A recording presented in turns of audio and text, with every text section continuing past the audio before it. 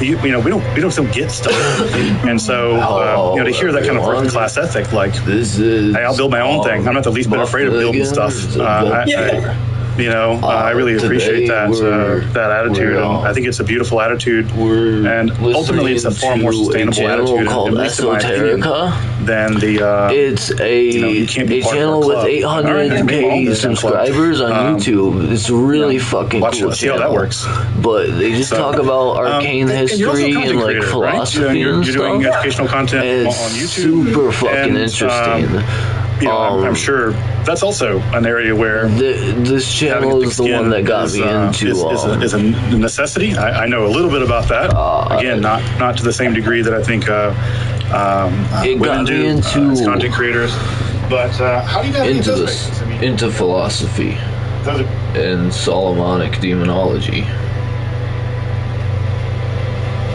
I love Solomonic demonology.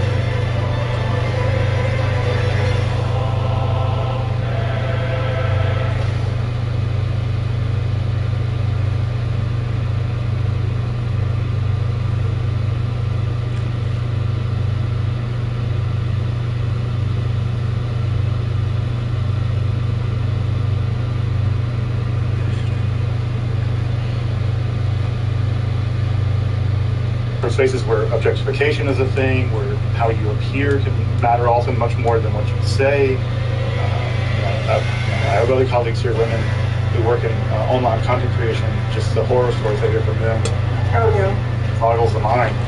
And how do you navigate that? Are there any sort of tips and tricks out there? Because I love to see women, queer people, other minorities working in online content creation and online education. I think it's incredibly important, but it's dangerous, frankly. It's really dangerous in many ways. And I was just wondering if you have any other insights or encouragement or best practices out there for maybe women or queer people who want to also do content creation in sort of the occultist sphere, academic or practitioner or both. Yeah, absolutely. I think this is another fantastic thing to get into and really important. And well, first of all, before I go on my long spiel about this, because I do have a few things to say, I want to say if you feel a calling to be here in this space on YouTube to start a podcast, I think you should follow that thread. And you should not let anyone stop you. But yeah, in terms of this difficult subject, I think ceremonial magic in general can be a special kind of isolating. And unlike certain witchcraft spaces, as we talked about before, it's very male-dominated, it's full of vitriol, and it's full of misogyny.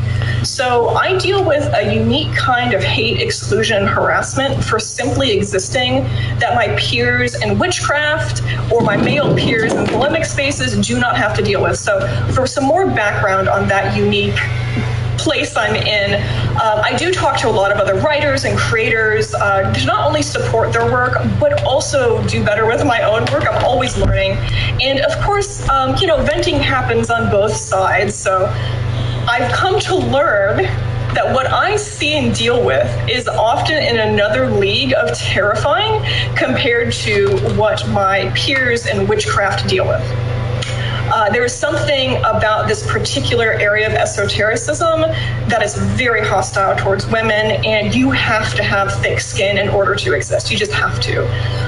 As far as the male Thelemite perspective, my partner is one of the most visible, well-known Thelemites alive today, and that's not a flex, that's just a reality I'm bringing up to make a point here.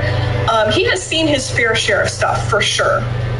But I am constantly showing him stuff I deal with. I'll pull up my phone and show him stuff, and he is absolutely shocked.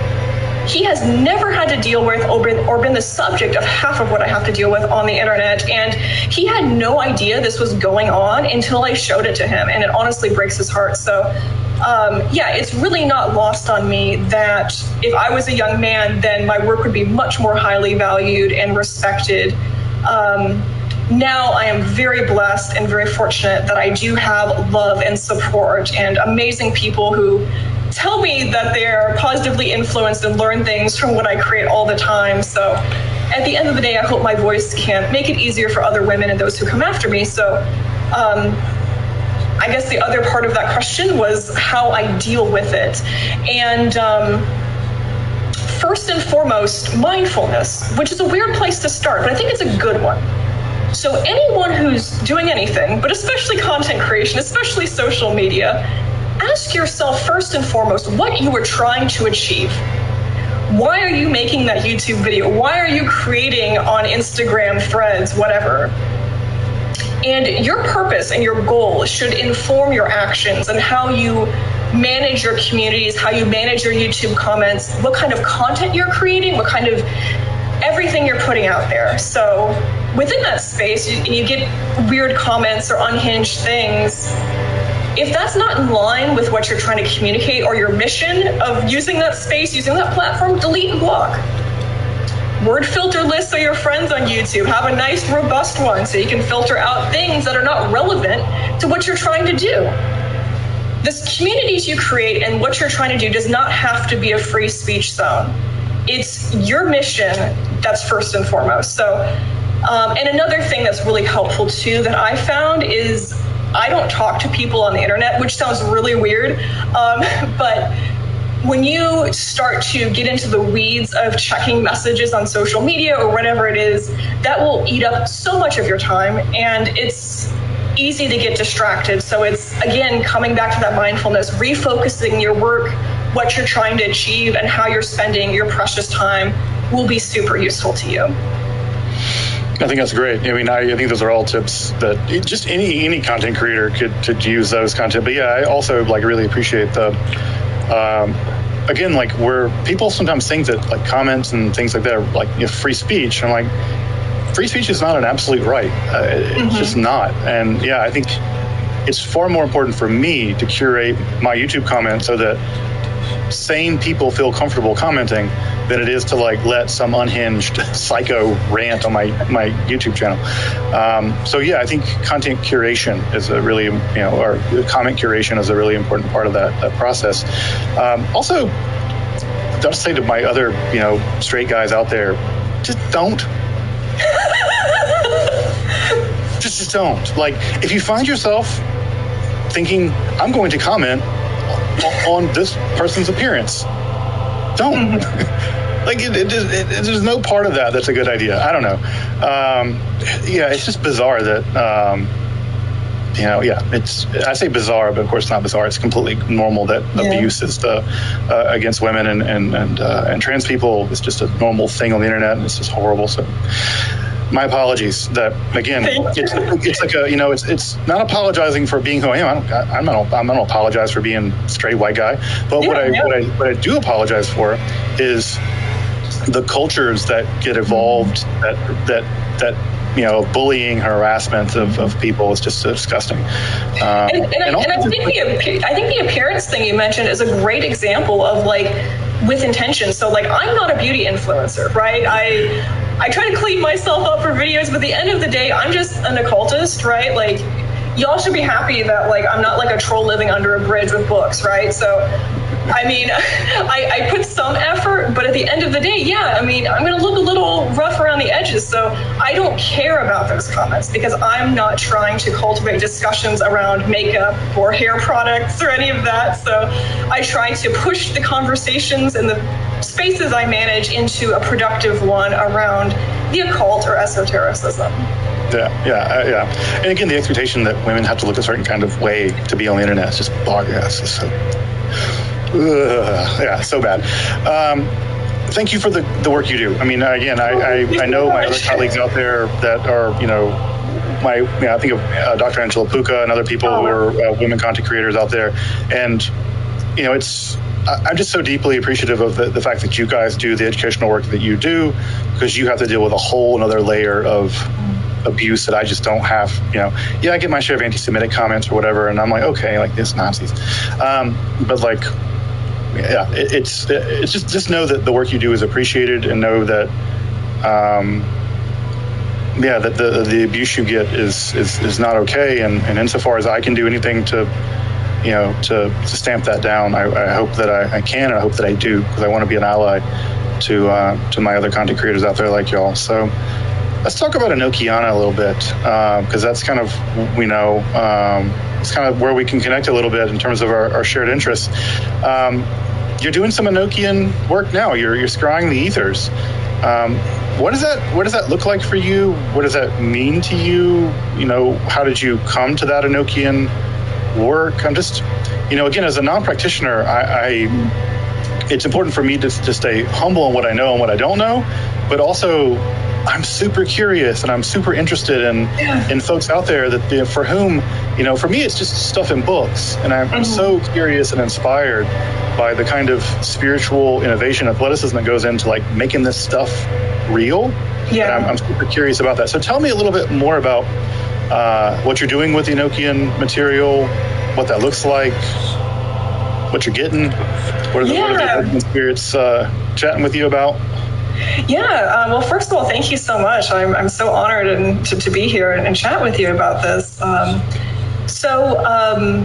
I guess, you know, a good place to start is like what's going on with me and Enochian. So of course I'm a Thelemite, and what first drew me to that is Aleister Crowley's The Vision of the Voice. This is a channeled work that represents Crowley's initiation into the grade of Magister Templi. Magister Templi is the first grade in the Supernal Triad, which was traditionally occupied by the secret chiefs and non-physical human beings. And of course, the supernal triad directly references the path of return on the tree of life and the 3 highest positions near the divine. So I am not a Magister Templar, but I was hoping this work would be an initiation of sorts for me. And then, of course, there's the other piece that we sort of talked about a little bit, which is everyone told me not to do Enochian, so of course that made me want to do Enochian more. So what I think is really interesting was I combined a bunch of different things as a modern practitioner. So I think that the basis of what I do is the stuff John Dee did and all of that with the Enochian language. But I also tacked on some stuff from more modern practitioners like Lon Milo Duquette and, of course, Aleister Crowley. So I guess I should first start with my very unique approach, which, as far as I know, no one has ever done, but I chose to do it because of who I am. So growing up, my mother was an artist, and so the first language I really learned was art. My world was full of art and artistic expressions, arts and crafts, all of that. So when I approached the Enochian Aethers, I said, what if, while I'm receiving the vision, I painted them in watercolor? So that was the first step. So I guess I'll start. That's what I'm going for. I'm going for painting the Enochian Aethers. So the temple that we set up is very sparsely furnished intentionally. One of my hang-ups, it comes back to the scientific illuminism, of course, removing variables and potential interferences or influences. So I intentionally remove things with distinct symbols or words. That includes words on incense boxes or T-shirts or something. I just take like tape and I put it over it. Because, you know, we're influenced by everything around us. And if the temple is full of words and symbols, well, that could just creep into my mind and, in my opinion, pollute what I'm going for.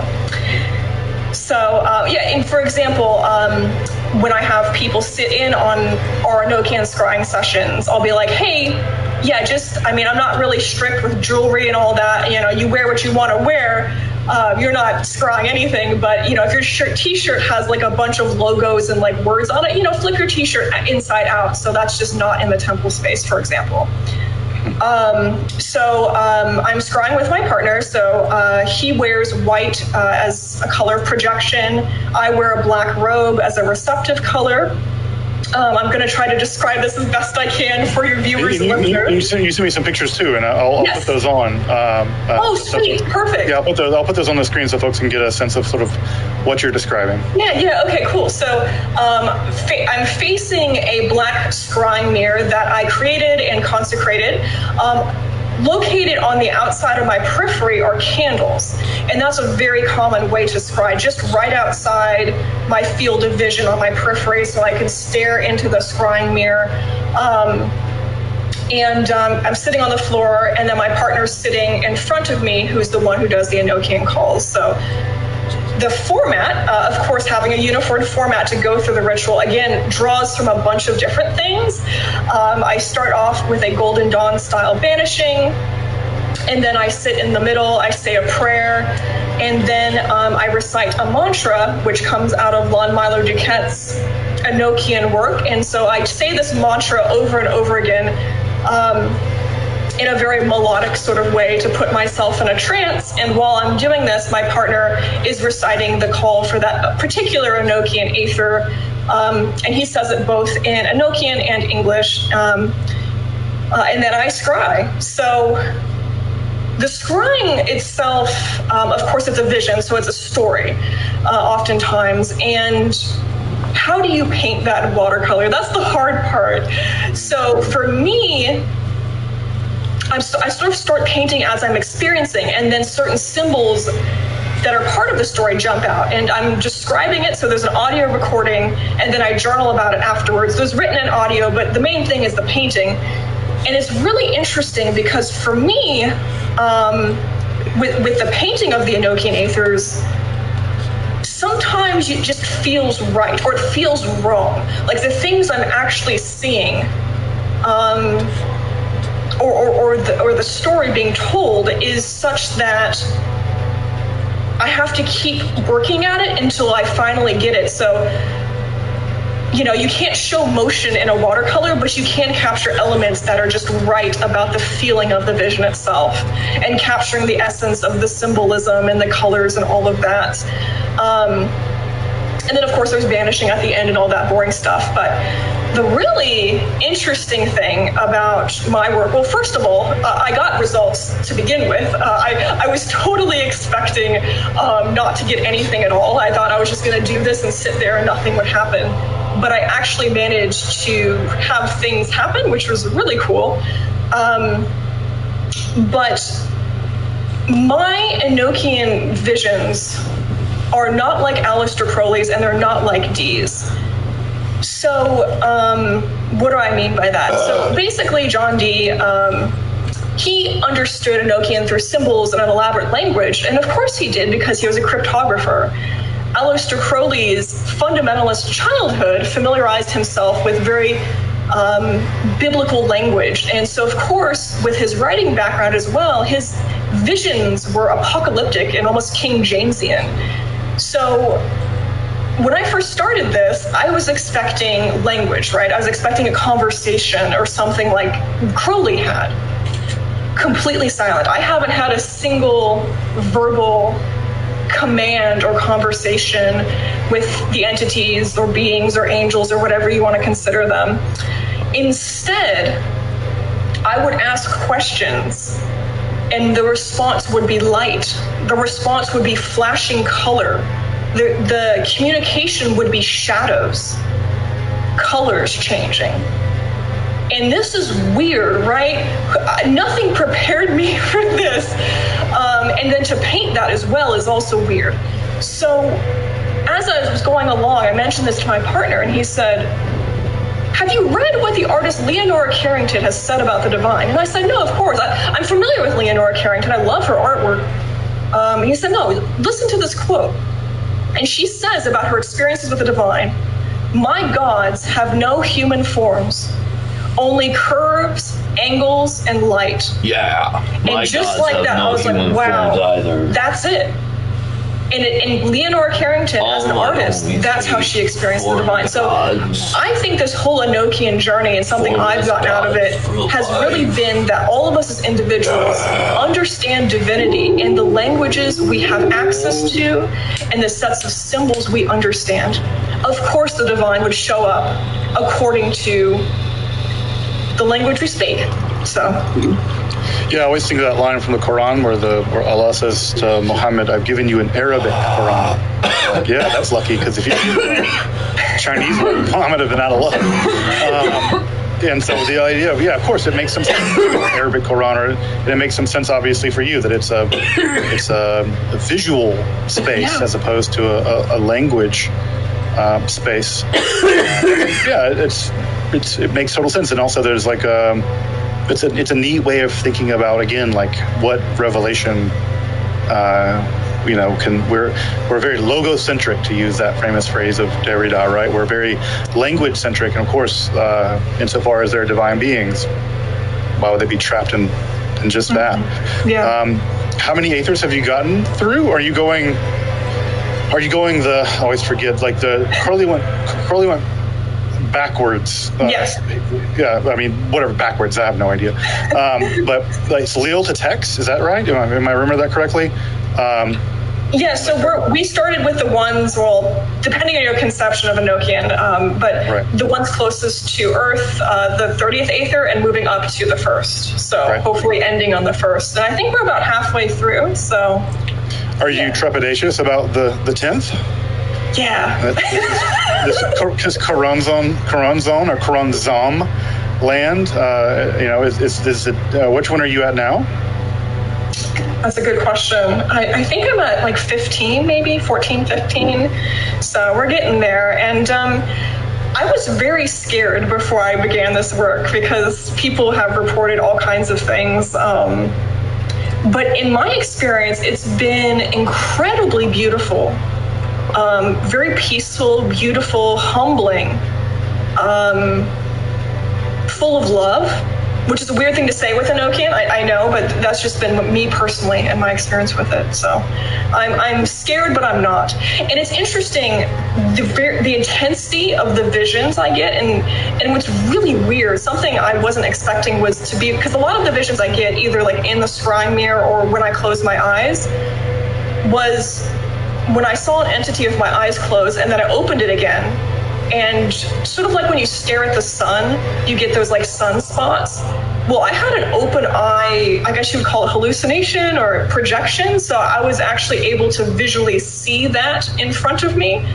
I wasn't expecting that. That's intense. Scary, but once you get past the scary part, it's really beautiful to, if you let yourself experience it and what it's trying to communicate or learn from that. I think it's a beautiful opportunity to know yourself better, know the world better, know the divine, and connect yourself to something beautiful. Yeah, and I think this is a thing that often, and we talked about this a little bit off camera, that Enochian has this, at least now has this weird reputation of like the Enochian spirits being dangerous and making people crazy. And it's interesting to hear that you're not having those experiences at all, that it's very illuminating and very loving, and I think again this is an instructive thing where people should hear that a lot of the reputation that Enochian magic, at least I've experienced, again as a non-practitioner, what I've heard, which is funny to me because when I actually read the journals, they're kind of hilarious. Like they're one of my favorite moments in the John Dee journals is when the angels confuse a square and a root. And Dee, being the mathematician he is, has to correct them. And the angels don't know what a square, and they're like, oh, no, it's a square root. And it's like the angels don't know they don't know the math very well, which is funny to me. And to me, that's like this very hilarious. I mean, it's kind of funny. Like, or the angels make mistakes in Latin. They can't speak Latin very well. And I wish I could communicate that to people. I'm like, this material is not as exotic in some ways, or frightening, I should say. It's sometimes even comedic. Where the angels make fun of them, which is also funny. Like making fun of. There's a moment where the angels are making fun of Kelly, but he can't understand what they're saying. It's funny. But in my case, you can only make fun of me too much by like flashing light. So yeah. So yeah, it's only always like they can maybe show you a color you don't like or something. Yeah. I don't know. I mean, is there any trepidation about sort of? I mean, when you're talking about the 10th ether, right, and the vision of the voice, and we'll talk more about the vision of the voice in a minute. But that's like the most dramatic ether that Newberg and Crowley scry. That's where. I think it's the closest. I mean, you can feel free to correct me, of course, because I'm not a Philemite, but the Coronzon is sort of the closest thing that one gets to a devil-like character in Thelema. He's the spirit of dispersion, the spirit of things coming apart, something like that. It's a spirit of confusion, especially confusing the will. He tempted Newberg with turning into this beautiful woman and threw sand into the magic circle to destroy the circle so he could get in, and he wrestled with Newberg. So if folks have never read The Vision of the Voice, I'll speak for myself. I think it's the most impressive Thelemic text, period. I think it's, I love Liber Samech, I love, the Book of the Law, but to me, The Vision of the Voice, because I'm completely biased toward Enochian stuff, is to me the most impressive text to ever come out of Crowley's entire magical career. And the 10th ether is to me is the most dramatic and the most frightening and the most cinematic in many ways. But is there any concern on your part that Coronzon's going to show up and you're going to have to fight the final boss of Thelema and cross the abyss, or is that a thing that you feel pretty good about it? That's amazing. Thank you for that. The final boss of Thelema, yeah. I guess from my personal perspective, Coronzon isn't. I guess just personally, I don't really view him as like the devil or perhaps the way others would view, the devil or Satan or something, or demons. Well, perhaps the way I view Karanzan, perhaps the same way I view Groetic demons, and more like a force of nature, an aberrant thing doing what he does. Like anything else, of course fire is going to burn your hand if you stick it directly in it, If you touch a hot stove, you're going to get hurt. Water's wet. I mean, this is just the way the universe is. And we talk about this entity, this force, this part of initiation that is crossing the abyss, or Karanzan. I always think in the back of my mind that this is obviously the way Crowley experienced the Tree of Life and his initiatory journey. But, my mind goes back to the Sefer Yetzirah. My mind goes back to so many other amazing thinkers out there that imagined a different Tree of Life without the abyss. And so, without the need to cross the abyss. And so I just think about that. I mean, who knows what our journey and our initiation is, and what we need to go through, and what that looks like for us personally. Just like my Enochian is color and light, sometimes sound, or mostly color and light, and I'm not getting some apocalyptic thing like Crowley did. What does my initiation look like through life? Not just an Enochian, but life in general. It's bound to look different. And I just feel like I shouldn't fear something I don't know. So I trust that my journey will look like it's supposed to. I trust my Enochian will show me what I'm supposed to. And if it's painful, it's painful. And speaking of pain, I think there's a lesson to be said there that for scary things and painful things, when I took my confirmation into the EGC, that's part of the ecclesiastical arm of the OTO, part of that ritual is they slap you across the face or punch you. To remind you of the pain that this path brings. And yes, there are dark times, it is painful, but there is joy too. And in my experience, the joy far outweighs the sadness and the darkness. So, yeah, I mean, who knows? Maybe I'll meet Karanzan one day on my journey somewhere. But who am I to know, Yeah, and it's not the case that, that Crowley expected to meet Karanzan at the 10th Aether. There's nothing about the John Dee material that indicates that, and frankly, there's no evidence that John Dee and Kelly ever even described the Aethers, which is an interesting thing to think that they had it, but there's no evidence they ever did it. So it's almost, and that's the cool thing about the vision and the voice. And I think that's one thing people really enjoy getting into is parsing out what part of his vision was unique to Crowley and his initiation, and what part was more perhaps universal exploration of the divine. Right. Who knows? But there is much in there to be picked through and parsed and understood for sure. Right, and I think that's an important thing to note is that, and you pointed it out quite well, better than I could have, that what happened to Crowley, in 1910, I think is when he's doing the big bulk of the vision of the voice in Algeria. There's no reason to believe that's like a universal experience. It just like him and Newberg out in the desert walking around. That's a sample size of one. Yeah. So it's not a predictor for anyone else's experience. Speaking of the vision of the voice, I'm just curious, is this a text that you've studied a good bit? Is this a text that's that you? I can imagine it going two ways. I can imagine a Thelemite really studying the vision of the voice before scrying the Aethers, and can also imagine a Thelemite intentionally not studying it, so they kind of have a blank slate experience. And I'm wondering, what's your relationship to this? Because it is one of the sacred texts of Thelema, if I'm understanding correctly.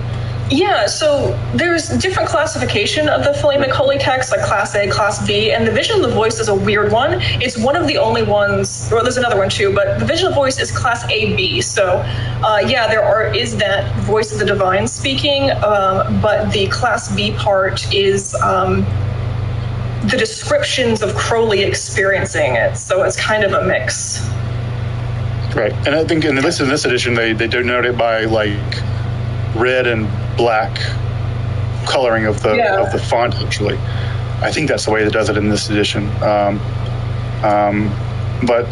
So what's your relationship to the text? How are you in that it is a sacred text of Thelema, class AB, and you're scrying the ether?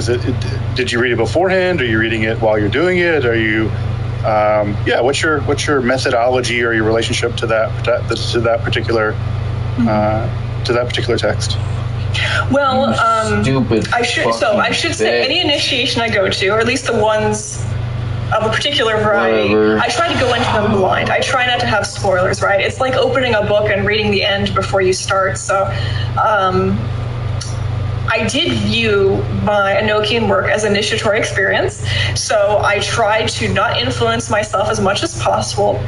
The downside is I am a Thelemite. I have read The Vision of the Voice, but fortunately for me, it was years ago.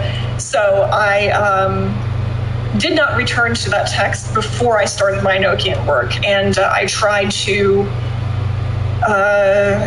set aside Crowley's words and experiences as a sort of a different category than what I was about to experience. That being said, in general, I think this text is a beautiful one, and it's really like a big puzzle. Because like we already talked about, you have to fish out the pieces that deal with Thelema in general, versus Crowley's own initiatory experience. But this text, The Vision of the Voice, has in it some absolute gems from entities that talks about being Horus or Babylon. Like this, there's a lot of great stuff in here. So I would say if you are interested in Thelemic things in general, or you are a Thelemite and you haven't read Vision of the Voice, please do so. Some good stuff in there. I'd agree. I mean, like I said, if I were to teach a class on sort of occult literature, The Vision of the Voice would be up there. Like I said, I think, I think it's one of the most, what's the right way of putting it? I mean, visionary is the obvious word. That sounds ridiculous. But yeah, there's something that feels to me, I guess, when as an outsider, that feels, when I read the Book of Lies, it just feels like I'm just being, like he's just mucking with me. He's just like making fun of me somehow. I just feel like I'm like the butt of a joke I don't get. And I read the Book of the Law, it feels rushed, and it feels like there's something frenetic about it that feels like it's like a train that's out of control. The Vision of the Voice to me feels like a very careful, meditative journey. And to me, there's real poetry in it that really shines through. I love it. I love that text. But for when you think of the Vision of the Voice, and we talked about this a little bit off camera, another very powerful ether, I think, is the first ether. And we were talking about our shared love of Thunder Perfect Mind, and how you mentioned how you feel connected to the first ether in that way. Could you say a little bit more about that, if you don't mind? Yeah, absolutely. So I was thinking about this a lot recently, and in the first Aether, we find out that it is the song, or part of it is the song of Horus.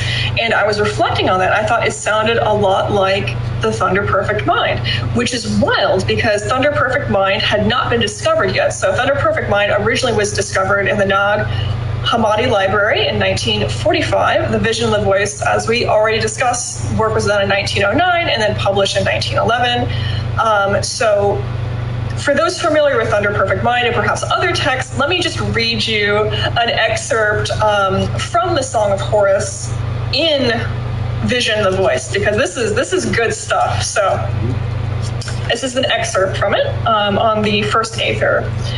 I am light and I am night, and I am that which is beyond them. I am speech and I am silence, and I am that which is beyond them. I am life and I am death, and I am that which is beyond them. I am war and I am peace, and I am that which is beyond them. I am weakness and I am strength, and I am that which is beyond them. Yet by none of these can man reach up to me, yet by each of them must man reach up to me. So, an interesting sort of parallel there. No, definitely. And I think for folks who haven't read Thunder Perfect Mind, it's also a text that deals in these kind of dichotomies. I am the this and I am the that, often dealing with these sort of opposites. And to my mind, I think that, at least when I hear those texts, again, my mind's drawn back to the last major Enochian session with Dee and Kelly, where they come in contact with the Daughter of Fortitude. And the Daughter of Fortitude also speaks in these kind of contradictory, I am this and I am that. And I wonder, again, like it's impossible to know, but insofar as the first ether was Crowley and Newberg's final ether, that Crowley was somehow aware or I don't know, riffing on the fact that Kelly and Dee's final contact with the Enochian spirits was also the Daughter of Fortitude, and I wonder if that's cross-pollinating there as well. I don't know. This is a good trifecta kind of Daughter of Fortitude, Crowley and Newberg, and then Thunder Perfect Mind. Again, like an interesting, I don't know, interesting essay in comparative mystical experiences or something. Yeah, definitely. Someone write their thesis on that, please. Yeah, go for it. It's not me. Are you planning to publish your Enochian workings? I can imagine this being a really amazing art show slash publication, like where you actually publish the paintings in your journals, and this is that the thing you have in mind, or is it at this point you're just really trying to get through the Boston Marathon of mysticism with all 30 ethers?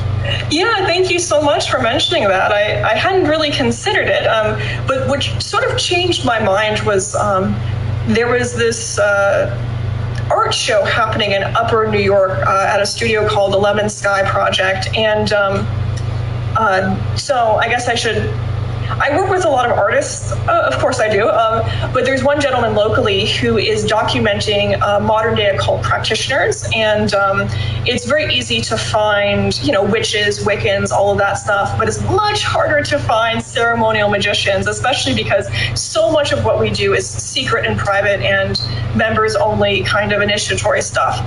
But my own personal Enochian stuff, I said, yeah, come on over. Document me doing Enochian, why not? And so he got some really beautiful photos of me doing Enochian. One of them, it just looks unreal how beautiful it is, because it has the two candles, and I'm holding up the wax sigillum de Ameth with the candlelight coming through. Just beautiful photography, gorgeous. And so his work was being displayed at this museum, and so me doing Enochian was somehow ending up in this museum on this display. And I saw this on social media. I was like, wow, that's me. And there was pictures of me. I was like, that's so cool. And the curator was like, wait, that's you doing that? I'm like, yeah, that's me. And so she's like, hey, this exhibit's all about alchemy. Could you write a piece to go with this? And I was like, heck yeah. Well, anyway, long story short, unfortunately, the museum owner injured himself in a construction accident. So that's really tragic. And so the exhibit never happened. But it certainly got me thinking that, wow, people actually care about this stuff and want to see it. But the other funny side note about this is, I think first and foremost, I'm an occultist and then an artist second. And I think people from the art world aren't necessarily used to seeing occult workings. So you have to remember, I'm doing this with next to no light and two candles at my periphery, painting in watercolor and rapidly as I'm going through a trance, receiving this vision. So the watercolor is not good. This art director looked at it and she's like, yeah, we don't want that in our gallery, but we will have you write something. And I'm like, that's right. So I think with these sort of stories and initiations, they are very personal to me, but I think that they may have some more universal value to people. And I think there may be times at some point in the future to revisit these stories and this symbolism and all of that and paint it the way it's supposed to be painted and not in a dark room with two candles with watercolor. So I may make artwork like that in the future, but yeah, if there's interest, I would love to share that with the world at some point. Well, I say that for completely selfish reasons. And the completely selfish reasons are, us academics who are interested in occult practices, well, we need work. And so, if you're getting visions and stuff, and you can document that, it's the kind of thing where, at least for me, I'd want to see it added to the pile of the historical pile, like Dee and Kelly and Crowley and Newberg and Lynn, and it all, for me, it's, I don't make a distinction between the fact that you're doing it in the United States in 2024 and Crowley's doing it in whatever 1910, 1909, Dee and Kelly are doing it in the 1580s. To me, that's inconsequential. What matters to me is it's a literature. It's part of the literature. It's part of the living body that is history of this material and this history. So I'll just say, again, for totally selfish reasons, I hope that you do keep good records, and I hope you do publish it in a way that one, honors your experience and is representative of your experience, but also two, as a boring academic, I'm interested in how these traditions are alive and well, and how, again, this relationship between tradition and innovation is being developed and deepened and that. So that's my completely selfish prod for you to publish, in whatever medium makes sense, and also not to. It's your personal spiritual journey, and who am I to tell you what to do? But if you do feel inclined to publish it, I would certainly. I'd love to see it. I mean, frankly, as a person who is interested in the material, I'd love to be a fly on the wall in that kind of room, just because I don't scry the ethers, and I've never seen anyone do it. And it'd be neat to see it. So, well, you're welcome anytime if you're in my area. Come on by. Yeah, I'll knock on your door. Heard you're scrying. That's amazing. How do you invite yourself to that party? The scrying party. It's like, we're not watching Netflix. We're talking to Lil or whatever. Coranzon, God forbid. I'm on the Coranzon Aether. Come on over. Yeah, come on over. I almost skipped that one. That's the one I don't want to show up for. It's like a bad horror movie. It sounds like a bad joke. A Jewish guy works into a Coranzon's crying. No, I'm going to go to one of the more like Fisher-Price ethers. So you're scrying the ethers now. Like, any future plans? I know it's like you're halfway through that, so God knows where that's going to take you. Yeah. But, sort of future plans and projects, like, what do you have any future plans for the YouTube channel, art stuff, religious stuff, anything cooking? Yeah, I'm cooking a lot of things. So, of course, the YouTube channel is an ongoing, super fun project. So I make research slideshow presentations, which are oftentimes condensed presentations of lectures I give in person for my local community or at different various conventions. And I really view my YouTube channel as a service to the community. So, and I know I'm doing something right when just this last weekend, someone told me they learned how to do Liber Rush from one of my videos. So that's really cool. I love supplying people, especially solo practitioners, getting into the stuff with tangible hands-on stuff they can put to use immediately, try out. You don't have to be a Thelemite to try out Liber Rush and possibly get benefits from it. So I think that's a really cool project I'm continuing to nurture. At the end of July coming up, I am a presenter at Mystic South in Atlanta, Georgia. So I am giving an intro to the Thoth deck presentation, which this ties back into what we were talking about earlier, which is how a lot of female cultists over time sort of get brushed under the rug in favor of platforming male occultists. And I think the Thoth deck is one of these, where Frida Lady Harris is the creator and the artist and the visionary and the reason this tarot deck exists. Yes, she did pay Crowley to teach her the magic part of it, but she is the Thoth deck. So I'm excited to talk about her and, encourage people to check out this deck and use it. And then in August, I'm giving a virtual talk at the Last Tuesday Society on Thelemic holidays. Yes, Thelemites do have holidays based on the Book of the Law. No, it is not the Wiccan Wheel of the Year. That is something different. Okay. So, and of course, I do a lot of work for my local community and my church. So, baptisms, confirmations, initiations, performances of the Gnostic Mass. I'm always working on that as a beautiful way to give back to the community and continue to make a space for people to experience these beautiful rituals. And of course, I got some few super secret projects in the works, and if people would like to know more about that, be sure to follow me on social media, Patreon, YouTube, any of those places, and you can get updates.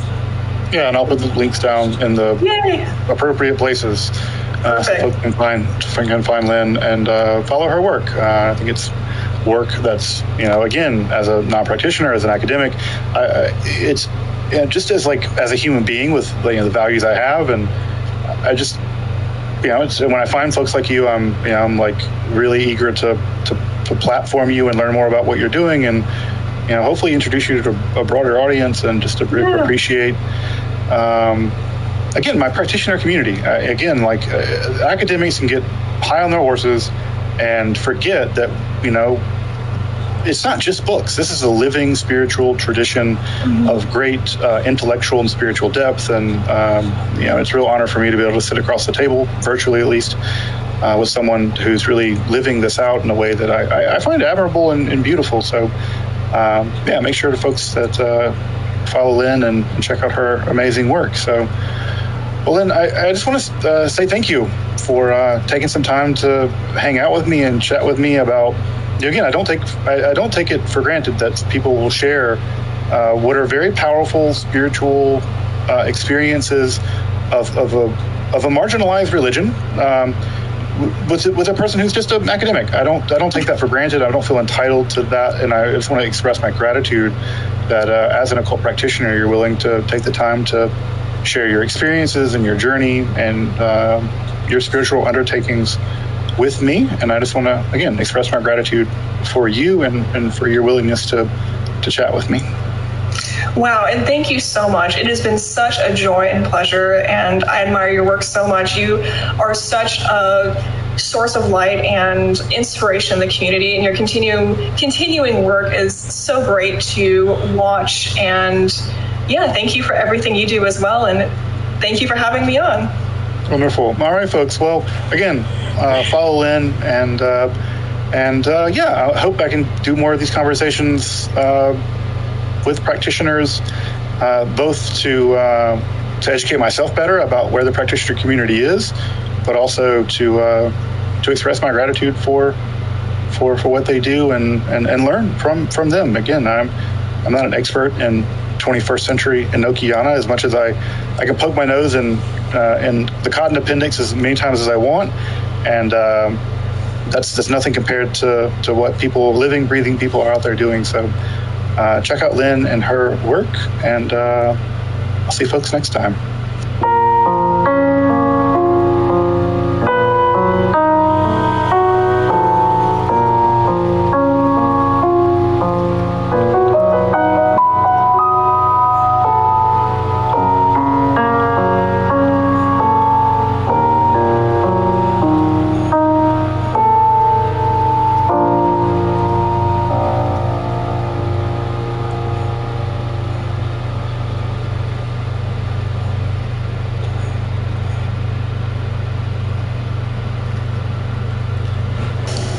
From the classic image of the necromancer, Faust, to the sorcerers on the silver screen, or the patent image of the magicians of role-playing games like Dungeons and Dragons, the Book of Magic, the Book of Shadows, filled with incantations, symbols, and strange diagrams, is simply part of the image and arsenal of the wielder of magic.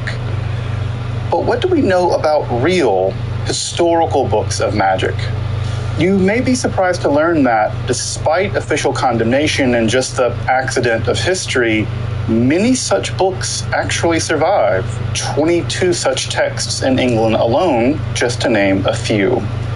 In this episode, I want to explore the innocuously titled Cambridge University Library Manuscript Additional 3544, a textbook of necromancy which includes a range of spells, including a predominance of erotic binding magic, divination, natural magic, and a primer on necromantic practice more generally. Such a text self-consciously leads to both magically arm its user, but also with an eye toward its own aesthetic value as necromancy manual in Cambridge Library, erotic binding magic, divination. divination and spirit summoning. What the fuck? If you're interested in magic, hermetic philosophy, alchemy, or Kabbalah, make sure to subscribe and check out my other content on topics in esotericism. And also, if you want to support my work of providing accessible, scholarly, and free content on topics in esotericism here on YouTube for free, I'd hope you consider supporting my work on Patreon or with a one-time donation. You can find those links below, and I really appreciate your considering supporting the channel. But now let's turn to the 91 experimenta, as the text calls them, of a necromancer manual found in the Cambridge Library. I'm Dr. Justin Sledge, and welcome to Esoterica, where we explore the arcane in history, philosophy, and religion.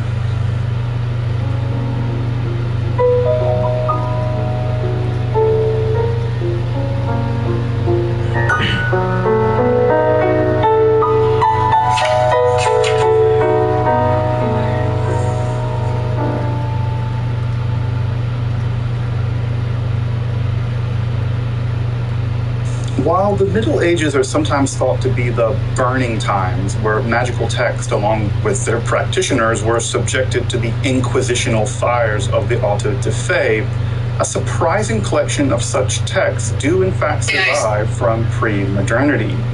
However, because of academic bias, it's only in recent times that such texts have been given proper analysis and modern edition, a welcomed change to the dismissal of such volumes as mere Gothic superstition. The scholar Francis Young has produced just such a study and edition in his publication of Additional 3544, though other numerous such necromantic works remain unpublished. In fact, I'll be leaning pretty heavily on his really careful analysis as we explore this wonderful historical example of necromantic sorcery. Now, before going forward, I know that there's some purists out there who are going to say that necromancy only means divination via the dead, and frankly, that never happens in Additional 3544 and many medieval necromantic manuals. By the Middle Ages, the term necromancy had just become a catch-all to mean basically magic with a sort of dark tint, typically involving the conjuring and binding of spirits, both good and evil. So just like any word, words change over time, and the strict idea of necromancy as summoning a spirit to tell the future or resurrecting a dead person, simply not always what necromancy means by the Middle Ages. So keeping that in mind, let's talk about the material cultural aspect of Additional 3544.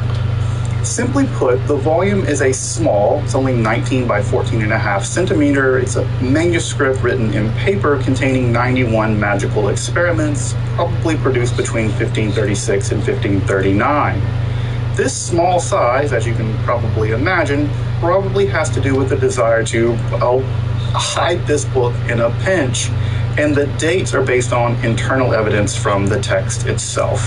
Specifically, there are other references to other printed works which give a pretty early range for the earliest part that the text could have been produced, and there are additional references to religious practices important to the magical operations which would have come to an end in the 1540s for reasons that we'll talk about in a minute, thus giving us a pretty good idea for narrowing down the date of the production of the manuscript and the ideas in it itself. Now, this period of time is rather interesting, both in the history of magic generally, but also the specific political and religious context of England at the time. That is to say, the convulsions brought on by the Reformation of Henry VIII, specifically the dissolution of the monasteries, the dispersal of the monks, and of course their libraries. Thus, it's worth pointing out that such a text of ritual magic, especially given those rituals are so strongly tied to Catholicism, would have made this volume doubly dangerous. Not only is the text religiously prohibited because it's necromancy, but the rituals themselves would have been perceived as an endorsement of the very religious practices that the Reformation wanted to sweep away. Further, magical practice in general at this time was thought to be pretty clearly and often tied directly to politics, with virtually all major sorcery trials at this time, not counting the witch trials, that's a whole different matter, they were all explicitly political in nature. That is, using magic to harm members of the court or the monarch themselves. So here, in this text, we have a genuinely dangerous idea at the time for both religious, cultural, and political reasons. So who composed additional 3544? Well, what's interesting is that the author has carefully produced this text, both in terms of its rather systematic contents, but also in the aesthetic of the text, which is both clearly trying to look professionally magical, something not totally uncommon in 16th century magical texts, but even the text employed or a choice by the writer to make the script look older and perhaps more arcane.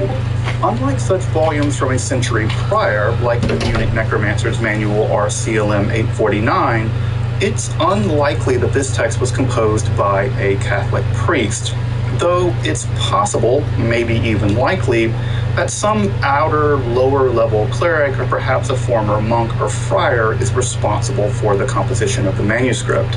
The name Paul Forman is written in the same hand as the English sections of the Experimenta. The volume has sections in both English and Latin, both written in slightly different scripts, though who this was is a mystery. Whether he wrote it or owned it, we don't know. Given the wealth of erotic binding magic and theft detection magic in the text, it's a pretty good guess that the writer and practitioner of the volume was someone with some clerical necromantic training who's using those professional skills much more like the cunning people of the period. So a curious possibility is that the text may have been composed and used by a dislocated friar or monk who, in the need of a couple quid, has produced this volume to both look magical and perform necromantic feats that were meant to supplement or even generate the entirety of their income. This may be the work of a professional necromancer. I mean, can you imagine their LinkedIn profile? The text contains 91 various experimenta, the typical Latin word for magical spells in the Middle Ages, a substantial plurality of which, 31%, are erotic binding magic, while 23% are divinatory in nature, with the rest being a smattering of a wide range of magical practices, from creating magical monsters, medical magic, theft detection, herbal magic, etc. Further, the complexity of the magical experiments ranges substantially. Despite this, the text is somewhat systematic in construction. The first section functions as a kind of introduction to necromantic practice generally, how to achieve certain kinds of ingredients like bat blood, the consecration of magical circles, various kinds of characters, and the consecration of parchment. The end of the text also includes discussions for how to consecrate and produce quills for writing, needles, ironwork, linens, magical wands, and swords as well. Sandwiched between these preparatory instructions is a substantial range of magical experiments. Everything from summoning and inquiring about spirits to changing the color of money. There are 3 spells at least for getting women to lift their legs up high while dancing, like a 16th century can or something. How to produce a never-ending supply of money, a secret seal of Solomon, of course. How to cure toothaches, magically emancipating yourself from prison, conjuring and even marrying valerian root, but sadly, tragically, all the spells for finding buried treasure have actually been torn out of this manuscript. Devastating. Interestingly, there are no spells for raising the dead and only one spell for actually bringing harm to others, the so-called Vengeance of Troy spell known from other magical texts as well. It's really a necromantic textbook and recipe book all in one. And to get a better feel of some of these experimenta or magical spells, let's take a look at them in a little bit more detail. So, say you want to have women dance naked in your house for some reason. Yep, that's a spell here. So you take your bat blood described early on in the manuscript and you write the names of the spirits Ha, Amalba, and Radhanasta on virgin parchment and you bury it beneath the threshold of a house or you stick it in the hinges. Done. They're going to be dancing naked in no time. It's not really clear how to get guys to dance naked in your house because that's probably a thing too, but there are at least 3 other spells having to do with women dancing in a house, all performed by writing spirit names on virgin parchment with bat's blood. Also, this is the part of the episode where I insist that no one try any of this, especially anything that brings harm to any sentient beings, whether they be bats or moles or other human beings. Now, if you want an infinite supply of money, one needs to take mole's blood, which is dipped onto a penny several times, and then hide that in a church, such that 9 masses will be said over that penny, which, when put into a moleskin or bearskin purse, will somehow reappear into the purse, even if the money's spent. It's a game genie code for infinite money. Several of the divination spells typically involve employing a child prior to the age of puberty and born into wedlock. Employing is a strong word here, I'm sure they weren't paid. Such that a spirit can be summoned to appear in the polished and anointed thumbnail of the child. This form of divination is widely attested in the Middle Ages, and even the philosopher John of Salisbury testified that he was made to engage in such a practice as a child. Here the conjuration is very complex, involving spoken components in both Latin and English. The child's invocation is in English primarily, I guess you haven't learned Latin yet, such that the child can peer into the anointed and polished thumbnail and act as a kind of go-between for the conjured spirit. A certain spirit called Only is very popular here, and the necromancer doing the conjuring. There are even specifications for using the right or left thumb depending on the gender of the child, and prolonged conjurations based on exorcistic rituals common at the time. Indeed, much of the ritual here leans heavily on the sayings of the Mass or exorcistic procedures of that time period more specifically. Another spell that we find is the so-called Vengeance of Troy, a widely attested spell of antisocial magic in which a partially clay, partially waxen image of the victim, written upon with various names of various spirits, is produced such that the harm caused to the image will be transferred to the actual person. In fact, 2 versions of this spell are provided which elaborate further on this form of magical torture, basically. A very similar version of this spell is attested in other magical texts, most famously in A Discovery of Witchcraft. I like how he's takes its name from the Aeneid, where Troy, the victim in the Trojan War, gains vengeance through the rise of the Roman Empire. He doesn't see erotic binding magic involves banishing spirits and then conjuring and marrying valerian root. Yes, you literally put a ring on it and perform a kind of ritual marriage to the plant, which in turn is used as a part of a very elaborate erotic binding spell. Again, we say erotic binding spell and not love magic because love typically involves at least some degree of consent, and erotic binding magic doesn't, which again, but it can. Don't try this at home. Erotic binding magic probably isn't ethical. Another spell involves the famed seal of Solomon, which will be used to trap demons, along with other such seals which perform a wide range of magical roles, including, of course, binding spirits or even allowing you to escape from prison. something that might come in handy for a would-be necromancer engaged in the felonious practice of medieval magic. Of course, there are several spells for summoning specific spirits along with their seals, and the seals for the various days of the week, and the planets for astral magic found in many such manuscripts, though differing substantially from manuscript to manuscript.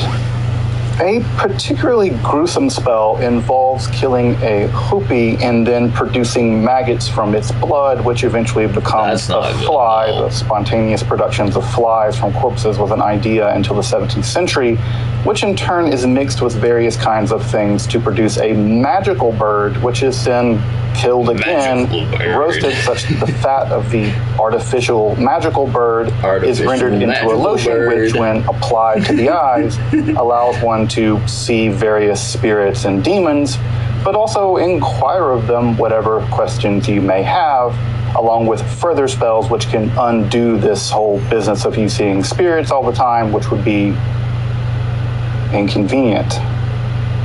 Further spells can be found for everything from winning at dice to getting a good night's sleep to summoning 3 magical knights and conjuring the spirit Beleth, who you may know as Belet in the Solomonic tradition, for instance. They're found in the Lesser Key of Solomon as well.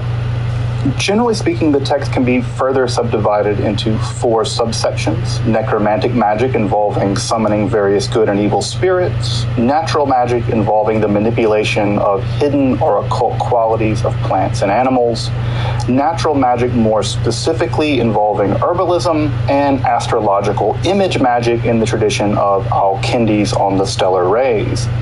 Though, as we've seen, there is a substantial range of spellcraft. Though, while some do stand out, the text is quite similar to other necromantic volumes which have survived from the Middle Ages and the early modern period. What's a really fascinating line of study is comparing and contrasting and trying to date these to see how this form of magic or magics actually spread through Europe in the early to the late Middle Ages. Overall, Additional 3544 is a nuanced and interesting historical textbook and experimental recipe book of necromancy from a decisive period of British history. Thus, it's important not only for its value in the history of magic, but also how magic itself was beginning to shift and change in this time period, given other larger tectonic shifts at the religious and cultural level. It's also interesting in that it represents a form of largely non-Solomonic ritual magic in the Middle Ages, but its interest in scrying also prefigures a great deal of the methodology of more famous sessions, for instance those of Dr. John Dee and Edward Kelly. Further, the text exists right at the edge of the period in which saw the publication of Agrippa's 3 books of occult philosophy in 1533 and other texts of Renaissance theurgical magic and Kabbalah. So it's a later survival of medieval magic, but on the cusp of a significant transition of magical practice starting in the latter half of the 16th century and beyond. The wonderful edition produced by Francis Young is very much worth getting for anyone interested in the history and practice of magic, or necromancy more specifically. The introduction is very solid, as well are the notes. He reproduces both the Latin and early modern English, along with translations of both, along with filling out the very complicated, often Latin abbreviations. The magical diagrams of the text, however, are also reproduced, but they can be difficult to read in his volume. However, Young makes it clear that his focus is the text itself and not the magical devices. I believe that the entire text has been digitized, but at the time of writing this episode, the website for the Cambridge Library doesn't seem to be working for me. I'll blame evil spirits. Of course, if you're interested in the history of magic, the Penn State series is the most outstanding, though the articles can be rather specialized, and you can also consult the monumental collection of the works of Thorndike. Further, another classic Necromancer's Manual can be found in that series, published as Forbidden Rites. That's the Munich Necromancer's Manual if you want to consult it. Comparing and contrasting these texts, as I mentioned earlier, is a very interesting exercise, both historically and academically. I look forward to the further publication of such documents in the history of magic. Cool. They give us such a unique window onto the practice of not just the occult, but also religious observance at this time more generally. Again, it's worth driving this point home. This magic, all of this necromancy, only works, and so far as it works, because of the operative power of Christianity on the part of the believer. The writer and practitioner of this text, and basically all of these texts, was just as much a Christian as they were a magician, conjurer, or necromancer. Thus, again, disrupting what may strike us as a complete contradiction lived side by side in Tudor England or medieval Munich. One wonders what seeming contradictions, religious or cultural or otherwise, the future will see us bearing. Make sure to subscribe and check out my other content and topics on the occult and esotericism. And again, perhaps you consider supporting my work of producing this kind of content on the occult and esotericism for free here on YouTube by taking a look at my Patreon or perhaps a one-time donation. You can find those links below, and I really appreciate you making the consideration. Until next time, I'm Dr. Justin Sledge, and thank you for watching Esoterica, where we explore the arcane in history, philosophy, and religion.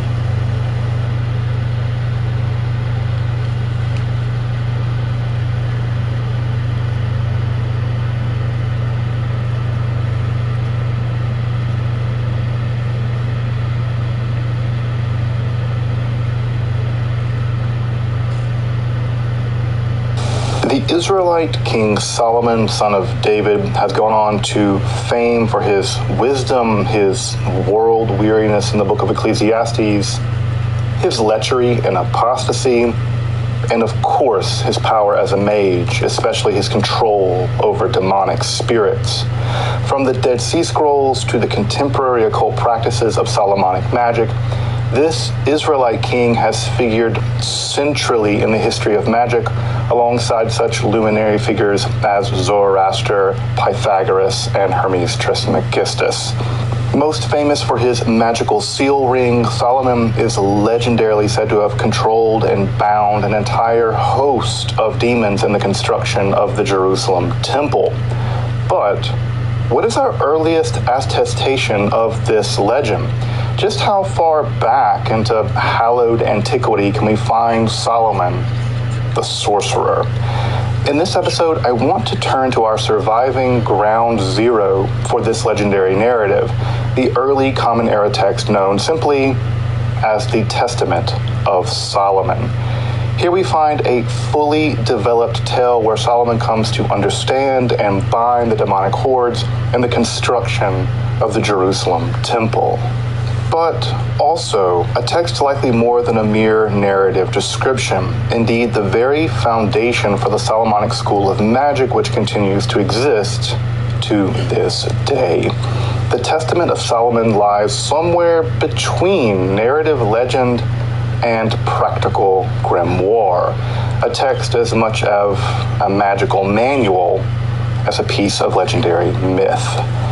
If you're interested in magic, Hermetic philosophy, alchemy, Kabbalah, or the history of the occult, make sure to subscribe and check out my other content on topics in esotericism, including numerous curated playlists.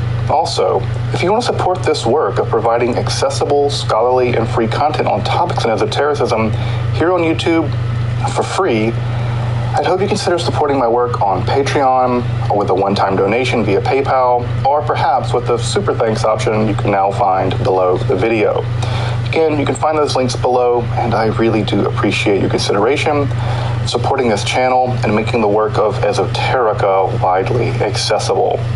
But now, let's turn to the foundations of Solomonic magic, his power over the demonic hosts, and the real star of this legend, the dozens of demons that Solomon communicates with, binds, and controls. I'm Dr. Justin Sledge, and welcome to Esoterica, where we explore the arcane in history, philosophy, and religion.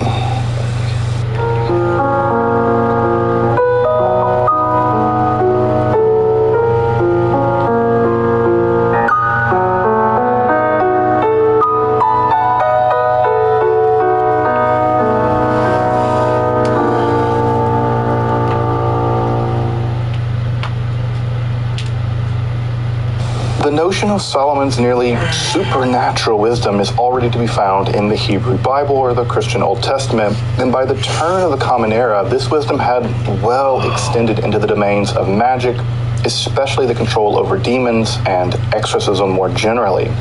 We find this notion already fully developed in the first century Jewish historian Josephus, who actually tells us that he witnessed an exorcism in front of a Roman emperor, no less, in which a ring was used bearing the seal of Solomon. Also, among the Dead Sea Scrolls, there is a fragmentary text bearing an exorcism incantation which invokes the very authority of Solomon.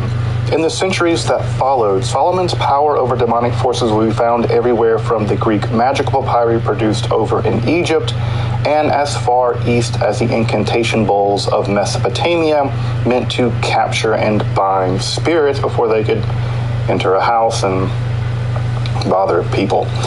This lore would extend and be shared by pagans, Jews, Christians, Mandeans, and Muslim communities all over the ancient world as centuries stretched on, and thus cemented Solomon as a mage par excellence.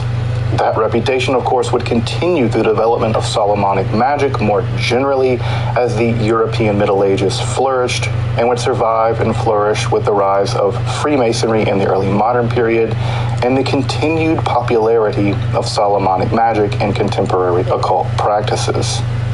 But what text can we point to as the locus classicus for this whole genre of Solomonic magic? The answer seems to be a really wonderful text known to history as the Testament of Solomon. The Testament is largely a demonological catalog kind of framed around Solomon's construction of the Jerusalem temple, using said demons produced sometime in the first few centuries of the Common Era. Well, that's the simple answer, and you know damn well we're not going to get out of this episode without complicating things a good bit more than that, so welcome to complication time.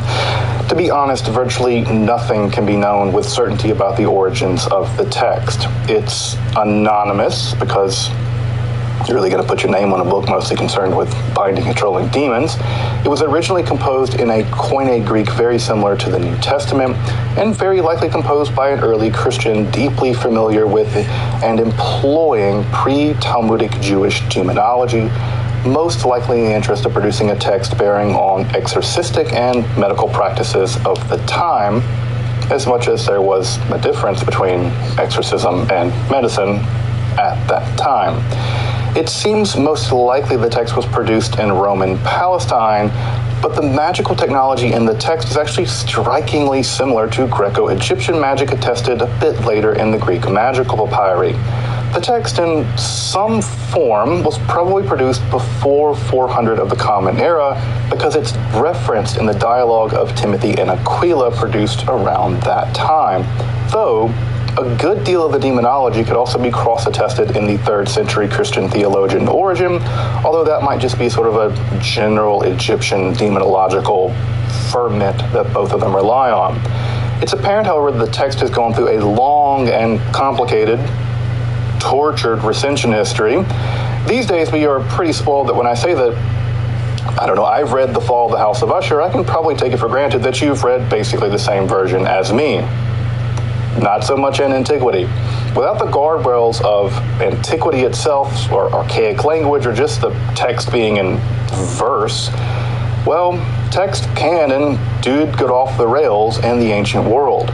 The Testament of Solomon is a complex accretion of Solomonic biography, various non-commiserate demonological catalogs, medical and astrological information, various kinds of magical technologies, all combined over centuries in various degrees of modification and corruption. What perhaps seems most likely is that the text combined legendary Solomonic biography with demonological lore by either a Christian with access to that Jewish lore, or I think just as likely a Jewish Christian with a very specific interest, it seems, in exorcistic medicine sometime in the early centuries of the Common Era. That text was further amplified with more demonological literature, here primarily of an astrological character probably being extracted out of Egypt in origin.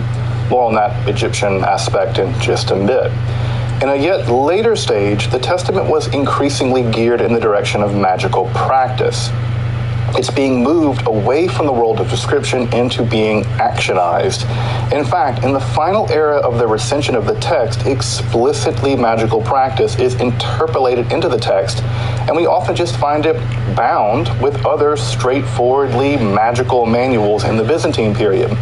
That said, the text survives in a little over a dozen Greek manuscripts, of which 3 major recensions can be tracked.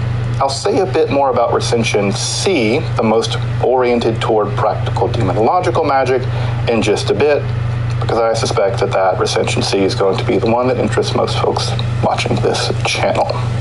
The text itself is difficult to summarize because, as I've said, it's basically a demonological catalog framed around Solomon's construction of the Jerusalem temple, and it's hard to summarize catalogs because catalogs are kind of by their nature already summarized. But the text opens with one of Solomon's favorite workers being plagued by a demon. So far, so good. By plagued, I mean the demon is stealing his wages, his food provisions, and sucking his soul out of his thumb while he's sleeping. So, yeah, plagued. Also, thumb here might be that's probably a sexual euphemism for reasons we'll get to in a minute. For reasons that aren't clear, Solomon really takes a shine to this youth worker and pleads to God to intervene with this whole demon business. Then, lo, God sends the angel Michael to provide Solomon with a ring with a special seal able to bind and control demons. Now, that seal ring we've already seen as far back as Josephus in the 1st century, but the earliest stratum of the Testament doesn't seem to provide any further information or description on the seal itself, despite the fact that that would be the most conspicuously interesting thing about the whole book from at least a magical practice point of view. But, as I mentioned, the text does end up on a very practical magical trajectory, and various manuscripts provide various versions of this Solomonic seal. In fact, there seem to be as many versions of this seal as there are manuscripts, or at least manuscript traditions. The most common motifs for the seal are magical terms or magical words, sometimes in Hebrew set into circles, very often displaying a pentagram or a hexagram along with further magical symbols. Though by the early modern period and the development of the Lesser Key of Solomon, probably the most popular version of the Solomonic magic, at least these days, the seal has undergone dramatic transformation. None of that hardly can be found in the Lesser Key of Solomon seal.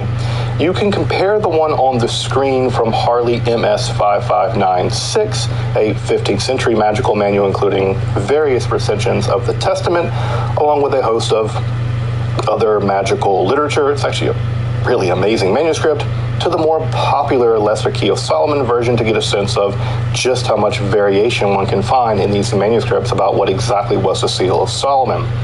So, which one is more accurate or has the most magical power? I don't know, it beats the hell out of me. But I don't think you can get the Testament version on Etsy, so if you want to be like a hipster mage and be like, oh, the Lesser Key seal, I use the MS Harley 5596. It's kind of underground. Maybe you want to listen to my cool black metal track. I'm only releasing it on 4-minute Edison wax cylinders. Like 6 of them.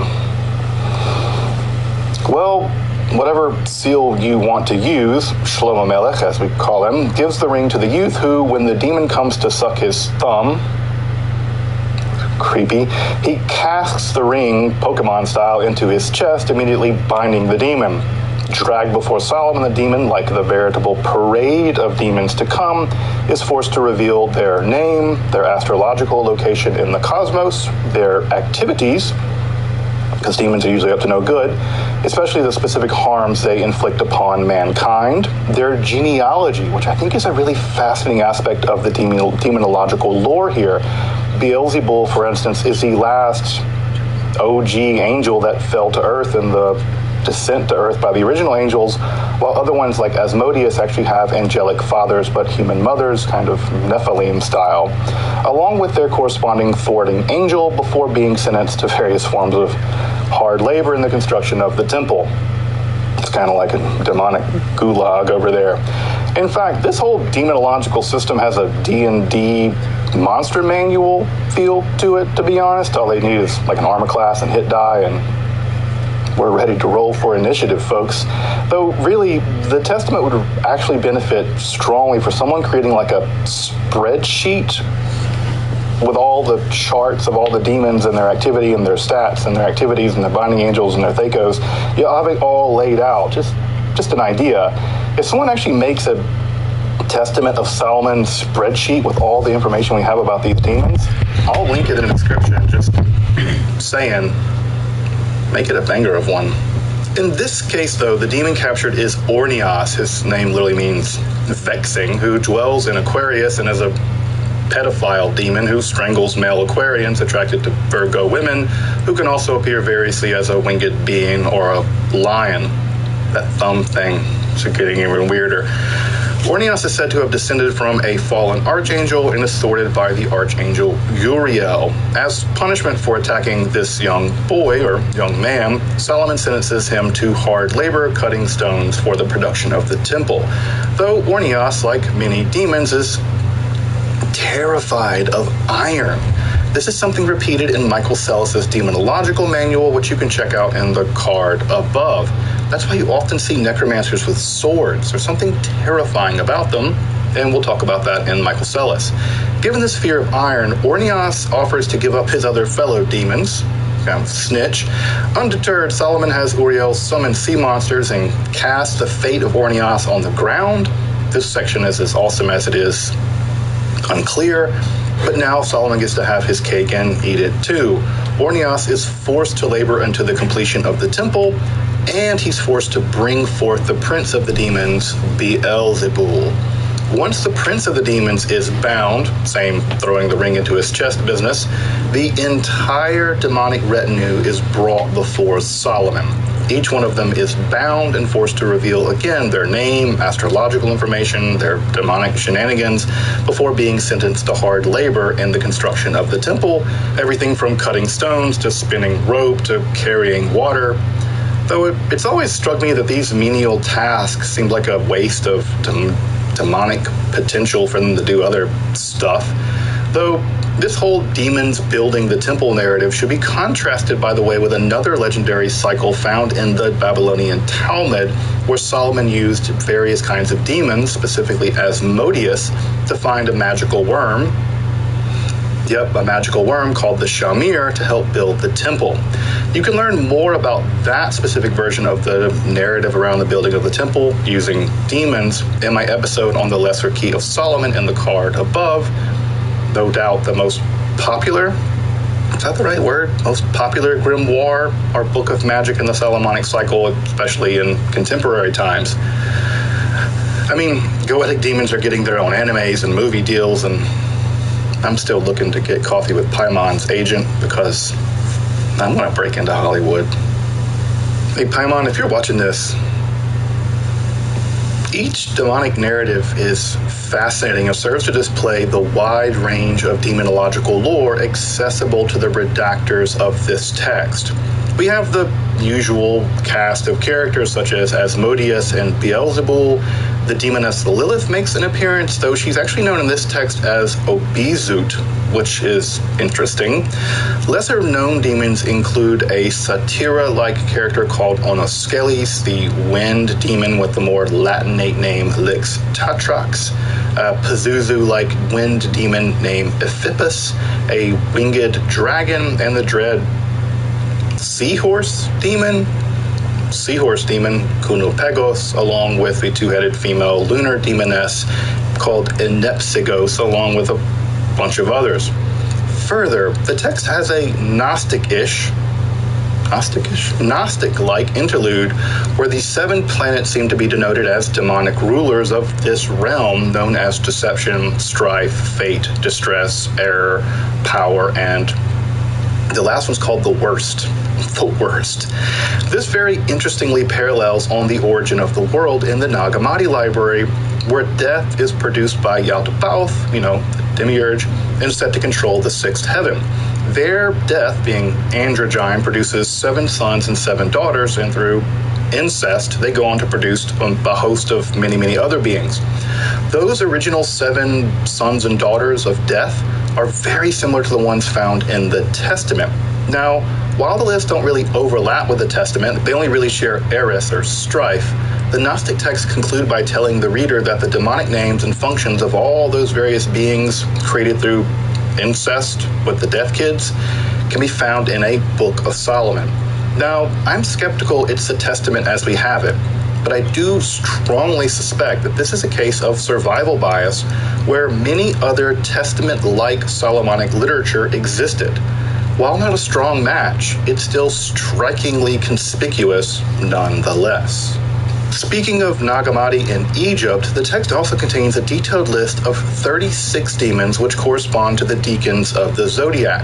This astrological distinction seems very likely Egyptian in origin, not Palestinian, and the demonological catalog is especially important in the transition toward the text becoming a practical manual, and virtually all of these demons seem especially connected to disease. It seems like this zodiac part was included in part of the trajectory of making this text practical, not just narrative. And again, it's worth pointing out just how demonically populated the cosmos is in the Testament. From the circle of the zodiac to the planets themselves, the various stars, and the wilder places of the earth, the world seems simply full of demons. It's a veritable pandemonium. Well, following the astrological demons, we learn that the demons know the future because they can fly up close to the throne of God before becoming exhausted and plunging back to the earth as falling stars. Meanwhile, back at the construction site of the temple, things have hit a snag. Neither men nor demons can set the enormous cornerstone of the temple into place. At the same time, Solomon receives a distress letter from the king of Arabia asking him to remove the very powerful wind demon Ephippus.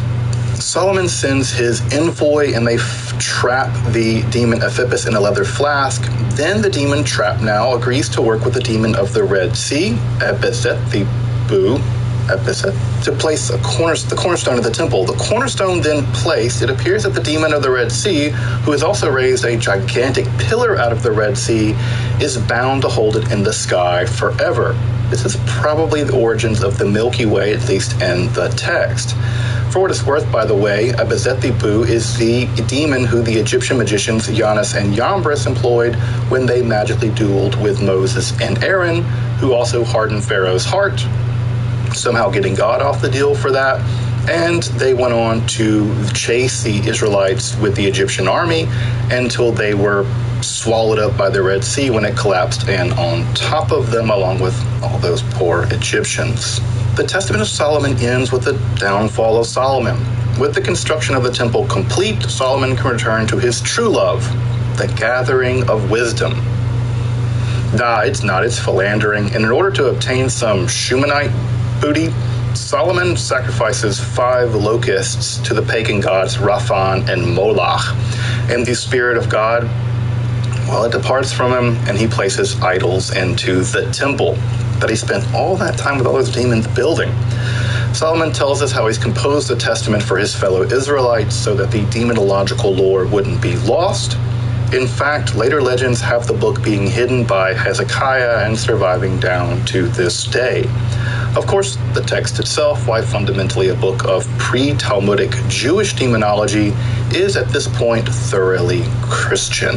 Many of the adjurations and exorcistic language of the text emerge directly out of the New Testament, and many of the demons can only be fully bound by a future power, interestingly depicted as a kind of angel who will be executed and rise from the dead.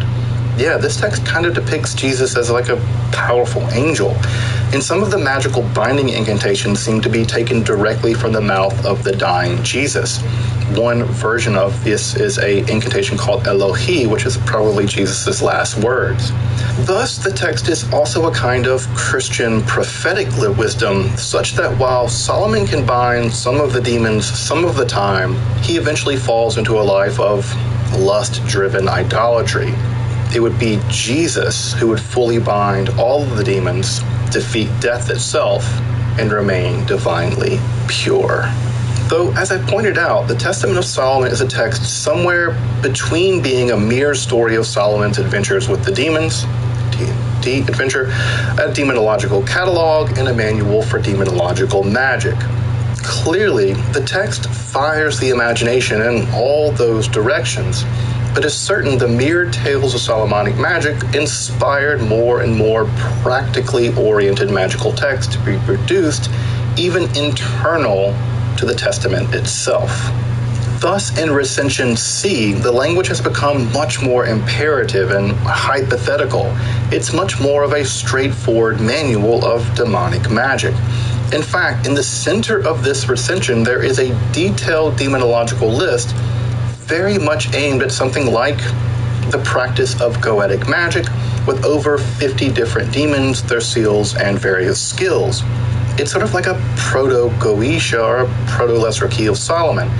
In fact, Recension C is something like the bridge which connects the more descriptive, legend-like Testament to the more Solomonic magical literature often bound with it, especially the Greek Hygromanteia or the magical treatise of Solomon.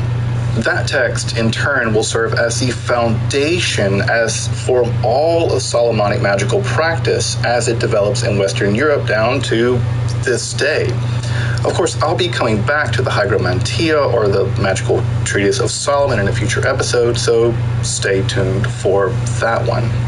The Testament of Solomon is just required reading for anyone interested in ritual and Solomonic magic, the history of demonology, or just anyone interested in the lore around Solomon, like our Freemason brothers out there.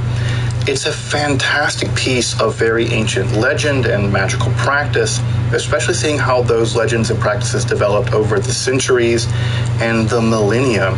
This text is almost 2,000 years old. And you might be surprised to learn that the standard critical edition of the text by McCowan was produced in 1922, making it a century old this year. So happy Centennial Testament of Solomon critical edition. That text is wonderful, but of course it's rather dated at this point. Though if you want to see the various recensions in the original Greek language, it's still basically going to be your go-to. For the standard introduction and diplomatic translation, however, you're going to want to check out Dooling's edition in Volume 1 of the Old Testament Pseudepigrapha. In fact, you just want both volumes of that text if you're interested in esoteric stuff like this. Even without the Greek, it has tons of useful notes and brings in discoveries like Nag Hammadi made decades after McGowan produced this edition. Also, for those interested in the more magically oriented Recension C of the Testament, i.e. everyone watching this channel, you'll need to pick up a copy of Brian Johnson's edition of Recension C. You may recall Brian from my episode on the Necromancy Manual from the Medici Library. He's a great scholar and produces really cool texts.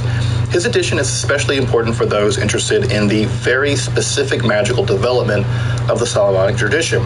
Of course, you'll need the rest of the Testament of Solomon and the Dooling edition to really make sense of how all the recensions fit together, including Recension C, but I'm sure you're going to want Recension C as well.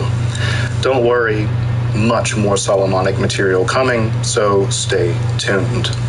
Until then, I'm Dr. Justin Sledge, and thank you for watching Esoterica, where we explore the arcane in history, philosophy, and religion.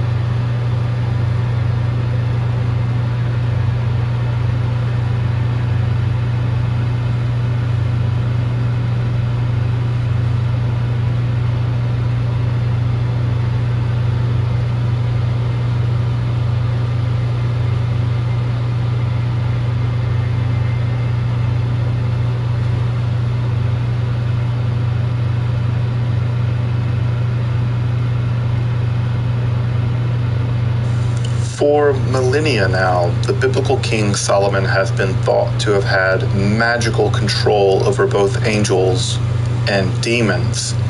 From the use of magical seals, magical rings, even super-powered magical worms, Solomon is said to have used even such forces to construct the Holy Temple in Jerusalem. In fact, I've covered the history of Solomon as a magician in my episode on the infamous grimoire, The Lesser Key of Solomon. If you want to dive into those legends, check out the card above. However, in this episode, I want to focus on an even more obscure object of Solomonic magic, a portable altar for the summoning not of demons, but of angels. This magical altar, or almandal, is actually described in the Lesser Key of Solomon, though the Goetia usually gets all the showtime and is well attested in medieval magic, very likely having its origins well before Solomonic magic even reached Europe. In this episode, I want to discuss the intersection of Solomonic angelic magic and the inheritance of astral magic and theurgy as taken up into the lesser known but really fascinating angel summoning altar, the almandal. If you're interested in magic, hermetic philosophy, or the history of the occult, make sure to subscribe and check out my other content on topics in esotericism. Also, if you want to support my work of providing accessible, scholarly, and free content on topics in esotericism here on YouTube for free, I'd hope you consider supporting me on Patreon or with a one-time donation. You can find those links below, and I really do appreciate your consideration of supporting the project of Esoterica. But now let's turn to a magical altar inscribed with divine names and symbolism meant to summon hosts of angels. I'm Dr. Justin Sledge, and welcome to Esoterica, where we explore the arcane in history, philosophy, and religion.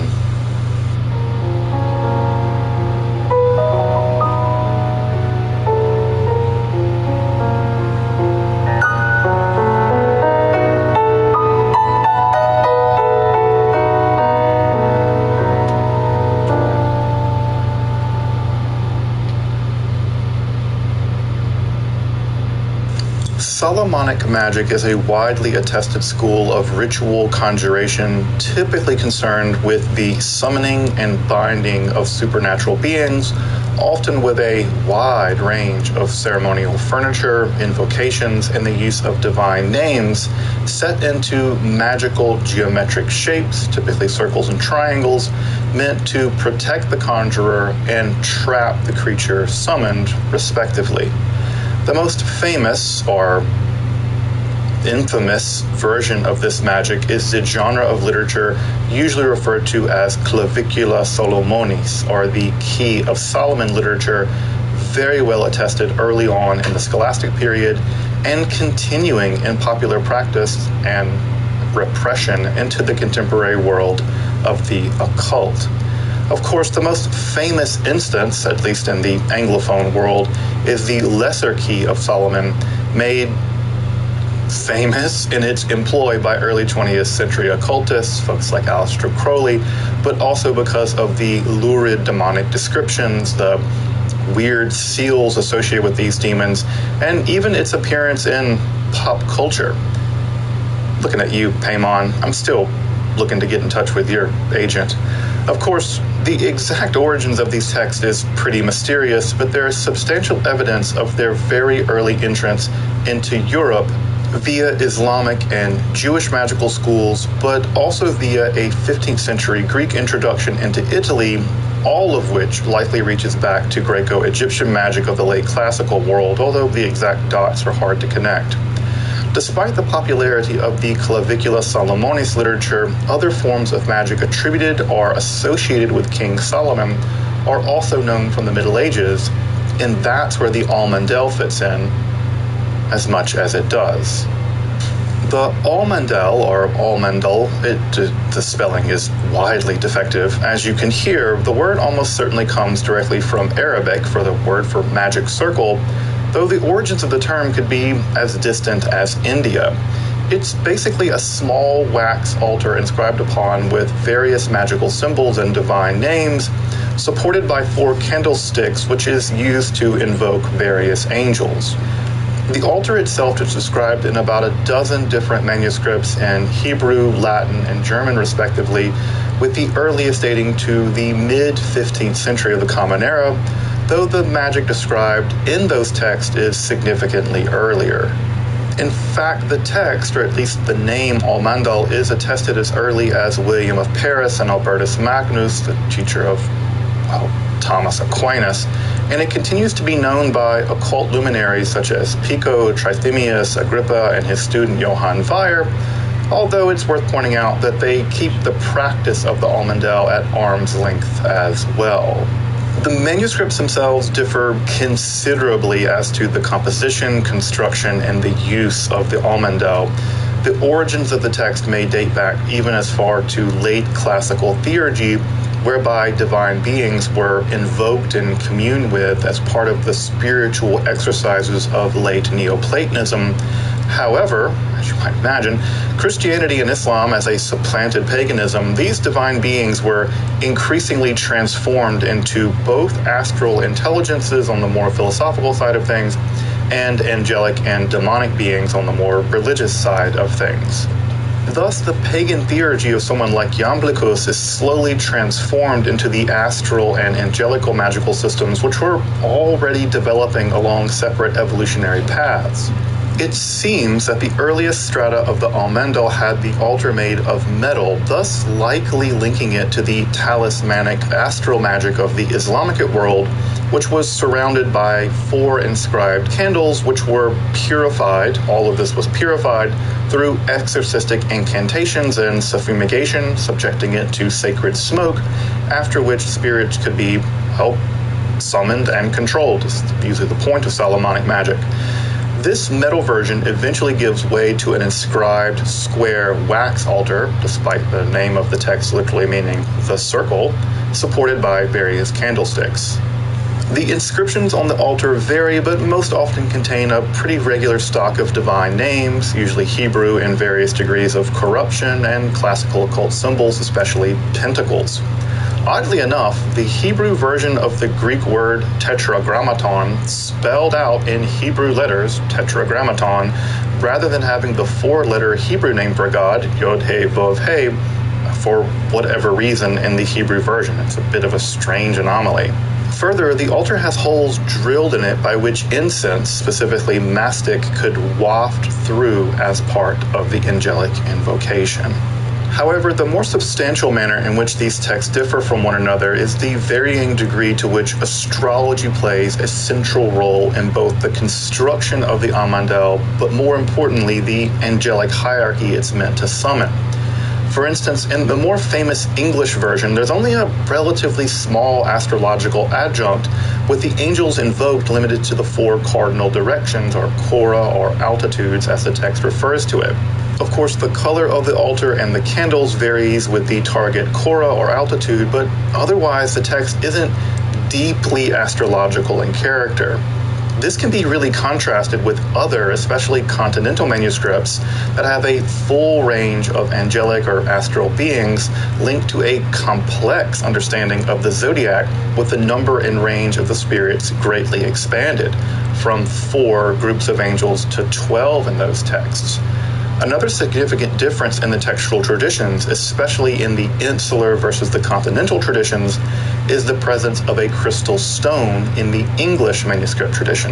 In the continental texts, it appears that the angels appear above the Almandal, or perhaps in the mastic smoke, whereas in the insular text, it seems that the use of a crystal scrying stone is used, in which the angels perhaps appear within the stone. Of course, this links the Almandal to John Dee's famous angelic or Enochian sessions, but more on that in a moment. Overall, the text contains the instructions for the construction of the altar, the various spirits it can summon, which again range greatly from tradition to tradition, and the invocation for their summoning, some texts of which actually include the Apostles' Creed, showing just the degree to which the compositor of this tradition is trying to Christianize this form of magic.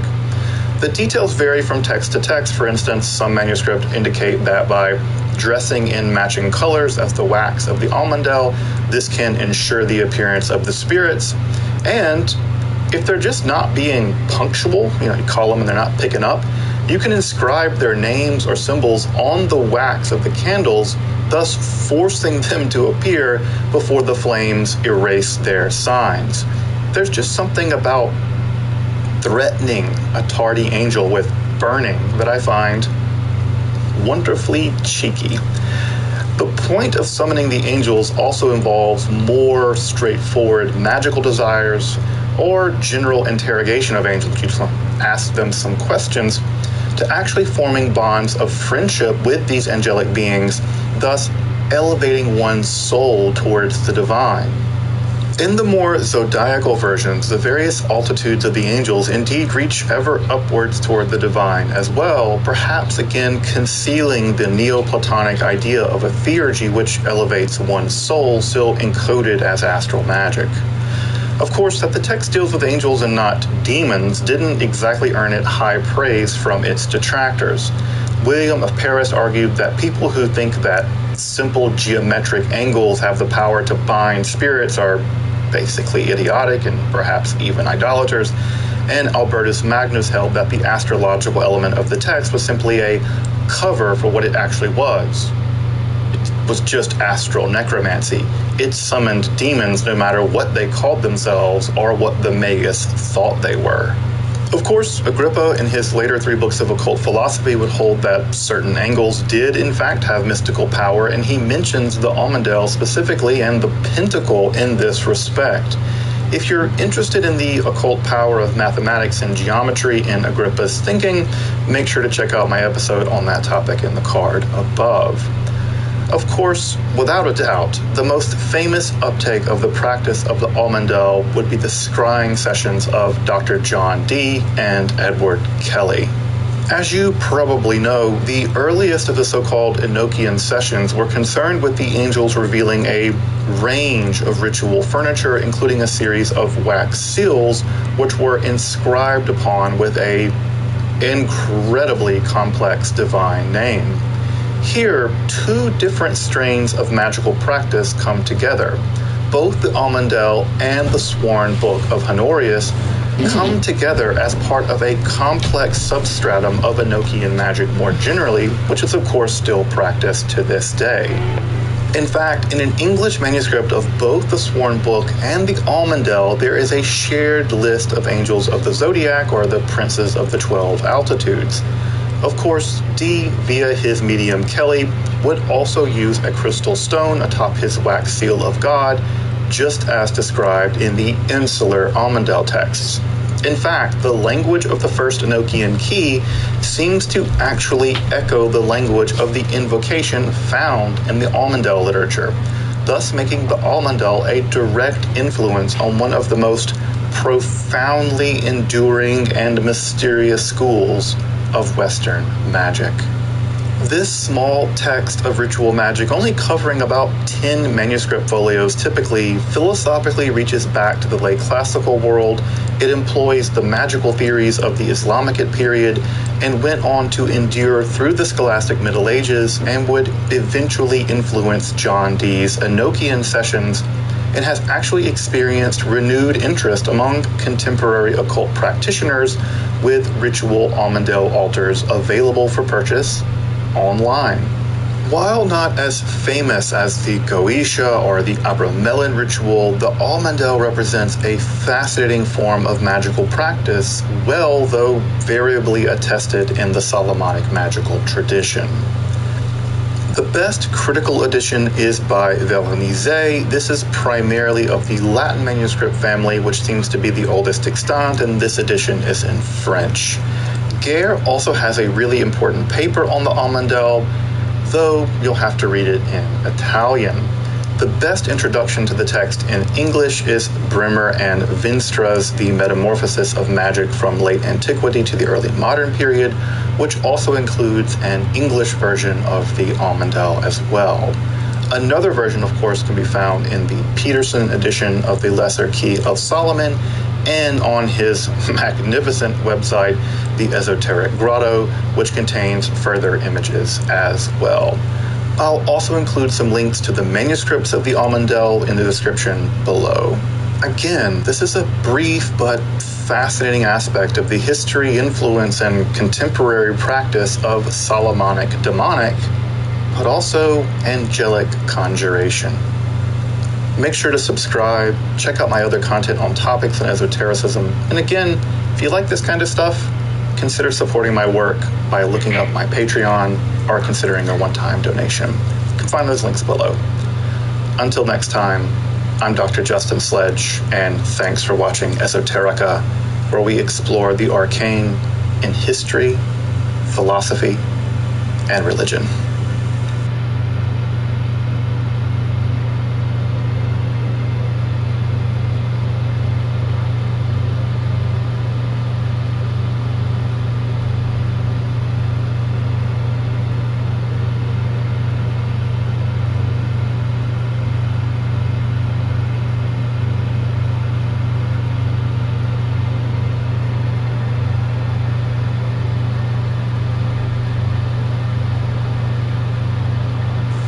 The medieval university surely has an air of mystery about it. Vast Gothic vaults, light glittering through stained glass, the distant toll of bells and the murmur of pious chanting, the smell of incense and debates in Latin over the most technical bits of metaphysics imaginable, and perhaps in the bowels of some ancient crypt, the horrible gibbering of the necromancer. Vast in candlelight, surrounded by strange circles intoning their hushed tones, seeking to summon something from infernal depths or down from the starry firmament.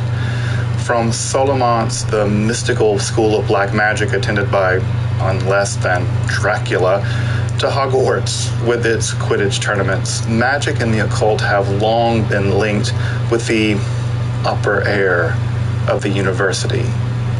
And in 1398, doctors of the Faculty of Theology of the Illuminated University of Paris provided us one of our first and best glimpses of what sorcery in the medieval university might have actually looked like. From the magical detection of buried treasure to the binding of demons and astral intelligences, let's explore a rather revelatory condemnation of sorcery, a condemnation which, like all prohibitions, is often a glimpse into the very theory and practice of sorcery in the world of the medieval university. If you're interested in magic, hermetic philosophy, alchemy, Kabbalah, or the occult, make sure to subscribe and check out my numerous other contents on topics in esotericism. And also, if you want to support my work of providing accessible, scholarly, and free content on topics in esotericism here on YouTube for free, I'd hope you consider supporting my work on Patreon or perhaps with a one-time donation. You can find those links below and know that your support of the channel makes all of this content possible. Thank you. Now to the 28 articles of the 1398 condemnation of sorcery at the University of Paris. I'm Dr. Justin Sledge, and welcome to Esoterica, where we explore the arcane in history, philosophy, and religion.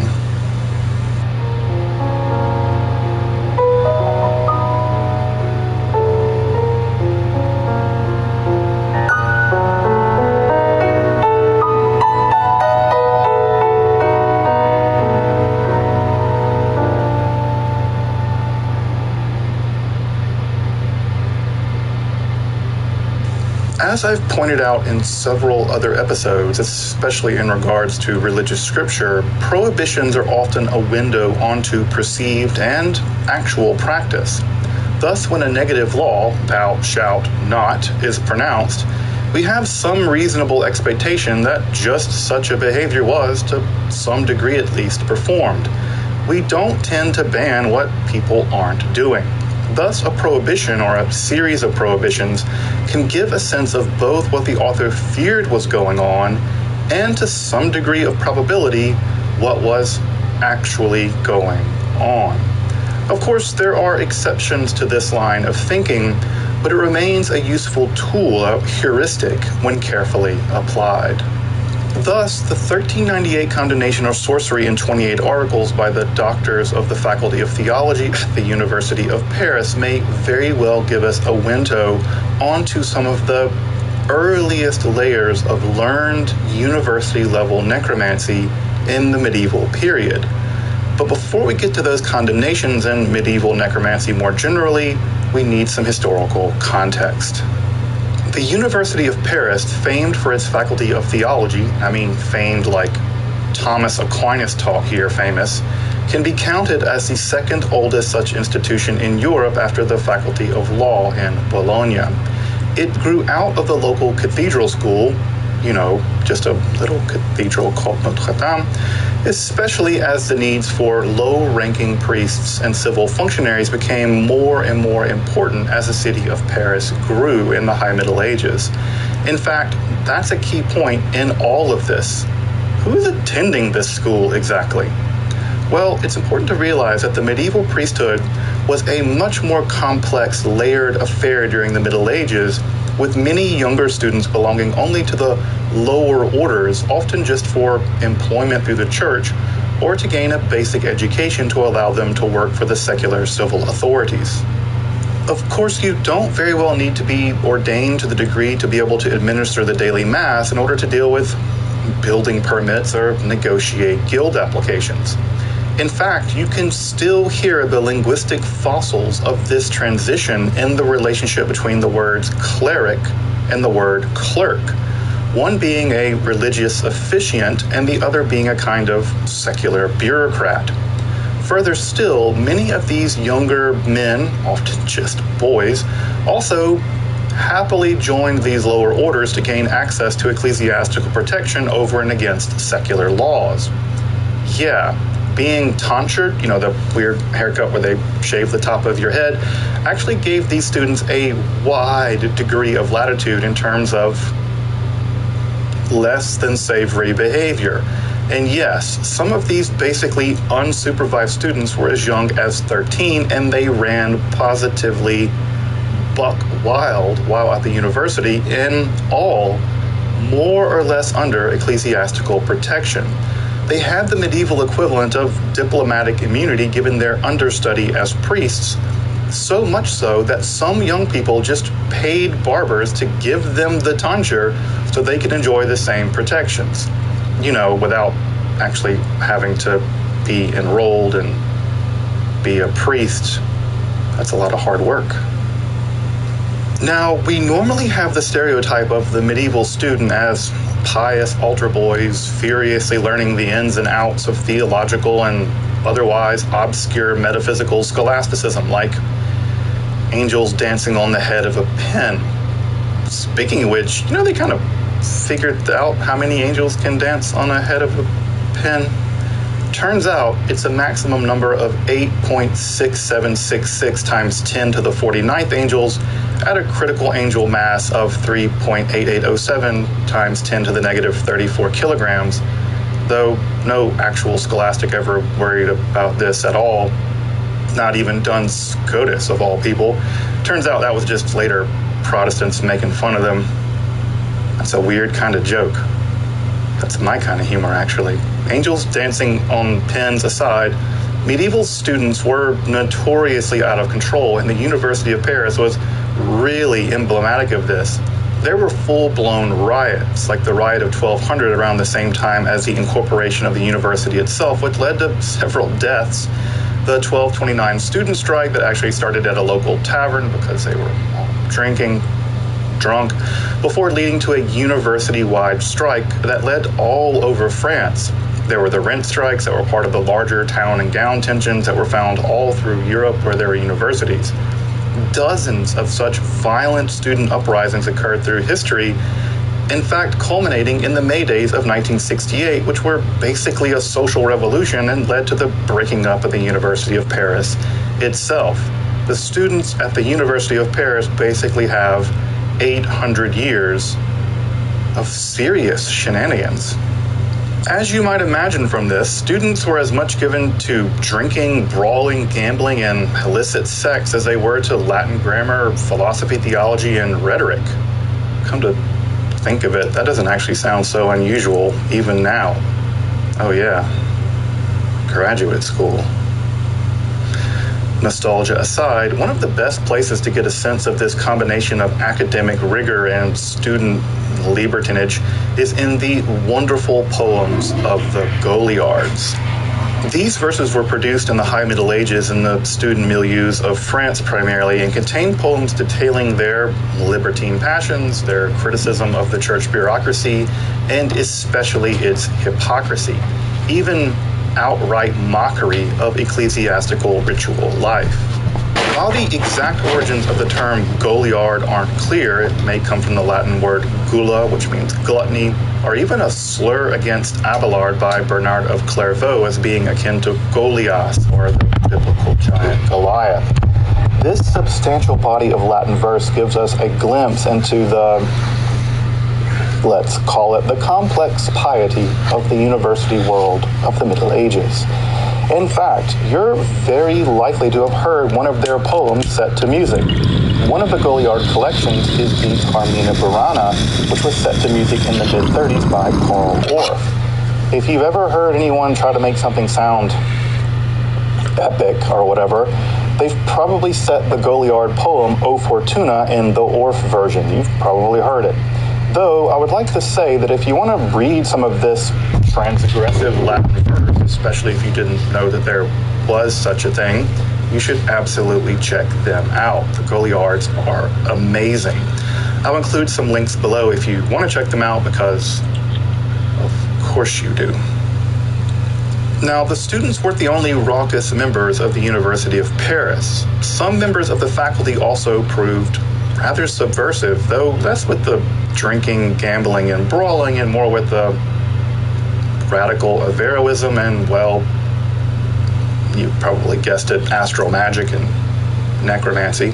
Not that the students didn't do their own bit of conjuring as well. This is all due to a sea change in the intellectual life of the Middle Ages. Beginning in the 12th century, a massive translation project rendered a veritable library of texts from Arabic to Latin, especially including the works of Aristotle, especially in the shadow of first Ibn Sina and then Ibn Rushd, and other Islamic philosophers as well, including a host of technical tracts, including works on alchemy, astrology, and magic.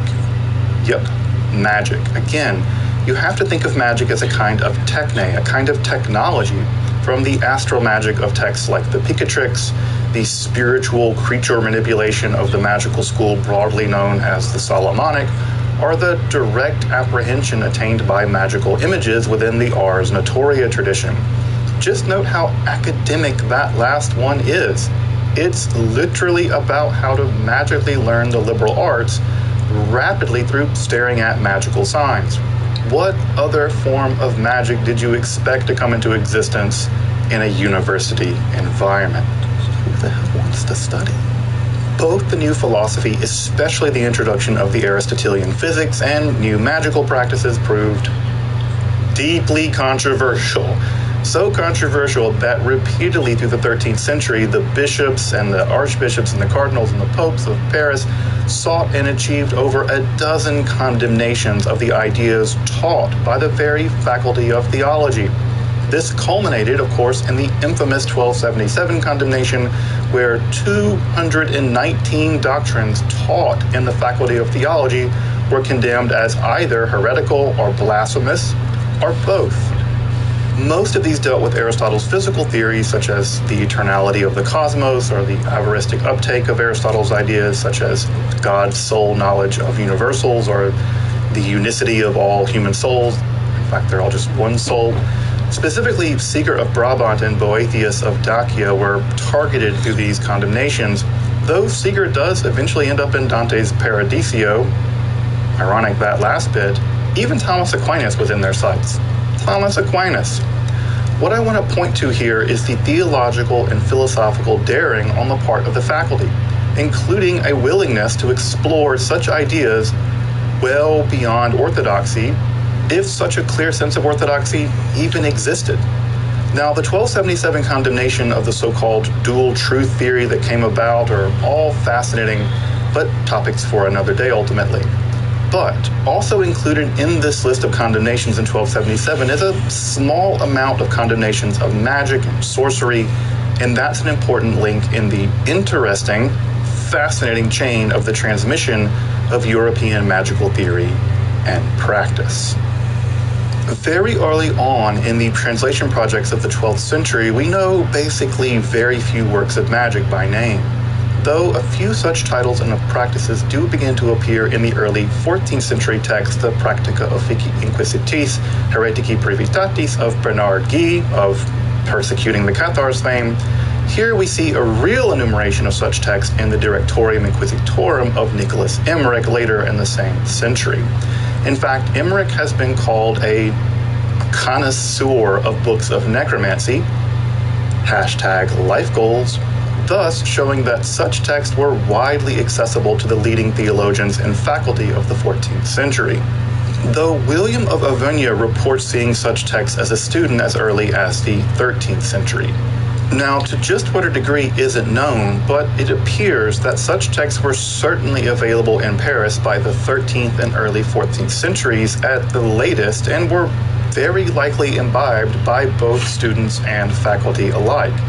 In fact, one of the popular student jobs you could have, for lack of a better word, for these student clerics in the lower orders was that of exorcist. And unsurprisingly, much of the incantation language and magical practice of necromancy from a few centuries later, like the Munich, Cambridge, and Medici necromancers' manuals, very closely follow the structure of what we know of exorcistic literature and practice from this period.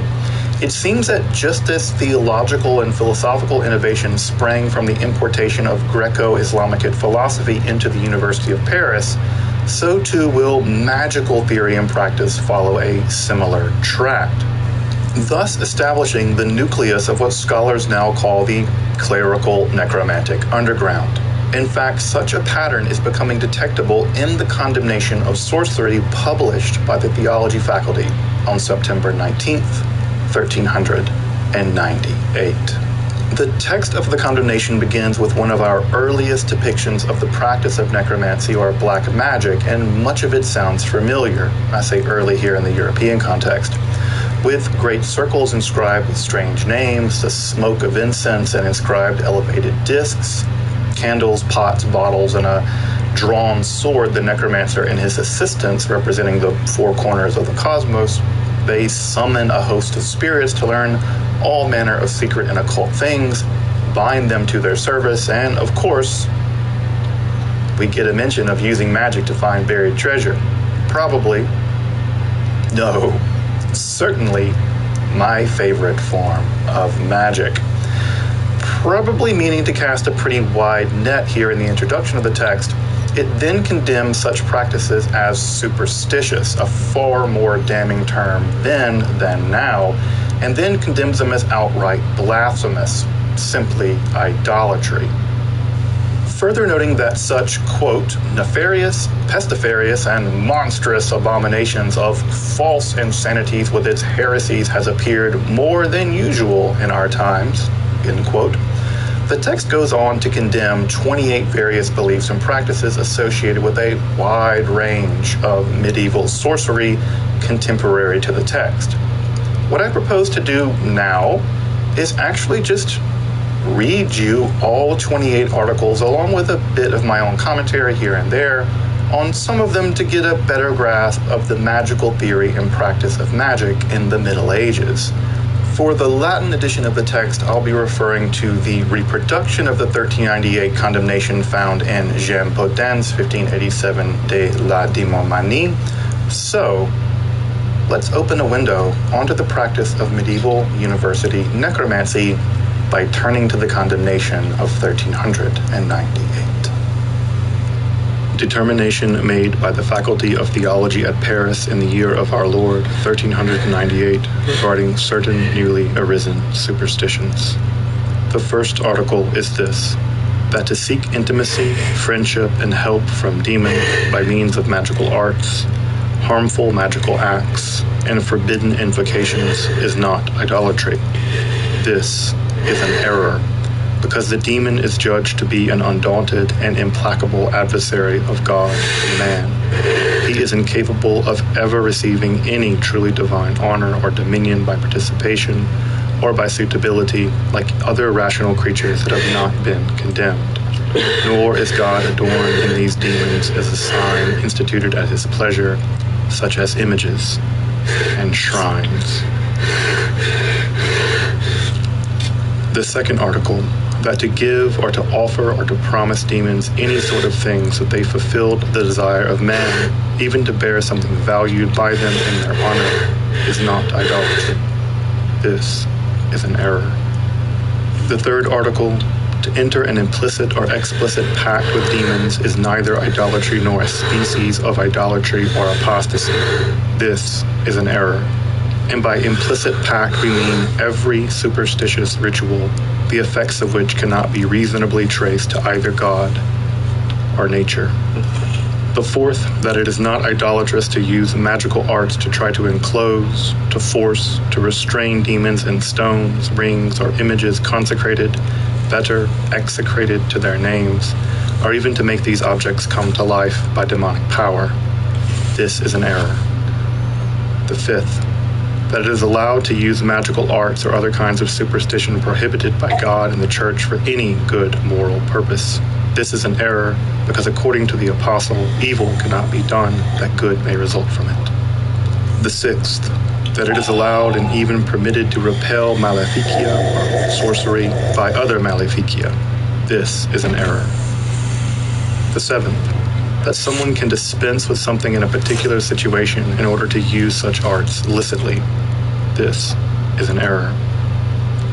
The eighth, the magical arts, similar superstitions, and their practice are unreasonably prohibited by the Church. This is an error. The ninth, that the magical arts and maleficia or sorcery lead God to compel demons to obey his precations. This is an error. The 10th, that the offering of incense and smoke performed in the exercise of such arts and sorcery is in God's honor and pleases him. This is an error and a blasphemy, since God would not otherwise punish or prohibit it.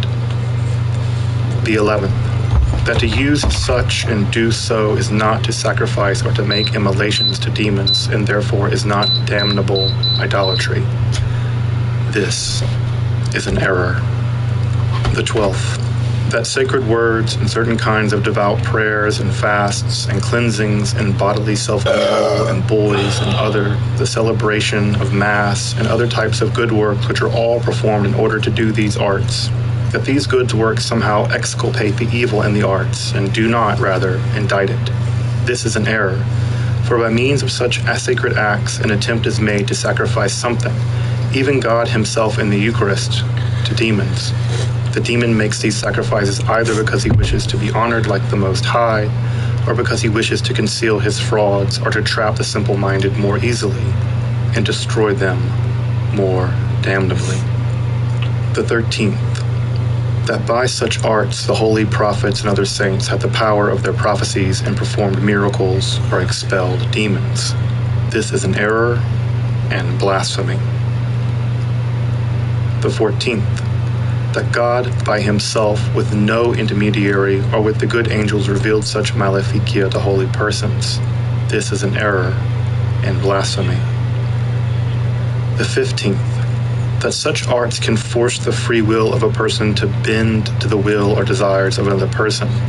This is an error, and to try to do this is impious and nefarious.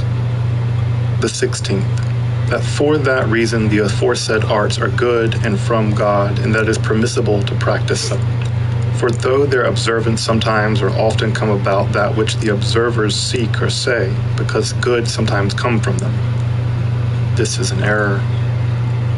The 17th, that such arts truly force or compel demons and not vice versa, that the demons pretend they are forced in order to seduce men. This is an error. The 18th, that such arts and irreligious rites, lots, charms, and conjurings of demons, mockeries, and other malefices in the service of demons never produce any effect. This is an error, for God does sometimes permit such things to happen, as was obvious in the magicians of Pharaoh and several other places, either because the practitioners or devotees have been given over to reprobate understandings for their bad faith or other terrible sins, and deserve to be deceived. The 19th, that good angels may be confined within stones and that they consecrate images or vestments or do other things included in these arts. This is an error. The 20th, that the blood of a little girl or of a goat or another animal or a lamb's skin or the pelt of a lion or other such things have the power to attract or repel demons by the exercise of such arts. This is an error. The 21st, that images made of bronze, lead, or gold, or white, or red wax, or other material, when baptized and exorcised and execrated, as prescribed by these arts, have tremendous powers on those days of the year described in the books of such arts. This is an error in faith, in natural philosophy, and in true astronomy. The 22nd, that it is not idolatry and infidelity to practice such arts and believe in them. This is an error. The 23rd, that some demons are good demons, others are omniscient, and still others neither saved nor damned. This is an error. The 24th, that the offerings of smoke performed in such activities turn into spirits, or that the smoke offerings are due to the same spirits. This is an error. The 25th, that one demon is king of the east, and mainly by his merit another king of the west, another of the north, another of the south. This is an error. The 26th, that the sphere of intelligence that moves the heavens flows into the rational soul in the same manner that the body of the heavens flow into the human body. This is an error. The 27th, that the heavens, without any intermediary, produces our intellectual thoughts and our interior intentions, and that such thoughts and intentions can be known through some magical tradition, and that it is permissible to certify the pronouncements made in this way. This is an error. The 28th article, that such magical arts of any kind can lead us to a vision of the divine essence or to the spirit of the saints. This is an error. These determinations have been enacted by us and our deputies after prolonged and frequent examination. They have been agreed upon in our general congregation at Paris, called this morning and especially for this purpose at the Church of St. Metheren on the 19th day of the month of September in the year of our Lord, 1398. We have witnessed the proceedings by the seal of the aforesaid faculty appended to these documents. As you can see, or rather as you heard, the condemnation provides us an important glimpse into the magical theory and practice, including the intersection of Averroistic philosophy, famously condemned in 1277, and early European magical theory. Of course, this condemnation predates virtually all of the other known necromantic manuals that have survived down to us to this day, which most of those occur primarily in the mid-15th century. Though through the lens of condemnation, this might be our best peek into the world of early European necromantic theory and practice, especially at the university level. Recall I mentioned the Goliards earlier, the transgressive student Latin poets.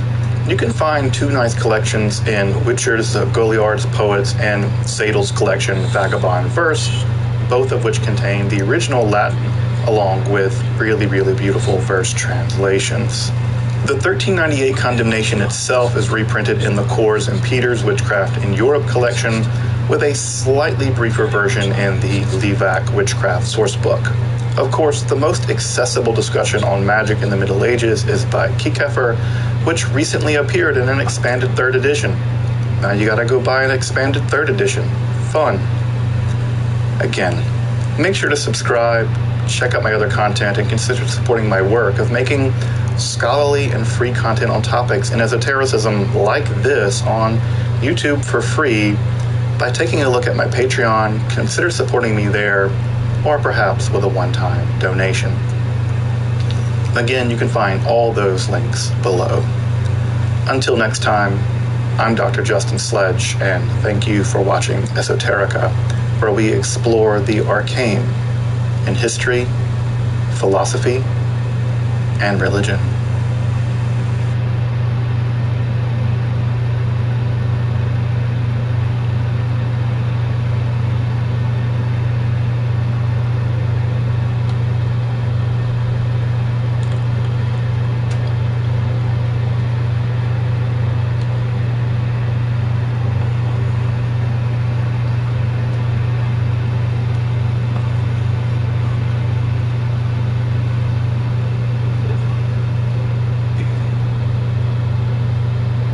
The Renaissance was a period of sublime imagery and form.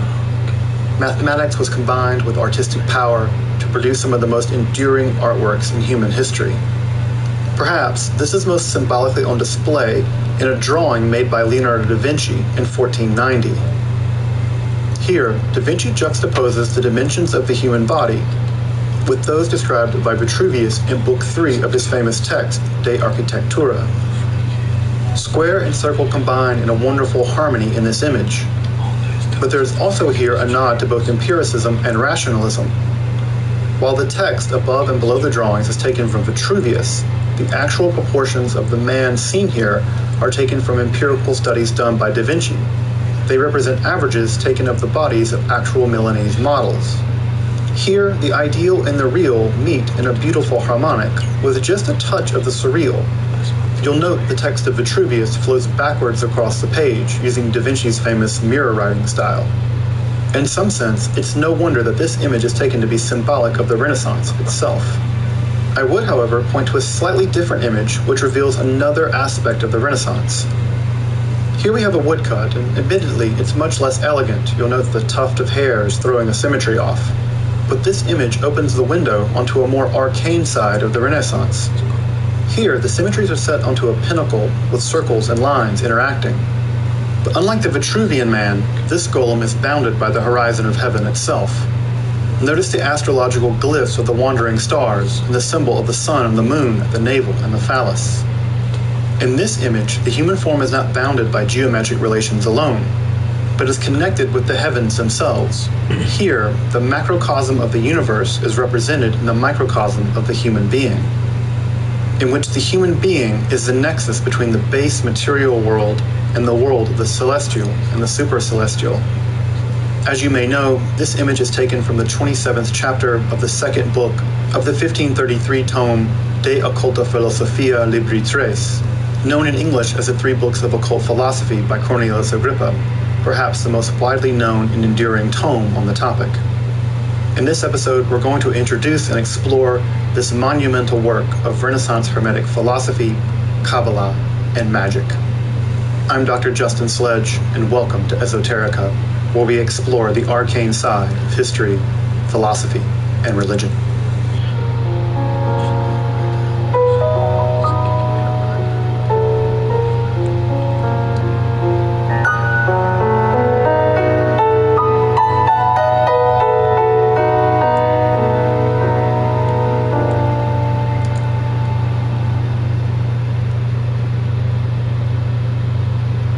Cornelius Agrippa was born to a minor noble family in Nettesheim, near Cologne in Germany, on September 14, 1486. Due to his surviving and somewhat substantial correspondence, we actually know a great deal about his life, which needs to be made into a movie as soon as possible. Darren Aronofsky, if you're listening to this, I'm talking to you, buddy. You need to get on this.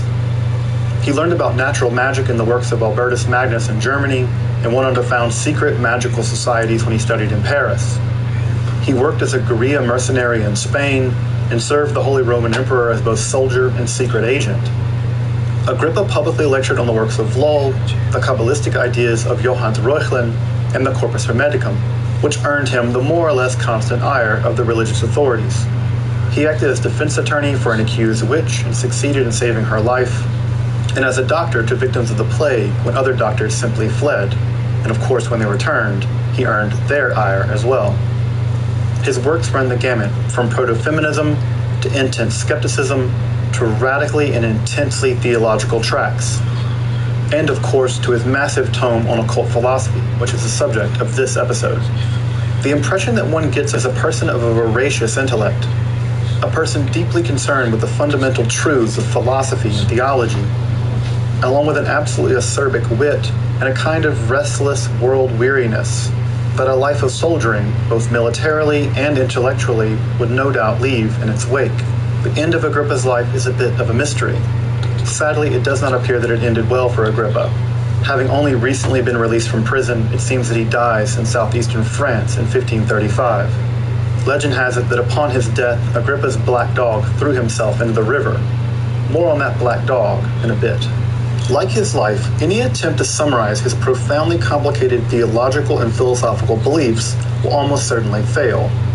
It is only by reading his works carefully and in conversation with one another that his worldview and commitment seem to rise out of the mire of contradiction and extremity.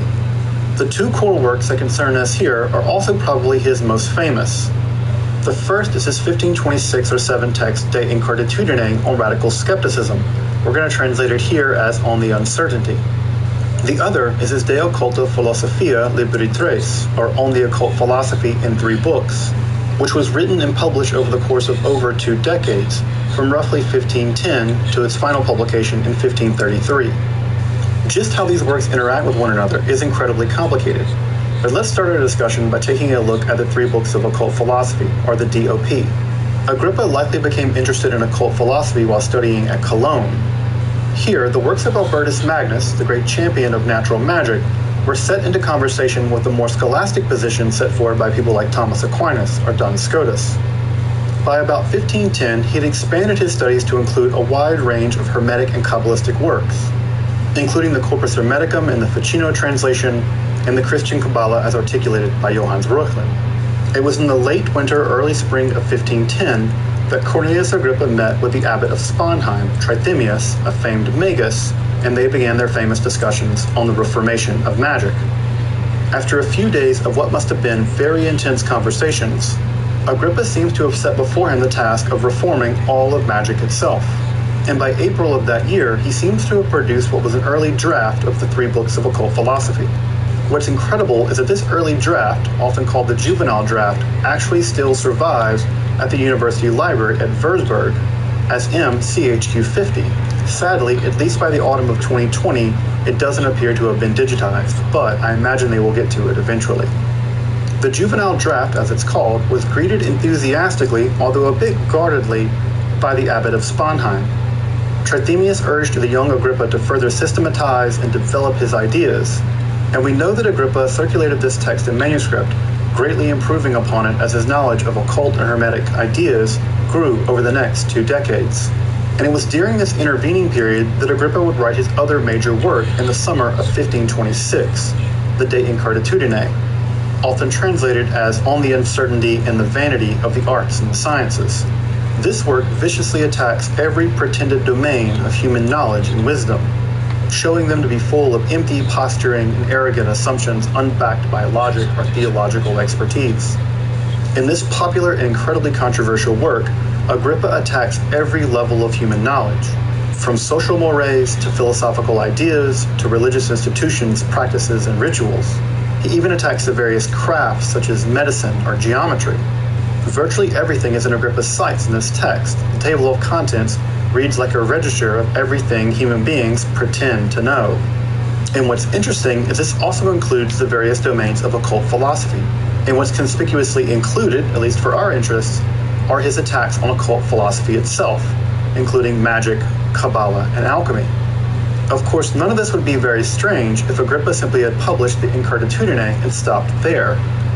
We could simply conclude that he changed his mind about the whole project of the reformation of magic and adopted a kind of radical skeptical position, using faith as the only mechanism by which knowledge is possible. Of course, by the mid-16th century, such a position relying on a radical interpretation of faith wouldn't have been all that unusual in Europe at the time.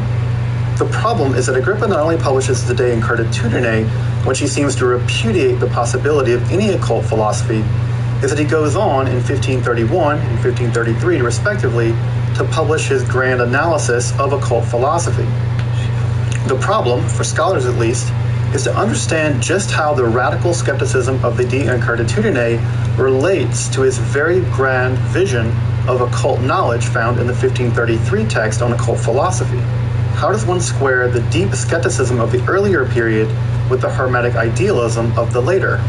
Of course, the De Incarnatudine had a life of its own and went on to become very popular in several different editions and translations. In fact, it would go on to influence the likes of people like Montaigne and even Descartes.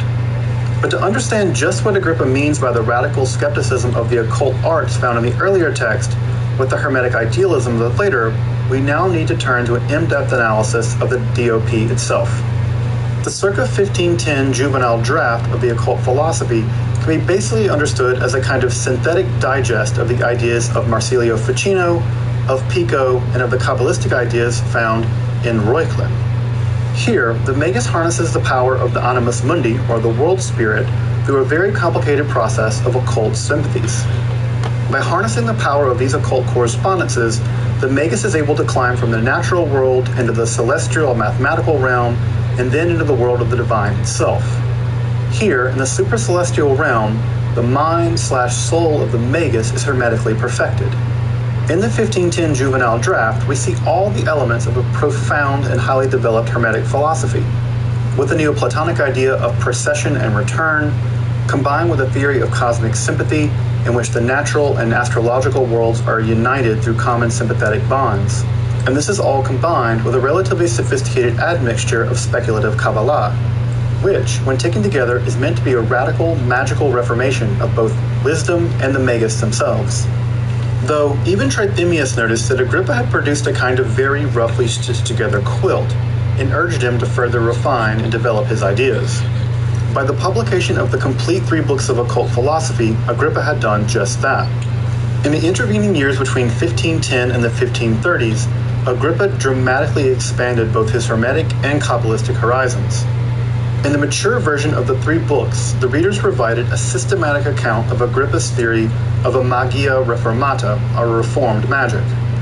Here, the potential Magus is given a progressive analysis of the mystical ascent, from the control over nature itself to the mathematical symphony of the celestial world, before turning to the ceremonial and Kabbalistic magic, by which the soul is finally reunited both intellectually and spiritually with the divine first principle. The grand Hermetic principle that as above, so below, is on dramatic display in the 3 books on occult philosophy.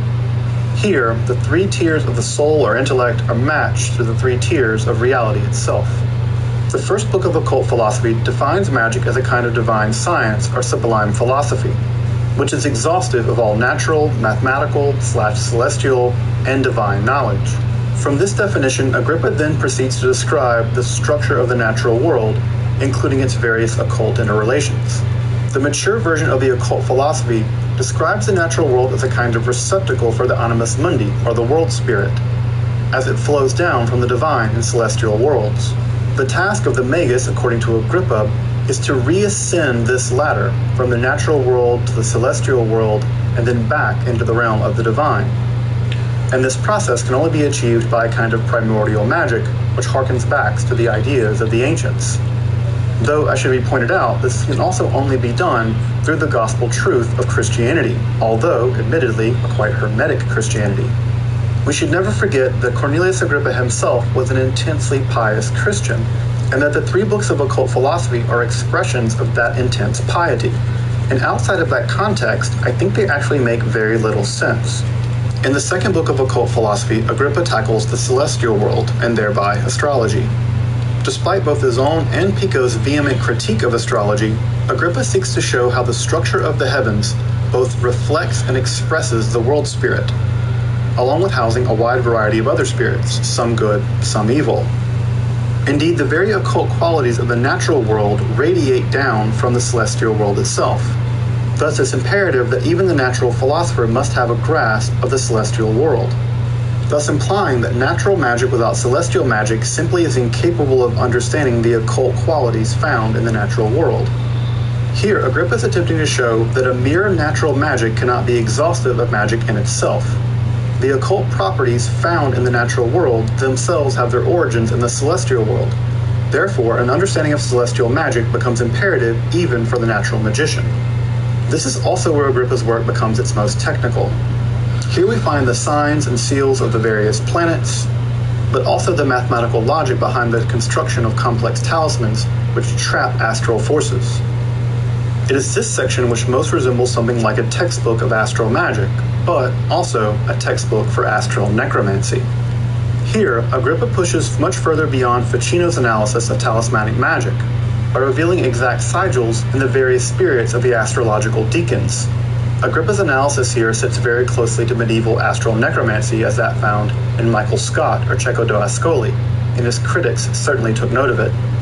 It's the third of the three books of occult philosophy that undergoes the most radical revision from the juvenile draft. Here, Agrippa details ceremonial or religious magic from a wide historical angle, although he greatly prioritizes the use of Christian Kabbalah. Here, Agrippa makes a positively provocative argument. In his thinking, without ceremonial magic, one becomes more, not less, prone to both superstition and the onslaught of demonic forces. Agrippa is basically inverting the very logic by which centuries of magic defended itself. For centuries, natural magic had been argued to be licit and therefore possible because it didn't contain the taint of ceremonial or demonic magic. Here, Agrippa is inverting that very argument by suggesting that without ceremonial magic, one in fact becomes more likely to fall into superstition and demonic practices. Of course, it's by cleaving to his version of Kabbalistic Christianity that one avoids the clutches of the realm of the demonic. Though Agrippa is perfectly willing to point out both good and evil spirits in his grand tour of the supercelestial and celestial realms. Here, the angelic and the demonic are simply part of the divine totality, both potential partners in the mystical ascent of the Magus. Further, we're given a relatively quick and surprisingly ecumenical tour of the Kabbalah, focusing on various divine emanations and the various names of God, and specifically how those various emanations are witnessed in various forms of perennial ancient wisdom. This section also includes the endearingly popular angelic alphabets and ciphers, along with the divine frenzies first described by Plato, but importantly rehashed and expanded in the famous letters by Ficino. Finally, the reader is given a historical survey of the various rites and ceremonies by which the gods have been approached in centuries past. Before the reader is told, or rather warned, that Agrippa has very carefully hidden the true secret of how to make the final divine ascent in the text. If after reading the three books of occult philosophy you don't achieve union with the divine, Agrippa says, well, that's not his fault. It's your fault. Either you're stupid or sinful or both. Don't blame him. This is that Agrippa wit that was so winning that made him a lot of friends during his lifetime. So just how do we relate the skeptical Agrippa of the 1520s with the Hermetic idealist of both the period before and after? The former theory, put forward by OGs like Francis Yates, argues that Agrippa is using the De Increditudine as a kind of shield. In this theory, Agrippa is using his more skeptical attitude as a kind of cover story before dropping the more Hermetic philosophy found in the three books. This would give him something like plausible deniability when his critics would accuse him of necromancy and say, have him arrested by the Inquisition and tortured and killed. This plausible deniability theory is typically not taken up by more contemporary scholars. The more recent approach sees the De Increditudine as primarily attacking a kind of scholastic Aristotelian worldview. By seeing Agrippa as primarily attacking a scholastic worldview or a scholastic understanding of the world, this somewhat significantly narrows what exactly Agrippa is on the attack about. By understanding the scope of Agrippa's attack as primarily on a scholastic way of looking at the world, this means that Agrippa isn't attacking all knowledge whatsoever. Indeed, it's argued that Agrippa even sees his earlier draft of the 3 books of occult philosophy as still representing the scholastic worldview, and it's that version of the 3 books of occult philosophy that Agrippa is in fact attacking. This line of argument reasons that Agrippa, even when he's attacking his own earlier draft of the occult philosophy, is attacking himself as somehow still an extension of a primarily scholastic worldview. And therefore, insofar as the text was still tainted with a fundamentally Aristotelian understanding of the world, Agrippa could therefore repudiate that version of the occult philosophy. This argument further extends that the later version of the occult philosophy is primarily more Neoplatonic, Hermetic, and Kabbalistic, and therefore doesn't fall victim to the repudiation of the text found in the De Incarnatudine. This argument, to me at least, seems to hinge on the idea that there was a tectonic fundamental difference between the juvenile draft and the later mature work of 1533, with the repudiation found in the Incarnatudine applying only to the former version of the juvenile draft and not to the mature version of 1533. I have to be honest, I took a look at both the juvenile draft and the more mature version while making this episode, and I have to say, I'm still a bit on the fence as to whether or not this theory explains the discrepancy between these texts. In some sense, this reminds me of an F. Scott Fitzgerald quote, I think he said it in the mid-30s, that the mark of a first-rate intelligence is the ability to hold two conflicting ideas in mind and still be able to function. Agrippa's always struck me as a person with that kind of first-rate intelligence. It seems that inside of his mind he was able to produce a dialectic that at least within his lifetime he couldn't solve, at least intellectually. And that seems to be the point of the 3 books of occult philosophy, that a kind of radical noetic faith supersedes both wisdom, knowledge, and intelligence and reunites the soul with the divine. So I'm reminded of someone like Heidegger, who says that while reason never lies, it simply can't do the work of mystical union. And that seems to be precisely the task set forward in the 3 books on occult philosophy. Needless to say, this is a curious text in the extreme. It's not quite a textbook, and nor does it really fundamentally change the tenor or outlook of the kind of Renaissance Hermetic philosophy that was floating around at the time. It reads to me a bit like a summa, but it lacks the kind of logical rigor that one would expect out of a literature like that. But nor is it merely a compendium with various ideas slapped together with a thin veneer of logical glue. Agrippa is certainly pressing beyond his Hermetic and Kabbalistic predecessors, but put into the intellectual situation of the time, it isn't that impressive of a text. Though it doesn't do much in the way of novelty, it does take to their logical conclusions many ideas that I think contemporary authors of the time were either unwilling, unable, or simply too afraid to actually do. And for that, we should certainly applaud Agrippa in his daring. For me, Agrippa's genius lies not in his ability to create novel ideas, but in his ability to synthesize and popularize ideas that were otherwise utterly inaccessible to most people. To make occult ideas accessible to the population seems like a bit of a paradox, but you have to remember what the task of the 3 books of occult philosophy is. It aims at a general magical reformation of both religion and the magus themselves. And of course, in the 1530s, Reformation was certainly in the air. So I think if you understand Agrippa as a kind of Hermetic humanist, his real genius begins to come to light. It's not so much in the novel ideas of the 3 books of occult philosophy, but in the popularization and the democratization of those ideas. And I think the tragedy of the 3 books of occult philosophy is, to crib Voltaire, is that the text has become more celebrated than known. Or to put it another way, it's become more infamous than known. I find it profoundly unfortunate that the 3 books of occult philosophy, and by extension Agrippa himself, have developed this strange reputation over the centuries. This reputation is due, in large part, to the demonological literature which followed in the generation after Agrippa himself. This is the ilk of witch hunters, people like Bodin and Del Rio, which painted Agrippa as a kind of necromancer and his 3 books of occult philosophy as a kind of necromancer's manual. This was even complete with legends of an evil black dog as a kind of demonic familiar. I told you I'd come back to the dog. The story goes that this demonic dog was able to tell Agrippa of news of faraway events, such that Agrippa, when he walked out of his house, would know what had gone on miles and miles away from him, and of course leapt into a river to his doom after the death of his master. Even the legend of the evil black dog does actually have its origin in some degree of truth. Hi YouTube, how are you doing? And welcome to Battelle. This is an amazing horror game where you have to try and escape a serial killer. Now the game is divided up into chapters, and each chapter you play as a different victim, and each of these victims is captured into a totally different location, so you have to try and figure out how each of them has to escape. Now these victims also have to help each other out, and all the chapters are very well linked together. And in this video, we're obviously going to play the entire game from start to finish. I really hope you enjoy. If you're not subscribed, please do so. If you like the video, like it. If you dislike it, dislike it. But let's not waste any more time. Let's hop into the game. Let's go. I've been kidnapped by a serial killer. I'm in a tiny cage. I see it. Thank you for putting this here. Okay, so this is Battelle, which is the other game from the developers of Schoolboy Runaway, and many people asked me to play it, so here we are. I'm lockpicking. I think if he sees me, I am mega screwed. Also, it seems very cold here. I'm lockpicking right now, I think. Am I? I did it. I have to leave this fucking place. We gotta leave the fucking place? Is he... I gotta, like, pretend that I'm in the cage, I assume, every now and then. Maybe he doesn't come to check on me. I gotta make no sound. All right, let's see. We got a fish. Fish collected. 1 of 20. Okay.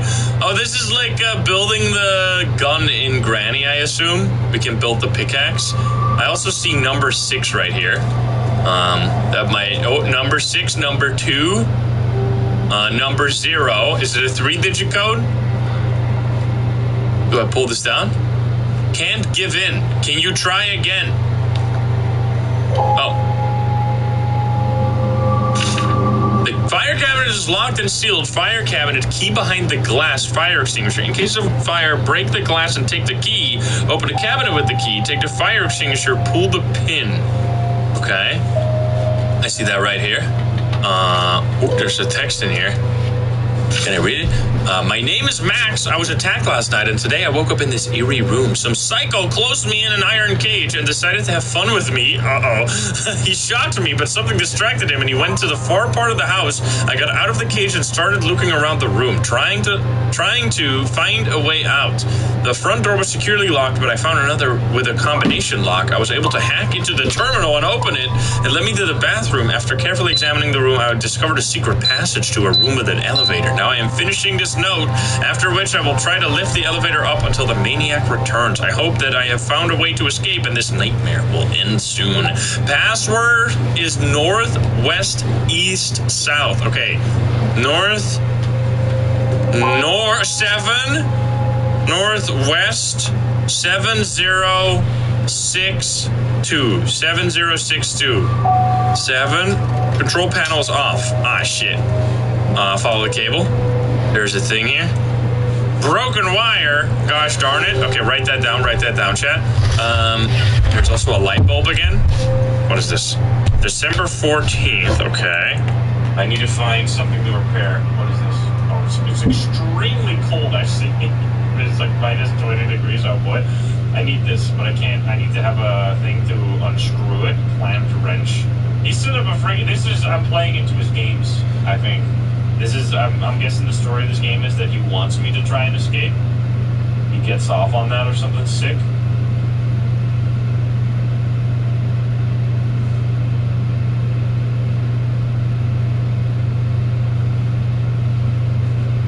I see. It's like minus 20 degrees. Oh boy. I need this, but I can't. I need to have a thing to unscrew it. Clamped wrench. He stood up a freaking... This is, I'm playing into his games, I think. This is, I'm guessing the story of this game is that he wants me to try and escape. He gets off on that or something sick. He's sicko. Okay, what else am I missing here? Let's see, we have a thing. Can I open this? Door? Oh, it's locked with an electric lock. This wooden door, I see. It's very dark in here. I can't pick up this light bulb.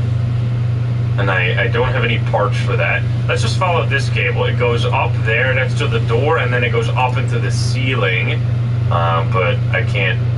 There's no, like, attic or anything. What is this right here?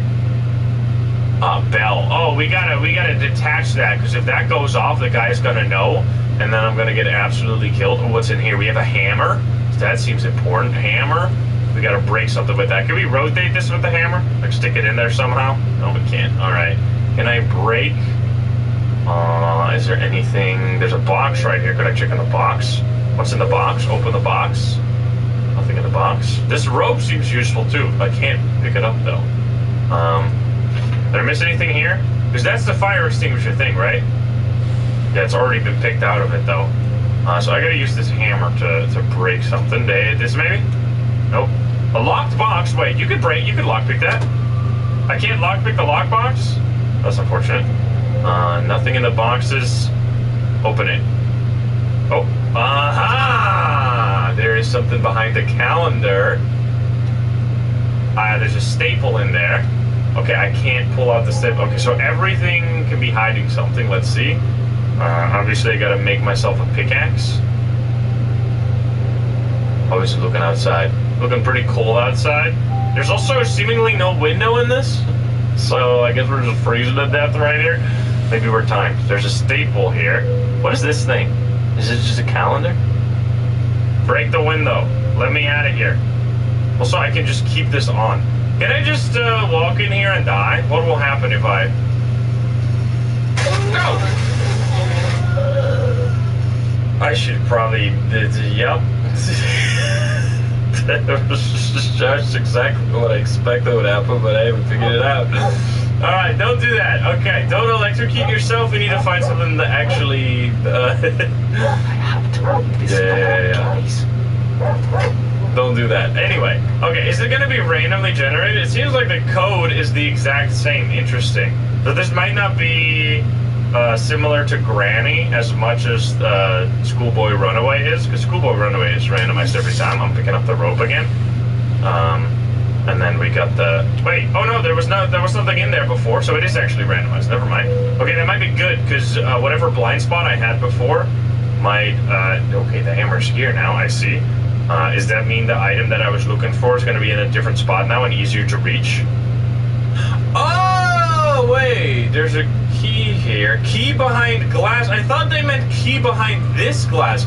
Okay, I see. What the hell? What am I doing? Oh, I got a key. What does the key do? Open the door. Fuck. I'm dying. What do I... I should go back to the cage. Okay. Don't electrocute myself, though. Okay, we found the key. I didn't realize there was... that's what I meant. I was outside. The door is open, I think... Okay, there we go. I was like, I think he's gonna notice. Okay, so we got a key for the lockbox, I see. Oh. Well, wait a second. Oh, no! He's gonna see that the drawer is open! No! What's wrong here? It's like Schoolboy Runaway. Oh, my God! I'm dying. No. I'm getting elected. Motherfucker. All right, that's my bad. Okay. Wait. Oh, so you get a chance? Wait, I can come back? I'm not just dead. I died when I did it to myself. Anyway, this is fine because we have the key now, which means we can open the lockbox. Yes. Which gives us the saw and the tape, which gives us the ability to repair that, which allows us to turn this on, which then allows us to fill in the code, which was 7062. 7, control panels off. 7, what the fuck? 7062. Log in. Damn it. Is it different? It's probably different. Oh no, it's randomized. Oh shit. Close the box. Okay, it's fine. That's everything, right? I fixed it all, or do I have to remove the tape? Oh no. Oh shit, I'm hiding. Oh, to turn off the thing!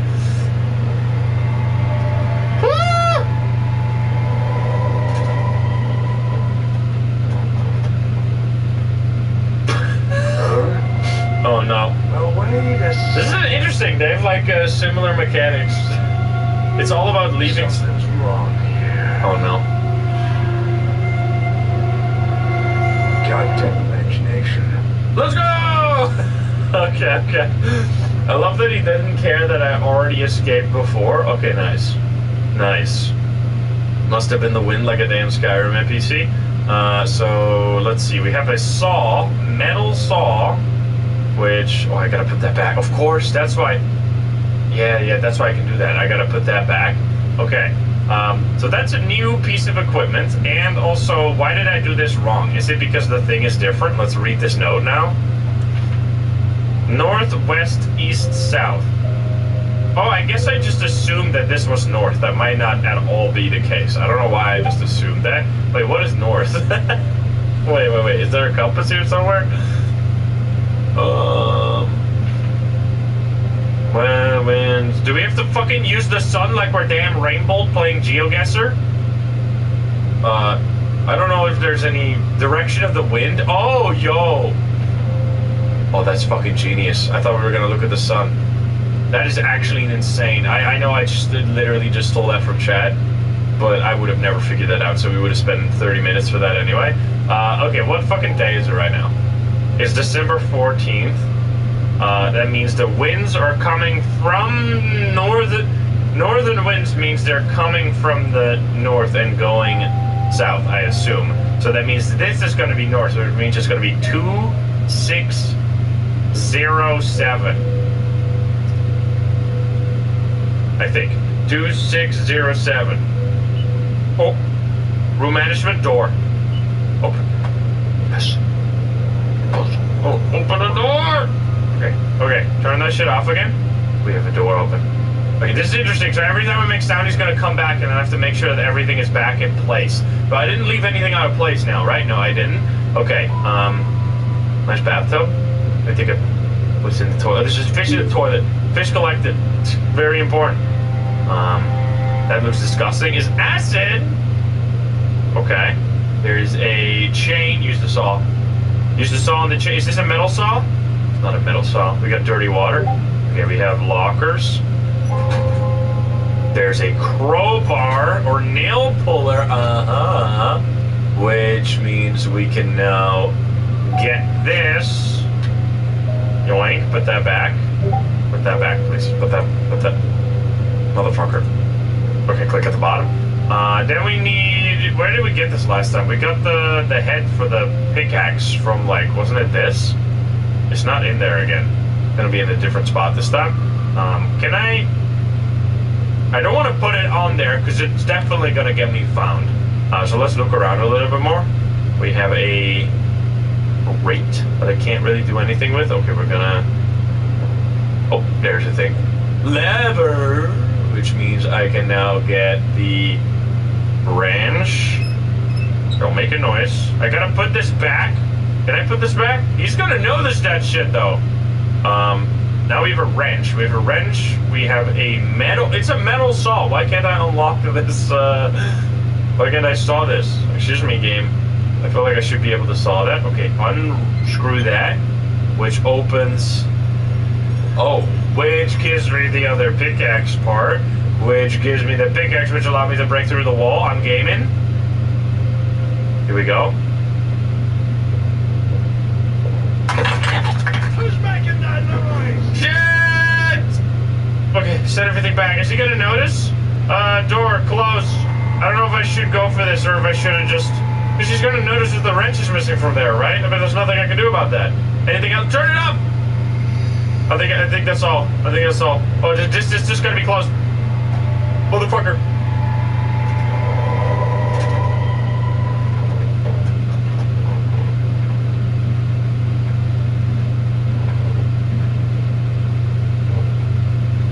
Hello? He didn't even notice. Uh-oh. Well, wait. Yeah, he couldn't fix the wrench, though. I tried that. Something's wrong here. Goddamn imagination. Woo! Okay, you scare me, sir.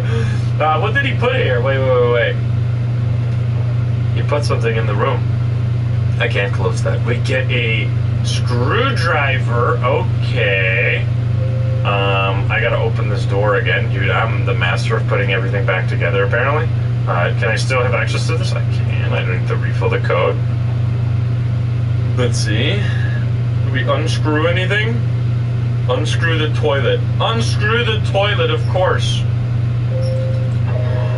And there is a bolt cutter in the toilet, which will allow me access to this.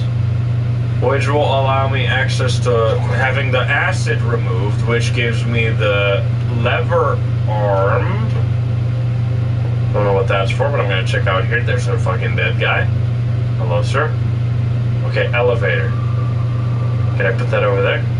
We first need to lift the elevator. Okay, we can lift the elevator. It's gonna make a lot of noise, though. He's probably gonna notice. Anything I left out of place? I think I left everything in place. Oh shit. Okay, we gotta... No power? What do you mean no? Oh.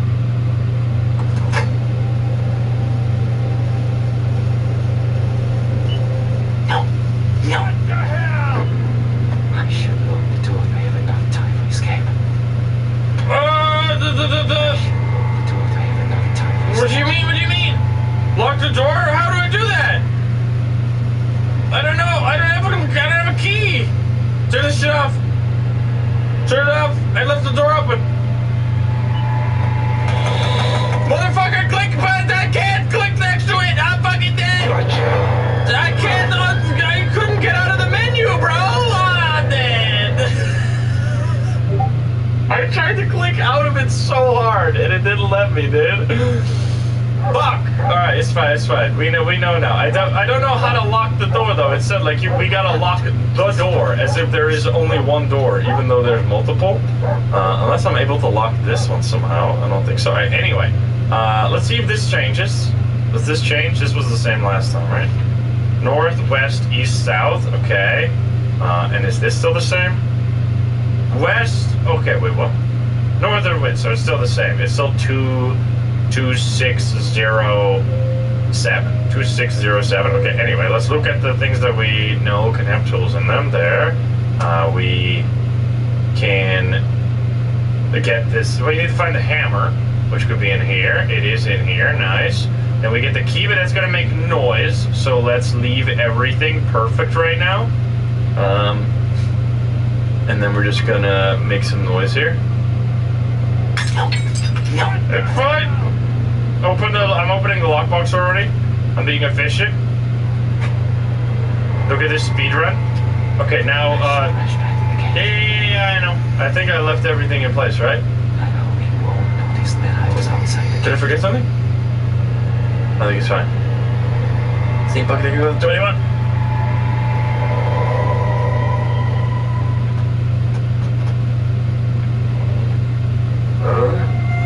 Must be so uncomfortable wearing that helmet for all time.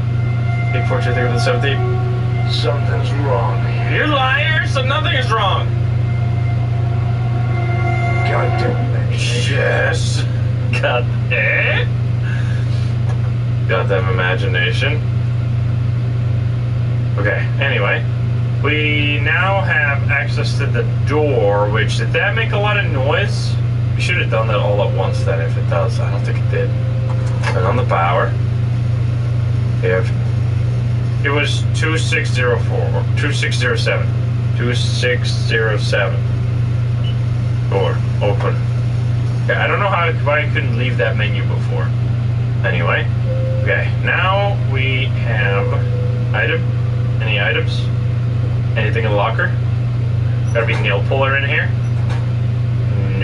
Excuse me? Totally empty locker. Am I going crazy out here? I feel like there needs to be items in here, otherwise we just don't have enough stuff. There's gotta be something in the toilet. Nothing in the toilet. We don't have the screwdriver. We don't get the thing over here this time. There's nothing in the bathtub. Okay, maybe there's more places that I haven't checked here. Stop electrocuting myself. It's just making me nervous. There's nothing else in the lockbox right now. We just got the tape and the saw again. That seems fixed. Maybe pulling this down is going to give me something new, but he might notice that, which will be a problem. Is there anything else behind here? There's nothing else behind there. We need the nail puller next so we can get that stick or the pickaxe so we can break it open. Bucket? Nothing in the bucket. Okay, there's definitely like a new place that I'm missing. Is there anything? What is this? There's nothing. There's got to be something in the lockers, like for sure, right? I'm just blind. I'm blind? I'm not blind. I'm pretty sure I'm not blind. I'm pretty sure I'm just unlucky. Anything on the loose brick here? There's also nothing behind there. Nothing behind the toilet. Nothing behind the bathtub. We literally didn't get a single item from this, is there? There's like nothing in the entire bathroom. There's gotta be something, right? Just put your fingers in the acid, it's fine. So the saw we used on... Did we even use it before? There's a drawer here, but I already opened it. There's nothing in there. This is how we got the pickaxe piece, right? That's how we got the pickaxe piece. Maybe there's a new box that we just haven't gotten anything inside of before. So I assumed it was empty. Let's check all the... Empty. It's all empty, bro. Is this soft locked? Am I fucked? I don't understand. Because I need you can undo the sink, but you need the wrench for that. I can't lockpick anything, right? What the fuck is this spawn? I can't take the pickaxe. I can't do the pickaxe because this shit doesn't. I can't take it out. I could just. I mean, it could make a lot of noise with the elevator. He might not notice that, right? Let's just call the elevator, see what happens. Oh, motherfucker. Shit. What's that noise? This is fine, right? I just gotta not electrocute myself. The sink cannot be sawn. We already established that. Okay, I think everything is fine. I'm going to turn this off. There might be something new in a different spot that we didn't have it before. We're gonna check around again. I just wanted to see if the elevator did anything. Didn't I turn off the panel? I just turned off the power? Motherfucker. Oh, wait a second. Throw the pickaxe at him. Hit him in the fucking penis. Something's wrong. He's not even looking at it. Does he feel it behind him? He's got eyes in his... No! Not me. Not me. Motherfucker, I can't leave. I'm stuck. I'm dead. What the fuck? He's laughing, dude. I'm dead and you're laughing. Anyway. Securely locked? Not on my watch. Get me out of here. Okay. That was my bad. That was totally my bad. Oopsie doopsie. Your Honor, I plead oopsie doopsie. Okay, where the fuck is this item? Okay, just chat. Do you have any ideas? You guys always have so many ideas. Always so much backseating. What's the plan here? Because I have no fucking even remote clue what the fuck. Is there something? Gamers don't look up? Is it a gamers don't look up situation? Is that what you're telling me right now? There's something fucking... Gamers don't look up. Oh my god, it's a gamers don't look up. Ah, shit! I fucked up! Close the door! Turn it off! Turn it off! Hide! I'm fine. Okay, gamers did in fact look up this time. Thank you, gamers. I should have known. First rule of gaming is when you're stuck, remember the rule, gamers don't look up. I have everything fine, right?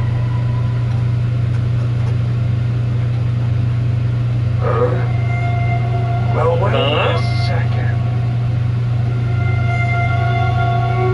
Something's wrong here. Goddamn imagination. Goddamn imagination. Let's go. Alright.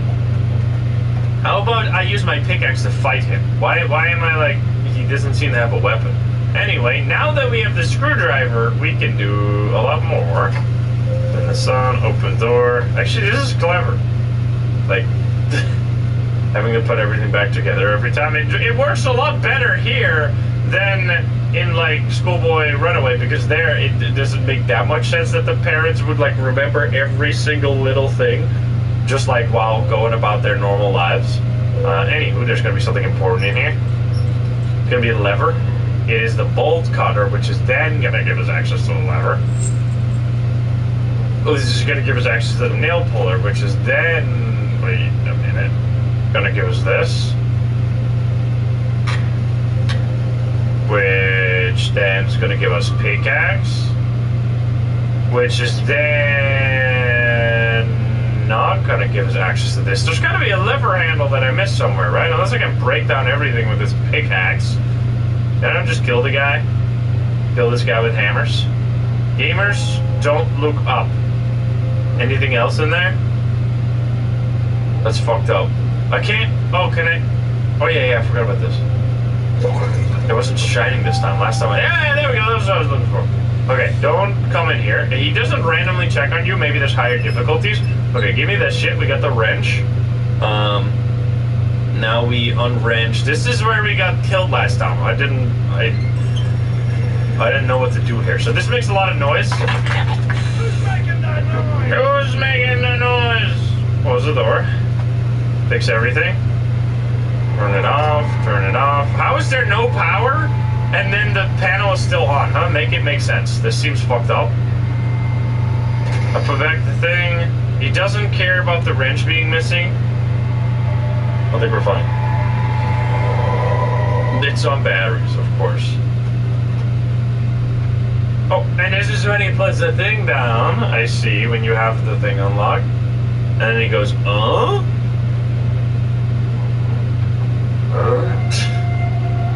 Well, wait a second. Something's wrong here. Goddamn imagination. Nice. Goddamn imagination. Alright, give me the lever arm. Let's see if there's anything. Okay, we gotta turn this on or open this up first. Open. Can we see? Okay, so I need to lift the elevator. I can't jump down there and off myself. That's not allowed. Also, hello, sir. Can I just hide in this area? Can I just say fuck you? So he says, close. Let's try this, right? Shit. Who's making that So, noise? does this. What does that mean? Lock the door. What door? How do I lock the door? I can't lock the door. Unless it means lock the door. I don't understand. I'm just gonna turn it off. Oh, I gotta turn. No, I gotta. Can I do this? Okay. I can't. No, I clicked the menu again. Oh, there we go. Just. I fucked up. Fuck, dude. Come on. This is a fucking piece of shit. Wait, I lived. I beat the game. Why does it say thank you for playing our game? Wait, what? Oh, I think that was just, it just says that when you die? It's just like, thank you for dying, idiot. Excuse me. Do they want me to stop playing the game? Am I done here? Okay, anyway. We got a lot more to do, by the way. This is not just, even if we win this one, this is not just the only game mode, there's more. Okay, regardless, we fucking suck, or I suck, I should say. We have the hammer already. We can have something in here as well. Nothing in there, alright. Anything behind here? Nothing behind there. I guess we're gonna just grab this key, make a bunch of noise. Grab the key, pick it up, unlock the lockbox, do this, boom, and then we're gonna do, can we do like everything all at the same time? I don't think we should do this. I think this is a little much, little ambitious. I closed everything, right? I think I'm fine. I mean, maybe we gotta barricade it or something. I don't know. Oh yeah, there's a wait. There's like a way to barricade the door with these two nails. Wait a second. But can we pick up anything for that? I haven't found a plank. Something's wrong here. Huh? Goddamn imagination. Easy peasy. He's a damn idiot. He's a damn fool. There's gotta be a plank. Yeah. We haven't found it yet though. Okay, turn that shit on. 2607. Door open. Okay. Now we already have access to this, which already gives us the pickaxe, which then we can get this.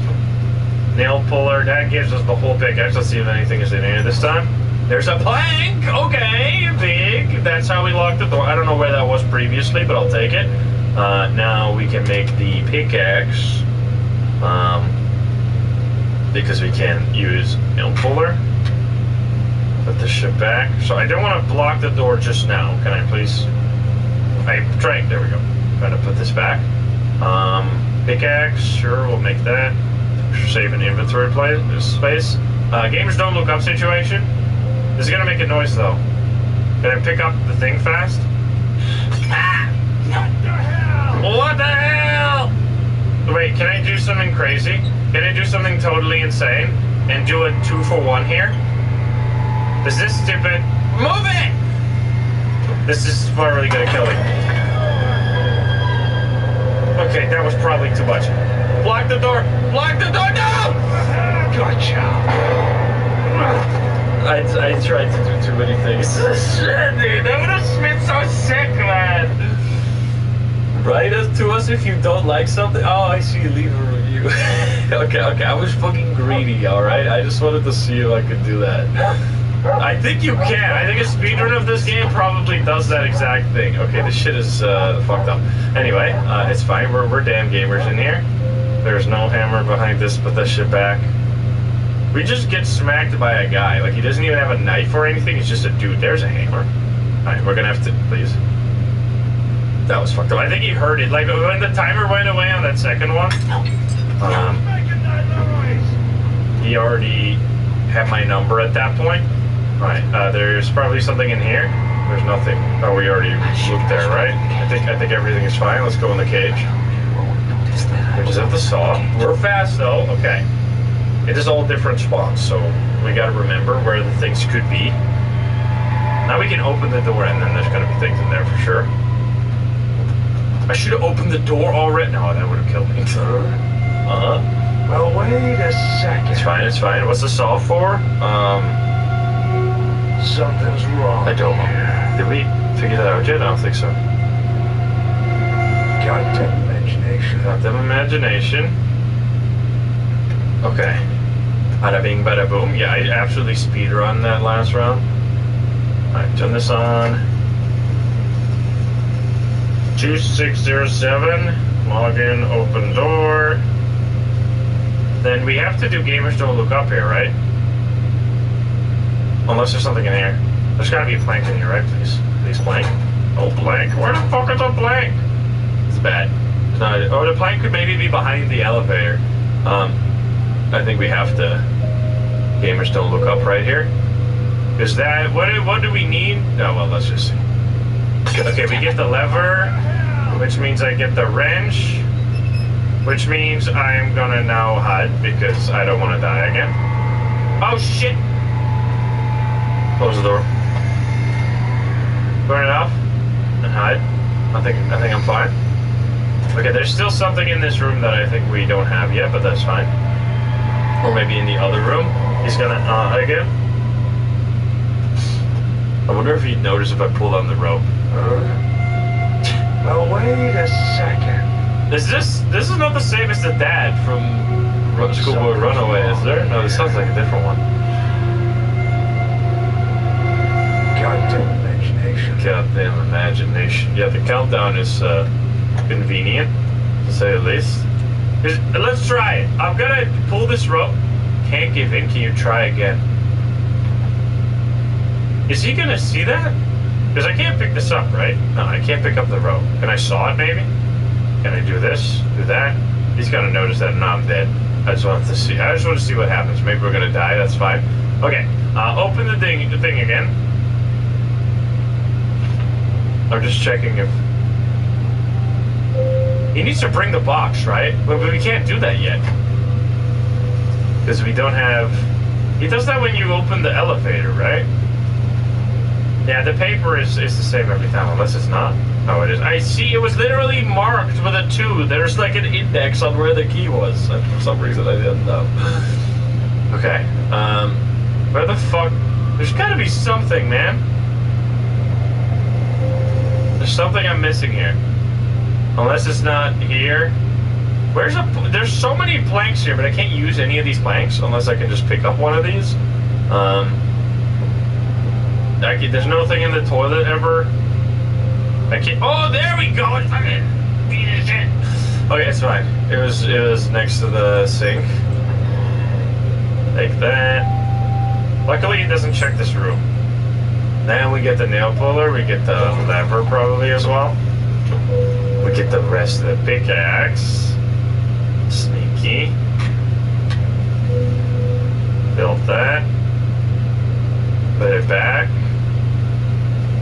we break the wall, we have to, and then I need to actually figure out what the fuck to do here.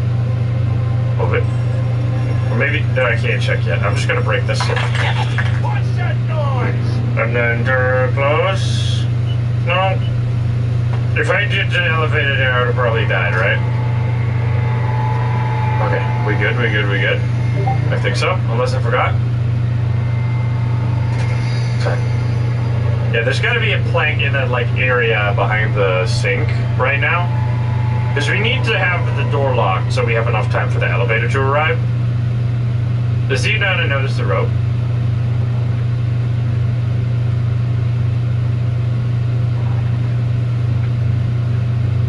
I don't know if he did that before. Well, wait a second. It was the wind, I promise. I saw it fall. It wasn't me. Something's wrong. It wasn't me. It's No! by itself. Fuck, why not? Why not? No! It wasn't me, I promise. Ah! Shit. Okay, alright, the rope is, we don't die though, we're fine. Now we know, Okay, so what did he bring? He brought the lever. So then, let's check behind the thing. Because there's gotta be something there. So you have one extra life, I think. And you can make a mistake one time. Then the rope just, what if it actually just fell? Plank? No. Well, there's gotta be a plank here. No, gamers don't look up. I see so many planks. I don't know what plank the game wants me to pick up, though. Like, it's not highlighted or anything. There's not a note here. There's just a rock. You have something for me, sir? Can I check your pockets real quick? Okay, none of these planks here are able to be picked up. If I just do this, I'm definitely gonna die. No, I don't think... Oh, actually, maybe this is Max, yeah? Because it's from the note, right? My name is Max. It was Batman. He was there a year ago. Can I take one from the, like... Can I pull the nails from these?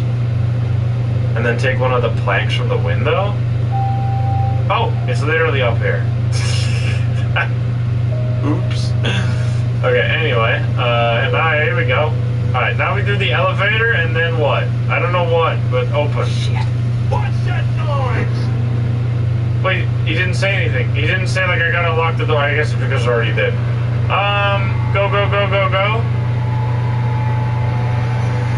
I don't know if this actually works, but I'm trying. I'm gonna run out of time for sure. You shouldn't be able to just get in right away. He's gonna have to bang it. Come on. Open the door right now. Yes! He's gonna break it. He's banging! There's a banging at the door! Go! Come on. Wait, I don't do anything with this? Oh, there we go. Yes. Thank you for bringing that shit to... He's not gonna get to me, right? I'm so fucking slowly going now, right now. Uh-oh. Where are you? Is he gonna crawl in here?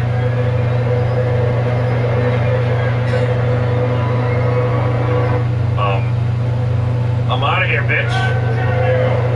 Oh, it's echoing. God damn you! Thank you for just giving me all the tools to escape. Oh, I can run. We fucking done it. Oh no, there's someone else. I'm sorry. I just locked with a key. I can't help. I can't break it. I can't help the lady. I can't fucking... What do I do with the saw? There's gotta be something. Wait, there's a fish. We need to figure out what to do with the saw. I escaped. You ran away from a maniac. Okay, so there's chapters. I don't know if we can do that yet. I assume we just have to go to the next chapter. So let's do the next chapter. Here we go. Lots of people all drinking. I assume this is that lady. At about 1 a.m., I took my stop and left. And then I got on a taxi. I talk with the fish. I couldn't see anything through the window. It was a bad blizzard outside. The way home must have taken an hour or so. Finally, the car stopped, and I heard the taxi driver saying, "Here we are." When I went out, I couldn't see anything but trees. We were in the forest. Hardly had I uttered a word, he hit my head, and I passed out. Oh.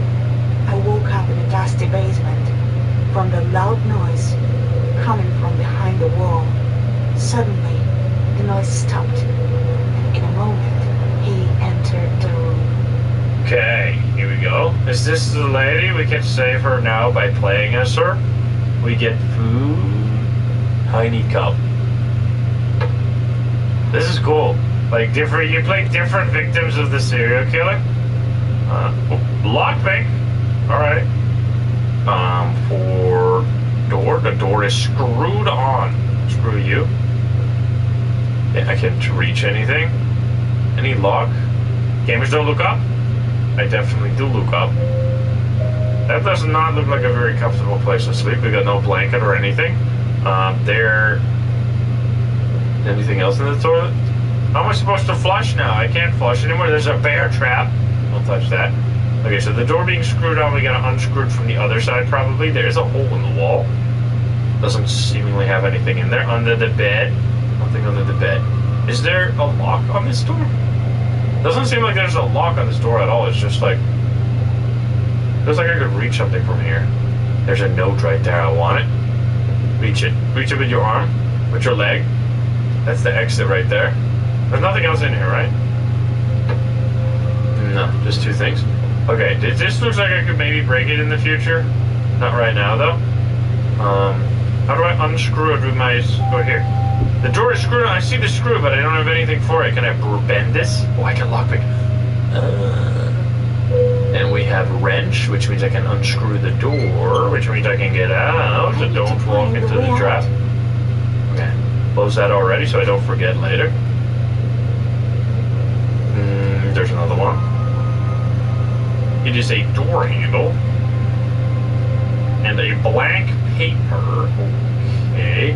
Also, what the hell? Don't step in the trap. Locked on the other side. So with this door handle, can we put that on the door? We can. There's a fish. Gotta get all the fish. What the hell is this medieval torture device? Excuse me. What the hell, dude? Bro, you're fucked up, man. Can't read that. I gotta like fix. Oh, hey, his name is fucking Frank. Really? Of course. Fucking Frank. Nothing.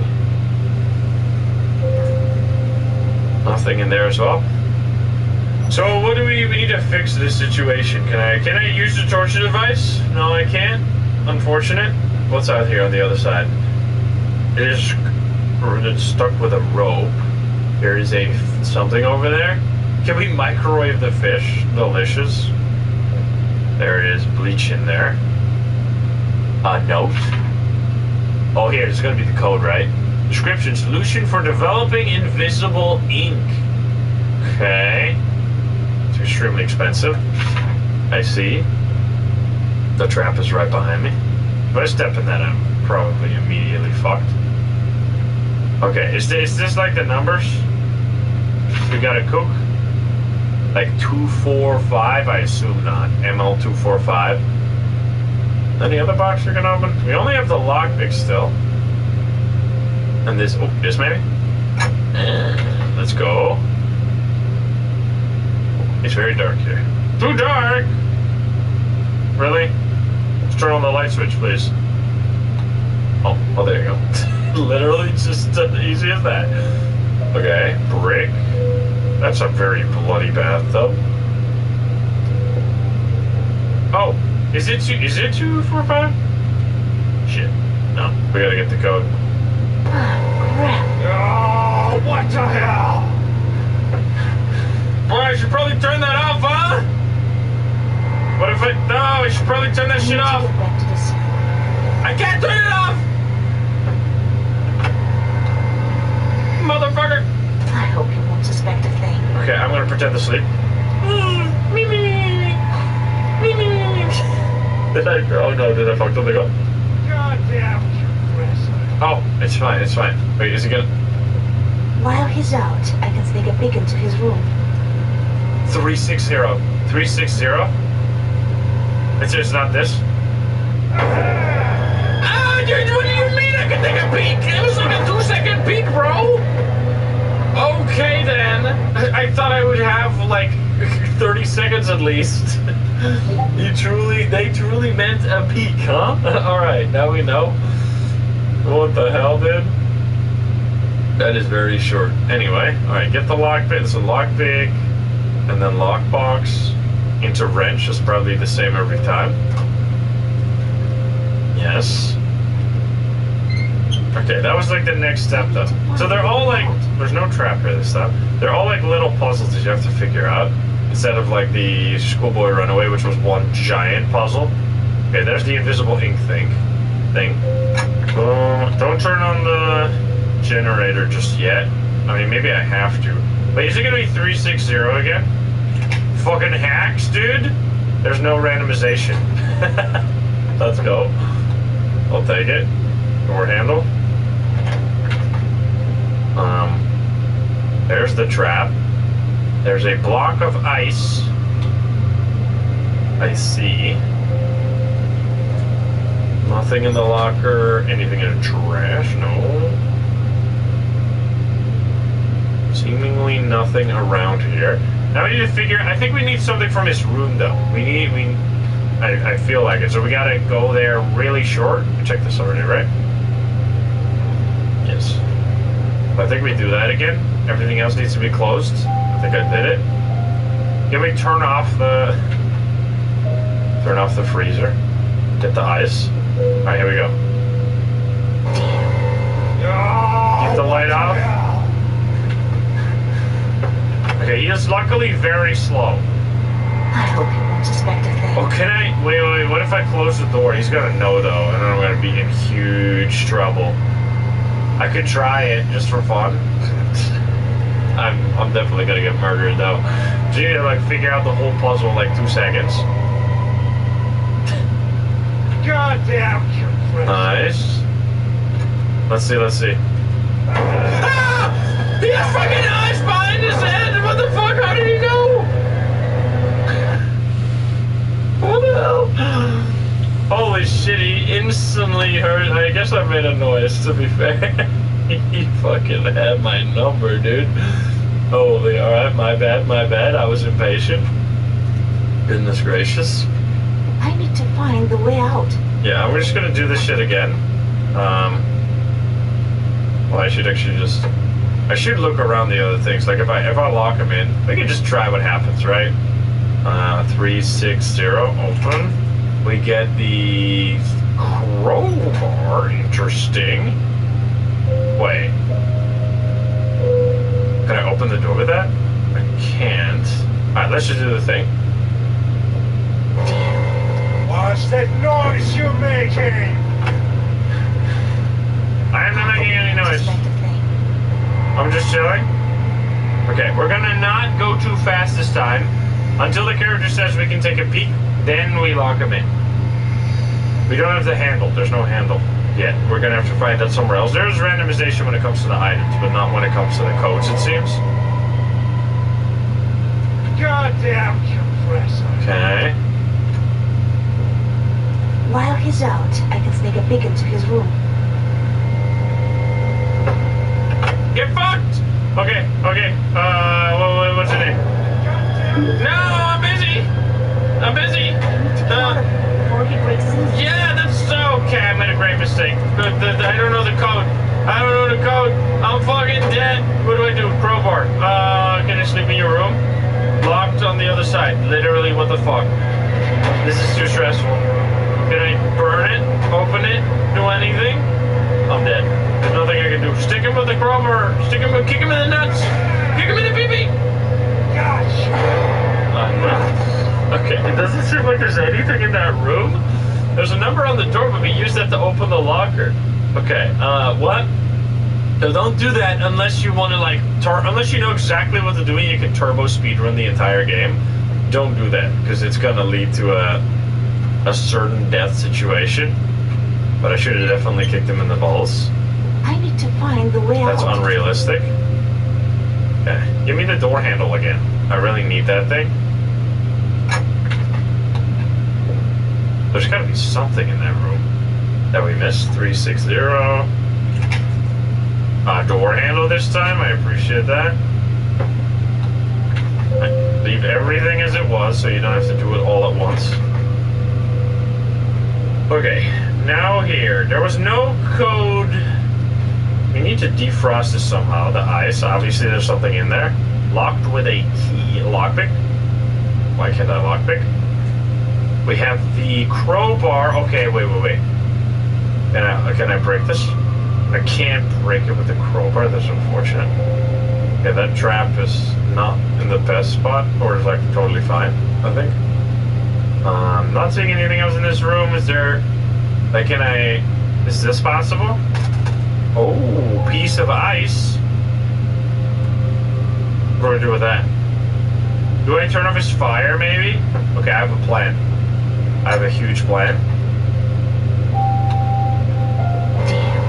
What's that noise you're making? We have like very little time. I don't even know how you would be able to do anything. I don't think I left anything out of place. We're gonna try to put the fire in the ice in the fire that he has, and then I'm gonna escape. That trap sucks, man. Can I just run? I don't know if I can just run. How about lock that door up? I'm in huge trouble. I wait for him. While he's out, I can sneak a peek into his room. Ice in the fire! Ice in the fire! Fuck! Alright, go. What do you mean? There's actually nothing you can do. I literally took the shortest peep the world has ever seen and I left immediately and he still got me anyway, bro. Okay, so I guess... Wait, what? Do you think I won't notice you starting the game again? What do you mean? I died. Of course I did. Alright, that's ridiculous, but anyway, so you have to... Oh, we get this from the get-go. Interesting. You have to lock him in if you want to get access to his room. Otherwise, there's literally nothing you can do. Okay, anyway, we need to figure out what to do in his room, so maybe locking him in and then looking around a bit to learn what's in there. I mean, that trap wasn't like the worst spot. Maybe that was made it harder for me to be unable to do it really fast. Open the door. 360. We get door handle. Very nice. There and then check the everything in here. That is a fucking trip. I almost walked into it. Microwave does nothing. We can maybe bait him over there with the microwave. Piece of ice we could pick up with the crowbar. So now we have a piece of ice. Can we put the piece of ice in the microwave? Is this what we're doing here? You fucking serious? Okay, I see. Wait. Okay, I'm cooking. Turn it on. He's gonna know though, he's gonna know. I left everything fine, right?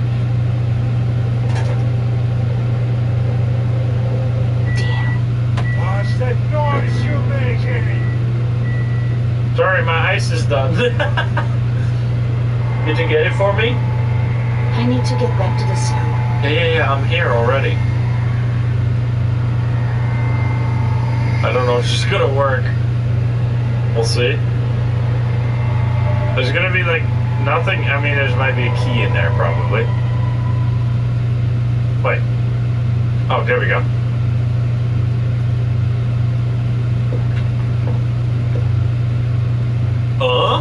Yes! Oh, wait a second. Here we go again. Someone was here.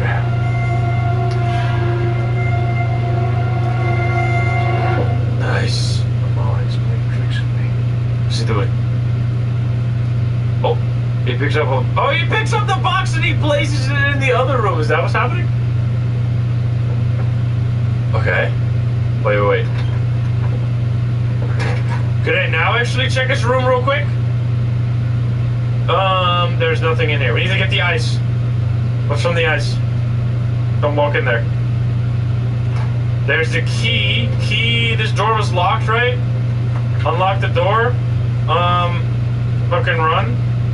This is there's keys here. There's a lever. I gotta probably go back now, right? He's gonna definitely come back. Is he gonna come back? I don't know if he comes back. Maybe he just doesn't. Maybe he's just out and about over there now. Okay, I got keys though. Okay, let's just try. If he comes back, then we'll know for the next time that he does that. We need to cut that. Stairs is...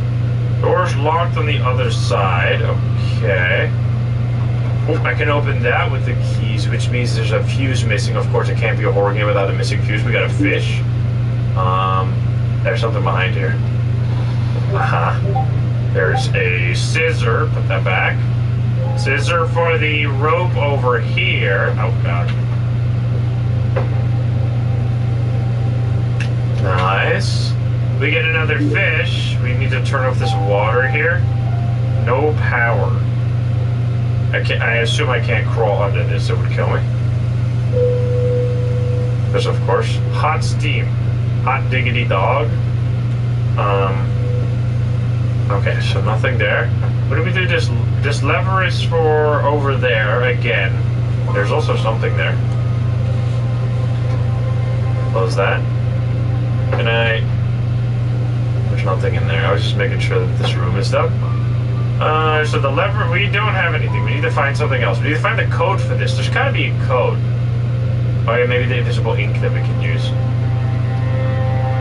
Like, how do we... I can't even type here, so... I feel like we just need to know it. I can't access this bottle, guys. There's hot steam here. I can't reach. Gotta turn off the steam. Which maybe... Where are these pipes going? Let's go up somewhere. Gamers don't look up. Yeah, his name being Frank is kind of hilarious. Oh, there's Gamers don't look down here. Aha. Is that gonna make a lot of noise? Rusty valve. What's that? Out of reach. Rusty valve. I can't just move it. Maybe with the lever. Okay, well that's unfortunate. Anything else was in there? Nothing, and big fat nothing. Oh. Aha. Drawer door is nailed. Oh, this. Can I with it? I can't turn this off? The light bulb. There's a cord that goes absolutely nowhere. Yeah, can I just ask him friendly to leave? Can I leave, please, sir? Okay, so this I can't move, which seems weird. This I need to have a nail remover or something. This I need to, I don't know. I guess I need to have some anti-rust stuff. I feel like you could reach that easy. Yeah, there's still a code that we can find for his room. There's got to be a way to open the safe, right? But I don't know. Maybe it's the time to, like, is it this 1420? No. I don't, have we seen a code anywhere? Can I turn this up? Okay. I gotta turn off this fire. Someone kick the fire. I don't know where, because I think that's the next step, finding the code, but I have no idea where that could have been. 6969. And there's gotta be maybe some more in here. The guy never comes back, huh? He's just doing his own thing. Yeah, maybe the invisible ink has to help, but like, we can't pick up this paper, right? Because if I could pick up the paper, maybe I could like develop the ink somehow with the fire or whatever. But this paper over here, I just can't pick it up. I can't do anything with that. Is there a note somewhere that I didn't see? Wait. Note on the floor. Note on the floor. I don't see no note. Yeah, this is like horror, but multiple chapters with different characters. Okay, definitely. Maybe it's the numbers from the recipe. Yeah, but that, I don't know. That seems kind of stupid to me. Because why would the guy care? Oh, the bathroom light. There you go. I don't know why the guy would care about the light or the recipe. Maybe he made it, I guess. So 84 54, just totally randomly putting the numbers together, I guess.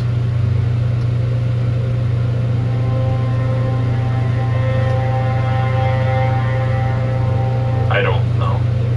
No, it doesn't do anything. Is the light off here now?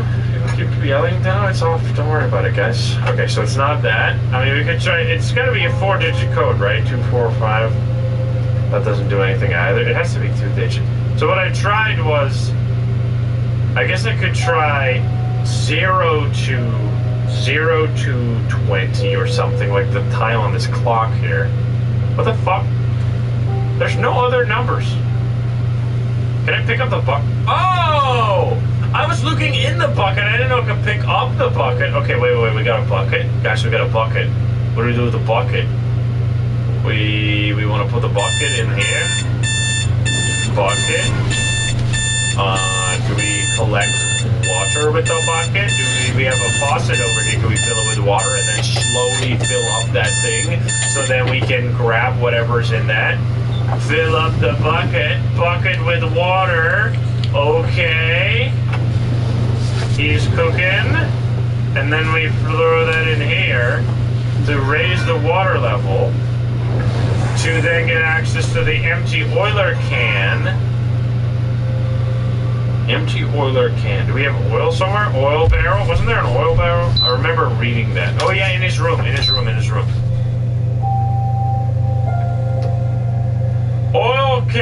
Oiler can with oil. Okay. Don't close that. So now we have oil, and that we can, yeah, wait, why would oil help with, oh, because it's gonna lubricate it? Okay. I see, and now we turn off the vent, or the steam, which means we can grab the ink, which means, first you need to lift the elevator? Oh, motherfucker. We can't do that, though. Why can't I just reach this? Come on, man. Oh, I can just do this. Requires 24 volts to turn on. Look up in every room. My foot. I fucking walked into the trap by accident. I wanted to look. Let's just make sure that we fix everything. Oops. Oopsie. I think we did actually leave everything pretty much as intended. Wait, is it good to... I won't suspect a thing. Uh-oh. I think we're fine. I don't think I left anything weird, right? Did I? I fucked up. I was gonna look up. Gamers don't look up.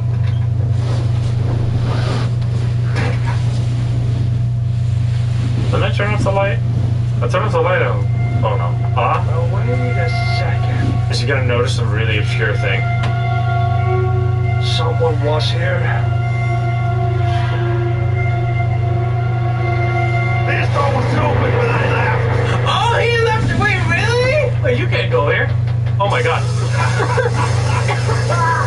What the fuck? Oh, that's what the lever does.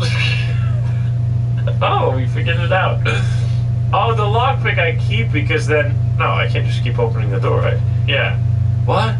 Wait, so he left... This door he left open? You motherfucker. Because he was walking out? My brother in Christ... Oh, gamers don't look up! Ah! Crap. Oh, what the hell? Oh, he's back here now. Okay, it was a gamers don't look up situation, but now we have it. We have it. I don't think there's anything wrong, right? Okay, so now we have pliers. The door? The door? What do you mean the door? Didn't I close the door? Wait, where is he going? Why is he going in there? Huh? Well, wait a second. Can you think of the full war? Someone was here.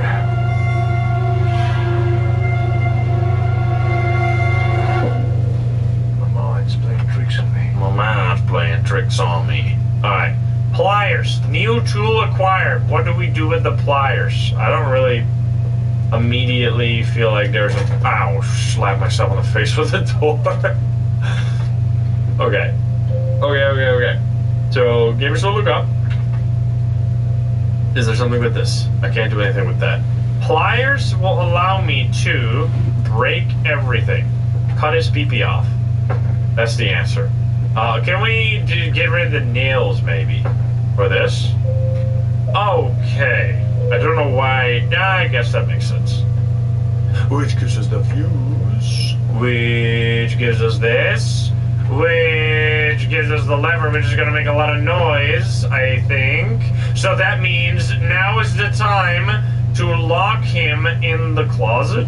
Question mark? I think that's what I'm going to do. I'm going to lock him in the bathroom, turn on... This is a plan. Wait, can I do that, though?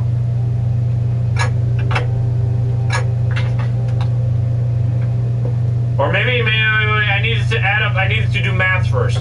We gotta do math, so we don't have to do math on the pressure, because that's the worst time to do math. Because we need to add up to, what was it? 24 volts. Oh my god, math. What the fuck, dude? 9.5. It's 12. 12. Wait. It's almost all of them. 12, and then it has to be. Wait, what did I do in my head? I was close in my head. 10.6. 10.6 plus that equals 8.2. 8.2. 8.2, or no, 18.2. And then plus this equals not this. This is 24. Isn't it? 5, 9, 16, 12.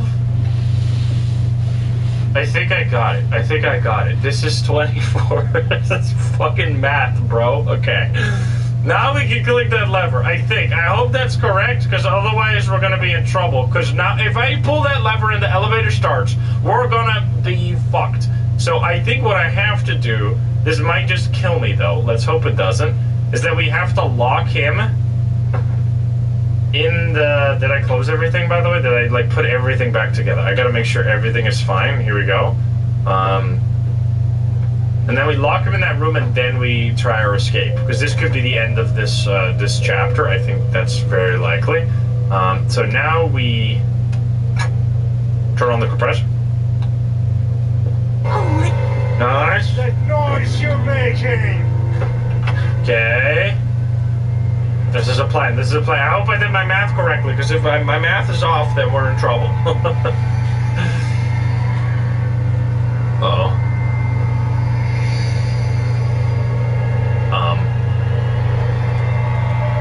I hope I did no problem. I don't think I fucked anything up. And even if we did, isn't it gonna even matter?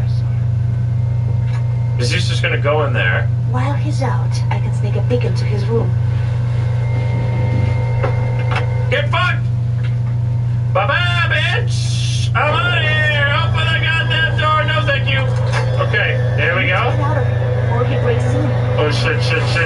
But now what do I do with this thing? What do I do with the ink? Solution? Use it on the thing. Ah! Is this a bad idea? 2513, 2513, 2513. The 2513, is that the key? No, motherfucker! Eat shit! You can't reach me. Go for the safe and then we get the key code. We were so fucking close. Okay, but now we know it though. Does it change? Okay, so you need to do all that in like a span of fucking 20 seconds? That is so much, such a speed run. Okay, wait, let's see if we can just open the safe now. Wait. There's no way. What was the code? 2513? I think? That would actually be hilarious. That you could just like beat the game in no time. You'd be so confused. I need to find the way out. Oh god, slap myself in the face. Okay, here we try it immediately. Oh, can we even? Because we need the door handle. Wait, we need the door handle. There we go. Okay. So I don't need to do anything else, right? As long as it doesn't change, which it probably does. Actually, no, because I can't interact with this. Wait. Oh, motherfucker. Because I can't open this door, right? Because I need the fucking... Yeah, I need the key card. Okay, we do need to do a few more things. I hope you won't. But let's at least try if we can open the door. If we can open his safe.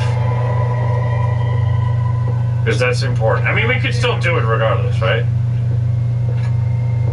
Okay, take a peek at this room. I can sneak a peek into This is gonna kill me. 2513, open. Okay, it changes, No! Motherfucker! Okay, it changes. This is fine. We know what to do now. I should have speed ran that. There's just so much time pressure that it's really easy to mess a single thing up and then you're immediately fucked. Okay, let's do it again and then just not make any mistakes whatsoever and just be perfect instead. I think that's the best idea. Because the code, I mean, it would have made absolutely no sense if the code didn't change, because then the game is basically totally free.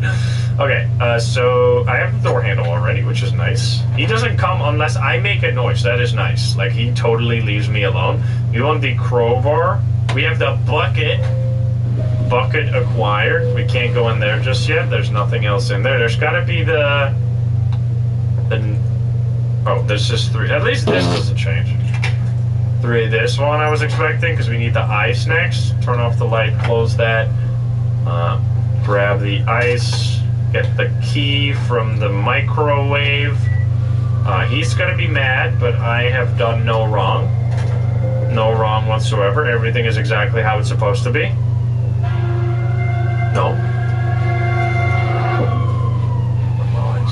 Oh, and then he takes a box and then he just leaves. Wait, but I don't need to turn on the compressor at all. That's much nicer. Okay. Get the fuck out of here. If I do anything right now, he's instantly gonna kill me. You already know. Alright, we're good. We're good. We got the bucket. Let's fill the bucket with water. Because you know we're gonna need that later. Turn it off. Close that. Because he's... Wait, actually, did I turn on the light? I did. Okay, now we get the key to the other door, which he immediately closed behind him without doing anything, right? This one. And we can check behind here again, which gives us nothing. No. Gives us the scissors. We can just open this, right? We can just throw the bucket in there. And you get this every time, which gave you the oil every time. Which gives you the... Wait, it just turns off the vent, right? Or the steam. There we go. Let's put that back. Anything in here? Nothing in there.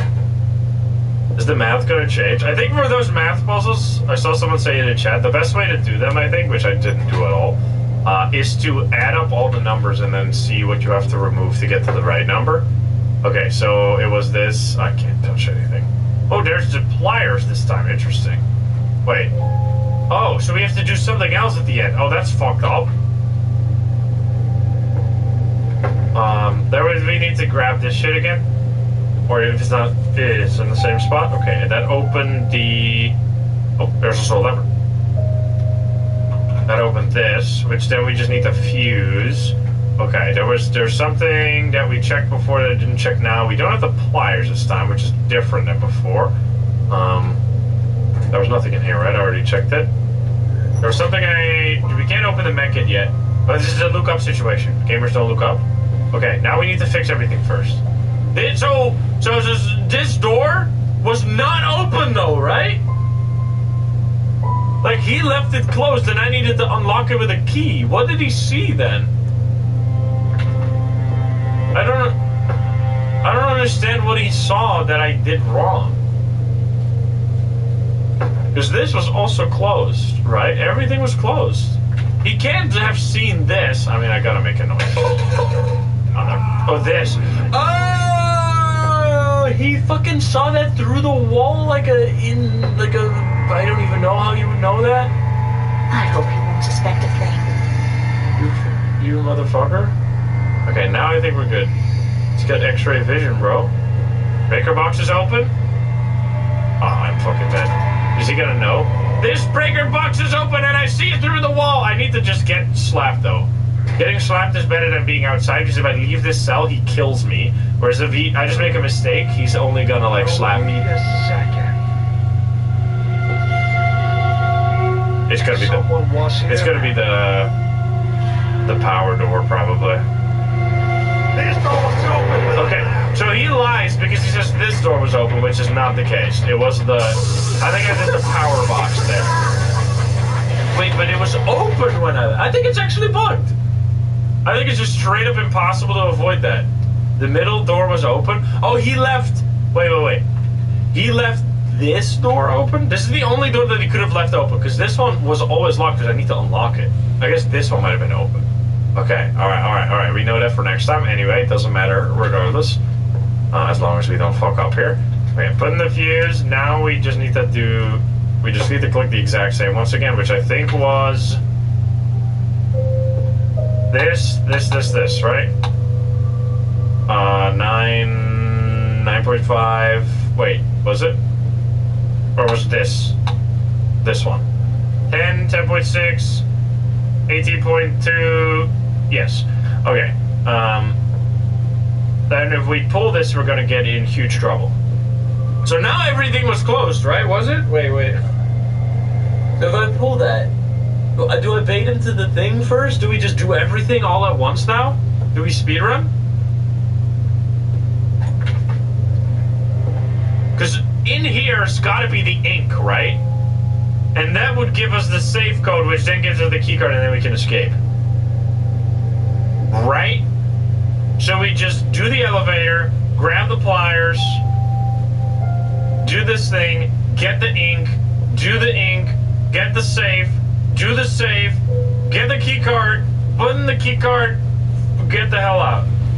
I think that's it. I think that's what we do. So close everything. That's fucking insane though, that you have to do all that shit in one go, but alright. Why do we have this lever though? Wait, so it did say that there was one chapter with a secret ending, right? I have this lever to maybe pull that. So maybe, but I can't go on the elevator, right? Oh, but if I do that, then I'm gonna lose. Let's just beat it first. We can always go back for the secret ending. Let's just at least try this whole insane situation that I've planned out in my head. I don't know if it's actually gonna work. What's that noise? Turn off the light, right? Yes. Okay, we'll see if this works. So we turn the elevator on.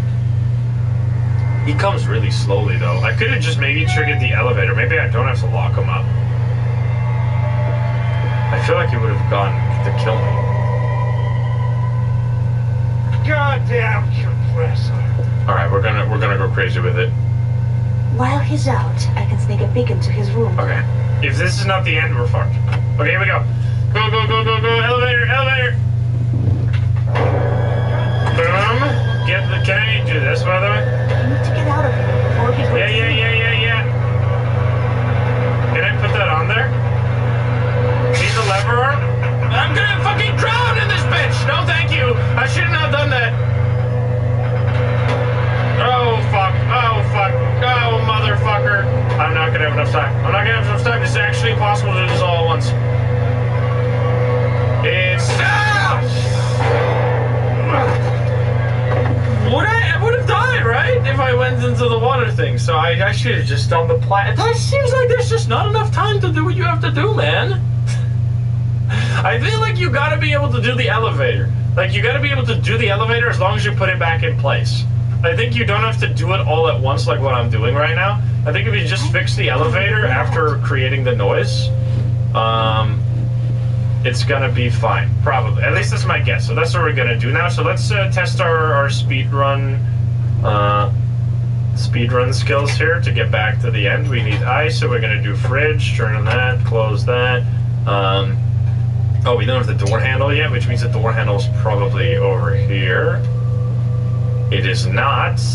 It is. There's two different... Okay, anyway. Boom. Hit the ice.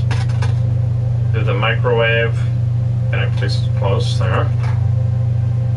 Alright, turn that on. Is there anything in here as well? I turned off the light, or at least I tried to. We get the bucket. Is this the same spawn almost? So close that. What's that noise you I'm even gonna grab some water right here. We're being extra efficient. The most efficient gamer of all time. Here we go. Yeah, I think I didn't fuck anything up. Oh, you need take the elevator's key lever so you can fix it so he doesn't notice it. Oh, that makes sense. So, I wonder what would have happened if you just went in there, though. You would have probably drowned, but... Okay, so we need to fix the elevator so he doesn't see it. Because if it's our second death, then we're going to be screwed. I think that's... I mean, that makes sense to me, at least. Okay, could you fucking get out of here? He's going to leave, right? He walks all the way out. So he leaves this door open. So this door is supposed to be open. That was my bad. That I did that exact same mistake twice in a row. All right, anyway, these games can be completed so quick if you have the right, if you know exactly what to do. Okay, this, then we already have the bucket of water for this. We already get the oil. We grab oil. This door also is supposed to be open. So this door and this door are supposed to be open. Everything else is supposed to be closed. I don't think he sees through the wall, so I think we're fine. We get the lever, which we need to put the elevator back in place afterwards. Behind here is going to be the scissors every time. Yep, every time. That one needs to be closed later. Open this. And gamers don't look up now, right? Already? So let's put it back together. This is all same. We also can grab this key and unlock the thing there. Might as well. But I'm not going to open it because that would bait him. So that's closed. Get the thing. I am going to put this back as well. So now literally everything is back. Open this door, open that door, open. We should be exactly correct. And I am going to be surprised if I fucked it up. My mind's playing tricks on me. Never mind, we're fine. Okay. Okay. It's all good. We did everything correct. We did not mess it up this time. So now he's there. Close the door. Okay. Fuse. Everything was closed, right? We opened that door, so all the doors are closed now. Put in fuse. So we're gonna put the elevator back together. This is the plan this time. Let's see. It's boom, boom, boom, boom. We turn on the elevator. This is potentially gonna kill me though. Like, unless I get 25 seconds. I should get 25 seconds, right? Okay. I can take the pliers. We don't have to be in a hurry. We take the pliers and then we put the elevator back down so he doesn't notice we close that. That's already open usually. Everything else is exactly as it should be, I think. The power box was open, right? By default. I think it was open. I did not open that, right? I mean... Oh, fuck, did I forget something? Well, wait a second. How would he notice it from there, though? Someone was here. There's no way he's gonna kill me, right? There was nothing in there. I didn't even go that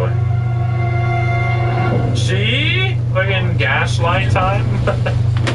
Okay, we're all fine.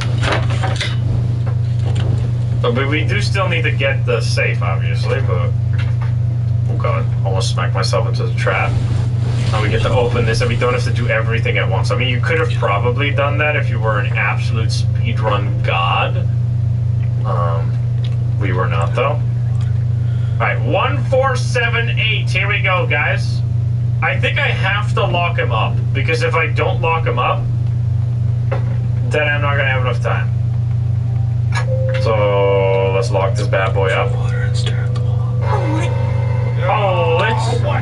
Love saying, 1478. Yeah, we're going to do the safe. That's the only thing we're going to do now, right? And then we have the... Wait, I need to lock it. Oh, she's actually backseating me. She backseated me. You backseat her? I was going to do that. You don't get any credit, lady. Goddamn compressor. Bam. Come on. Locked up. 1478. Boom. Oh, the goddamn door. There. Get the key card. Okay, run. Yes. Go. That was hard. That was a hard one. Escape. Goodbye, bitch. Eat shit. I'm not out. I'm not out. Think, Master. Open. No, all of them. Open the door. Yes, I'm out. No. Bad ending? You escaped from a maniac? How is that a bad ending? What do you mean?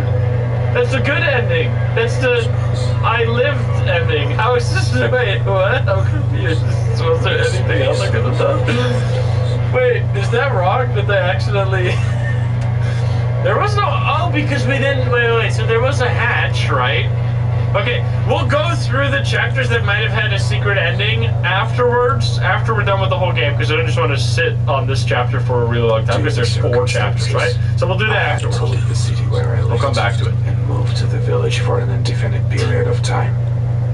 It was already dark outside, and it was pouring down with the rain.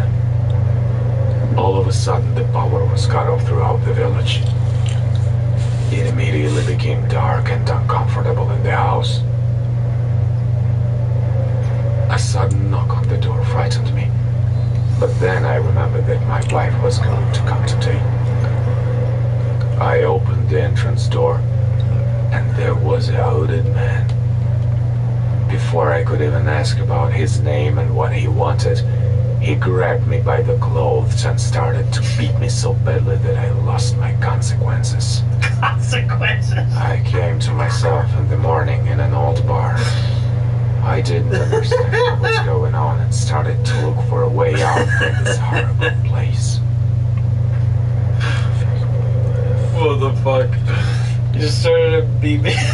You just started to beat me up so bad. I lost my consequence. Excuse me, sir. What the fuck are you saying? That's fucked up, dude. We got 9 fish anyway. Locked with a key. That's amazing. Alright, anyway, new thing. So that previous chapter had a secret ending. We're gonna try to figure that out later. Right now, we need to escape as... Did he have a name? Did he have a name? I don't know if he had a name. I could use a pitchfork to stab you in the guts and then kill you. It is rainy. This roof does not look like it would hold up very well. Also, is this some kind of torture device too? What the fuck is this? Not leany again. And I open the door, locked up. There is nothing here. Locked with a key. Okay, wait, am I immediately stuck? Am I fucking blind? Gamers don't look up. I'm looking up right now. Is there something in the hay? There's nothing in the hay. I don't see anything up there. Oh, there's a doggy! Hello, doggy. Wait, can we be friends? Can we befriend the doggy? We need to get meat.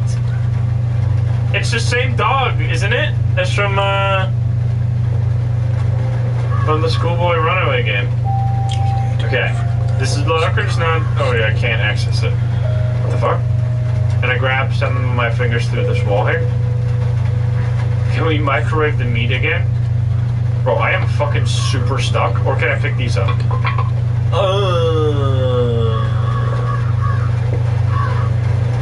I see.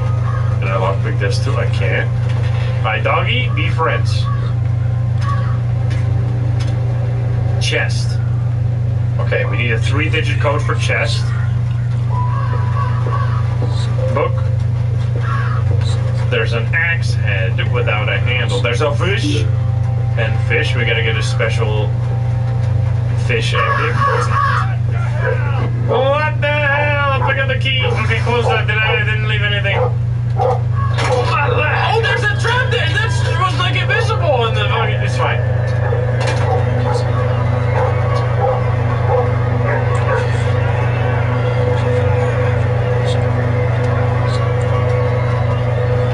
God, what the fuck? Why did he run like that, bro? What the hell, man? I didn't do anything. Oh, it's because I stepped into the trap and it like when you make 2 noises, he kills you, I think. God damn it. Oh. Excuse me. Locked? Wait, where's my lock? Oh, there it is. Okay. So the dog always... it stags, and they fucked me up. Wait, where was the... No, the trap is hard to see in this grass. on the grass this time? Oh god, the dog's gonna bark at me again. Locked with a key. There's the trap this time. That's much better. Let's see if we can do this without attracting the dog. Ah, shit! Oh, it's a different key. Different key this time. That's gonna open the lock. Or the locker. Open it. Grab the key. Okay, we get one key for another key. Trade. Trade offer. Hey, Justin, what's up? I don't think I fucked something up. You're barking at me, though. Can you stop? He's mad. This is a cool game, man. I'm surprised I haven't played this before. It's like different chapters. They're all very different. I didn't fuck it up, right? Yeah. Nice. Yeah, be nice to the dog, you monster. Okay. We good? We got a key now? Okay. Oh, we can open this door. Don't bark at me, please, doggy. We can be friends. Locked with a key? Yeah, that's why I have a key. Excuse me? I guess it's not for this one? Wait, was there another lock? Wait, what? Can I open this door? The dog's gonna be mad at me, though. Oh, no, it's not.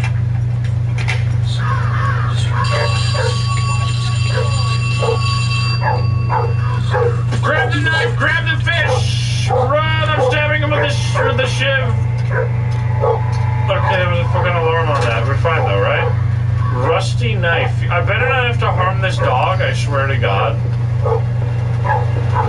That's not an option. I love losing my consequences over here.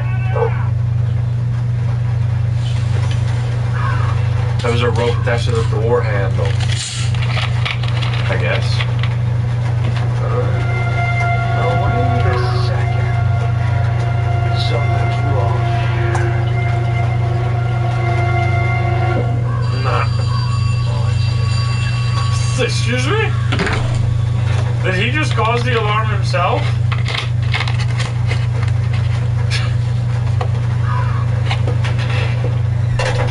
Can I cut this? Rope hook. I gotta open this. Shield closed. Okay, so I have a knife now. What do I do with the knife? I think I have to look in there again, which is gonna make noise.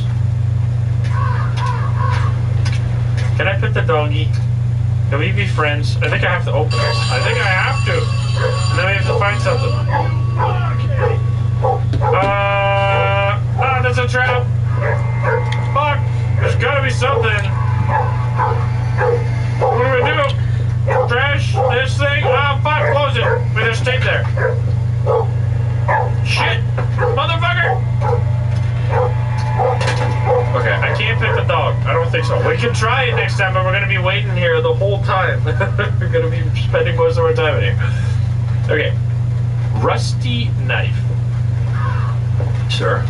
Oh no, he saw some. Did he? This is a large zone, yeah. Oh, we could cut maybe the rope from the well? I don't know how that would help me, though. Maybe I can just pull up the... Okay. Maybe I can pull up the well rope and then get something.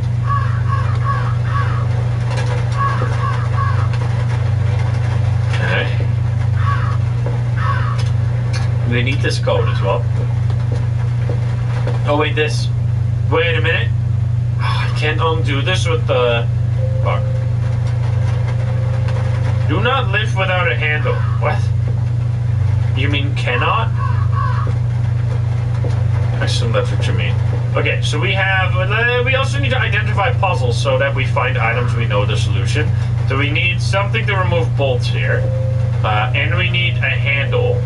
Check. There's also a manhole cover there or whatever. I don't know if I can do something with that. And we need a code. There was like a whole attic there as well. Like, what the fuck, man? Can I just pet you? No! My leg! Ah, my leg! What the fuck, dude? He bit me! Charlie! What the hell? That's fucked up. Okay, Okay, what do we do? What do we do? We gotta think. We need to get in there somehow. Can we do something with the knife? The knife is the only item I have. I was expecting to be able to pet the dog, because the dog should know that the boss is evil, right? It sucks that every time we want to go into that room, we have we trigger an alarm. Like there's gotta. Oh, hello. Well, wait a second. Thank you for posing with the thumbnail. Appreciate. My mind's playing tricks with me. I don't think I leave now because then he's gonna instantly know. What the fuck do we do here? The only thing I can think of is stabbing the dog, but that is a monstrous act that I cannot perform, even if it might be the only way forward. So let's do every possible thing first. There's nothing in here. Yeah, can we turn off this alarm somehow? That would make sense if you could do that with the knife, but there's a rope hook here. Shield is closed. I can't like cut any wires here. Come on, I got a knife, man. I think I have to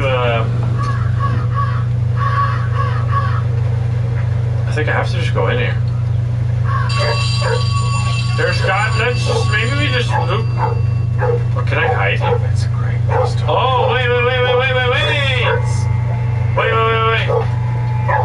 We can, but he's gonna know, right? But he's gonna know that I'm not myself, unless he doesn't notice that for some reason, which would be very weird. But then we're inside of the alarm. Oh.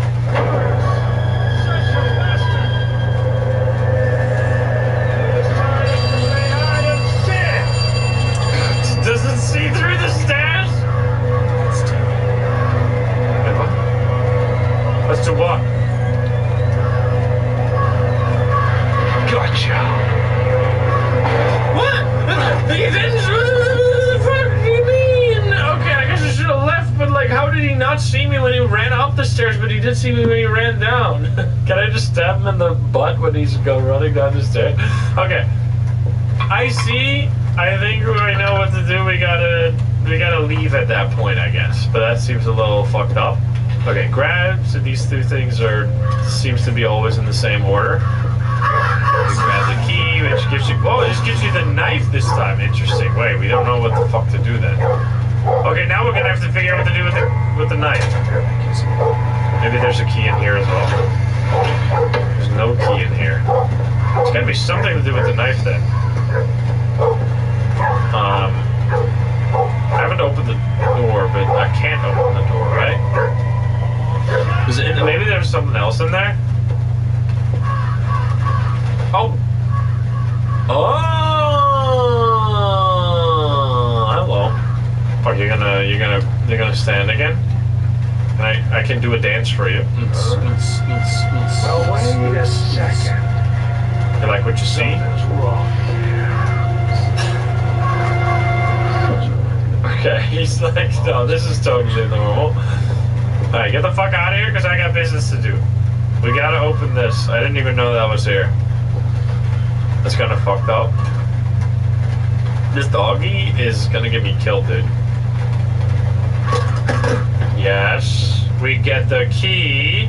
Wait, is this a totally different... Can we open this now? Oh, interesting. This is totally different. Okay, we have access to a whole new zone. We got meat. No, I meant to pick that up. He's gonna know that I ate his sausage, and then I'm gonna die. Who ate this sausage? You thought I wouldn't notice? And then he fucking kills me, dude. I'm dead. I was gonna pick that up for the dog. I didn't realize he would eat it. Okay, so the fire door was open. Gotta remember that. Well, fuck me. I guess this one isn't a bad spot, excuse me. Okay. The heck is rusty. The heck? What's like the... What's that mean? The heck? The heck? Is that like... There's a Dutch word for heck that means like fence, but I don't... It's not a Dutch game. I don't know why that would be the same.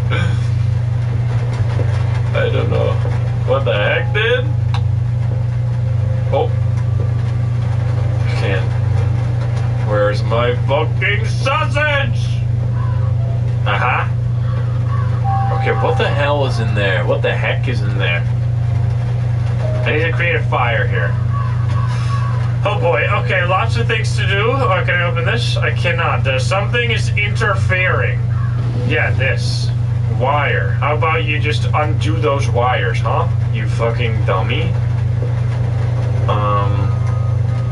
Wait, what? There's gotta be something in here.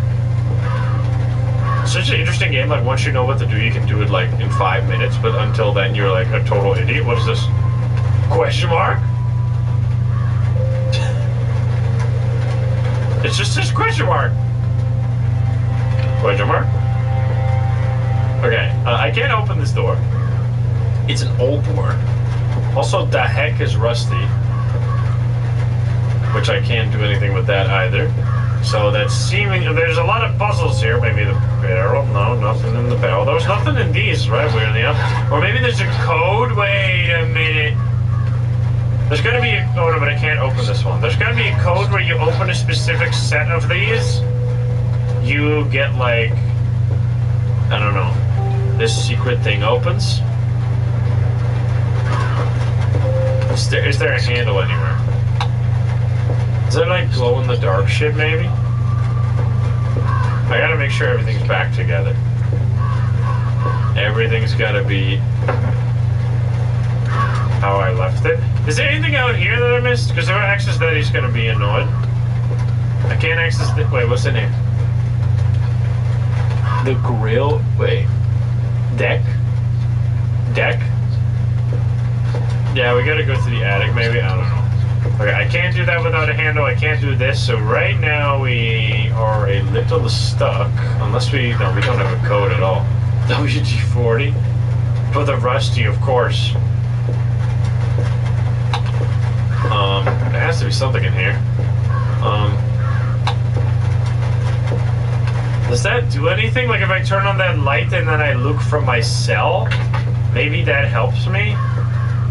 My leg! Oh fuck! The trap is in the grass again! I gotta fucking fix everything now! Oh shit! Turn off the light! Turn off the light! My leg! What was this? Why the fuck is it trapped there? It's such a rude place to put it. Like it's so hard to see. Okay. That's right. I think I put everything back, right? My leg. I want to see if there's anything that can be spotted from here if this light is on. Because there should be a reason that this like has a window to that room, right? Yeah, fuck. I left one of the drawers open. That's because it was open when I found it. Right? Oh, wait a second. Oh no, I left this open! No! Like my sausage! Motherfucker! That's my bad, I should have known. Oh shit! Jesus, I get full on smacked. Bro, this is violence! Jesus Christ! Okay, I'm fucking dead. Wait, am I? Oh, I'm fine. I'm totally fine. I just got absolutely destroyed. I lost my consequences right there for a moment, but we're all fine. Okay, well, don't walk in the trap immediately. I'm definitely gonna walk in that trap, though. Okay, he closed it again. That's the worst spot of all time. I just want to see if there's anything that can be spotted through the... I can't close it. You can't close anything once he enters the area. Ah, there you go. See, I fucking knew it. 594. Okay, there we go. 594. 594. Open. Which gives us nippers. Nippers. Okay. What do we do with the nippers? We can do this, maybe? No, we cannot do that. Oh god, we can't go that way. Can I cut this thing so I can go in there? My leg! There's another fucking set! You mean, bro? This is fucked up! Motherfucker! No! This sucks, then. My leg! Okay, dodge. They fucking put these they put them like they're playing Trapper in Dead by Daylight. They tried to put them in like the glitchiest fucking spots, dude. What the hell, dude? Yeah, maybe we can open this closet over there. Did I forget anything? I hope not. Don't do it, sir. Leave me alone, you bitch. My leg. Oh. He's gonna know. No!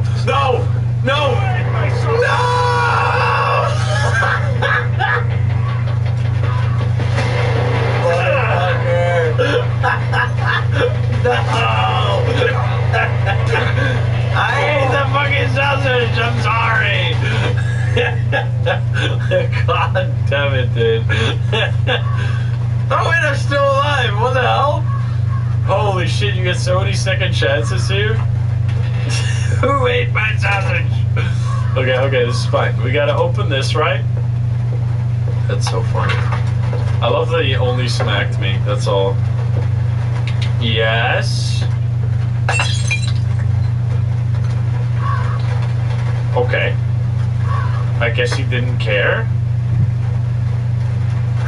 Did he die? Wait, what? Is he bugged? Did I bug the game again? I bugged Schoolboy Runaway as well. Did he go to the shop to get some sausage, maybe?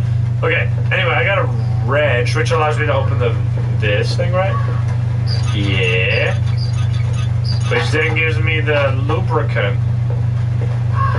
Which then allows me to open the heck over here. Yes. Which then gives me the key. Close that thing again there. Lubricate the nippers. Excuse me? Lubricate the nippers to open the heck. If I open this, he's gonna... Okay, there we go. There's the key in there. Close that. Did I forget anything? I sure as hell hope I didn't. The wooden handle. Wooden handle for the thing. Is he gonna know? He's gonna see the wine bottle. Oh, you have to clean up the glass? Wait. Gotcha. What do you mean? What the fuck? Why did you just go for me? Wait, excuse me? Hey, what did I do? He just fucking ran for my ass, dude. He did the goofy run all the way to... Okay, well, that's unfortunate. It's fine. We kind of were goofed up that whole round anyway. Okay, the traps are in the worst spots again. Let's scout. So we have these two again. So we got to be careful. I'm gonna pick this up. It's gonna be the knife. Now, okay, this seems to be the same spawn as before. I'm gonna grab the item from there, so don't walk into the trap. Grab the key. Close it. It's fine. Okay, I'm not gonna eat the sausage this time. That's the same thing with the Schoolboy Runaway. You can eat the cookies, and then the mom goes like, "Who ate these cookies?"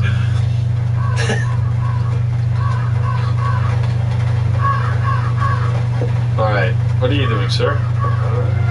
Oh no. Wait a second. Something's wrong here. Okay. Why can't I pick up the sausage and give it to the dog at least? I'm saving it for later, exactly. Okay. We don't walk in the trap. Very important. Now we got a lot of shit to do over here. We get not sausage, don't eat the sausage. So this one is open. Very important. That's the missing handle. That one's still open. Then we turn on the thing. I assume it's a different code. Maybe I should just try the code right away. Let's see. Is it a different one? 952. So it is a different code.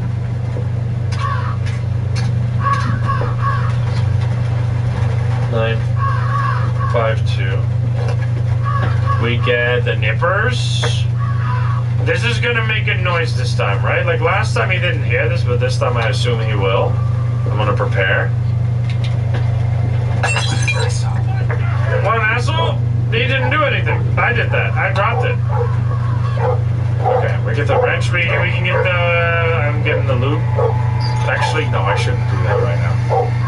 Even though I could probably do it in the time, I should just play it safe. Can I stab him with this? I have literally like a weapon in here. How did that not attract him last time? No yelling at the dog. He's gonna again. I did not eat the sausage this time. I don't think you have to clean up the bottles, right? You never had to do that before. Every time something dropped because of like a noise trap, you never had to pick it up. So if it suddenly requires you to do that, that would be ridiculous. Well, wait a second. Something's wrong here. The thing I want to know is the shards of the bottles. That's never been a thing before. What do you mean? You couldn't pick up like the when the cans fell over. You couldn't do anything about that. That's so stupid. Okay, all right. So there's a completely different mechanic as in the previous chapters, but all right. Now we know. I can just leave. What we could do, by the way, we could either wait. Oh my god. We could either do. Is there a broom? Or you could just open this and then put it in the... Because they fall down, right? You could open this and then it rolls in there and then you just put it in. I think that could work, actually. That'd be sick. Okay, anyway, it's fine. I only got slapped once. Hey, George, what's up? Getting slapped once has never killed nobody. Alright, get the lube so we can open the heck. We'll see if that works. Open the heck. We still have no idea how to like get out of this whole situation, but we're slowly learning. This game is fucking hard. Okay, now we have key. Open, but that's gonna cause alarm. Then we can get this now, right? Get this. What? I didn't do anything. No. Get the handle. There's no light in there, right? I can't turn that on. There was always a light. I think. I just used this handle to do the well next. I'm getting trolled. I don't fucking... He's gonna look at my face and then, something looks wrong here. Oh no, it's just your face. Well, wait a second. Something's wrong. Yeah? Oh, it's playing tricks on me. Fuck out of here! Why don't how could you ever walk past the dog without petting the dog? You know he's a monster. How could that? There's no way. Alright, let's see, can we do this now? Do not lift without a handle. Wooden handle. Do not lift without a handle. Wooden, do not lift with a wooden hand. Do not lift with wooden hand. Oh, it's for the axe. Anyway, axe? What do I do now? Is there anything I break down? Open. My mind was, I was almost losing my concentration. Jesus Christ, I did not expect that to do that. Okay then. My guy is, he's got enough. Okay.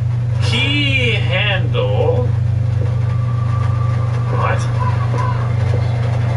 Barrel of water.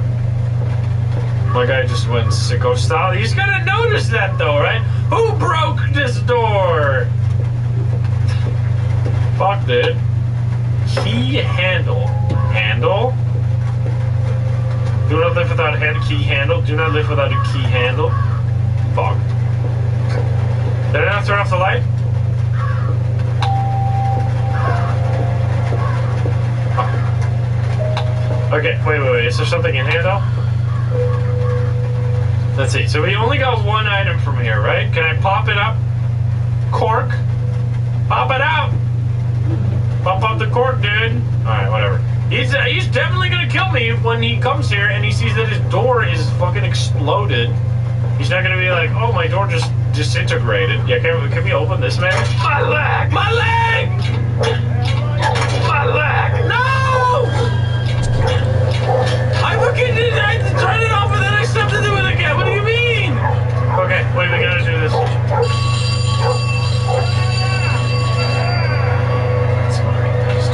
Gotcha. No, you didn't! Ah, fuck, dude! There's two traps on top of each other? What happened, dude? How could I do what the fuck? Come on, man. It's a great place to hide, though. Fuck. Shit's hard. Alright, it's fine. It's fine. Alright, take the thing. Is this the same setup every time almost?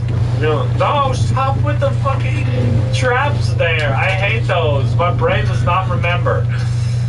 Oh, god damn it. Okay, knife again. We do the thing. Oh god. Jump. So this is nice so that we keep getting the same spawn. I guess there's like 2 different spawns. And I just keep getting the same one. Also, where the fuck am I supposed to sleep? Am I supposed to sleep in the hay bale? If this bed doesn't have a mattress, I guess I could sleep on the metal. Seems kind of fucked up. Alright, Would you walk slightly faster? Also, you're covered in blood. Just because you're a serial killer doesn't mean you have to look like one. You never watched Psycho? The movie, not the streamer. Not to be confused. I'm not insinuating that Psycho is a serial killer. Alright, key for door. Then it was code, which is going to be different.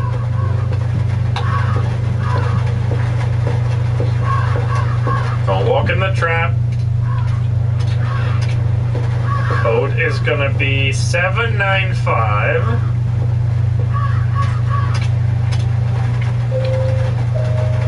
795. Which gives us nippers. It's always it's actually the same combo like over and over again. So let's try our thing this time. Let's try our theory. If we can hide the shards by doing this. No, it didn't fucking work. Okay, we gotta clean it. Broom. What the fuck do we do? Clean up the shards. Lick it. Fucking, what do I do? Help? I can't do anything. There's no fucking broom, dude. Oh, here. Oh my god. Fucking use the broom. No.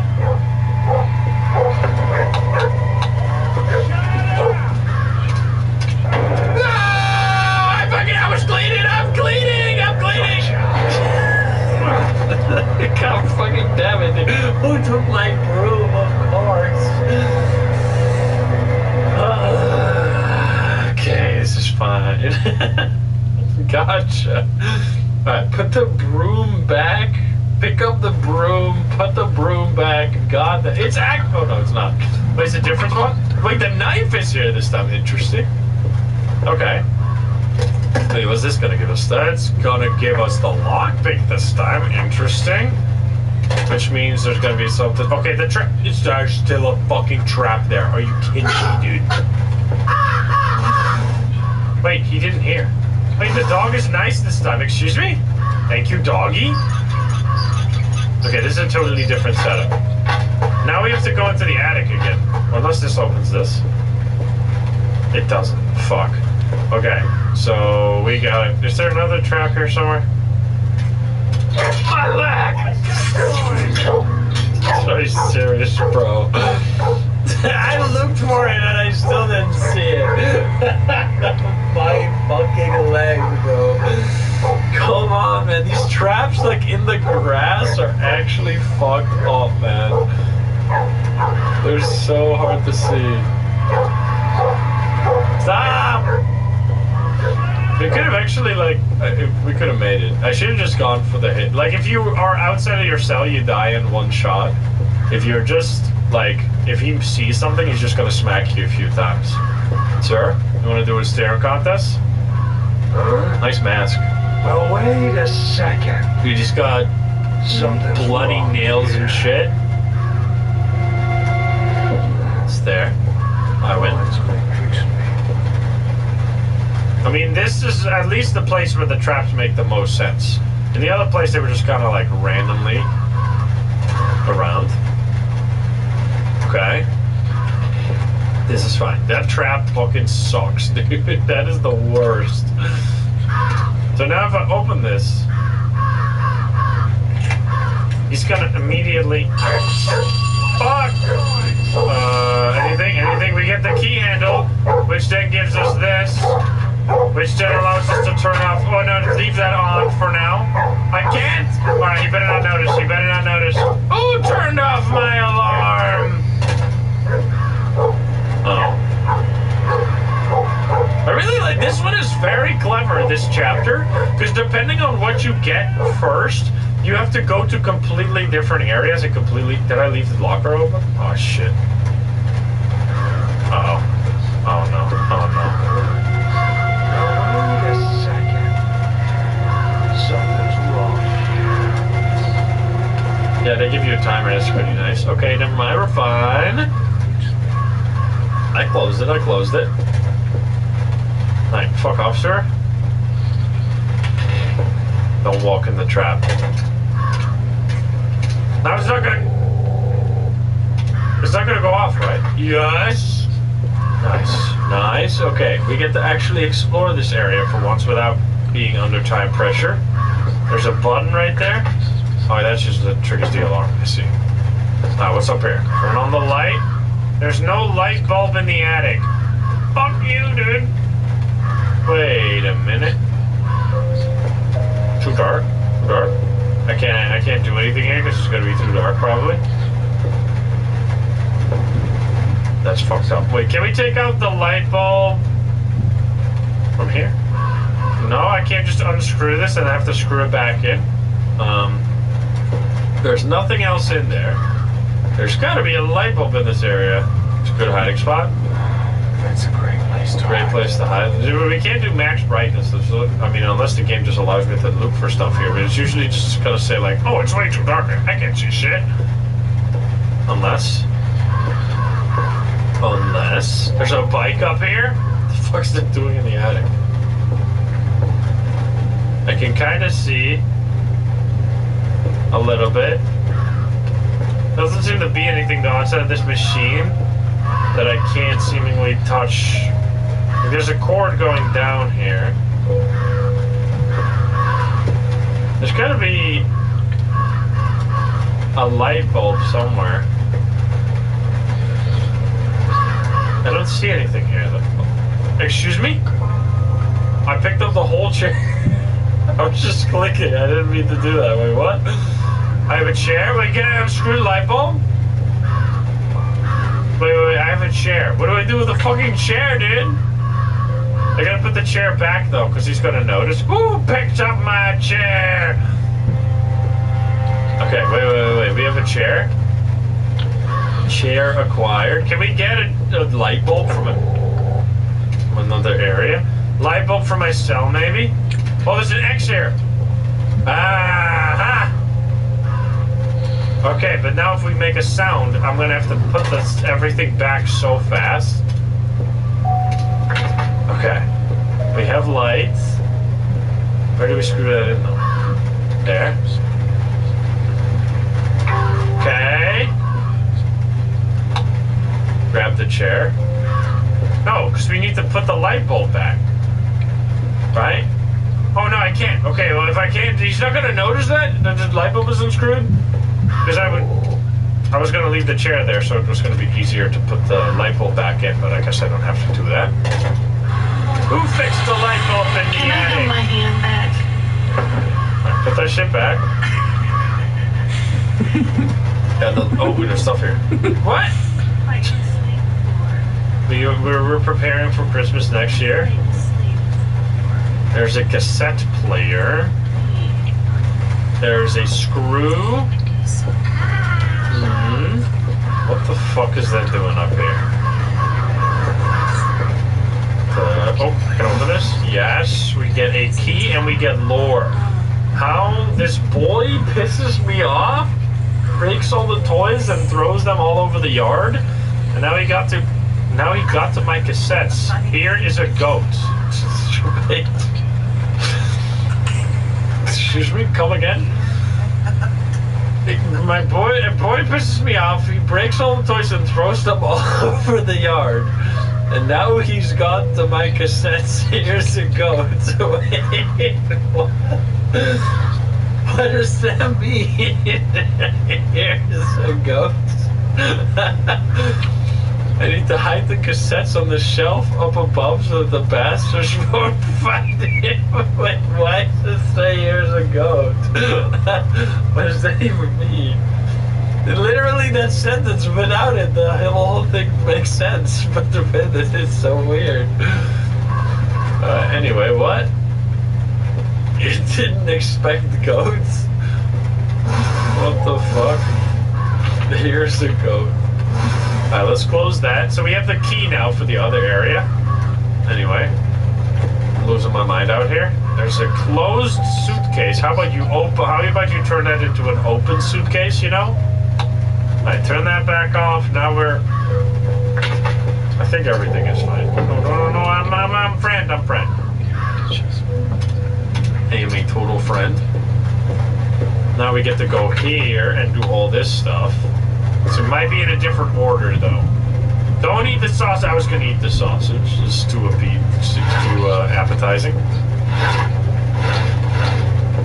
Anything in here? Nothing. There's no trap here this time, so let's get the code. And then we can already prepare the broom by, like, holding the broom. There's another trap there that's actually fucked up. 649.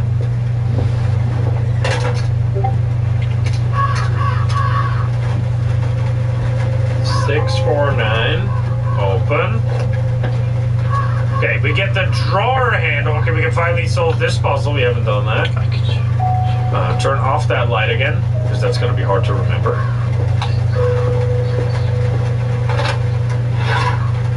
Oh, the nipper. One fisherman was sitting by the shore. He was waiting for a bite for an hour. Suddenly, clouds gathered in the sky. The fire went out in the rain. The stars disappeared. A month remained.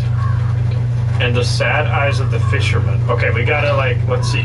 Eyes, fire, moon, stars. Okay. One fisherman was sitting by the shore. Okay, I guess we open all of them, and then we, like, need to close them in a specific order. Maybe open them in a specific order. He was waiting for an hour. Suddenly, clouds gathered in the sky. The fire went out in the rain. The stars disappeared. A moon remained, I assume. And the sad eyes of the fisherman. Yeah, there we go. Nice. Okay, so now we need to fix it again. There. We have the nipper as well as the key to the locker. We're gaming, and we can also obviously we can open the thing that was open. I want to see this first. What's in here? We have the lubricant to open the heck. Wasn't it the fire drawer that was open? Wait, am I losing my mind here? This is the drawer that was open. Why is everyone saying it's not? It is the right drawer. Okay. We get the axe handle. Red was open? No, red wasn't open. Red was missing the handle until I put it in. You made it up. Alright, we can break the door now. Okay, that actually, this time he did hear it. What the fuck? Okay, whatever. Just, I can't do the glass. I was gonna do the glass, but then I remembered that it would literally kill me if I made another noise. I think we're all fine. I put the chair back. I left everything closed. Can I just kill him with the axe? Like, can I just... Sir, I have a pain. Or can you come to me and I fucking stab him? Like, chop him in half? I did smash a door. I'm not sure how that's gonna work. Last time he didn't care about that. Is he gonna, like, see it? Ooh! Crushed my door with brute force. There's literally nothing I can do about it, though. Is he actually gonna just straight up, like, get a freebie? Now wait a second. Something's wrong here. See? Okay, so the things that you actually... So that's so confusing. Why does a broken down door not trigger him, but some glass on the floor does? Like, it's inconsistent, but alright, anyway. I'm glad it doesn't, because obviously you couldn't do anything to prevent the glass from being on the floor. He can't see the door. Oh, he could see things through walls just fine. This guy doesn't care. If I left anything... If I left that light on over there, he would have walked over to it. Like, he... Obviously, if I left this light on, he would have just stood here and then seen the light.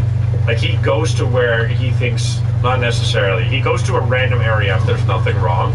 And if there's something wrong, he always goes to the area where something is wrong. Anyway, we can now check this. There was something... Maybe in here? Nothing. Sure. The water? I can't just get the cork out? Alright, anyway. Turn off the light. Then we have to do this. So grab the broom. We're preparing for cleaning. Nippy, nippy. It didn't work last time. It didn't even attract a magnet. Wait, what? Can we get something out of the water with a magnet? Here's a goat. Okay, wait, magnet. Oh, we still need to clean up the glass, of course.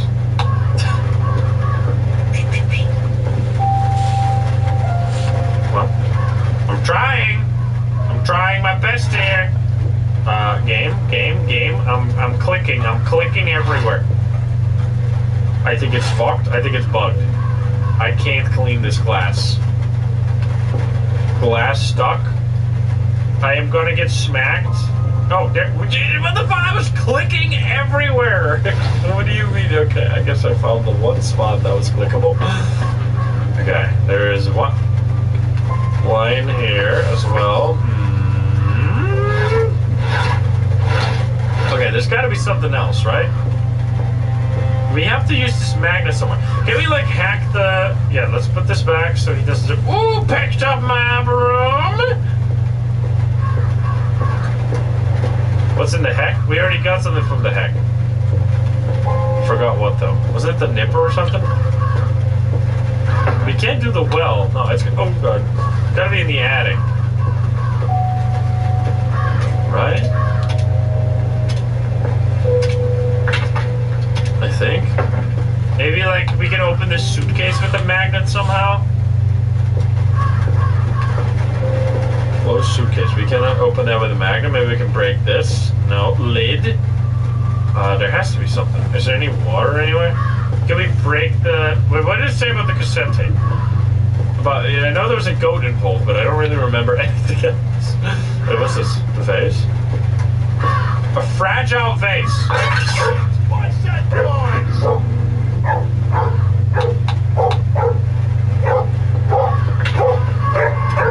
Oh shit, I didn't do anything wrong, right? I'm fine. Okay, now we can get the stuff that's in the barrel. Okay. I didn't clean the vase. I should have gotten the broom and then gone back up and I cleaned the vase and I got back down, put the broom down, and I got in here. Oh no. Who broke my fragile vase? It was my mom's ashes. It's fucked up, dude. No wonder he's so mad. You put that in an attic? What a piece of shit, dude. Something's wrong here. Never mind. Alright, so now we need to see what's in there. And then I don't know where we used the magnet, but that's probably going to make sense. Yeah, and the corkscrew. Exactly. Right? He's gone.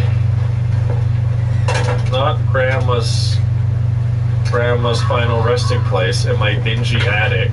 Feels bad, man. Let's see. Is that piss?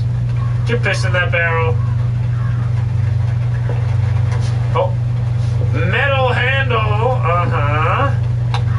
That's gonna allow us to finally do the damn thing, right? Yes! This doesn't make noise. Okay. Well. A loop? Oh, magnet on the loop? How the fuck does that work? That is some magic, some dark magic trick. How did you put it on there? Explain this to me.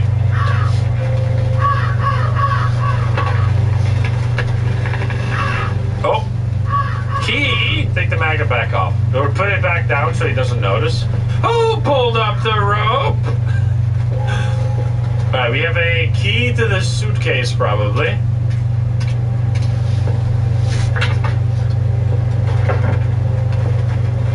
Wait, oh, we gotta take the handle off. Oh no. Who put on the handle? Open the suitcase, right? Yes, we get a rope, and then there was a rope hook here, which I don't know what that even means necessarily. Can that... What's that do? Oh. Oh, I can't just leave. Yeah, I can't just leave because he opens the door if he comes in there. Wait. This is definitely gonna...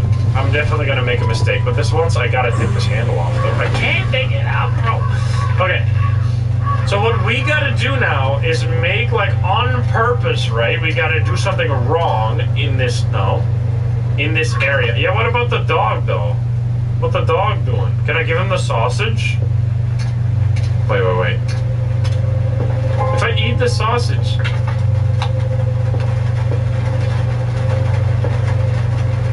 I don't want to eat sausage.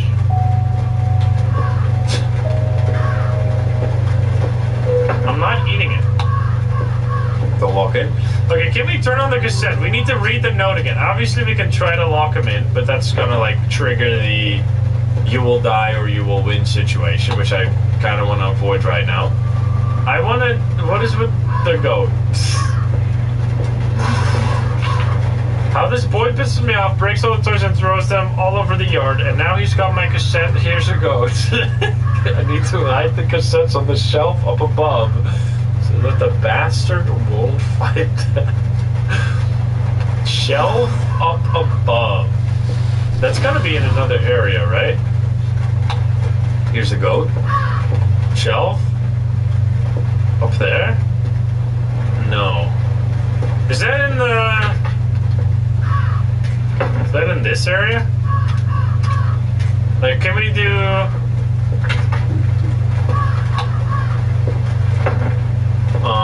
like up there maybe. Can we grab the chair and then look up on the shelf? Let's see if that... I don't know if that's gonna let me, but it's at least worth a shot. I don't know if I can just, like, if I open the door, like... Because if I trigger him to come in here, I can lock him in, and then I could theoretically walk out, but if the dog grabs me and doesn't let me pass, then I'm screwed. There's nothing I can do. And then I just die. So, that's why I'm trying to find some other things first. My leg! My fucking leg, I was too focused on avoiding the one trap that I walked into the other fucking trap. Put the chair back. Okay, avoid. There's fucking traps everywhere. It feels like there's way more than last time. Oh, did I leave the light on? No, okay, I'll just take a hit. I'll just take a hit to the face. That's fine. It's fine. Because we only get smacked, and this is our first smack, right? Because if I leave to turn it off, I'm dying. I should have just made noise there. Who turned on this lights? Wow. Wait a second. Use the pitchfork.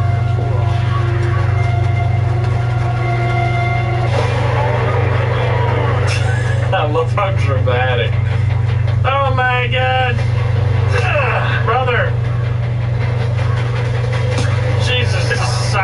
no. Sounds like he's full of slapping like it's just a steak. Like, what the fuck? That's fucked up. Alright, anyway. See, I don't die. Okay, I don't know. Locked up. I don't know if this is even gonna work at all. But I am gonna give it a shot. Pick up. Let's not fuck this up this time. Who picked up my chair? Because set's gotta mean something. Like, the no just gotta put the chair down. No, it's not on this shelf. Oh, fuck me then. Maybe on this shelf? It's not on these shelves. Alright, I might have to... I mean, I could just go for it and then just die to the dog. And then we'll have to find another solution. I just don't know if there's no X on the floor, so you can't place it. Of course. The question mark was a puzzle that we already solved. Could I put the shit back, please? There's gotta be something in the attic, right? Is there any other interactable that I'm missing? Yeah, the hairpin is just to escape after you get locked up again. Did I not? Oh, I didn't click the chair. Oh. Is it a thing though? Because I 99% chance that I can't do it anyway. How can I unlock this? I don't know what the cassettes would even do. Like having access to that? Oh, I can stand up here. I can stand up in this single spot here. Alright, we'll try it again. Here you go. Can we just bike? Can we go ding ding? Can we do something with the moose? Wait, is this what he means with the goats? Deer from the future? What the fuck? What does that even mean? It's a deer from the future? What?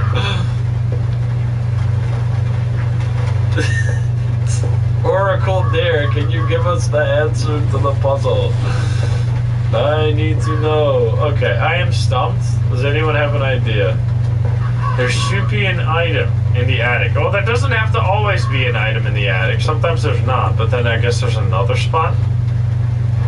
Oh my god, it's actually there. What the fuck is this? How is anyone supposed to find that?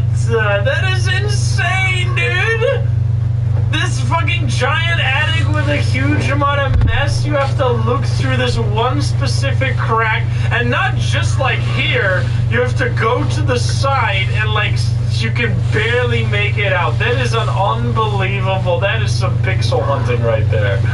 Holy shit, that is the most unbelievably dumb hiding spot ever. Alright, well now we know for the future. Okay. Turn on the generator. Now what does that actually do for me?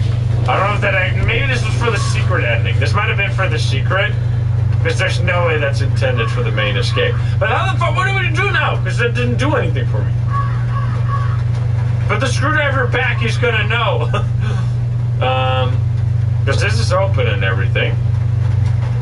Because we can't turn on the alarm, right? I can't turn this on. I guess we go. Do we just try? Do we just try to escape? Like, is he gonna? The dog's gonna eat me, right? I don't. I guess I'll take away the chair. What do I do here? Do plants like orange or blue light more? I think I leave the light on upstairs, so he's gonna go to that area, right?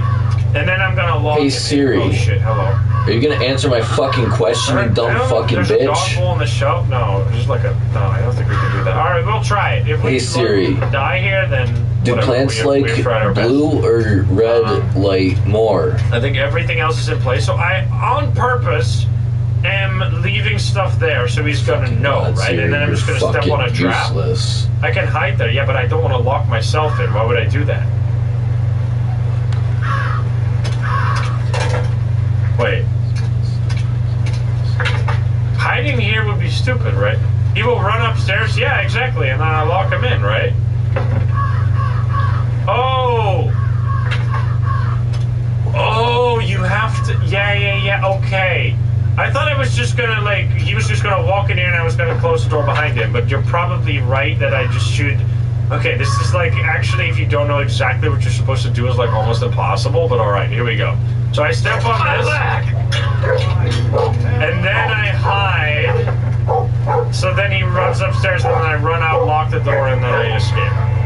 I think that this has to be the answer. Turn on the lights to turn off the lights so he doesn't see me. But I can't do that. There's no, you can't turn off the light. Should work, right? It said before that this was a good hiding spot. I will lock him up when he goes up to the attic. Thank you for the back seat.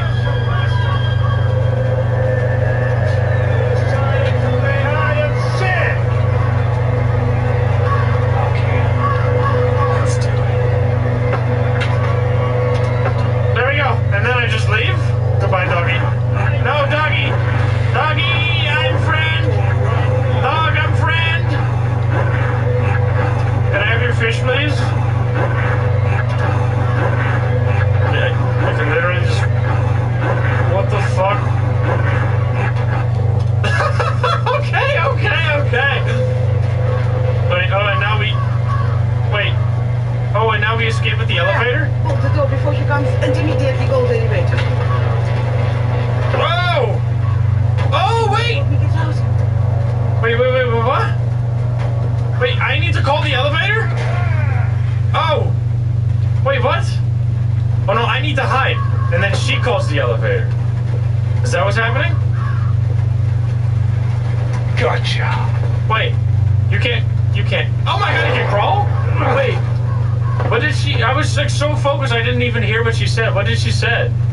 Oh, she says, put a thing on the door. Bro, it was so much chaos. Fuck, dude. Okay, I couldn't hear what she said. Alright, well, that's fucked up. Okay, we can speed run back there and do the right thing this time. Alright, we'll try. Okay, so I think we can do it now. If I remember correctly, we've done everything. We've turned on the generator, right? Let's quickly check. So we can give it another shot. See if we can do it this time. Generator is on. Okay. If I eat the sausage, though, is he... I don't think the dog will care if I eat the sausage or not. You don't do it? Okay, I'm not eating the fucking sausage today. I wasn't planning on it. Everyone keeps obsessing with the sausage. Alright, let's go. My leg! Okay. So now we hide. Sorry, nice to hide. But he doesn't say anything about locking him up. Did I miss something? Or maybe he doesn't say it again. Or he said it when he comes in to look for you, right? I think. We got it, so we bolt up the door with a plank that's somewhere, and then we need to lockpick it. We need to lockpick her cage so that she can escape with me. And then we somehow need to... I forgot the sausage, of course.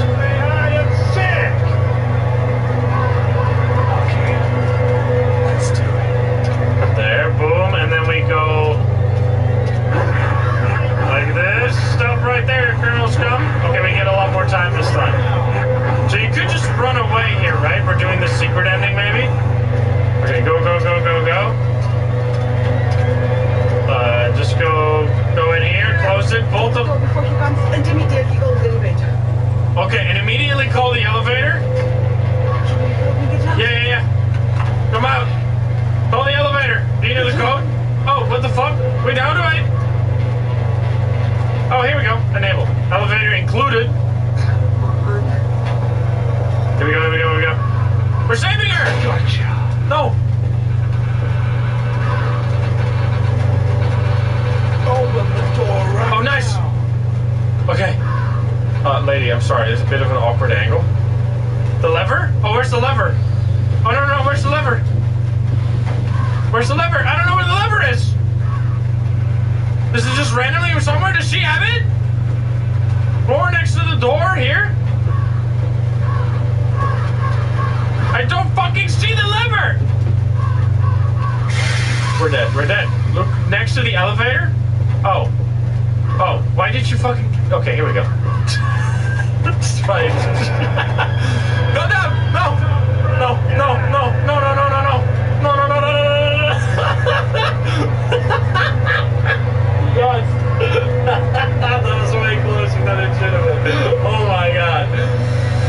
It's so fucking slow, and she's so relaxed, she doesn't give a shit.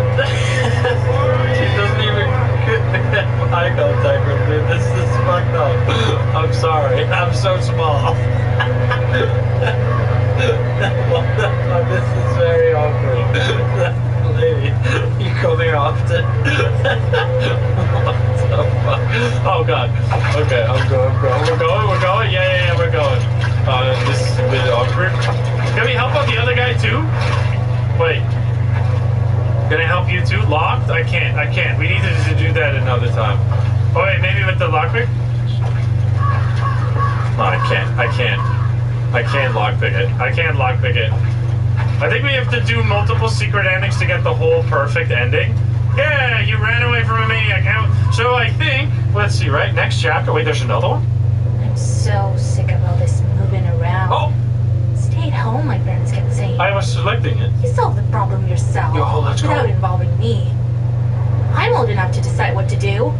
I thought that was the last Early one. in the morning, I packed my things and got on the bus to visit my friend. Meanwhile, some freak kept staring at me and smiling. Finally, there was my stop. So I got off the bus and went to my friend. That was the day I realized I'd better listen to my parents. My leg. It was all a joke they were just so worried about. As I was walking, I heard someone coming behind me. It was that guy on the bus. I made my move, but when I turned around again, the man disappeared. When I calmed down, I took a step back. When this man came around the corner of the old house and grabbed me. Before I could scream, he put a cloth over my mouth, and I passed out abruptly.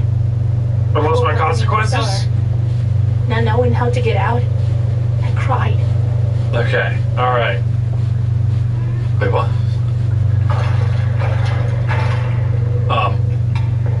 Oh! What? Shh, don't worry. I'm here to help you.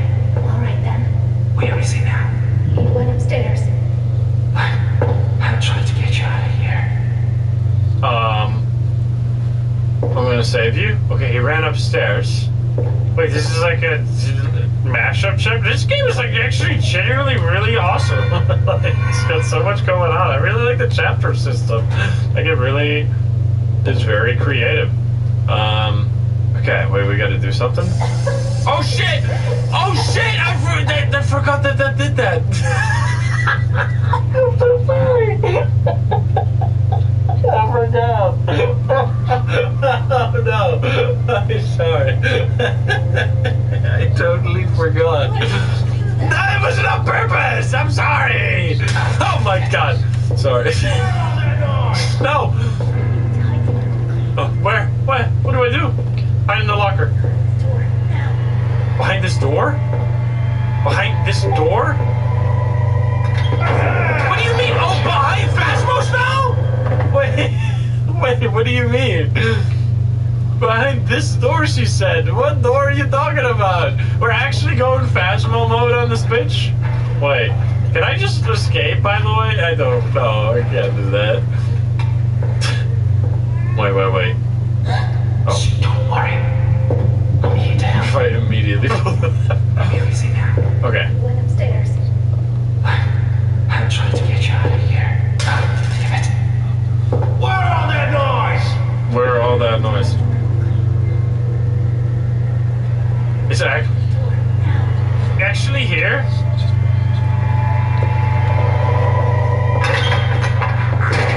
What was that noise? Sorry. I accidentally leaned on a hot pipe and got burned. That's actually Phasmo style, dude. Well, wait a second. Something's wrong here. Goddamn imagination. Yes! Okay, nice. That's cool, okay. We're free, we gotta save the lady. Oh, we need to find items. There's a fish. I know there was a fish in the doghouse as well, I did not see that. Note here? I can't read the note. The heater? We can do something with that, maybe? Ooh, secret open. Yeah, I gotta have something for that. Frank? Eat a cooked breakfast? I can't. I'm gonna get killed, man. Who ate my cooked breakfast? I can't open that.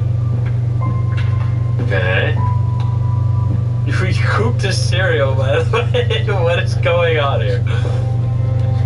Oh. But this is... broken lever. Spider web. Oh, we need to clean the spider webs. There's a box with things. Okay, we're just looking at all the different things. Well, I can flick this. Wait, it needs to be 20. It needs to be this, right?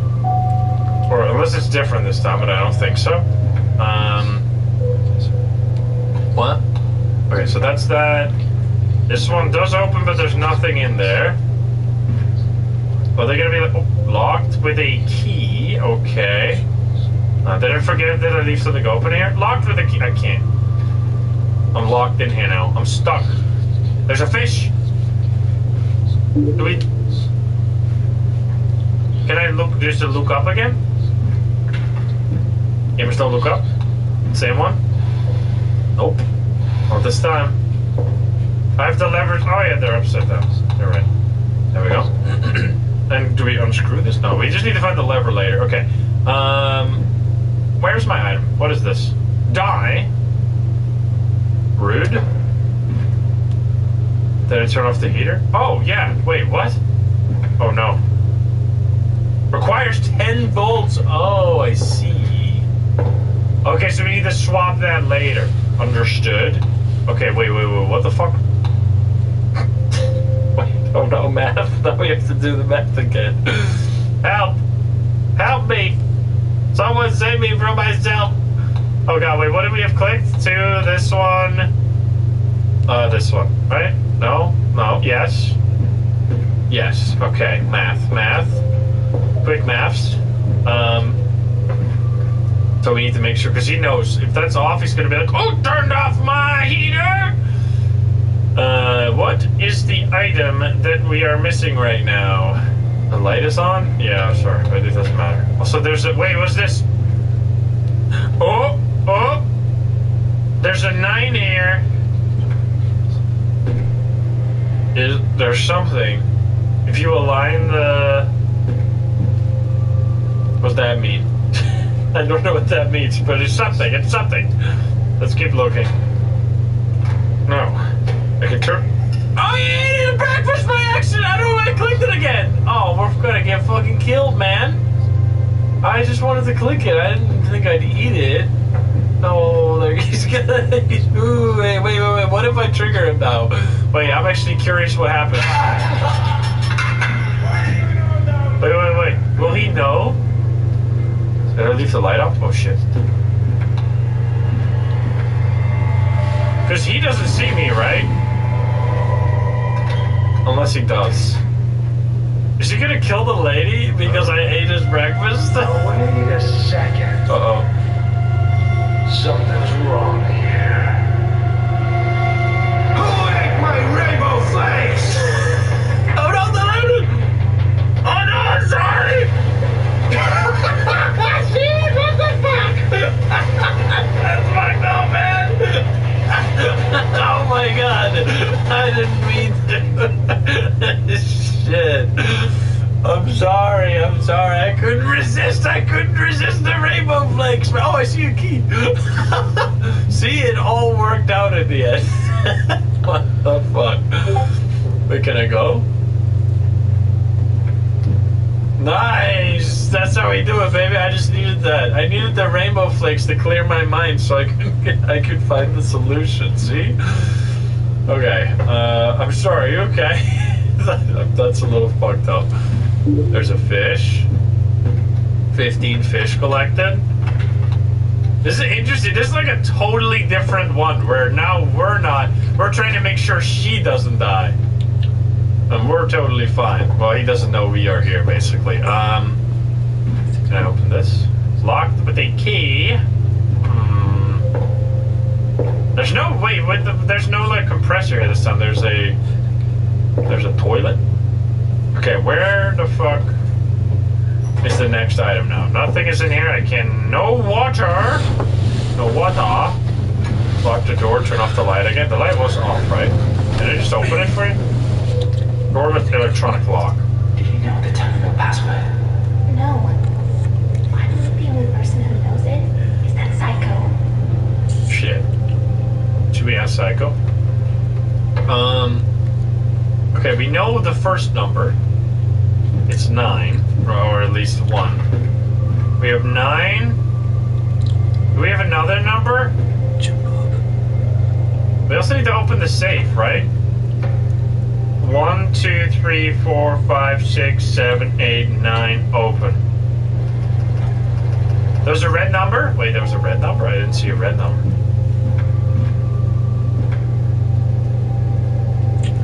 Turning this off for now so I don't get her killed again. I can't access this. I can turn on the light in there, but that doesn't really do anything. Was there something in here? Is there another, like, if I look from a certain angle, I see a number here situation? Oh! Dirty water! Must be a wraith or a spirit. I see a valve, though. Can I please take that? Come on, don't be a little bitch. Just put your hands in there. It's fine. Are you serious, dude? Like, who opened the toilet? I'm not gonna kill her because I opened the fucking toilet. Okay, there's a brick. There's nothing here. What am I missing? I'm missing something. Flush it? Yeah, but I can't. Unless there's a button on it. It seems like it's disconnected, though. It seems like... Yeah, you have to attach this again and then you can flush it. I can't. Oh, on the cell. Oh, wait, what the fuck is this? Ah. Okay, 4. That is so meta, though. Like, that's such meta gaming. Okay, so we have 9 and we have 4. I guess we could try the other... No, we can't even try the combinations. Even normal? I love that he attacked her for the rainbow plates. So fucked up. Oh! Wait, you can pick that up? I have a rag now. Wait, what? Okay, what do I do with a rag? I didn't know I could pick that shit up. Okay, rag. Rag acquired. Can I clean the mirror, maybe? And then we have another number for the code? No. Clean. Oh, I cleaned the sink. Wait. I did something. The rag is gone. What did I do? Wait. Oh, I put it in there. Oh, I put it in the sink and now I need water. Aha. Oh my god, you have a plunger, bitch! Give that shit to me! I'm sorry. That's rude. I already got you killed almost. Okay, well, that helps. Thank you. Alright, you should have told me that yesterday. Okay, now we have a valve so we can turn on the water. Wait, where do we put in the valve? There's also a valve here. Why can't it just rotate out? Okay, wait, this is good. Thank you for helping. I mean, what? Valve. We put in valve. I can't go back there. Also, close the things. We need to make sure that we don't get her actually killed, even though she was annoying. Valve. Here. Yes. Okay. Oh, shit! She's out of no time! I think I fixed it. Otherwise, she's gonna be in trouble. I turned off the light. Did I do everything? I hope so. Oh, okay, it's fine. Wait, so we're actually like going back in time? Are we the future, dear? Is that what's going on? Uh-oh. What? I had to remove that shit? This shit, come on, man! Who unclogged my toilet? She's gonna get killed, man. Oh, wait, we're actually fine? Or is she still gonna kill her? Is he gonna slowly walk up to her and just fucking... What the fuck? Do you really think I'm blind? Oh no, she's dead. This is so fucked up, man. Are you dead? I'm sorry. I didn't know I had to remove the valve. Okay, she's fine. I promise I'll do better. Oh, shit. Okay. So he fixed that. Does he give me the... So the valve is there now. Okay, wait, what? He doesn't... Okay. So I need to, while he is fixing that, come over here to use the water? What? Because he... Okay, fuck. This seems strange. So I need to make sure that nothing weird is happening. I guess we do it again? Oh. Okay, remove the valve. Do I put it back? I can't put it back. I can't put it back. Did I leave everything? Oh, close the door. I don't know if I put everything back as it was. He opened the box, yeah, but he closed it again. I tried to let the lights on. Oh, fuck. No, she's gonna get killed, dude. He's gonna like slowly do this and then still kill her. That's so fucked up, dude.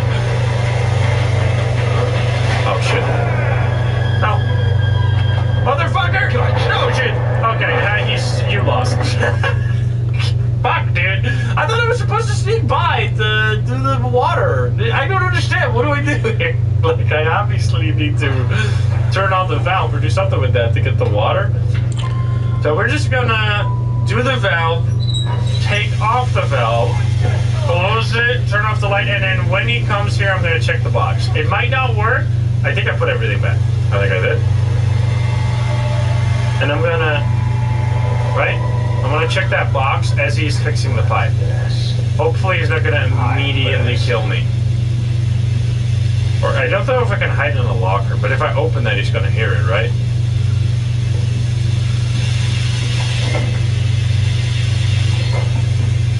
I got a key! Okay, huge.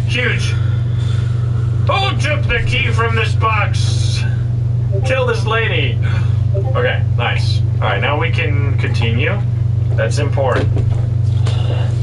So we don't do the water yet. We don't clean the rag yet. It's gonna open... Nope, it doesn't open that. That was locked to maybe his thing here. Yes. Okay, we have another valve here. Can't turn that, though. We have a locker with... Oh, here we go. Color. Okay, so it's 4 blank. Is there a blue number here? Blue number. I see blue. It's 3... So wait. It's 439 then. 439. Or it's different? Wait. Or is it not? It's 5. Oh, it's 5. It's 459. Yeah. We get the elevator thing already. Okay. I have an empty kettle. I need water now. I have the stove. I can't. Oh, secret fish. Wait, what's this? I gotta open this. I gotta like. There's something in this pillow here that we need to take out later. Can't rotate this. How many fish do we have? We're quite close, and I know that the dog is a fish as well. They almost got all the fish throughout the game. Hi, can we talk, by the way? No, you can just stare at me. We got 16 out of 20. We're gaming. Okay. So we have what do we got right here? Empty kettle needs to be filled with water, but we don't have water. That's the whole point. That's the problem. There is this bubbly goo here, but I can't do shit with that, apparently. There's a die there. That's for the number. Let's see, can I just do the water now? Oh, no water. I need this rag to be clean. Oh, God. Log in. Put it in the fridge. Put everything in the fridge. Can I grab ice with this? There's something in the ice. Oh, wait. That's the name of a game that I played in the past. Okay. Can we just pick up this bucket then and put it on the stove? Like, why don't you just pick it up? I don't understand. It is sometimes so arbitrary. I mean, it makes sense. There's got to be change hours. Oh shit! Where all that noise? Oh fuck!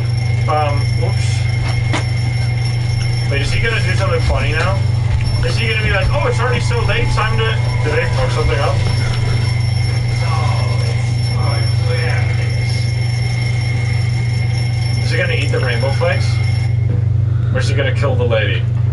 Oh shit. Don't do that, please. Oh no! Did you really think I wanted this? I've done nothing.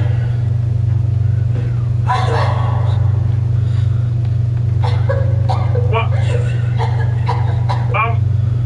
Oh, she's getting knocked out. Wait, what the fuck do I do? Do I just leave? I can't do anything. I killed her! Oh my god, whatever. I don't know if I should have just let that happen. I feel like that's like really bad. I should not let that happen. Maybe? I don't know. I mean, maybe we have to look up. Maybe there's something in like his room. Oh, what's this? Wait. There's something in there. Out of reach. There's a vase in the fucking vent. Gamers don't look up. There truly is a gamers don't look up situation. But we can't reach it. Can we get a chair, maybe? Wait, is there something we can reach that with? There's nothing to move, though. I don't think we can do that. The desk has a chair? Oh, can we move that? Oh, yeah. I can't pick it up. I can't move it. Well, I guess we try again. Oh, mirror shard. Wait, what? Oh.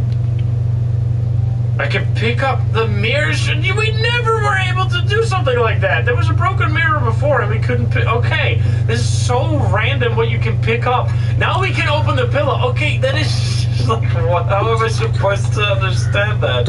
When we played a previous chapter where the mirror was entirely broken and I clicked on it and nothing happened. Alright, anyway. Okay. There's a key there. Alright. Jesus fucking Christ. Okay, now we have a key to... It doesn't say what key. Wait, what's there? We're still a locked place then. We put the blanket back on top. Did I not do that? Oh, I did not do that. Okay, I need to unlock... Can I go back in now? Is this the key for the... For this? So that I can get the water from the... and then I can get the water from here.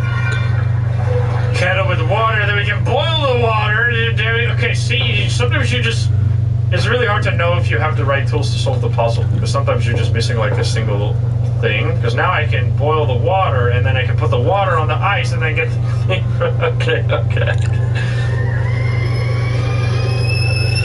Don't make so much noise! Fuck! Okay, is it still gonna be hot? Oh shit. Alright, just hide. Whatever, she's gonna get slapped. Worst case. At least we got it. Oh no. Oh, wait a second. She's gonna get killed. Someone was here.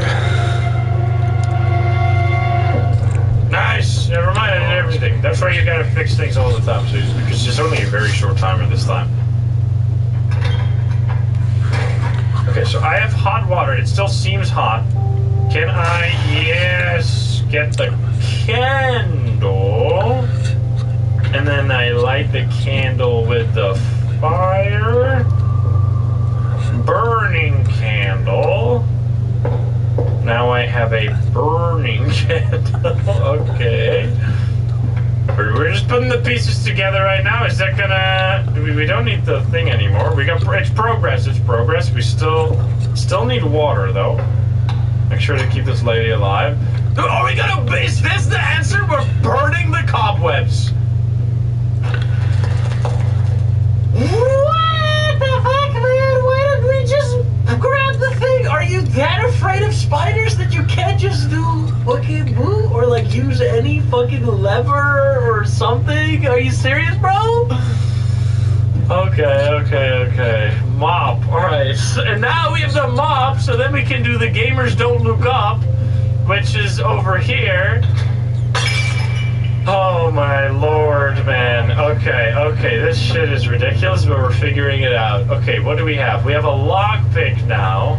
Spiders are scary? Yeah, truly. Spiders greater than serial killer, for sure. Goodness gracious. Okay. So now what do we lockpick the... Why do we need a lockpick? Oh, fuck. Someone was here. Oh, I didn't. I left the glass shards. The car was there for a reason. What reason? Tell me the reason. You motherfucker. Jesus. Oh my god, this poor lady, because this guy is crazy. It's fine, she doesn't die. She doesn't die, I don't think. Okay, so now we have a lock. Wait, there was something locked? Okay, wait.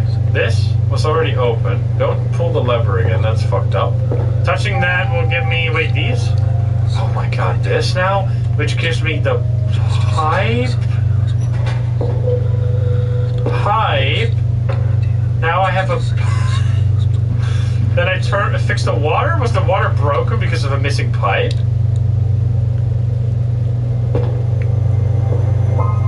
Oh, there, at the back. Wait, I can't reach. Wait, no, on the other side, maybe? Oh, the pipe that is bursting?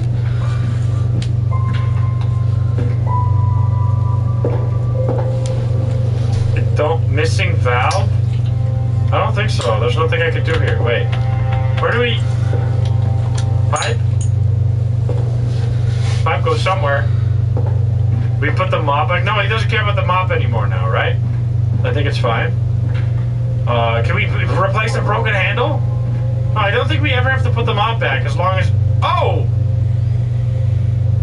Dude, this is like we're inventing, like, solutions to a problem that could have been solved in, like, a million other more sensible ways, but alright. Okay. So now we have the way to start the elevator. Goodness gracious. And we have this, so we can actually, like, send it back down. But we don't... There's water down there, right? So we can't... So we need to just do this now, but that's gonna attract a lot of noise. Because now we're gonna, like, get her killed. So it's 2, 5, and 6 that need... Or no. 1, 3, and 4 needs to be up for the heater, by the way. But we're gonna change it now to turn on this thing. I don't know. Can we clean the cloth or something? Can I just throw the hot water on the cloth, by the way? Like, why did we not just... Oh, I see. What do we need this for? Wait, I didn't get anything.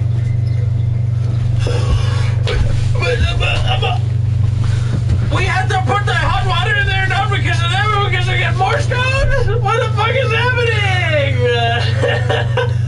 This is like such moon logic, bro. Dash. Okay, it's long, short, long, short, long, short. Long, short. Okay, wait, is that the code to the safe now? Long, short, short. Oh my god. Which gives us respirator filters that I can't pick up, actually. Why not? Wait, huh? I guess we need the gas mask first? Wait. Why can't I pick this up? I need a mask, I guess. Okay, we need a mask? This is fucking crazy. I am losing my mind. I'm losing my consequences. Okay, now we do this. Isn't this gonna, like, totally kill her? Wait. I guess it doesn't make noise? Oh, and this gives us the gas mask. Oh, we send it back down. Okay, that makes noise. Okay, it's fine. And then we put the gas mask, we give her the gas mask, and then we put, okay, and then we turn on the alarm, so he goes in there, wait, the heater is off, it's fine, she's gonna she's only on her first life, right? So she will be, I think she can survive 3 hits, hopefully. I sure hope so. I love that he's gonna first check this area, and then... Oh, he's fixing it, I see. Motherfucker. I'm sorry, lady. You little scum! You're a little scab? What the fuck? Are you alive? Uh-oh. Lady. Please tell me you're okay. Okay. So now we grab the filter on the respirator. We give her the thing. He is a respirator. Get ready, but I don't want to lock the cycle in your room. Nice plan, though. Okay. And now we do the clock. So he comes in the room, change hours. Nice plan, though. What the fuck? Okay, and now how do we close the door? Eat his food first. What the fuck? Yeah, obviously the gas will knock him out.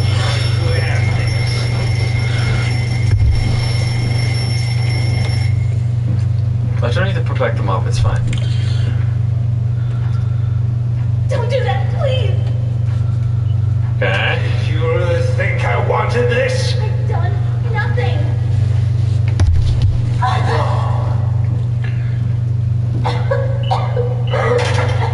Get wrecked! You bastard! Get wrecked! Get fucked! Idiot! Yes! He's wearing a literal gas mask, but he didn't put on any filters. I see. Okay, wait, now how do we open it, though? Oh, I can just do this. Open. Okay, can I do it? Oh, no! No! I thought he was knocked out, bro! I was gonna grab his key! What the fuck? I was literally gonna grab something from him. Why did he immediately get up? That's so fucking stupid. I was gonna, like, loot him or kill him or do something. Like, obviously I could have closed the door. I didn't know he would instantly get up after being knocked the fuck out. Okay, well, fuck. Alright, speedrun. Close! Eat shit! Oh, you bastard! Go! Yes, put it on. Nice. Okay, we close it immediately. She runs out, close it immediately. Yeah, go. Open. Close. There we go. Wait, what the fuck, you idiot? Okay, there we go. We good? Get gassed again. I can't do it again? Wait, so I do need his key card. Wait, so I did have the right idea. What? So you just have to do this, like, frame perfect, basically? Wait, what? Wait, what? So you need to do exactly what I did the first time. You just need to do it, like, super hyper fast? Wait, what? Here we go. We got it. So we gotta do this insanely fast, lady. You and I, we gotta be fucking locked the fuck in, okay? Take this mask, do your thing. We gotta be absolute speedrunners. I'm eating the fucking rainbow flakes. Eat shit, dude. You don't deserve these rainbow flakes. Alright, so once we flick the lever, I'm immediately gonna run the hell. She's gonna be mad now. I don't know if this fucks it up, but I'm not sure. I just want to eat the fucking rainbow flakes. I'm gonna run to the cell immediately, grab his key card, and then we can escape. So, it's time to end this. It's fucked up that my first instinct was correct, and then I ended up playing a whole extra playthrough to find that out the second time. Okay. Don't do that. Need to wait. Did you really think I wanted this? I've done nothing. Okay. Door closed. Boom. Gas. Pull the gas. Pull the gas immediately. Run this way. Okay, he's coughing right now. I could already open it. Okay, grab his key card. Okay, open. Run. Grab his key card. Close it. Oh, fucking leave me. Leave the menu. Go.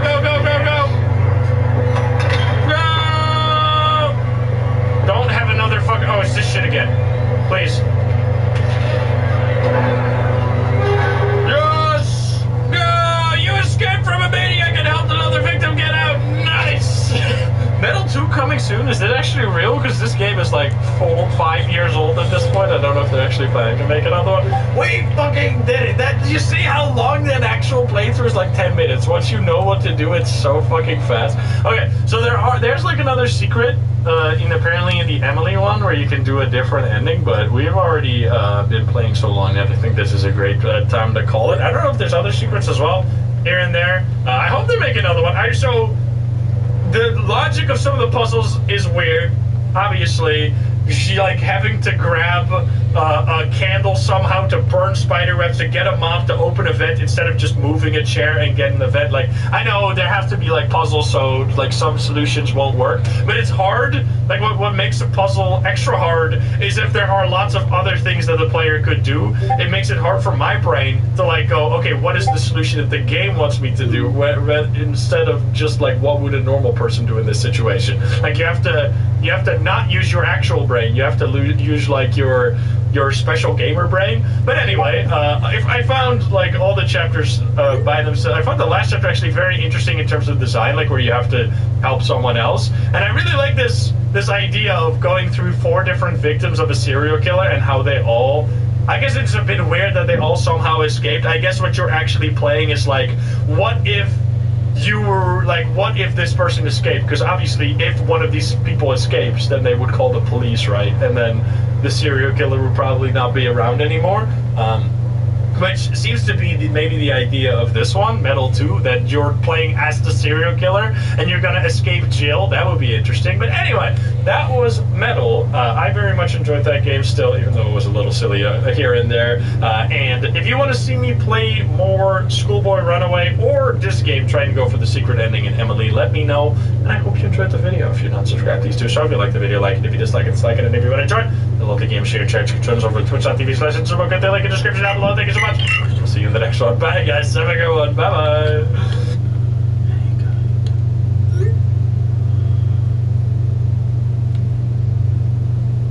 Hi YouTube, how are you doing? And welcome to Still Wasted Deep. This game is incredible. It literally has everything going for it. It has absolutely stunning graphics. The voice acting is the best I've ever heard, and the story was so immersive, it literally had me on the edge of my seat the whole way through. And in this video, we're gonna play the entire game from start to finish, looking for all the little details. I really hope you enjoy. If you're not subscribed, please do so. If you like the video, like it. If you dislike it, dislike it. But let's not waste any more time.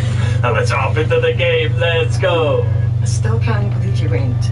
Here we go. What are you thinking? Going to that place? Wish you hadn't got yourself into this mess, but you did. I did trust. You can't run forever. I love the voice acting. I mean, you were just trying to do right by me, so I need you to do what's right by us. Now, please, Kaz. I am so tired of fighting. I just want it to be over. I want you home. The girls want you home. But immediate heartstrings, excuse me? If you deal with this, then we are done for good. Feels Batman. I love you. I will wait forever.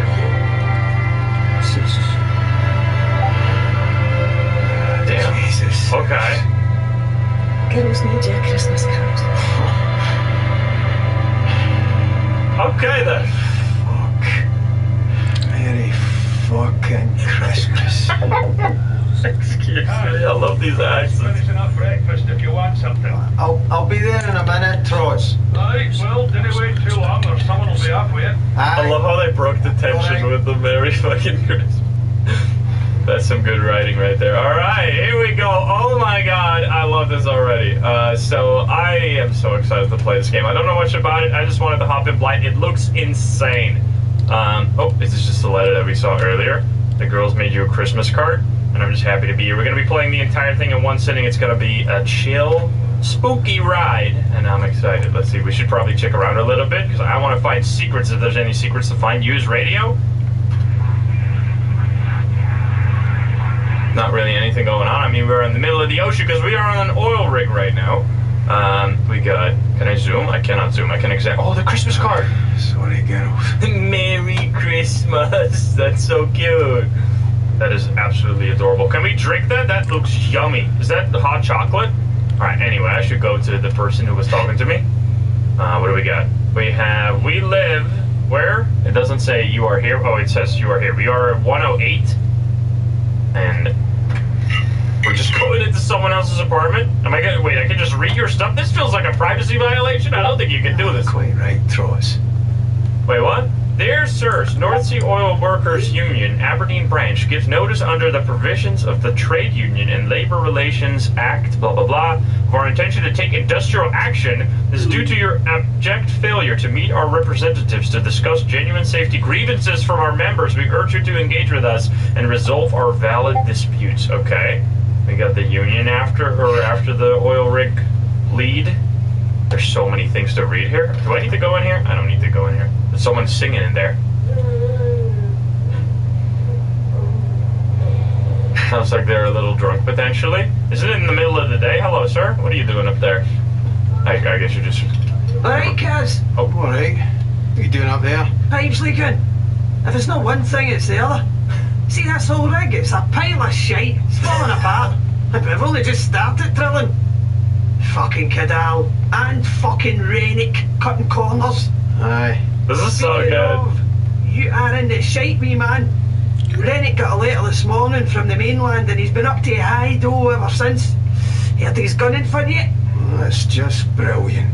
Christ, I need a smoke. Can I find my lighter anywhere? Take mine.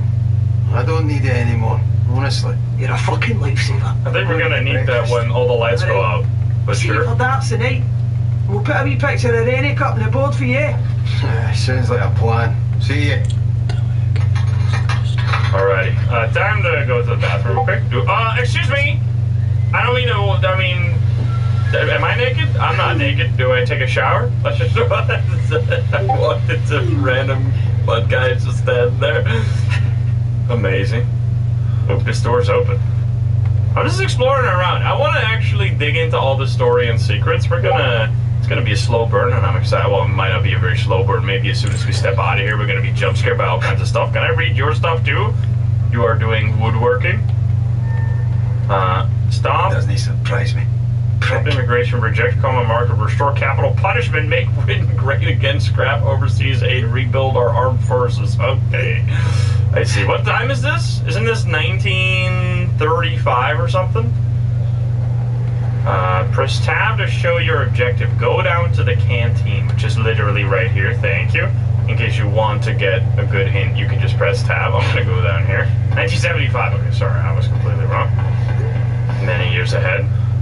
Press tab again to receive a hint. I know. Don't worry. Oh, nice. It's Christmas time, of course. We got all the decorations. Hello, everyone. Look, there's no escaping. There's going to be a dozen more rigs up here by the end of next year because they pricks in Westminster want their grubby wee hands on Scotland's oil. Christ, not this again. The bear is already down to the bare bones, and Cadal are just going to make more cuts to get other rigs on the go. If we don't take industrial action soon, this place... Come on! If we don't take industrial action soon, this place will be even more of a death trap than it already is. He's got a point though. Foreshadowing. The skeleton crew in the pontoons and it's Robbie as fuck down there. Workers of the world unite! What do you think, Kaz? I don't know. Just here to fix the lecky. What do you think will be keeping the lights on if this place falls apart? April, May. Well, February, March, April, May. This voice acting is insane. Like every single voice acting is delivering so well. It's so good. I love they're cursing in Irish. How you doing, boys? No bad, Kaz. Raf's here's a bit shaky though. Going to be the lad's first solo dive this morning. Alright. Or Scottish, sorry. You'll be alright, pal. I'm gonna get attacked. Man here looking out for you. Have you done it before? I said it before chat. I'll stick to the lecky, thanks. No great in tight spaces and it's blowing a gale out there. Really filling the lad with confidence there, Kaz. Sorry, wee man. Don't worry about it. Brody's got Look at the beads. Of course. Can't be anywhere in the United Kingdom area without eating a bunch of beans. Their favorite stuff. I actually hate beans, I'm sorry. I'm a bean hater. Enjoying your last day, McCleary. What's that supposed to mean? You've been a naughty boy from what I've heard. Geez, peace. You're not exactly an angel yourself, Adair. I'm making everyone angry. Well, you'd not be missed. You wouldn't know a day's graft if it slapped you in the face. I'd like to see you try and do my job. You wouldn't know a spark plug from a fucking hairdryer. This is so atmospheric, man. I feel like I'm a part of this whole crew already. I haven't even done anything. Let's go. Such a nice vibe. This is awesome. All right, what are we doing over here? Can I get some food? Right, Roy. Cars, Bill Mucker. I do.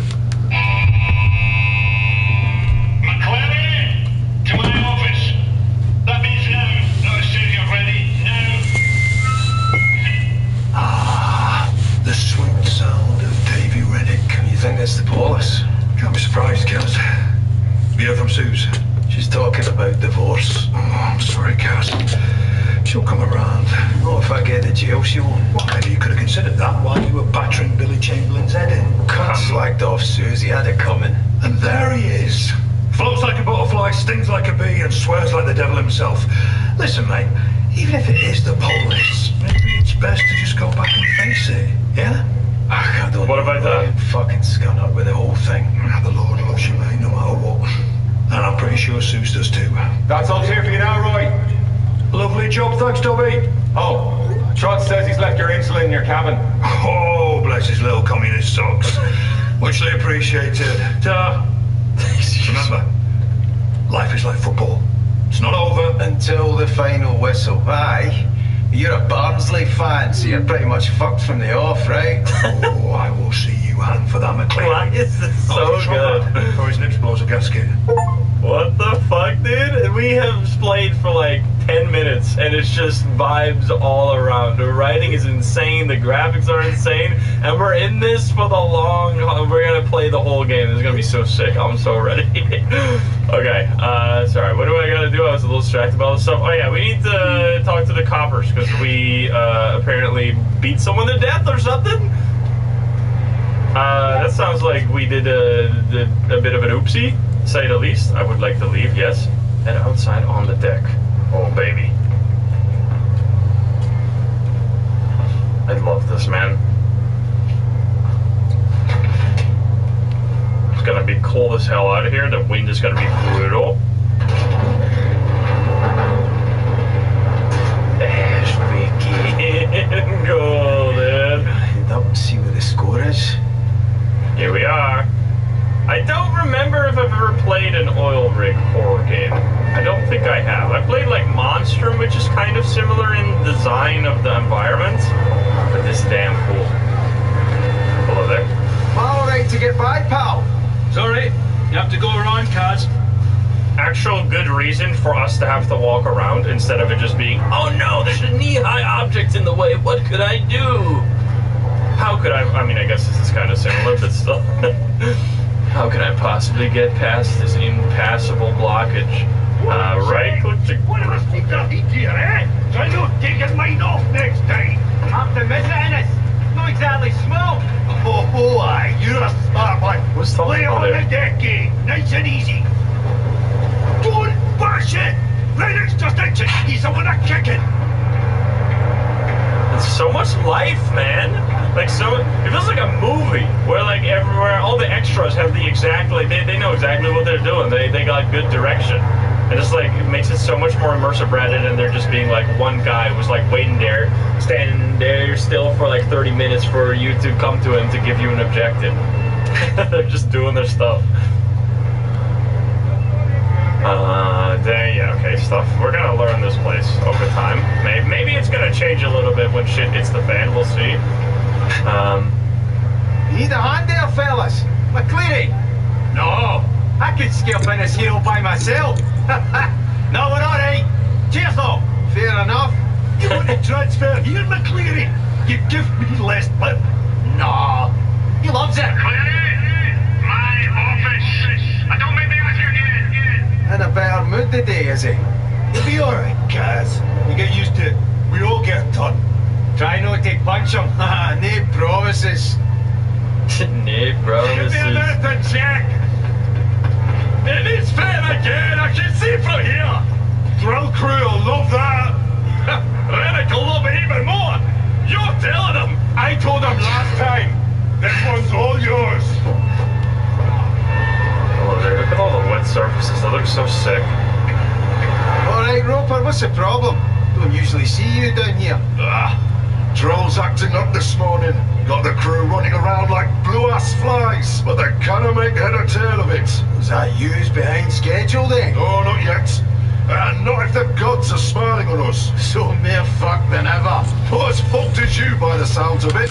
Look, you better get up there. That bossman sounds raging.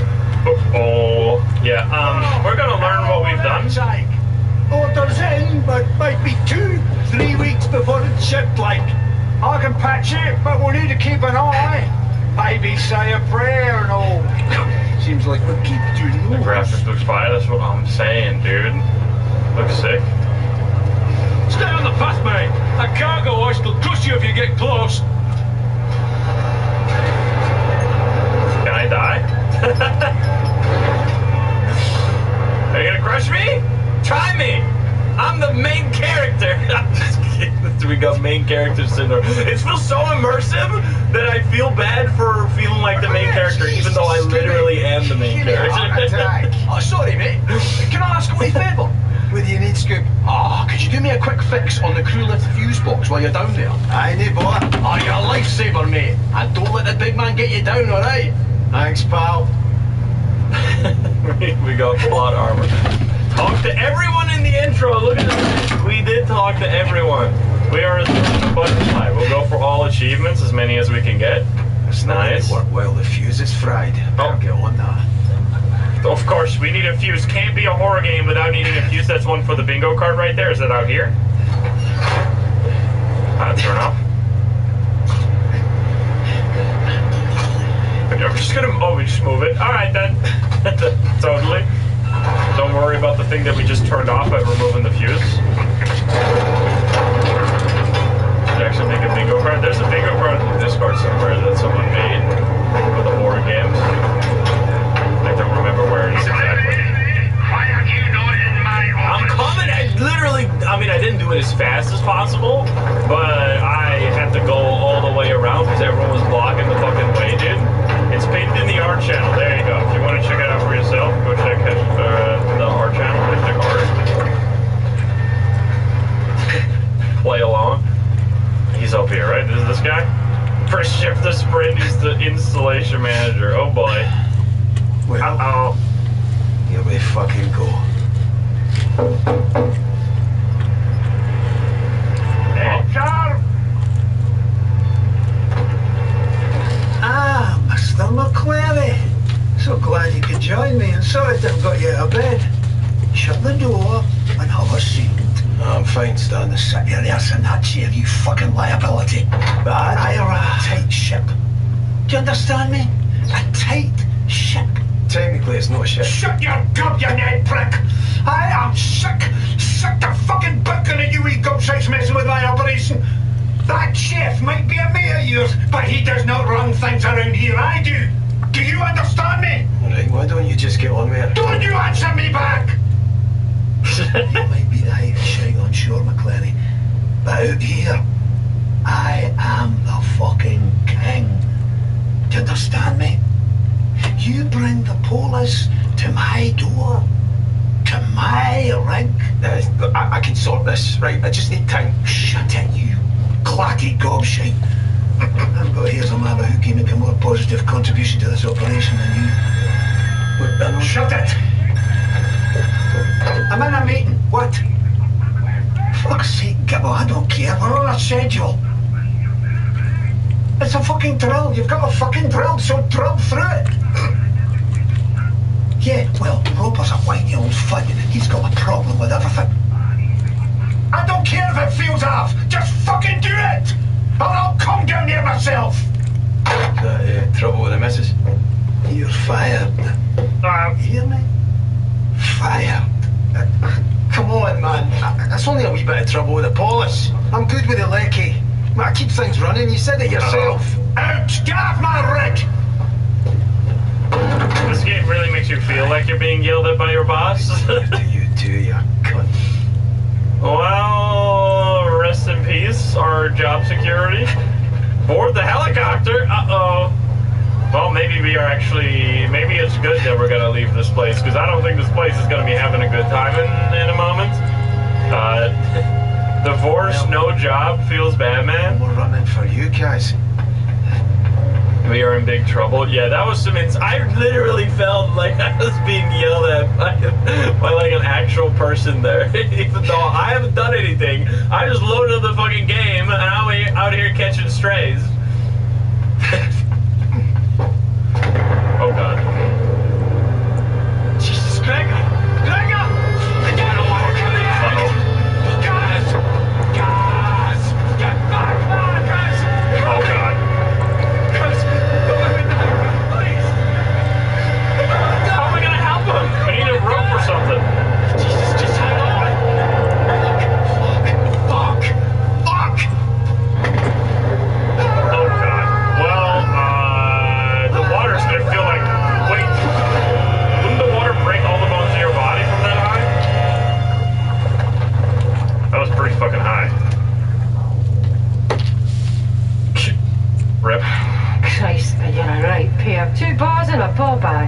listen, Pat. I promise I'll take care of him. I had a word with our Kieran, you remember him? He knows Billy Chamberlain from way back. Owes me a favour. Reckons you can sweeten Billy up a bit. Come on. Have I ever let you down? Right, you lost the cake at the wedding. Now then, that wasn't my fault. You left it on a bench at Argyle Street. Aye, you were that bloated you didn't even remember baking the cunt. Oh, my children, that was before the light of the Lord came to me. Here we fucking go. And you, Mr. McCleary, you can fuss and cuss all you like. But perhaps if you went to the Saracens a little less and the Tabernacle a little more, then perhaps you'd not be in this pickle, eh?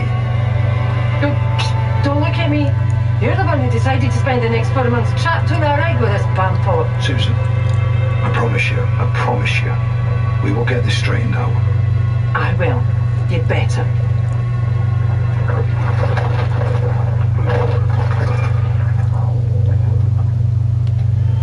Bam. Guys! Oh. Christ!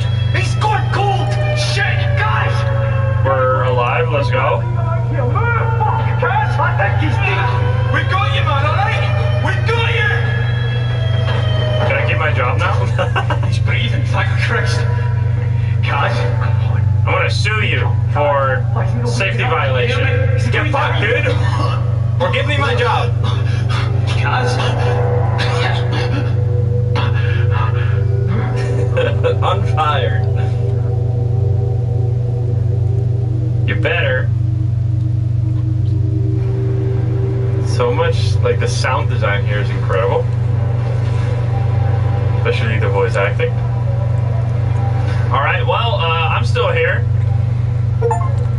Survive the event. That tells me there's gonna be some freaking consequences to all of that what just happened. Guys!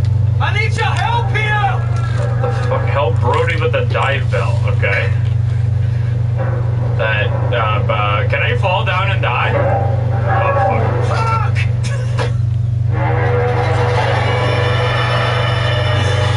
I had to know. Come on, man. I had to know if that was the thing. Of course I could. Yeah, I know, sorry. The intrusive thoughts one there.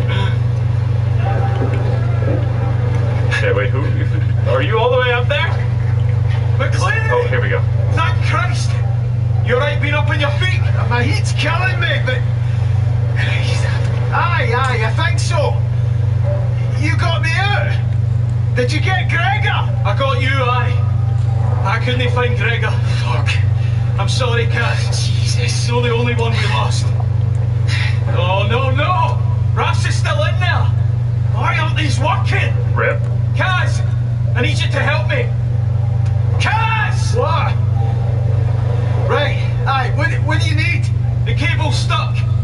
Go down and release the main brake, then come back up and raise the bell. If you can get it to my level, I think I can get him out. Aye. Okay, someone's in there? It's alright, we're getting you out. Oh yeah, I'm moving. Any secret? I know I should probably be moving fast, but I'm curious. I don't know if there's gonna be collectibles and stuff. Here we go, break. Yeah, the guy that also fell died. Come back and one shut the bell now. Oh, I need to press a button? Did that even work? What's going on, Brody? What happened? Don't know. The drill hit something. An air pocket or gas explosion, nobody knows. But whatever it was big. You were lucky, trust me. Douglas is trying to find out more. Like if the bear is even safe now. What's wrong with Raphs? I don't know, alright? Decompression shouldn't be this bad. Oh, I shouldn't have let him. Is he a monster? I said I'd look after him. I'm here, Raphs. It's Brody. I'm gonna get you out. Is there anything more I can do? No, I'll get him. We need to know what's going on up top. You'll need to go through engineering. The way up is blocked from here. Where's engineering for here? I've never been doing this end before. The only way you'll get there is to go under the rig. Should be a clearer path down there. Alright, I'll head down now. Alrighty then, I'll leave you to deal with whatever the fuck that is. sound like human anymore. I don't think we'll see that guy anymore. But the guy in there, maybe we'll see him again. Cutie pie, thank you for the 20 months. Oh boy. Can I get this one open? No chance. Christ. Oh fuck, dude. Entering underring? Is the frickin' Dark Souls like area pop up? Excuse me? I want to check over here. I know I should probably go the other way, but I want to check this way first. Yeah, I can't go that way. You know, I can't pick up this map, right? I can look at where I should go. Yeah, the graphics are freaking crazy. That's honestly what pulled me in at first. What the fuck? Huh? That is a fucking safety violation and a half right there. I don't think this will hold anymore. Oh boy. Hearing access. Excuse me. I mean, I guess it's because of the whole thing that just exploded. Oh, fuck. It's freaking cool. But now I'm completely into whatever's going on here. What the fuck? That's what I'm saying. What you did? Then you get close to that. Come back and say. It's like the second time that the guy said the exact same thing as Get over me. here before it falls apart. Face it and say. Jesus. What is this stuff? Okay then. I don't think that's normal. I'm also not a ring expert, but lock. We are the lockpicking lawyer, and today we are fucking breaking this shit. Excuse me. Are you fucking kidding me? How did they ever get me out of this water? You see this water right here? There is no way. That is. Oh god. Oh yeah, yeah. Thank you for not standing. This is the. Oh god, what? Thank you for not like walking on it like a dumbass, but actually just crawling as if you're trying to survive rather than like what every other game would do. Have that guy balance like a weirdo. Stressed out, yeah, it's just fucked up.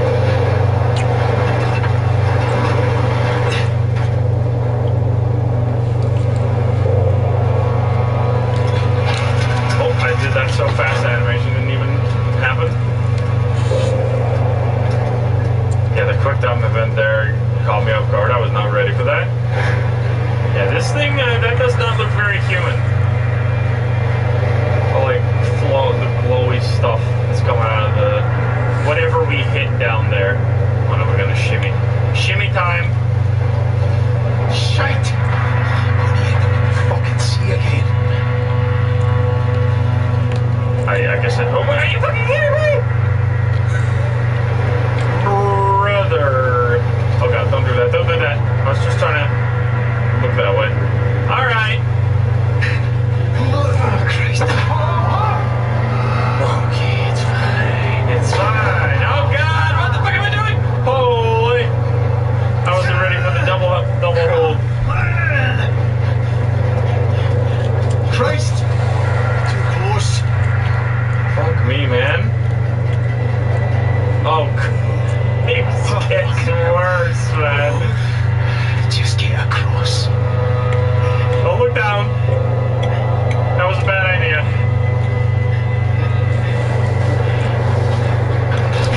Okay.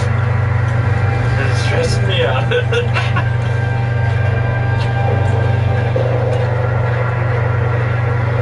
Engineering access. That's where you want to go. Alright. Give me leave area. Yeah, we've already done everything here. Okay, get me out of that place, because that sucked. That's some tense parkouring. Yeah, this was so much effort into this game. Holy. Legacy. You just don't get to see that much anymore. It's so good. Like, this is like a... not necessarily that a lot of indie horror games are necessarily bad, because I love playing indie horror games. But just games in general, you don't get to experience games that like genuinely feel like every second was thought about in depth. Stand by for further information. This is a temporary drill issue. Jesus Christ. Temporary minor issue. Oh god, we're doing this again?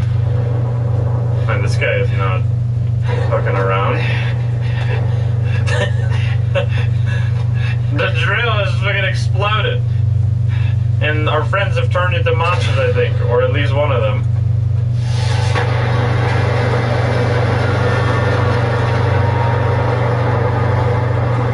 What the? Don't go down. I didn't want to do it. I wanted to go up here.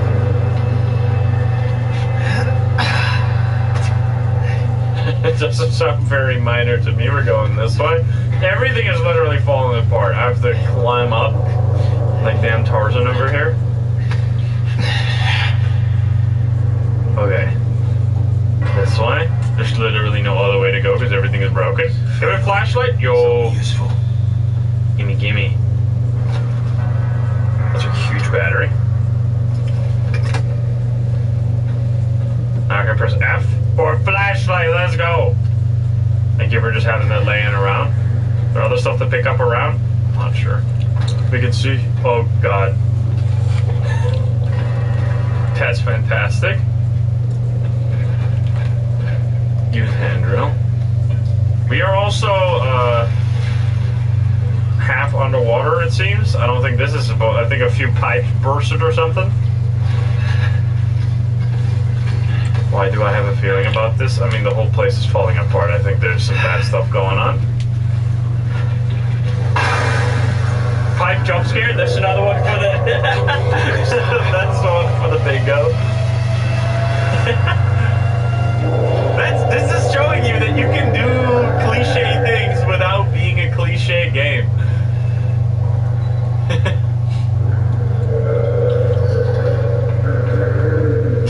Bingo? We've only gotten 2 things so far. You can't have bingo already. Locked. Oh. Well, I guess we're venting. That's pretty sus though.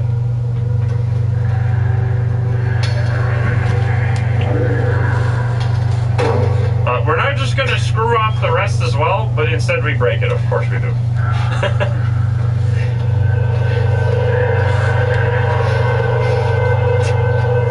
And for dwarves.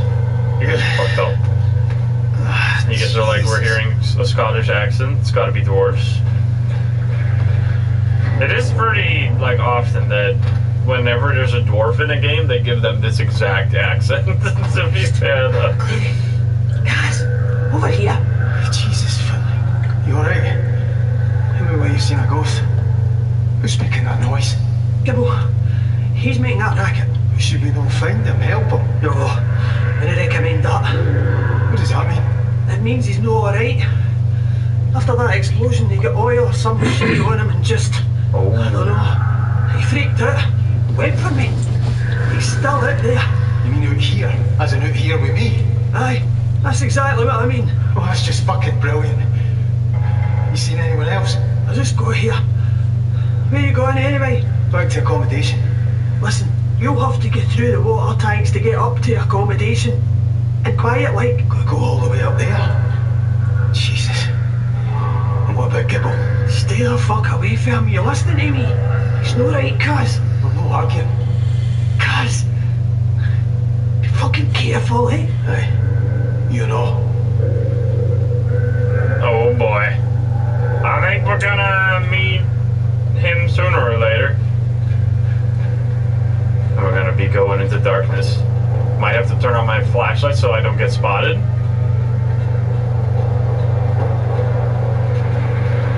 I mean, a lot of stuff is still intact, but I feel like with a machine like this complex, when I look this way, I get like I get weird vision on my screen. But I don't see anything. Like anything breaking will just cascade into, oh my god. What the fuck?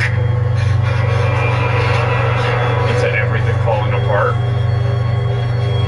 What the body exploded. You see that? I can't zoom in, but it's a minor drilling incident for sure. Can we not take that? I feel like any weapon here will be good. Oh god. You can scare me by falling. But we have like on the left of our screen, oh Jesus Christ, excuse me? Does that mean I go up? What is over here? You son of a bitch. I'm gonna go up. I'm gonna go up because I don't know what's over there. Is this a hiding spot? Oh, excuse me, there's a lot of blood. I have a helmet that I am going to... Wait, what now? Am I gonna just hit someone in the face with that?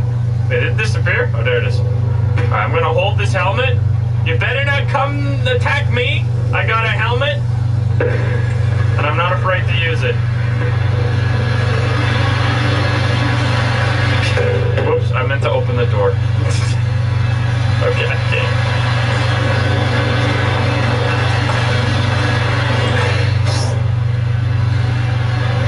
I'm keeping this with me.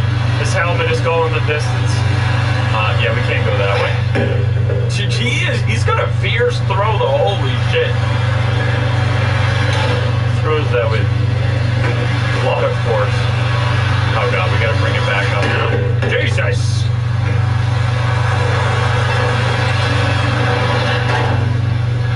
Okay, that one is still fucked up. Can we get the helmet up there? No! Oh my god.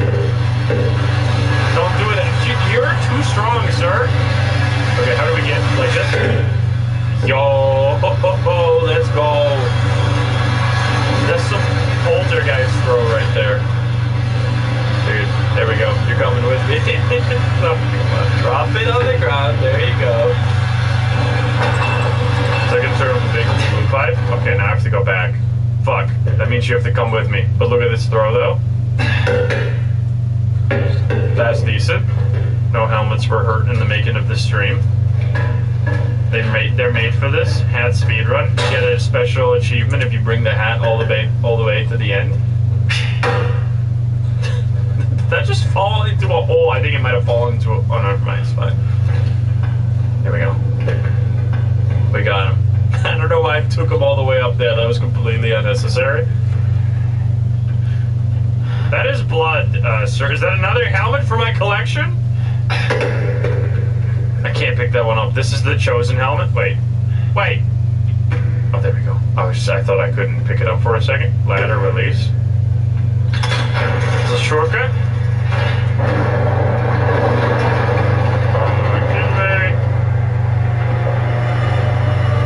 What is that sound?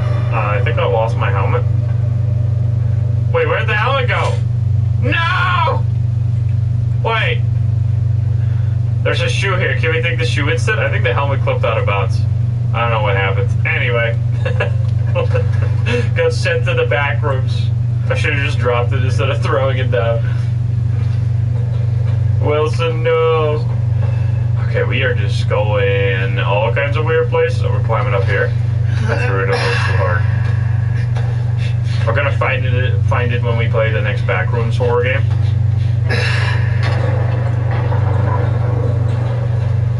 I'm gonna kick that down.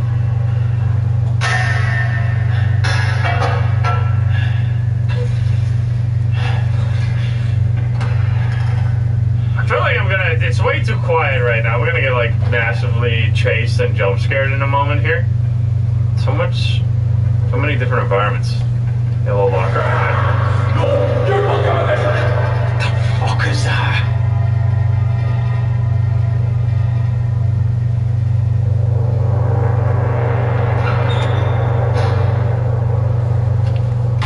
Well, I guess we're fine.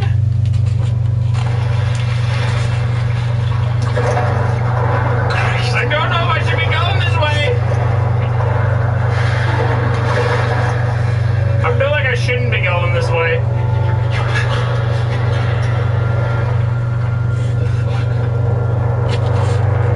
Oh my god. Did I open this door? I came from this way, right? Can I open this door? Let me guess. This door's gonna be locked? Son of a bitch, we have to go through. Well, we have a hiding spot right here if we need to. Jesus. Turn off the light. I think he's on the other side.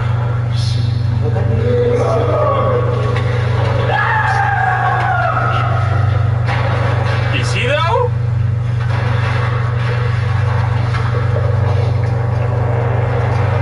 I'm keeping the light off. I need to be look behind you. Don't you do that.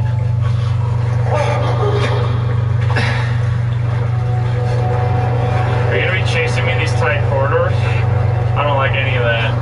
First shift to run. It's cute.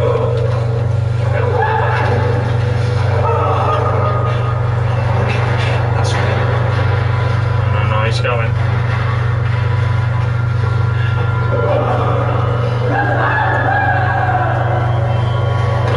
How did the other guy get the oil or whatever on him if he was in the diving bell? Because he'd probably also turn into a monster. Maybe it fell into the water. Going to be attacked by monster fishes.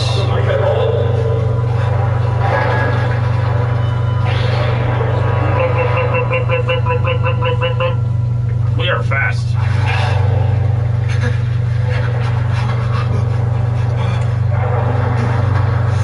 Get the fuck out of here. I'll sprint it. Go! Can he climb ladders? He probably can climb ladders. Alright, I don't know. I don't think I want to see that guy.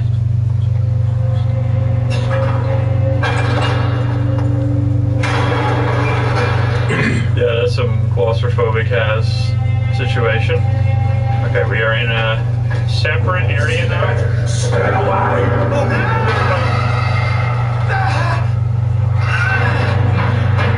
He was like a fleshy boy.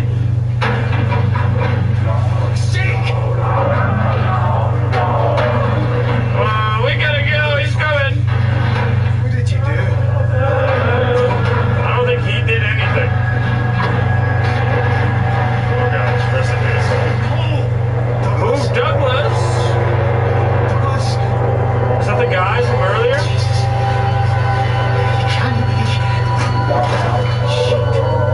I don't think that was the guy from earlier. I think it looked different. Rip though. Rest in peace. He's taking a nap. We just dropped him in the... We didn't even check if he was really dead. But we just dropped his head underwater, so now he is definitely dead. I should have definitely took his pulse real quick, but maybe he was clearly dead. I don't know. I'm not a doctor. Oh, Jesus Christ. Every time you fall, it jump scares me. Okay. We go up there. I'm going up here first. There's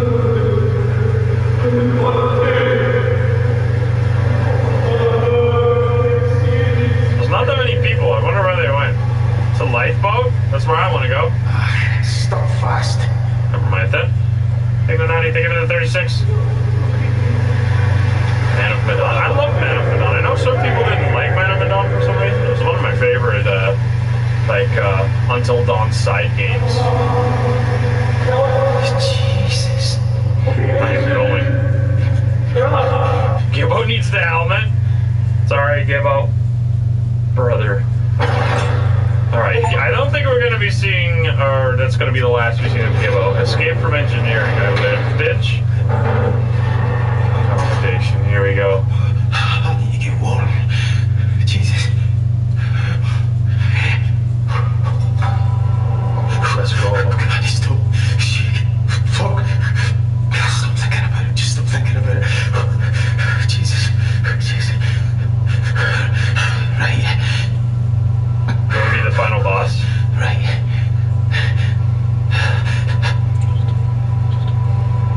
Just my hands? I feel like my entire body's gonna be wet as hell. Can I warm my ass? Nice. Wait, did he just say nice at the same time? That's very important. Hello? Oh, I'm hearing a phone If call. anybody here, fucking say something.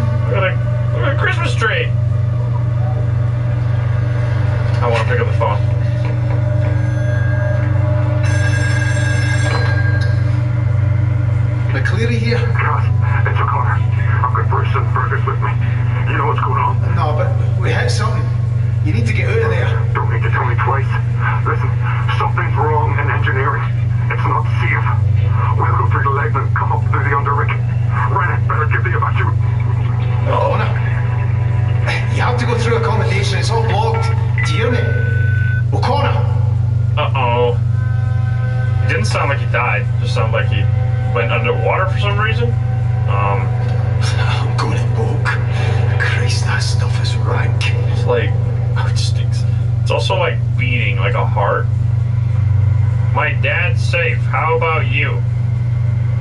Bright sparks? No. Sparks can kill. Oh, I want to check the laundry, but I can't. It's very blocked off. Yeah, all the voice actors are absolutely killing it here. I don't know how they found so many incredible voice actors, but they need to give tips to the other many horror games that I've played that have absolute ass AI voice acting.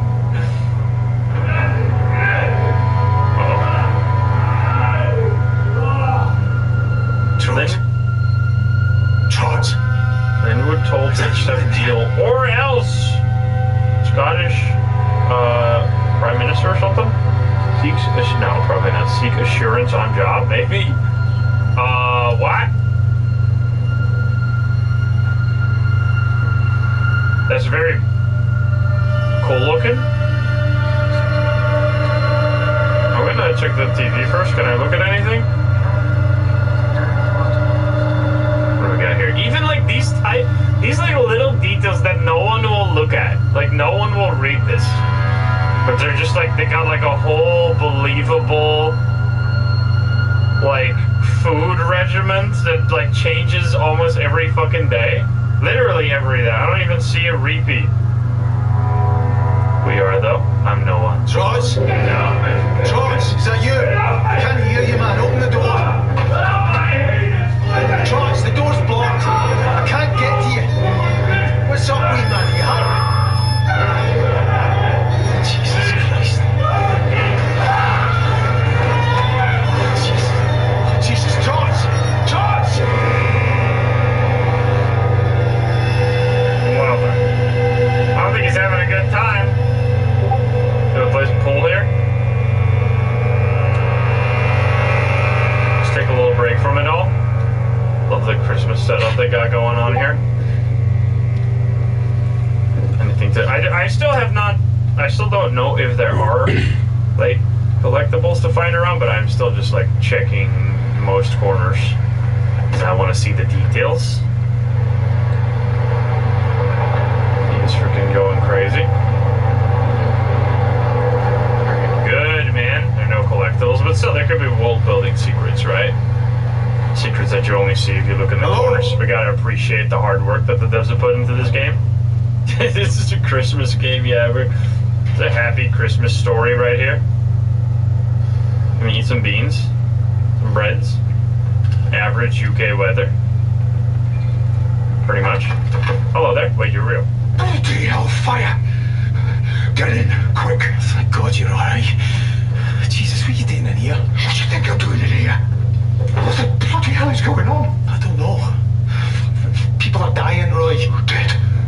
Who's dead? How? Douglas. He doesn't know? Trots, I think. I don't know. It's this thing. I think it's doing something to people. I don't know what to believe. You know what I mean? I really do. I saw something on the deck. I didn't stay to look. It scared the shit out of me. I should barricade the door. We can't hide, Roy. We have to get off this rig right the fuck now. What would our Rennick say so? Roy, did you hear Rennick? What, you think we're getting evacuated?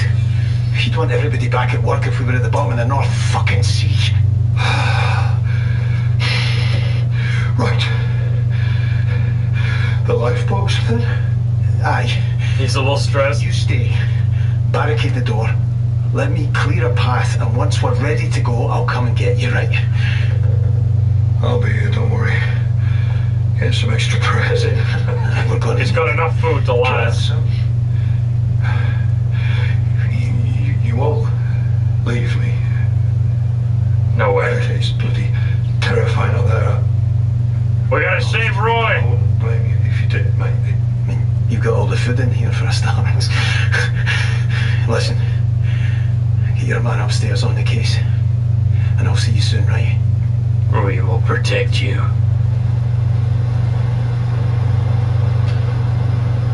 Go downstairs. Can we eat some? I feel like we need a snack. We're gonna be doing a whole lot of workout.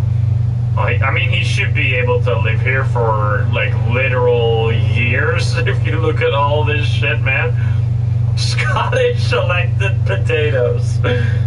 Those are the best potatoes the world can find. Right there. This guy will be fine. We're gonna get him to safety, of course, but he'll be okay, isn't that? Helipad? Yeah, why didn't we just... I mean, I guess we got knocked down and fell down and stuff. But, oh yeah, it's like growing and stuff. Freaking disgusting. Yeah, that's freaking nasty. Oh, do we have to squeeze past that? Looks like we can. Yeah, that's a little... Can I go in here? Is this mine? Can I get this one open? No chance. Okay, I can open this, but can I squeeze through here? I can't squeeze through here. Is that a head over there? What the fuck? Jesus. What the fuck's happened to them?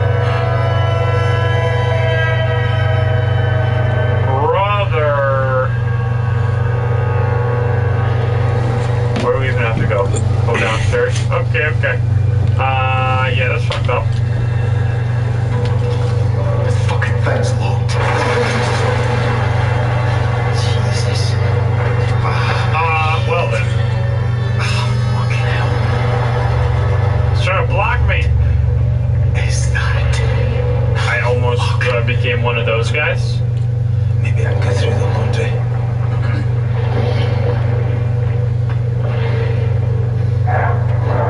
No.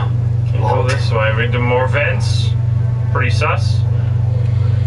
Hopefully this is, like, the fact that it's spreading so fast means Roy might not be safe forever in that area, because it's already really friggin' close. They better not kill Roy. I swear to God. A cup? Oh! We got a cup! I'm gonna have to I'm gonna drop it, open the door, pick up cup. Hello? You're coming with us. Anybody in here? I'm gonna throw this in your face!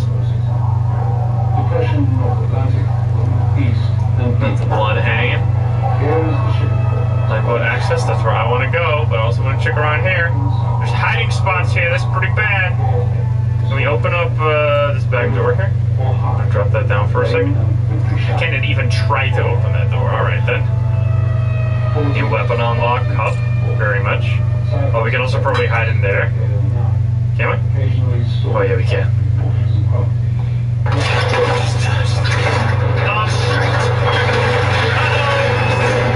No, my cup!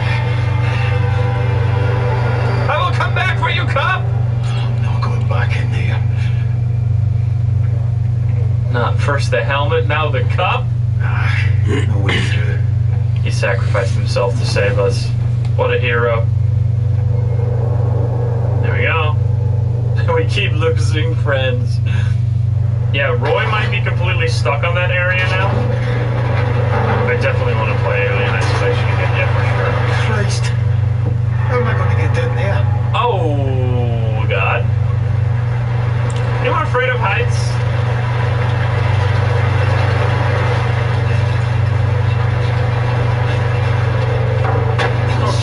What the fuck?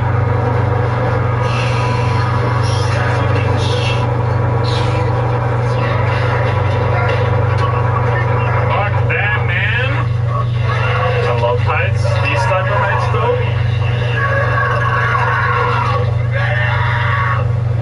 Oh, Christ, pal.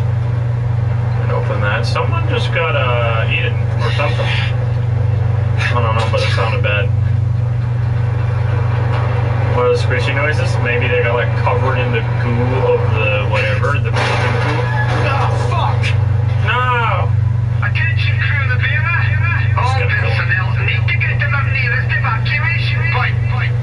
Don't you all get too excited now. You'll all be back at work in 15 minutes once I get all this nonsense straightened out. Fuck. Where is he? Like, how does he not see how bad this is? What a fucking idiot, dude. Rennick is so gonna die in a, like, super satisfying death. Oh, God. No! Wait, I'm jumping. Oh, I jumped that way. I know, I was like, was I supposed to move that one, or was that a bait? Oh, God.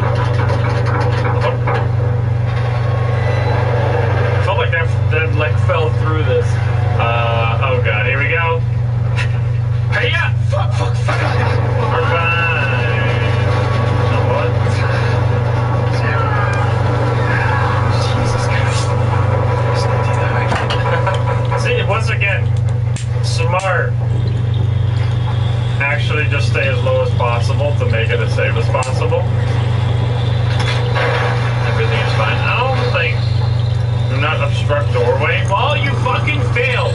This is why we got safety codes, so you don't fucking get me stuck here.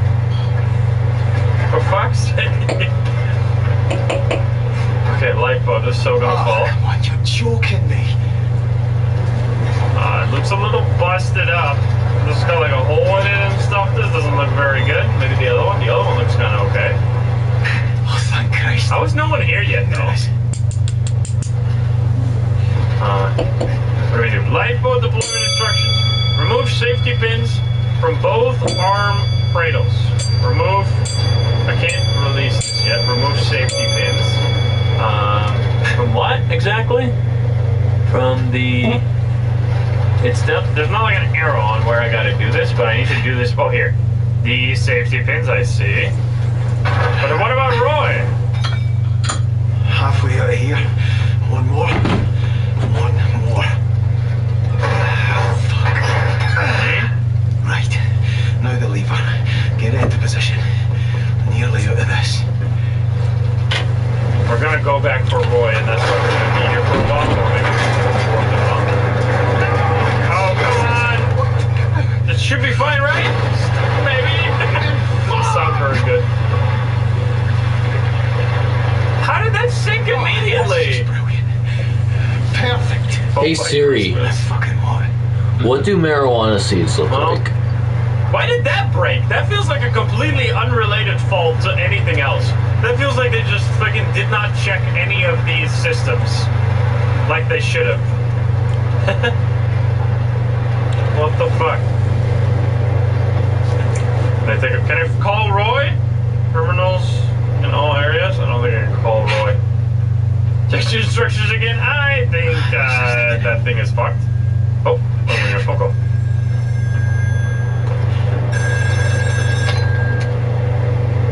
Who's that? Rennick, it's me, Kaz. The cleric, what the fuck are you doing to my lifeboat? It's gone. It just fell off into the fucking sea. You must have done it wrong. Fuck off, Rennick.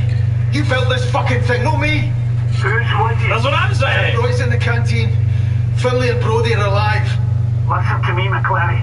Get your ass up to the chopper pad. Bring anyone else you can find too. And whatever you do, don't touch this stuff all over the bearer. I can't get back out. There's a safety door. The railings are all gone. For God's sake, do I have to tell you how to do everything? Give the door a tidy kick at the bottom. It'll open right enough. What about you? Just concentrate on getting to the pad. Don't worry about me. You see, Rennick? What? Well, does this mean we're okay, like?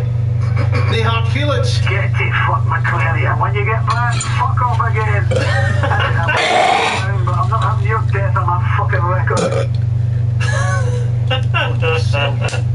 Fudge.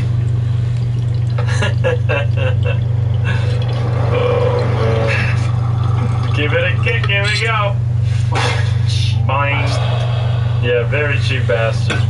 So good. Everything's so good. Great conversation. That's a huge fire. This will go this way.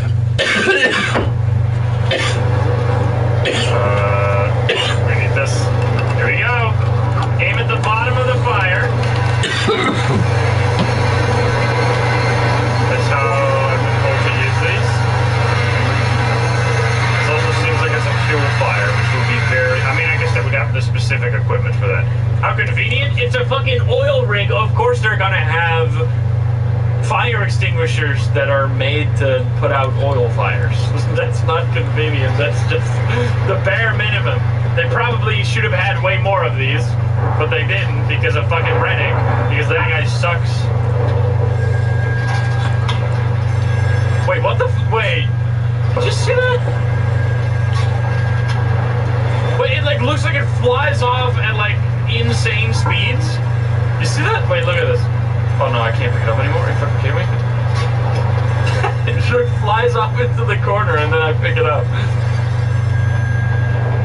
Yoink. Oh, pick up. Who's that? It's Kaz, Ennis. What's going on? Jesus, I need help. I don't know what to do again.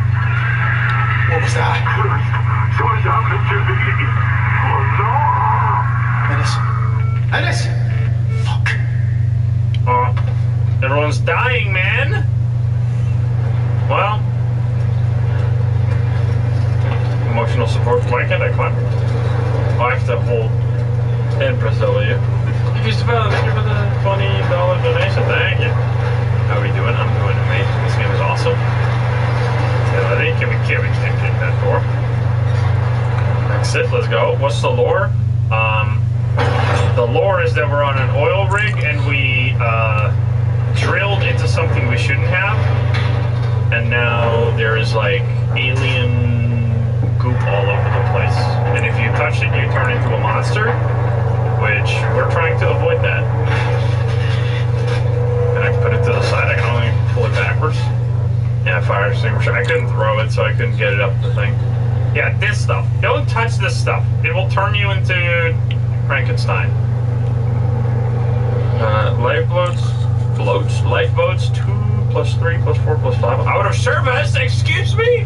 The 4 different lifeboats are out of service? Brother, that seems extremely concerning. Touch it. I have to know if there's like a death animation when you touch this. Look. Ah, fuck. I need to go around. Oh, Jesus Christ. Shit! Yes.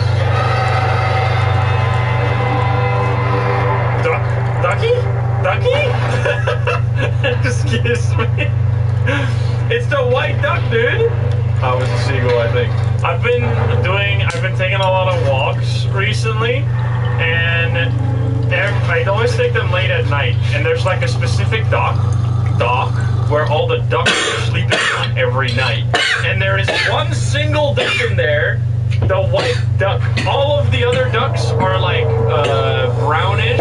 It's the king of the gang, duck gang. He's the king, and that's that duck right there. He's chasing me. Skinny fucking nose, dude. He's the chosen duck. Maybe because he's different. It's like a commentary on real life. The white duck gang.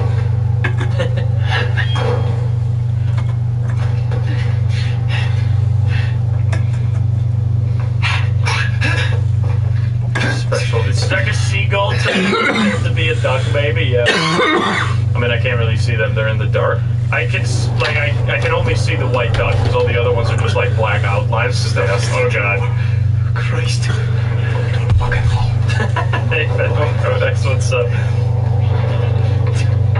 I love animation. I love when there's actually effort put into the details that, like, especially a story game, good voice acting is such a good investment because it goes a long way to investing the player. Good animations is another thing that you can invest in, but I don't really mind some janky animations here and there. What the fuck is going on? And then world building is like the other one that you can sell people, or you can make people more immersed by doing a good job with it. That guy, like he's having a bad time right now. He's trying to do laundry.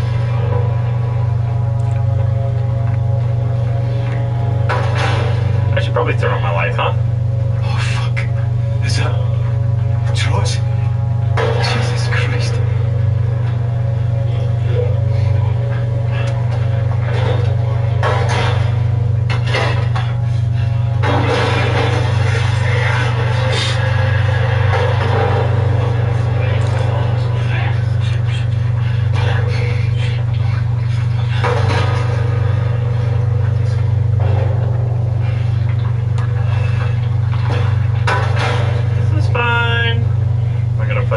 Simulator? I don't think so. Fuck. Like, bye. Let's go backwards. Can I throw something? Come! You have come in my time of need! Told him it's not right. I should not go there because I'm going to touch one of his tentacles.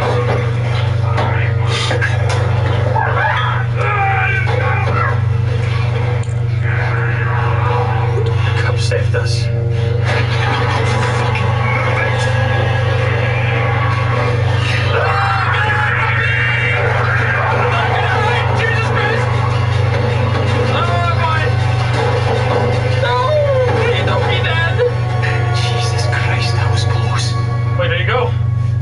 was extremely plus. Okay, wait, can we talk to Roy?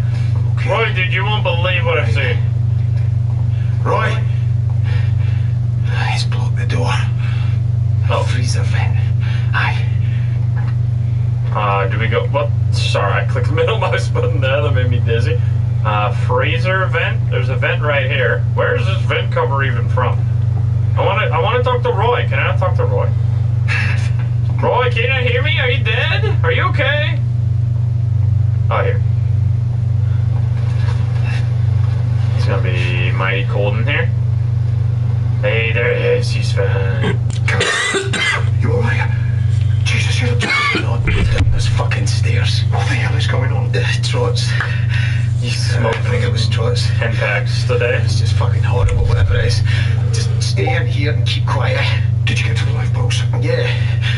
Fuck knows if they ever work, but they definitely don't fucking work now. I had a wee chat with Rennick about it while I was out there. How did that go? Badly. The cunt still reckons we should get to the bird. You think? You got a better idea? Cuz, mate, I'm not going to make it over the deck. I'm not feeling so good, pal. I think I need my insulin. What? Oh. You're fucking kidding right now? Oh, I'm sorry to inconvenience you, Mr. Bloody Fit and Healthy. I'll tell you what, I'll have a little chat with my pancreas, shall I? And tell it to pull its socks off. Alright, fuck's sake. Could you not just eat some fucking jam or something? Oh, bloody hell, the man's a medical genius. I'll get on the blower to Dr. fucking Spock and tell him not to panic. We've solved diabetes here. It's fucking McCoy. No Spock, he was the pointy eared cunt. You managed to get to your cabin. You've something there, aye? I'll get to the helipad. Make sure that cunt doesn't try leaving without you. We need to save him. I'm not useless. How we can get there? Listen, when you get to the chopper, tell Archie to radio in the support ship. We need all the fucking help we can get. Alright, big man, alright. Just be careful, okay? My girls need their godfather in one piece. Oh, wait. He's the godfather of our children? No wonder we care so much about him, besides him just being an absolutely huggable goofball. We gotta save him. At all costs! He must live. Go back outside the deck, alright. Here we go. Can we not help him out to get the insulin? I feel like he might get himself in trouble. Because he's gonna have like very little energy as well doing all that stuff.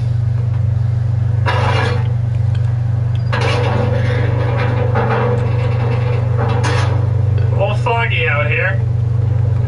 Dead seagull. Rip. Rest in peace. We have to. We can't bury you because there's no ground here, but I would if I could. Just kick this around. Boing, boing, boing, boing, boing. Wait, did I just clip that out of bounds? Wait, I think I'm like clipping them inside of each other. Okay, I don't think I'm supposed to be doing this anyway. I don't like the sound of that. Whatever it is. What the fuck was that? And then there's so many screams going on. By Christ, I can barely see the lift to get there with this fog.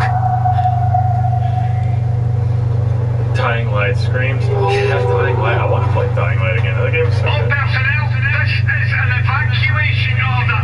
In case I wasn't clear enough the first time, that means get to the helipad now. It's your responsibility to get there, and we will be leaving with or without you. So move it. Go ahead. That bastard thinks he can fucking leave us. Brother. He's like right next to the helipad too. This fucking asshole. He actually gets away with it too. He can't. Okay, I should probably not walk on that.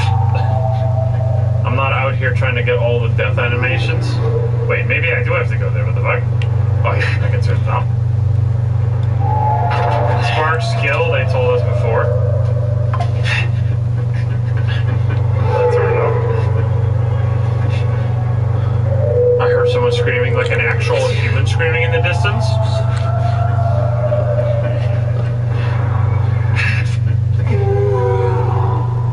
Someone out here? Oh no. There's really loud noise. Fuck.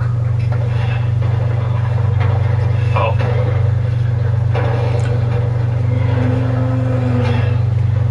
Oh, that is extremely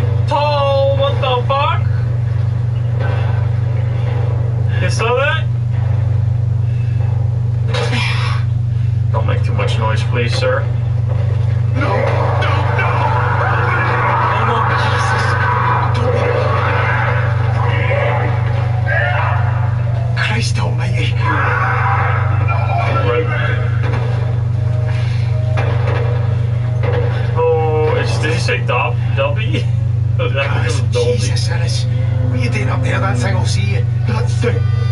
It's new, guys. It's fucking new. Oh, yeah. Jesus. No running. Christ.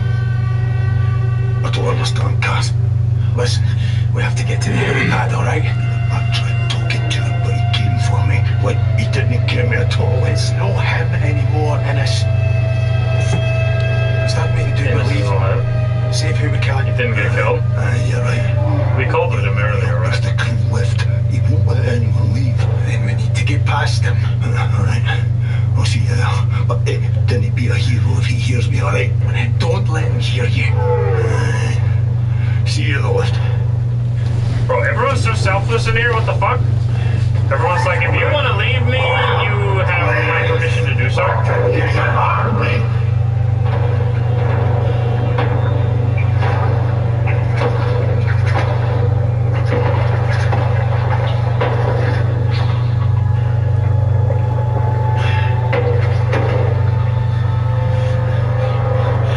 Okay, that's fine. Let's just get in there.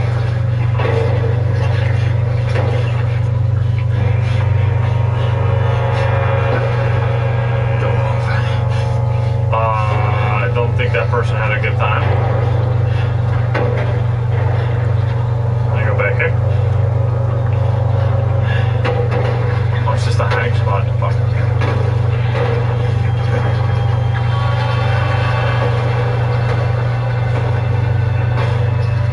Hey, throw it over itself. Let me go that way. I love that they just have I love that they have yellow paint buckets everywhere to explain all the yellow paint that they use in like every single high budget game to make sure no one gets fucking lost all the time. No, it is explained about world building. I got instant kill. I was distracted by the yellow paint. Man, I thought he was walking the other way, dude. Brother. Gotta fuck me up, man. Okay, wait, I have to be more careful. I thought I would be able to run away, but I guess I should have known, given that he has a million tentacles. Gonna go down here now? Okay, I'm fine. Okay. I can go here. Yo, and now walk the other. Can I pay him? I can pay him.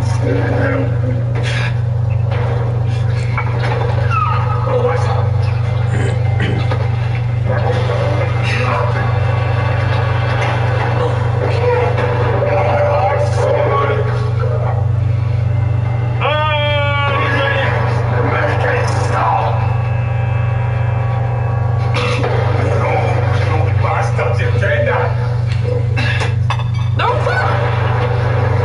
That was not supposed to hit the top.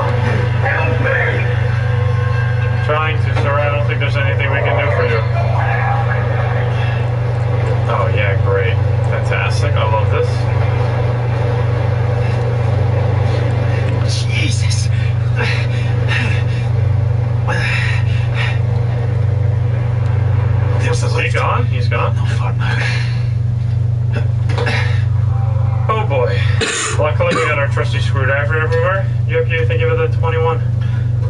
I was playing Borrow Trauma earlier today. I forgot how fucking good that game is, too. That game is criminally underrated. It's even fun solo. Christ, Dobby. Oh, this is Dobby who just got killed in front of me? No! He is actually named Dobby, not Dolby. Rest in peace. 07. We gotta give him a sock. Do I have socks? Gotta give him my sock, dude. I'll be free.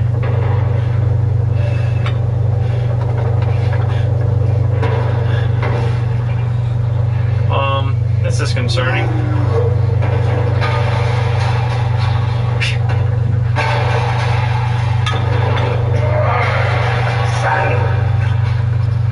Come on, Miller, off you go. This guy's fucking scary. Oh, hello. Christ, you alright? Can you get out? No, Muir was coming at me.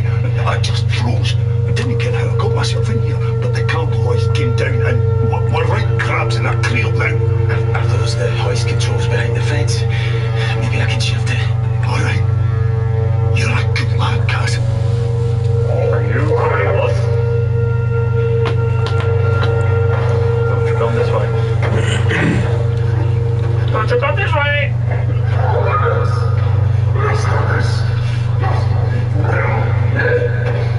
I don't think you... Oh, nice.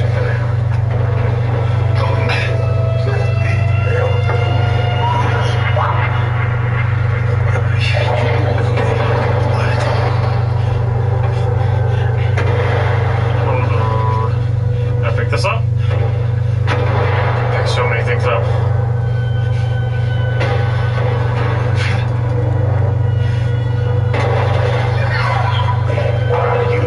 I like that you can actually pick up so many things rather than it just all being. I mean, I guess you can't throw everything still. I mean, I need to do it now.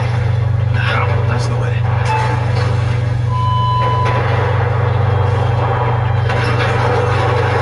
It's gonna make a lot of noise. Go on, Ennis. Oh. Oh no. Oh no. That's fine. Okay, wait. Oh, now it's open, so now he can go through. I see. That's what we were trying to do. We were just helping him out. Oh, wait. Wait, where'd it go? Give me the item. I like that you can actually... I think you can throw different items, different, like, distances.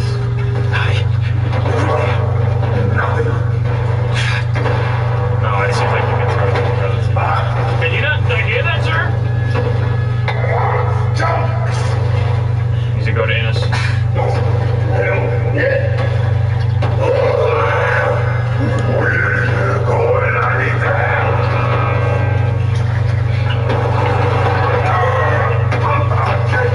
you just left? He's fine. Mother.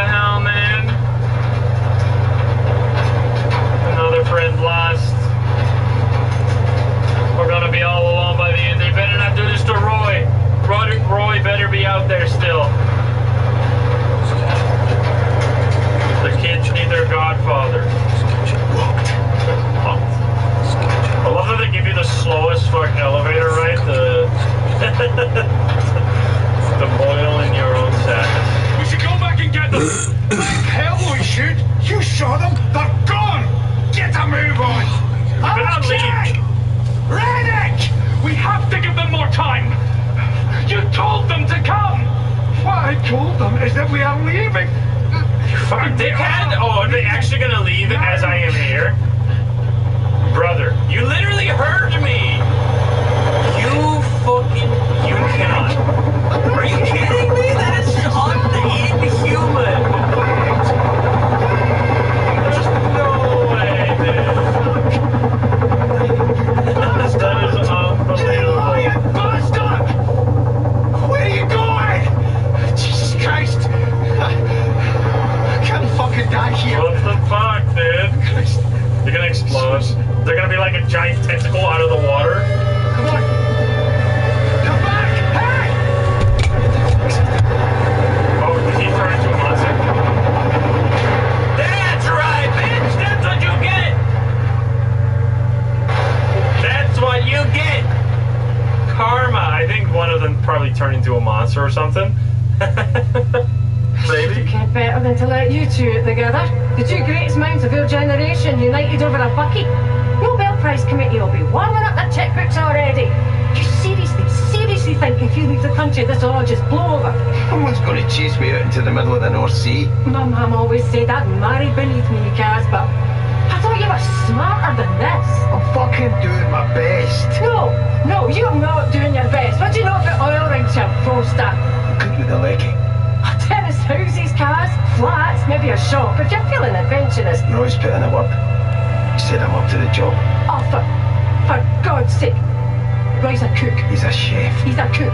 It's just for a few weeks. We'll just let it cool down a bit. Then I'll call Billy Chamberlain and have a word. Talk him into dropping the charges. If you run the police, I'll get you to jail for sure. When are you leaving?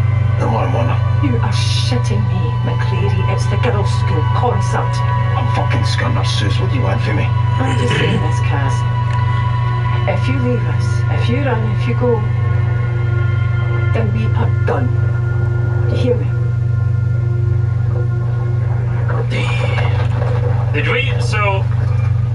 Did the thing with the police happen on the oil rig? I'm here. Like, because it seems like we had to leave because of something. Was it also the cops? Losing my mind. Watch the helicopter crash. Fucking brakes. Well, I think that's what happened. Who led Roy Cook? He's a chef.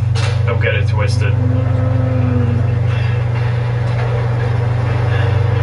The Rennick definitely deserves that. Though first death that's actually felt satisfying instead of all the feels bad man moments. Get fucked, Rennick. I'm glad you left without me now. Like a piece of crap.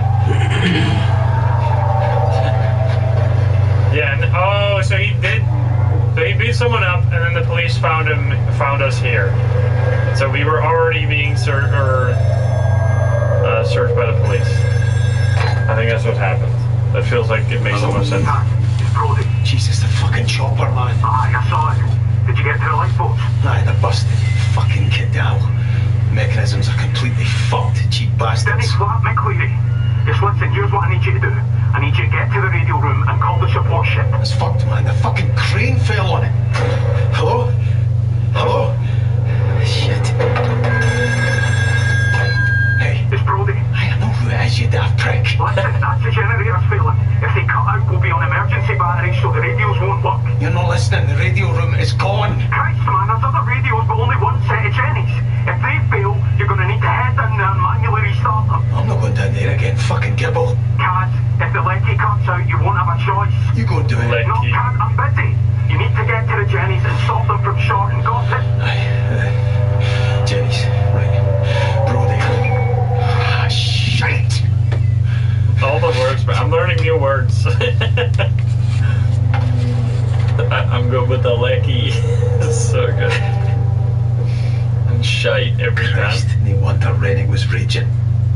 Dear sir, I'm seeking information in respect of an incident that occurred on the evening of Wednesday, 27th of August, 1975 at the Duke Public House in the Dennistoun area of Glasgow.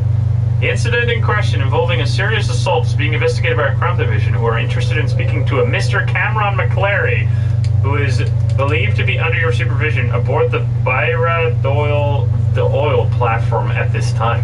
Cooperation in locating this individual and escorting him back to the mainland is of utmost importance. If contact is made, please inform the GGD at the telephone number above and we will arrange transfer. We will make further inquiries in person at the offices of Cadal Oil Limited. If you are not able to assist us, we look forward to hearing from you. Yours sincerely, Chief Superintendent. Okay, so yeah, they were definitely. So that is exactly. I'm glad that we had that letter because now it's all clear. So we were being searched by the police and we were escaping to an oil rig to not be found by the cops, which seems like the dumbest thing to do because then you're like on record and you're like stuck in a place so they know exactly where to find you. But I guess we were just expecting the cops were going to be lazy, I guess. Anyway, I don't think that's the brightest move. Oh, wait, another phone call?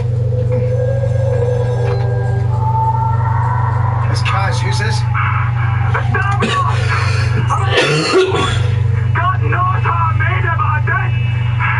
Where is everyone? They're all gone. You've got to get back up here. I'm going back up! I just got here! Do it again! Ah, shit! Davros, can you hear me? Hello?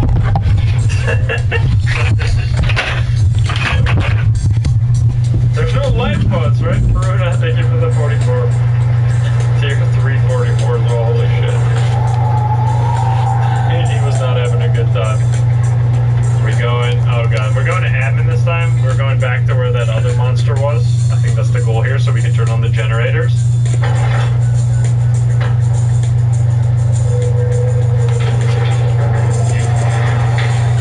Yeah, one of the monsters is in engineering. I mean, there's probably lots of them around. Anyone in here? I mean, phone calls. Everyone's very talkative. There's no lifeboat. Good God. Scooby. No wall. Easy. What do you want to do here?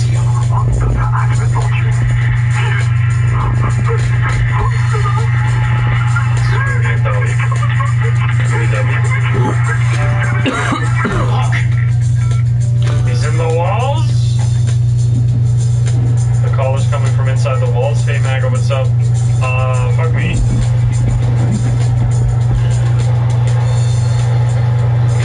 on fire.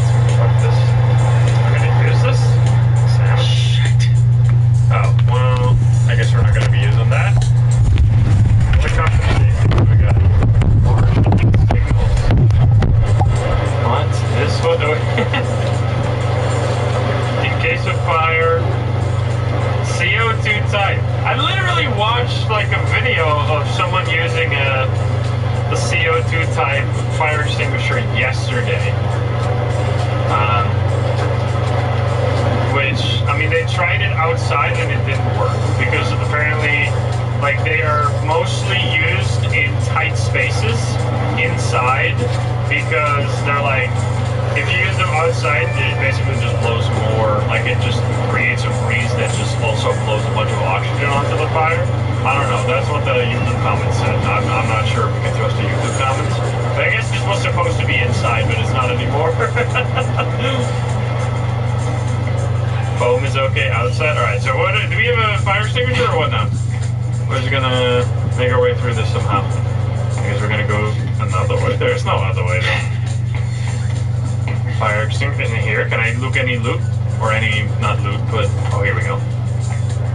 Foam is better outside.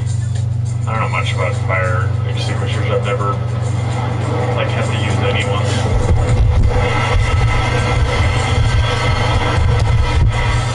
There we go. Because the different fire extinguishers work in different ways, right? They have different, they attack like one, because the fire needs like 3 different aspects, right? The triangle fire, like fuel, oxygen, and heat. So you need to take one of those away. And I think the foam ones just take, it's like Pokemon. It's like a Pokemon, yeah. So what do the CO2 ones take away then? It's oxygen. They literally replace the oxygen with CO2. Is that the idea? First, Gale. I guess they... There are Ebony, Bailey, Faust, Viking, Forties. There are warnings of gale in all areas. For general synopsis at 0600. Depression North Atlantic will move east and deeper. Here is the shipping forecast for the next 24 hours. Okay. Viking southwesterly, steering westerly. But what the foam one also kind of takes oxygen away because it just covers it in a material, right? Hello? That's kind of the idea. Is there another fire extinguisher besides foam and CO2? I guess you have like the fire, like, oh god. What the fuck is a giant head? Wait, it's ready! Powder. Fuck this guy! He's coming back to haunt me for real this time! Oh god. Hello, baby!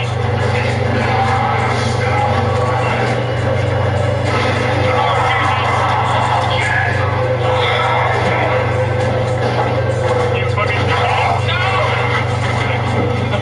Wish I did it. Oh, wait. Oh god, he's coming. Everything is breaking behind me. Pull this out of the way. Oh, he's coming. He's breaking the door! Oh god! I thought we were chilling! Oh fuck, oh fuck, oh fuck.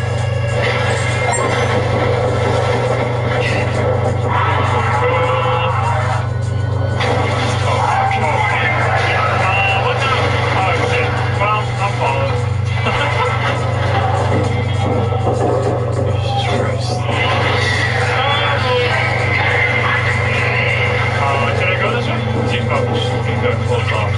Wait, how is he going through that? Wait, what? You see that? He was squeezing through all the rubble. Is there anything I can look at here? Oh god, it's another person. That's Batman.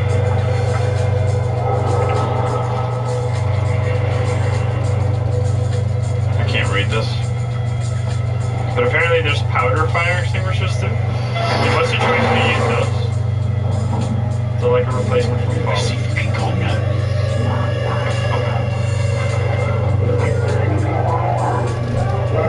Cup!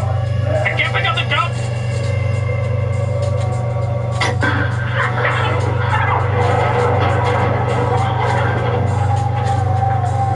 Can't pick up the cup. Can I drink the hot chocolate at least? I need some. Sandblasting, grease fires. Interesting. Waste on the floor can cause accidents. Well, I'm gonna go get the fuck out of here. I like that we just say, fuck these locks. Instead of like, oh god. Go, go, go!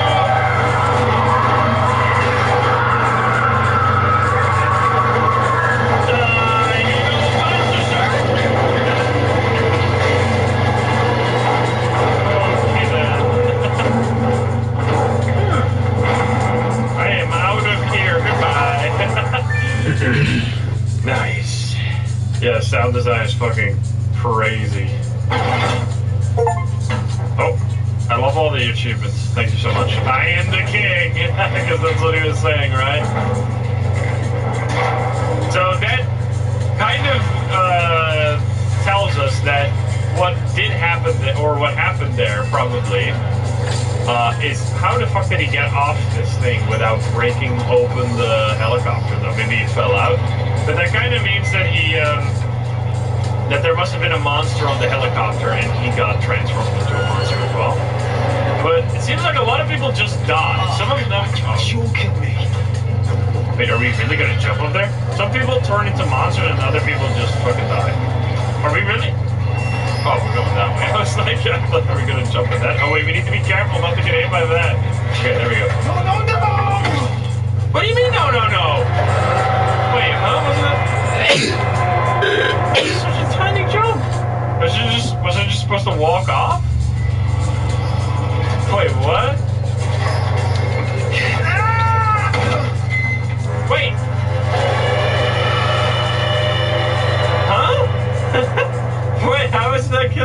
Wait, that's such a tiny... We've done so much work. We fell all the way into the water. What do you mean this is not good enough?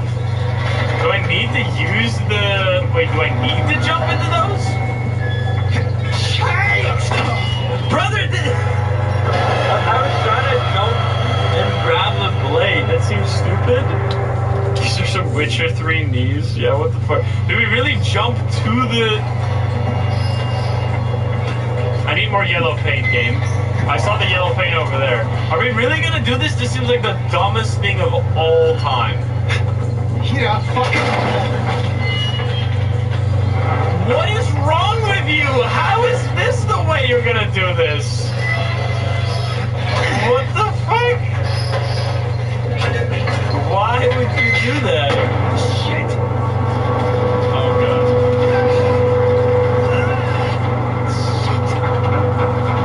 Wait, what is the plan here? Bro, we couldn't jump from there to there? Are you fucking joking?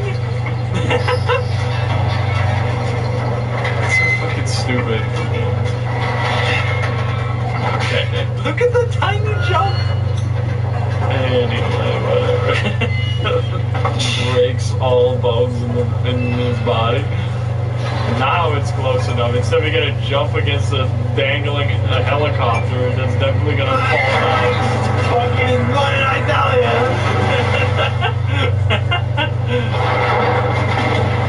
Of course. Fucking stupid.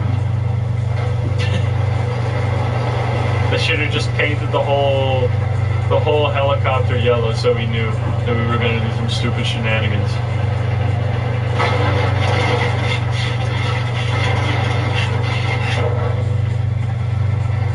Sleeping with the fishes. Yeah, the other guy, I don't know what happened to the other guy. Maybe Rennie got infected, like, was actually the one that killed us all. Or like killed the people in the helicopter. We were supposed to there. Oh.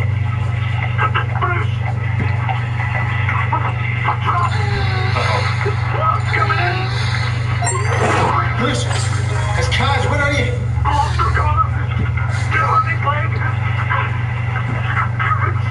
Bruce, tell me where you are! Bruce, can you hear me?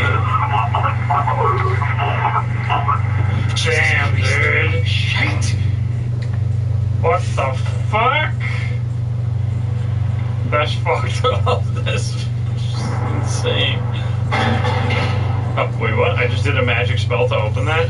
Rest in peace yet again. Dude, everyone's dying! Maybe he's turning into a monster instead. I think he was drowning. That sounds not very good. You just called me, so now I'm traumatized for life. Thank you for the therapy bills. Stuck fast. That's not good enough. This jump? Oh, no, I guess not. Wait, oh, we push it in. Oh, okay, understood. Huh.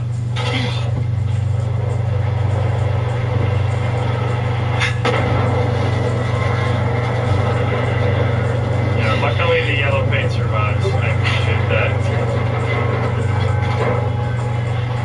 We're definitely gonna see Rennick again. Or some other monsters, maybe Bruce. That looks like it's gonna electrocute my ass. I don't think I want to go. Yeah, let's go this way. Yeah, my flashlight looks like it's running out of battery potentially. Yeah, Roy went to get his own insulin, I think. I hope so, because Roy better live. We need Roy. I will give my life for Roy. Because I don't think we have, unless the police finds us, I don't know, we're trying to redeem ourselves, I guess. It shows us, oh fuck! What are you talking? What the fuck is going on? Sorry. What now? This valve? Where's the yellow valve? There's gotta be a yellow valve somewhere. Okay, I don't fucking know. I don't see the valve. Can I just run away? Okay, I get some breath and then I go back. It's gotta be in here, right? No yellow paint, what do I do? Why is it telling me I can't push this though? Need to shut off that gas valve first. Okay, alright, sure. I guess I'll do the gas. There you go, yellow valve. Thank you. Can't just get away from it. There we go. Now we can move it. Derek, I think with 18. It was actually yellow. Of course it's yellow. I don't have to push this away instead. So the push. Okay, there we go. It is a little like they almost used like I that's the one thing. Like this game is obviously like straight up a masterpiece. The one thing is that they've used like so much yellow paint that it almost like loses its effect.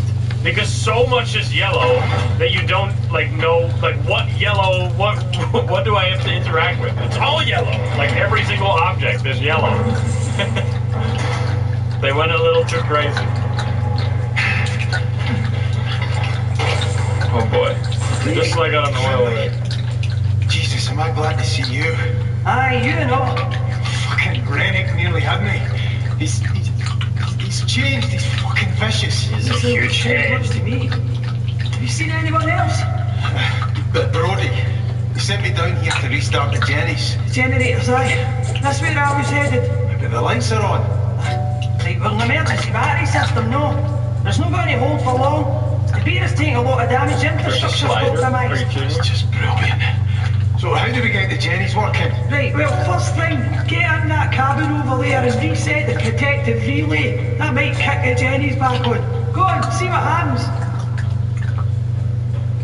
Wait, is there a slider for how yellow everything is in the options menu? Is that what you're saying? Show hints? I have hidden hints. I don't have hints. Wait. This does not exist. You guys are lying. There's show hints, but I have them hidden. There's no yellow slider. That would have been very funny though. Can we have the no yellow DLC? Oh, that's fine. Like it's just it's honestly like good, but as I said, there's just slightly too much of it to the point where you get slightly confused sometimes. Oi, McCleary! Very good, eh? The protective relay in that cabin. Yeah, but I wanted to check this out. Come on, man. Wait, I'm physically blocked from going here because of social pressure. Come on, man. I control my own movement. Oh, we got a hat again. Very important. Let's go. You and me, we're going places. I nothing there. Yellow hat. Oh boy. This is a Broly spot. There's another thing to pick up here. I think we're gonna be chased here by stuff soon because there's way too many hiding spots. This is concerning. Oh, we dropped the hat. Feels bad, man. This is problematic. Here we go. That's the first hat it clipped out of bounds. Ah, yeah, beauty. At least that works. Let's go, though. I better tell Finley. Turn to Finley. Something is gonna go wrong. Can I go this way? Oops. Can I call someone to tell them? No. Why don't I ever use the phone? No chance. Everyone's always calling me. I'm not calling anyone. Okay. Here we go. Explosion in 3, 2. Shit. Never mind. Not yet. Fuck me, I guess. Do I go back? Can I fix this? No explosion. I can't. Protective relay. What's broken? Ballast bomb, mud handling, generators. Everything seems fine. Return to Finley. She's gonna be like, what the hell, man? You fucked it up.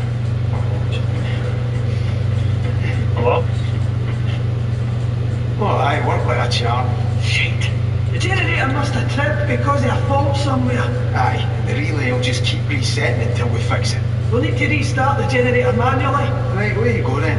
There's two jobs here, McCleary. The Jenny's and the fault. You deal with the Jenny's and I'll find the fault. What the fuck was that? I don't know, but the generators are that way. Oh, I'm not fucking good in there. Have you got a better plan? No? Aye, well, I fucking didn't think you would have somehow. What are you going with it? Aye, where you going, eh? Okay. Guess we're gonna have to do everything. She's just gonna pull the... Oh no, she's gonna find the bolt. Can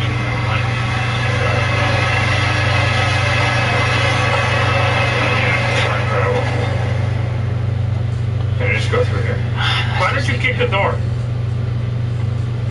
Earlier you were told to kick doors and then they would open for you, and you just forgot that immediately. That's the only useful advice Finnegain has ever given us in our entire life. That is very colorful, kind of pretty, almost hypnotizing.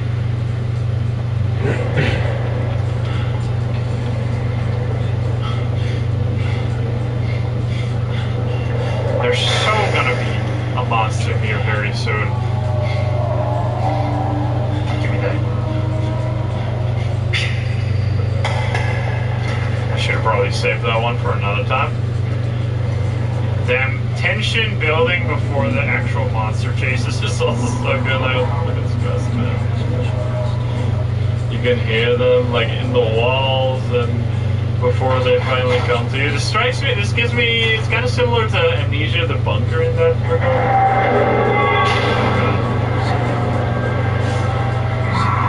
Amnesia, the bunker is so good. What the fuck is that?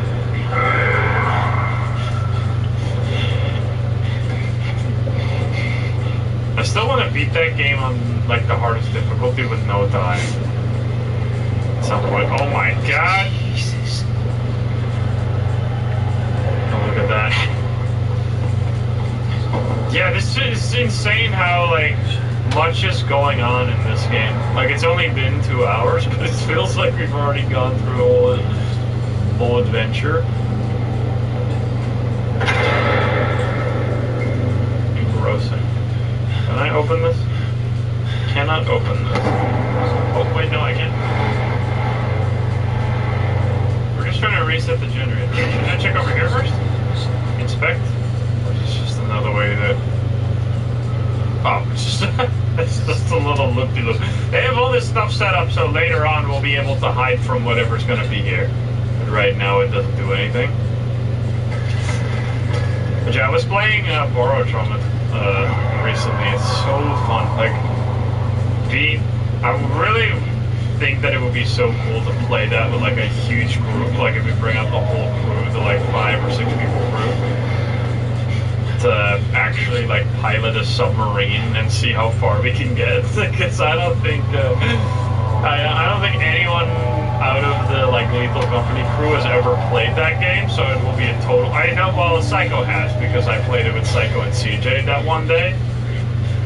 But, I mean, knowing Psycho, I'll probably forgot it at this point. Yeah, we are playing Elden Ring Friday. We're going to be playing it all freaking day. It's going to be sick. So if you want to hang out at any point on Friday, you know where to find me. I have tried. There's already so many spoilers of the DLC out there, man. I have to like dodge spoilers left and right. I don't know why people want to like see this stuff already when it's like coming out so soon. Just freaking play it for yourself, man. Like I'm gonna be playing it slightly late, so I have to be very careful because I'm gonna be playing it 12 hours after release. On the other side. Because it released at midnight for me, which is unfortunate. Gotta be careful. I'm gonna explore like everything slowly, take my time. That'll be fun. Fuck. Oh dear. Jesus. Oh god. I was like, where is this coming from? You're a different guy. Fucking garbage. Jeffrey, do you know $50 holy shit, thank you. I'm gonna use this, get this suit away from me. Do they see light? I'm gonna throw it in there.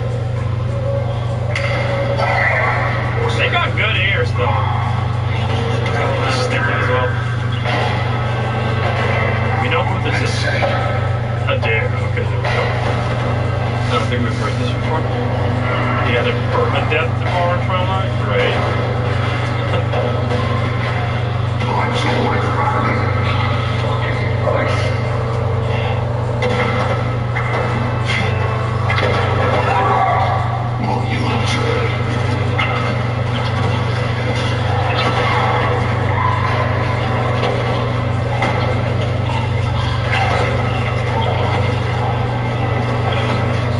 This might not have been the best idea.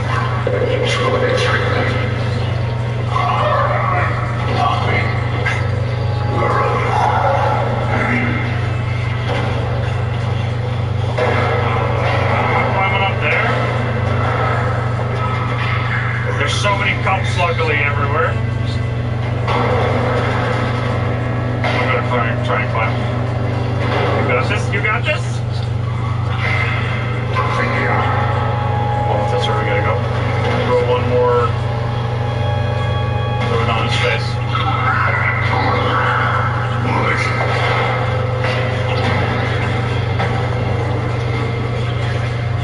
Fuck. Yeah, here we go. Safety in here. Do we need to fix it? We need to pull the. Yeah, here we go. Okay, what? Oh, Jesus, don't fuck it up now. In order. Oh, in order. Sorry, I just thought your wife's not working. 2. What is 3? This looks like it could be a 3. Then we have, that says 4. That's 5. There we go.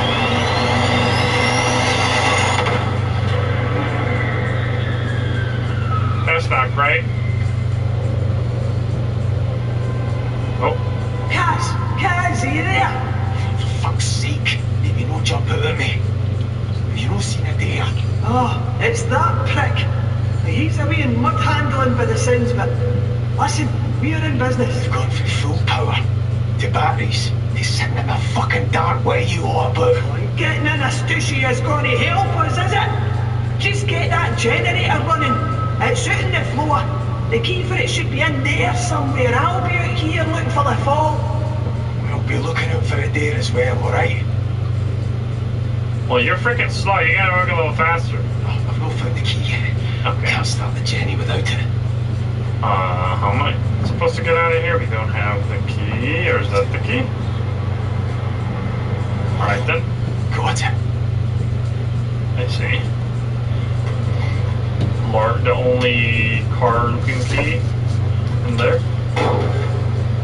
Should we pick up all the other keys? I feel like that's kind of useful. The yellow key. Yeah. Fuck! Of course.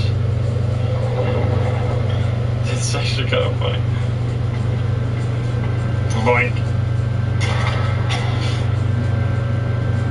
Oh.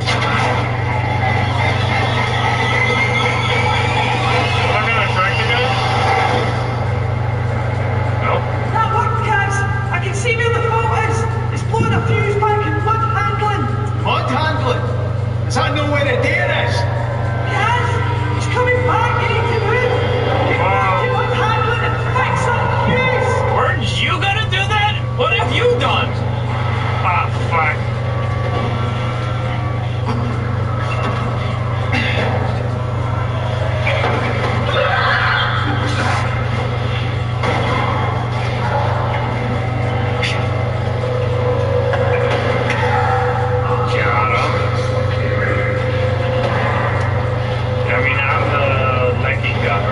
I'm good with Lecky or what? Now I gotta use another cup. The cups of safety.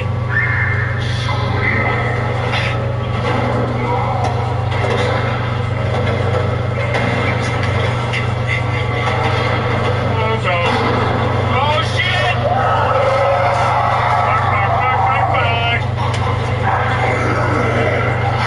Close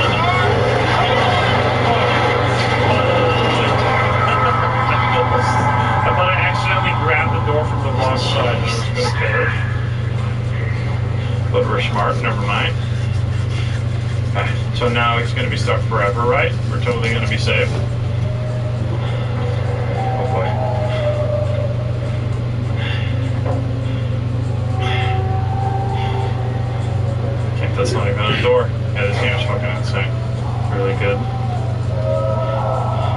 any screams. People are having a bad time.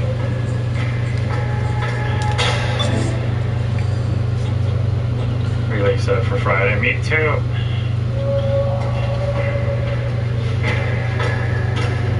Yeah, we are the only capable guy out here. I mean, I guess many people have already given their life for us, which is kind of fucked up. So we need to do them proud. Roy better not be dead yet. This is not happening. So the fuse box has to be somewhere. I see it over there. I see it blinking. It's blinking in red, though. Does that mean we don't have to touch it?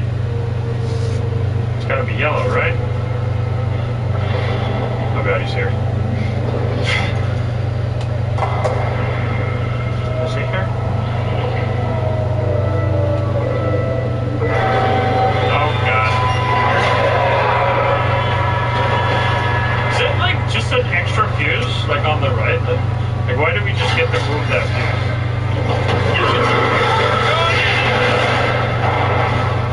Holy. Oh.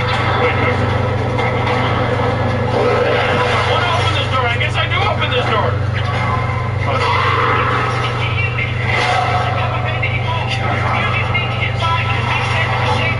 I can't really do that.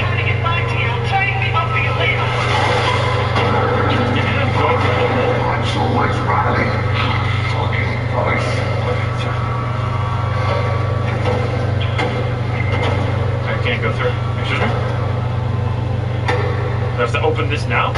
Oh, there we go. I was trying to open that the whole time, but it didn't let me because the guy was ramming on the wall. Makes sense. Just keep him far away from me. Close the door, fucking go! Oh! Holy shit! Brother! Fucking hell, that was very close. That was fucking close though. No, I can't take my helmet? Feels bad, man. We keep losing our friends. Human and inanimate objects alike. There's gonna be no one left but me and Roy.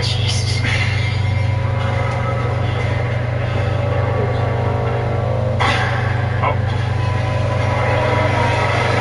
Am I doing that to stop something from chasing me? I feel like this is only gonna be bad. Let me just keep this closed. I don't think that really does anything for me. Is he in here? Hello? He might be in here. Hello? Hello? Are you not home? I'm home right now. Oh, okay. Why? You're streaming. I am. You're streaming, but you're not streaming. Yeah. You have a stream active. Yeah. But you're not streaming. Yeah. Okay. Yeah. That's all I was wondering. Yeah. I'm probably gonna get on a little bit later and go back to streaming with philosophical videos on in the background. Okay. Alright, man. Alright, man. Bye. Bye.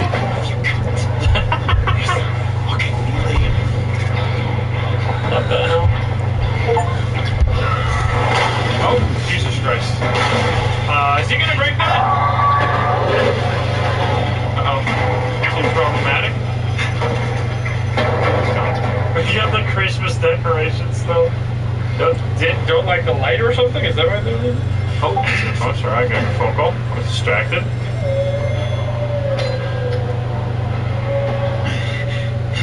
Finley? Yeah? No, it's Brody. I thought it was Finley with the lights coming back on. It worked? Thank Christ. Finley was here, but we get separated. You alright? Aye. The rig gets me though. We're starting to sink. Are you kidding me? How long till it gets under? He's still there. If we do nothing. Look, I need you to come down to the pontoons. If we engage the tension winches in all four legs, we can buy some time. What's the point? The pontoons, the electricity, they fucking things. It's a fucking nightmare. What you on about? You survived this long, haven't you? More than can be said for most of the poor bastards on this rig. Christ, Cat. Somebody up there must like you. That's what Roy keeps telling me. Aye. Well, Was Brody the one 5 feet ago? What was in the dark about? I'm not wrong about this either. You're the jammiest bastard on this rig, and we need that right now. So let's do this, aye? What do I need to do? You engage the winches in legs A and B, and I'll do the others. Easy. There's a direct route down from engineering. Aye, alright. I'll find my way down. Brony was the one who drowned? I'll give you a shout over the tannoy when I'm back. How is he so chill? Wait, what? How could he be talking to me if he drowned? So, I mean, he's either sus or... Oh, Bruce drowned. Okay. There's so many names. It's hard to remember who died, but who's still alive, and who did what, and all this stuff. Well, that's sick. I love that. Good shot. Traffic's insane. We better get our job back after going through all this shit. And I don't think our boss will be able to say much about it. Leg A. Alright, there's a fire. Oh, I got a fire extinguisher. This fire extinguisher is probably endless.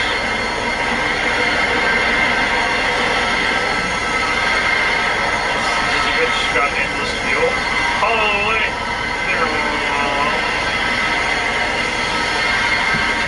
Right, enough is enough. I think I'm supposed to jump down there.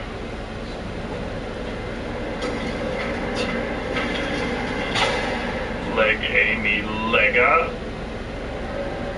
This seems bad. Yeah, of course. What did you expect to happen?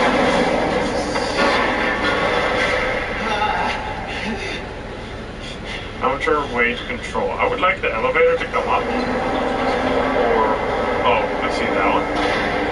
I guess the weight. Oh, it's a counter weight control, so I need to go down so it goes up. Let's see. It's the upside down elevator. Wait, is there even an elevator? Oh, I'm just trying to jump on the counterweight. I don't think there is an elevator. Everything is fucking broken. This place is freaking massive. It's kind of crazy why oil rigs have to be so big. I mean, I guess it makes sense because they want to do stuff at a really big scale. But you would imagine it's just like they're drilling up and like storing oil. But I guess that's just a huge operation, obviously. As you can see by this thing. Also the... I don't think I'm supposed to go down there. Oh, they like do all the processing already? It's not just the crude oil, they also need to like turn it into the, I don't know, fuel or whatever they want to, or whatever end product they want to do with it. Rest in peace, this guy. Oh, Christ. Okay, that's all. Just came up here to say, oh, Christ. I'm gonna walk on you? No, I'm not gonna walk on you, that's fucked up. Okay, I see that I have to jump over there. I literally came up here to just say, ah, Christ to that guy, and then climb back down. So now I can jump across here, I guess. Will I be able to make this? This seems like a really far jump, but alright, here we go. Well,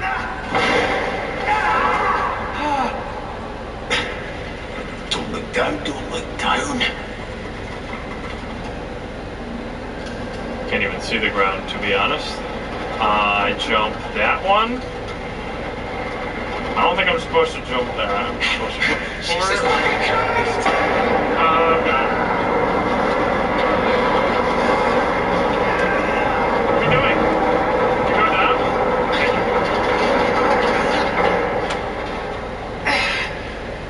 Oh boy. We can go... Wait, we can go even lower? We can go beyond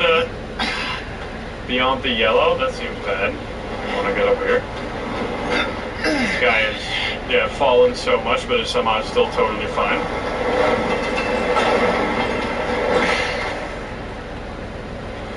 I appreciate how everything is perfectly falling apart in a way that I don't think I can do that. God, he must have done Lexi. Oh, wait, we were supposed to do leg A and B, right? fuck? It's soaking. I need to sort it at the fuse box or it'll keep shorting out. Oh, Jesus. Oh, I gotta go all the way down to go up? That seems a little extreme. No, there's a pipe over there. There's a pipe that goes this... Oh, no, I gotta go down so I can go on this pipe. Oh, we can just go here this way. Oh, yeah. Sorry, I didn't see that. I was gonna... It just went past the fuse guy. Alright, here we go. Boom. Yellow pipe. Went all the way in circles. So what is with this? So they keep doing this where they grab the fuse from the right and move it to the left. Is that the right fuse just completely useless? Like, why can you do that? Is that just an extra fuse? It's a spare location. It's very, very clever in a horror situation. Usually, oh god! Usually you have to fight with it, and that's like the main thing you gotta look for in this situation. That is actually a thing. That's the only safety procedure that they actually followed. Everything else they completely neglected. Alright, quickly.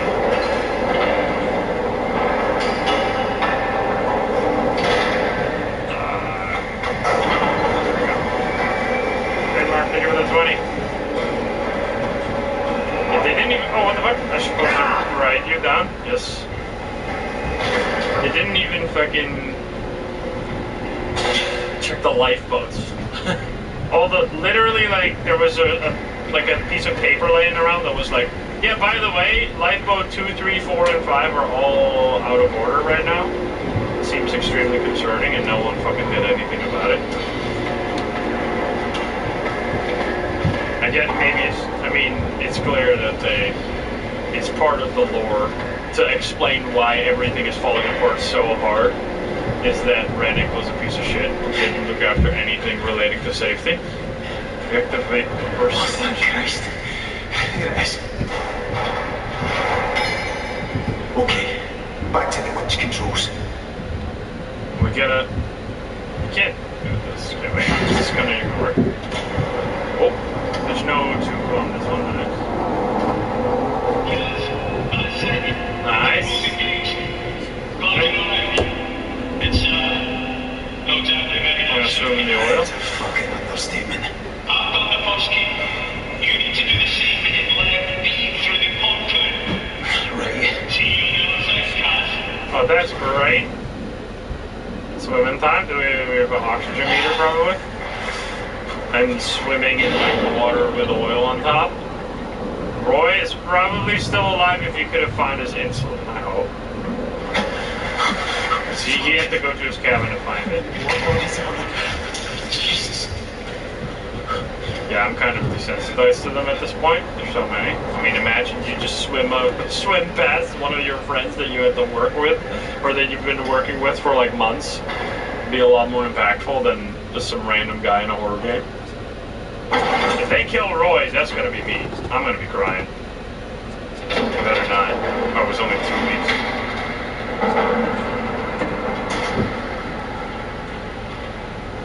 They better not.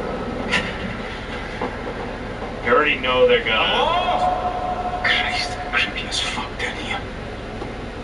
That's what I'm saying.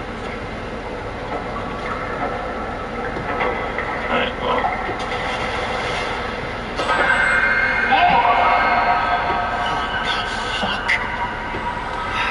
Who's that?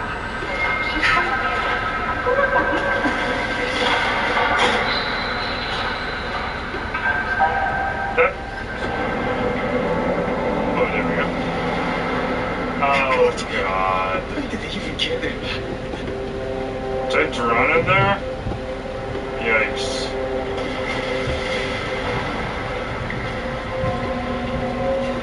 Rip.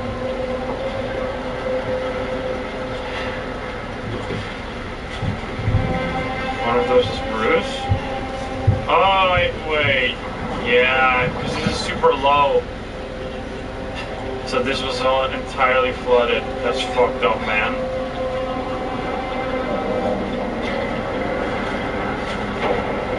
Oh, shit! No, no, no, no, no, no, no!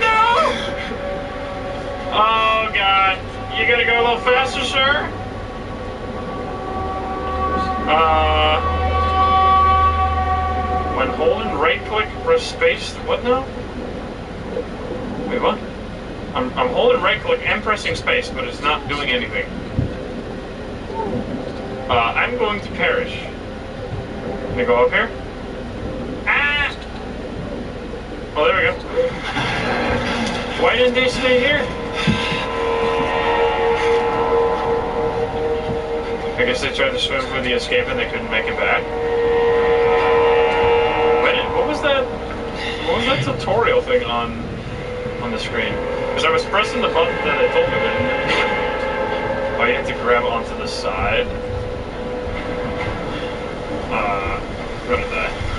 Ah, Christ, poor guy. I was pressing. They didn't hold space. I was pressing space, but it seemed that maybe I was just swimming as fast as possible.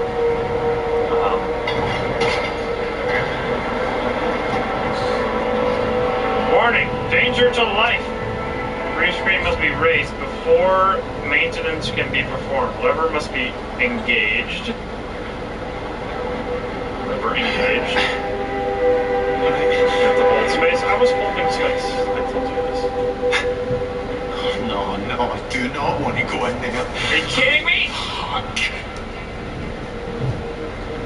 That seems fucking dangerous.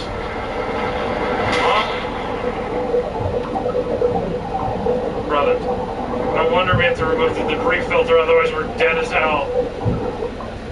Okay, go up. And they're really gonna be making our fear of drowning come true here. Otherwise we'll be stuck against the debris filter.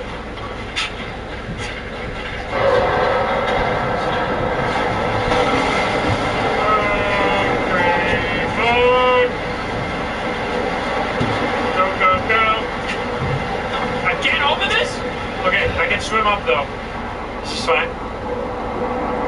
I can't see anything. I can't see anything!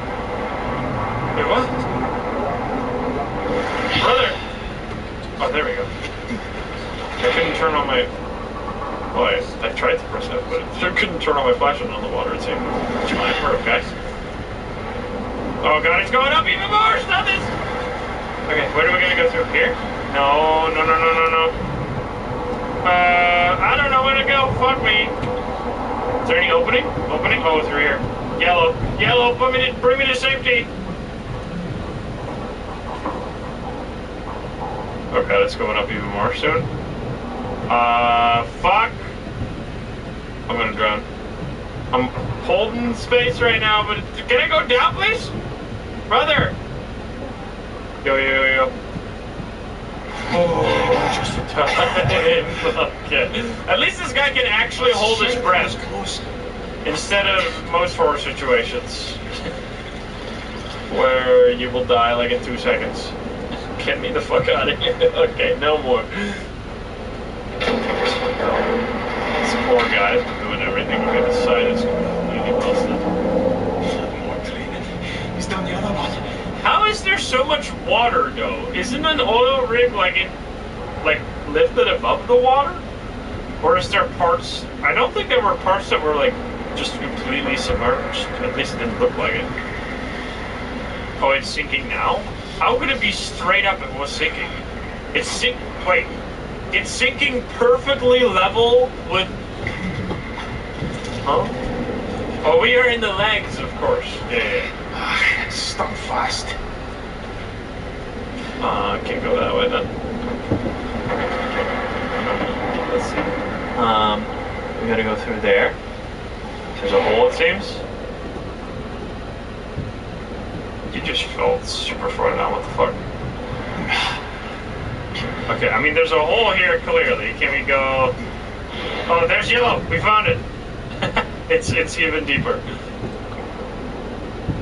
It's just literally turn off your brain and follow the yellow. Don't try to be smart. Just follow the yellow. Yellow is key. Can I go up? I'm trying to go up. Give me air. Oh, Christ.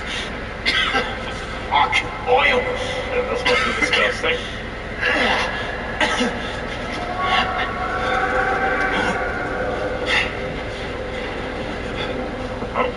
keep leaving areas? I think this is horrible. This might not be. This, yep.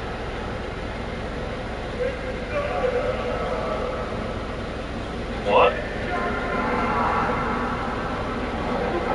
Hello? Seems to be having a bad time. Hello? Are we gonna see the transformation? Oh God. Is that you? Go away! What the fuck? Mary! Can I help you? Oh Christ.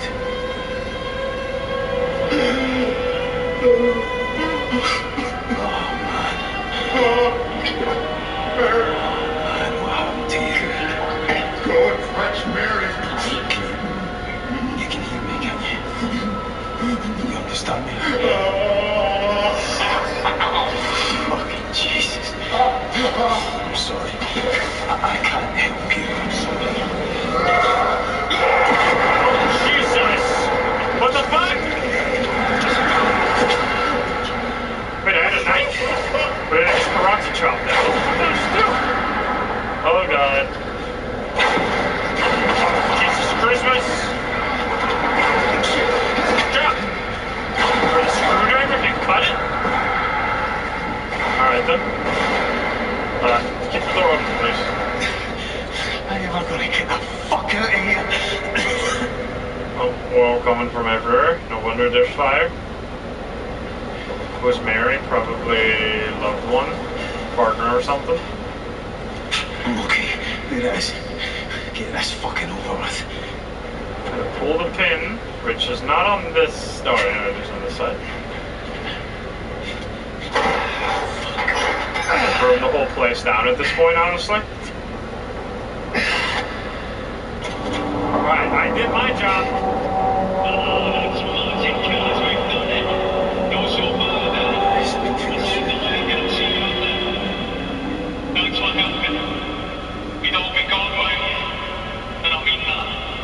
Well, don't get around in just yet. Huh?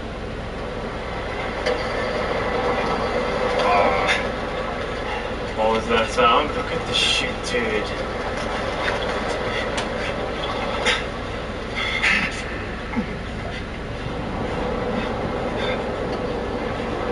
What the fuck?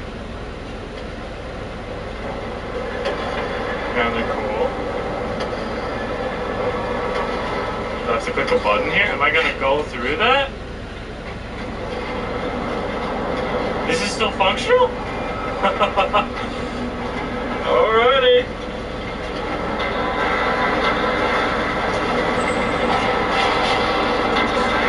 I don't know how to play Ghost or Dust.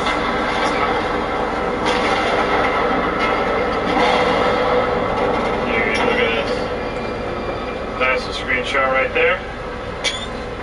Freaking crazy. There we go.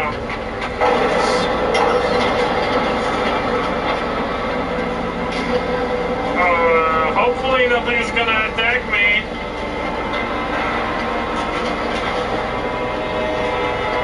Use it too.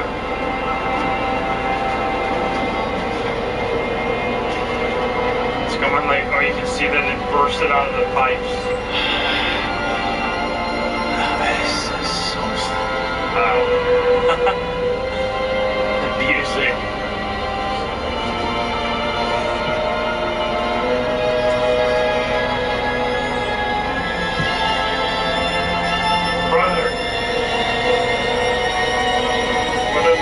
Zimmer is this?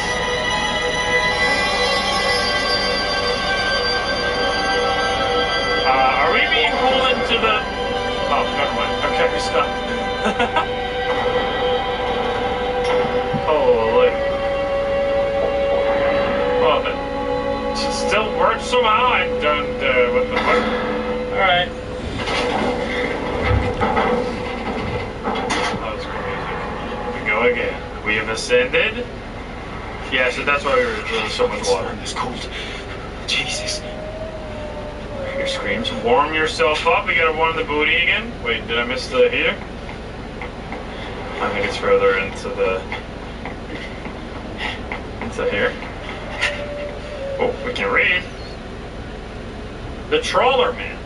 From 12 Coastal Poems by Craig Henry. From o'er the Fulmer, huddled close, together in flock against a winter brine. Black shine the stone of echoed sounds, home to yellow lights of trawler strayed and bound. By heavy midnight, calm upon the shoals of cold north singing. Old Byra's grip upon the tiller. Down below the faded boards and hand smooth the tokens speak of scrabbles lost and won. The morning watcher turns her gaze to the sea, where terns spill the clouds, and her charger slumber on beneath. Their blankets spun of shingled home. We do not miss you, precious weans, though as we sleep, waves break the bow. Though storms gather beneath the brow of winter, and woolen gathers now the clouds, and still wakes the deep, and still on we plow, and still wakes the deep. Did I say something wrong? The bro, yeah. That's the name of the game, by the way. Still wakes. So they set the thing. They did it. Time for credits. I was trying to pick up the cup here. Cup's way more important. Suddenly a poem out of nowhere. Half those words I did not understand, but... Get out of this fucking place. I need to get home. Thank Christ. I better check on Roy. I'm gonna warm my ass too. You're forgetting the most important part. Here we go. That's more like it. Must be nice after going through hell. Dude, how you got a fierce crouch, by the way. We're so low to the ground. It's got an insane squat, this guy. I hear all kinds of screams still. I better check on Roy. Wait. Is he out here? Christ. I better check on Roy. Is he... Oh, we need to call him. This is the first time we've actually initiated a call. Roy, fuck's sake. Oh, guys, mate, thank the Lord. I've been worried sick. Sorry, pal, I've been out of the shop since I last seen you. What's going on, Gaz? What happened with the jumper? That cunt tried to go with us, but, well, it didn't work out well for him or the bird. Bloody hell, Gaz. Is anyone alive? Aye, I saw Finley. We had to get the Jennies on, and Brody as well, helping with the tension legs. Do you know what? I'm a fucking rig expert now. Told you to take no time. I'm glad you've not been alone out there. Those two are alright. I saw O'Connor. He's one of these things, but I thought... fuck, I don't know what I thought, but whatever it is folk are being turned into, there's something of them still in there. What's going on? Right? It's alright. Just me being clumsy. Oh? I'll take my shot, I'll be right as rain. Do you need me to come and get you? No, I can do it. You saw this rig out? On the way to get us home. See you, girls. Alright. Hi. You're a good lad, Kaz. That's why she's getting weaker. She does, you know. She really loves you. Kaz. Hi. Sorry, I have to go, Roy. Will you make it to the cabins all right? Yeah, I'm on the way now. You, be on yours. I'm praying for you, mate. I'm praying for you, dude. Remember, Jesus loves you, Kaz. Everyone else thinks you're a gun.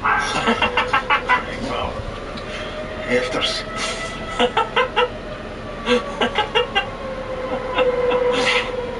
Oh man, dude, he's still got a sense of humor. He just Jesus loves you, everyone else loves you. Oh man. Alright, the alarms are finally starting to go off, huh? You'd think that would have happened sooner? Nope. Christ, look at it. Does it go bigger? Oh god, it's climbing the tower, man. Freaking music. Ah, shit. That's oil dripping and everything. One spark. Fuck. Well, let's not make a spark. Oh, there's gonna be lightning that's gonna like make everything blow up or something. The storm is rolling in. This seems...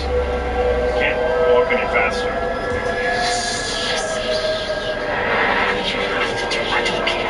Susan. Oh no, are we turning? Jesus Christ, what the fuck is happening to me? There's a flare. We better not be turning into a monster. What the hell, dude? Everything was...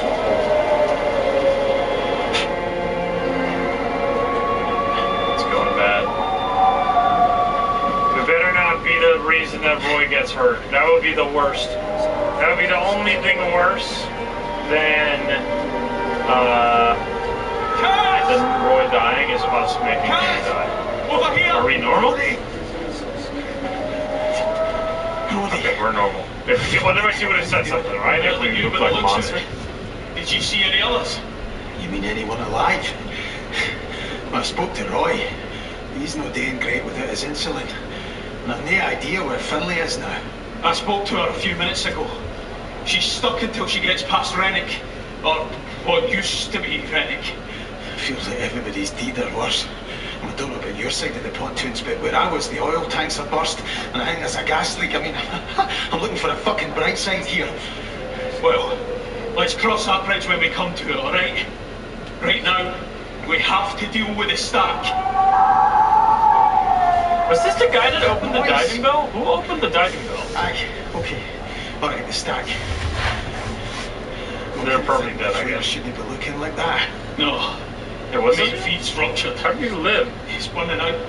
It could get worse. And if it does, it could spread to the derrick and cause an explosion. Right, so we're fucked. Again. Not if we switch the flare onto the auxiliary gas pipe. If you go over to the processing quad, I can... What? Have you seen it out there? Oh, aye, it's quite nice in here, you know, maybe we should swap. You can't work the controls, Cass. Otherwise of course, I'd go myself. Totally.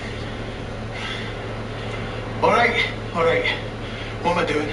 You need to get there and find the diverter valve, main to the auxiliary. It's on the middle floor, flare side. I'll ignite the stack from here. Right. If I can't do it, then you'll need this. Jesus. I'll be on the tannoy if you need any help. We need everything. We need to do everything. I'm sick of being the one to win it all. Alrighty then. Well, divert the flare gas. Are we gonna jump? I was wondering if I could go inside here, but no. We have a flare now, so we can blow stuff up this. Don't fall, please. There we go. So it's slowly burning. It's like a fuse right now. Is that what's going on?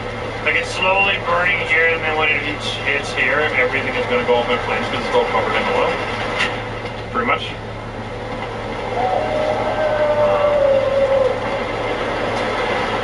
Go through there. I'm still looking for letters. There's only been like 2 or 3 letters in the entire game, but I still want to find them.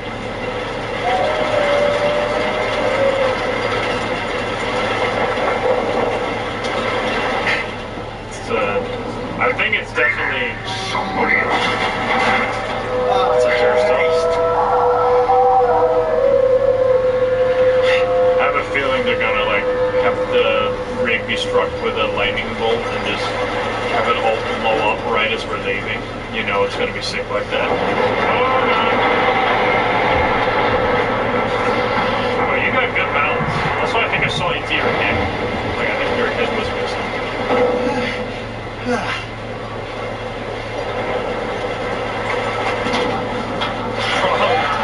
One wrong fart and we're gonna blow everyone up here.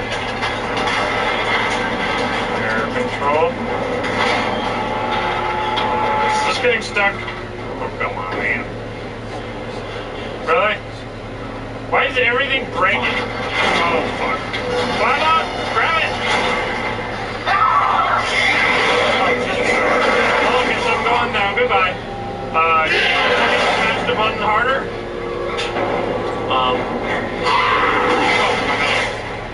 It's all gonna fall as he goes through. There's nothing I can do, I don't think so. What? Thank you for leaving right as you opened the door for me. I appreciate it instead of trying to enter. gonna kill me. Someone here.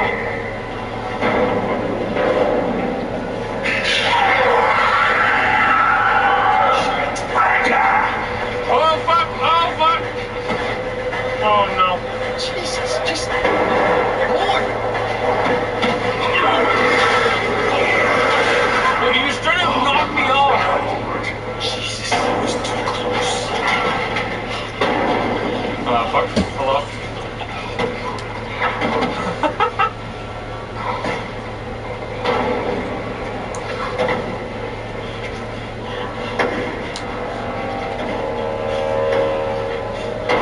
It's going through there, it's going through there. I'm gonna go this way.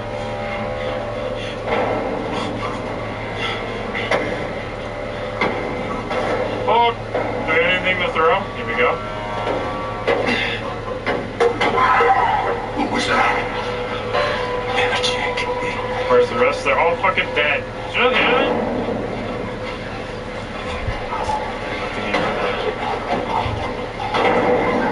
Sir, you're camping right where I need to be. Would you fuck off? What's this here?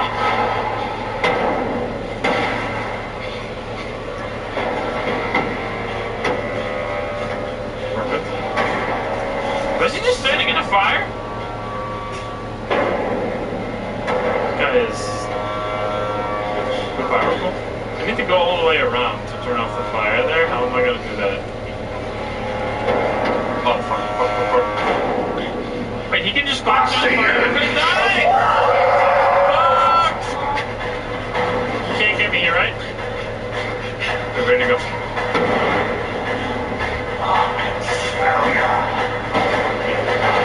I'm not gonna go through there, I'm gonna bonk against it.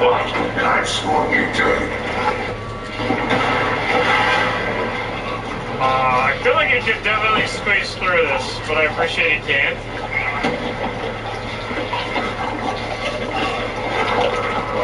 Fuck. I have to turn off the fire. I guess we have to go around the fire first. Squeeze him. Oh no, he's not! Sir, could you please leave? I get it, you got a fucking terrifying face.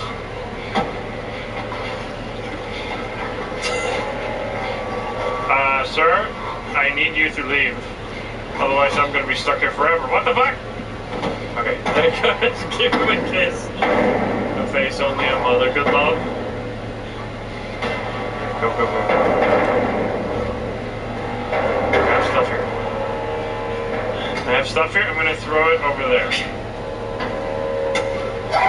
Should bait him. Okay, and then we go around here, this way. I see yellow.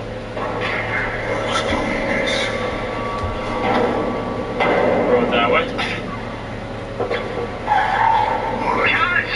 What's happening? Are you alright? Don't talk to me. Wait, did that attract it to him somehow? This guy's not getting baited very effectively. Oh god, don't do this. It's gonna push me. Okay, the fire's off though. Okay, maybe I can turn the fire back on from the other side. Oh god. Is he coming? Just that way, okay.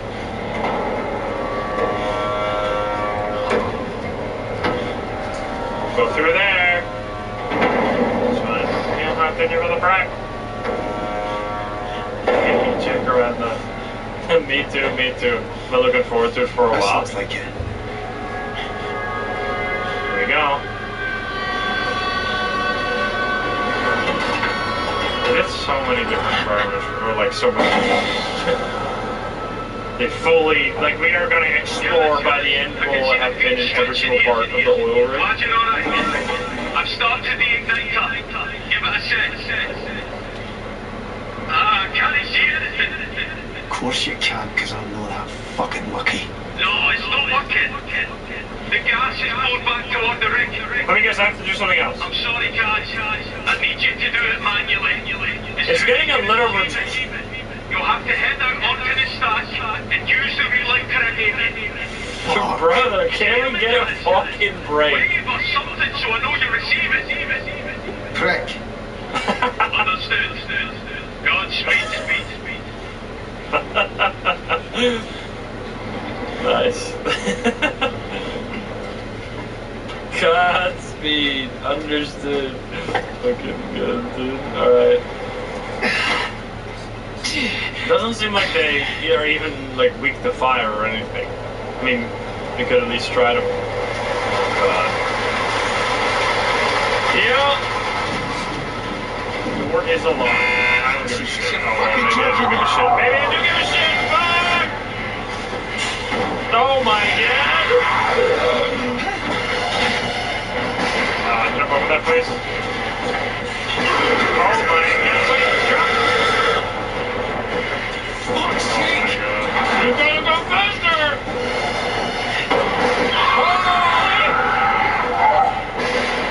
I'm trying to save us, you stupid! Oh, Jesus Christ.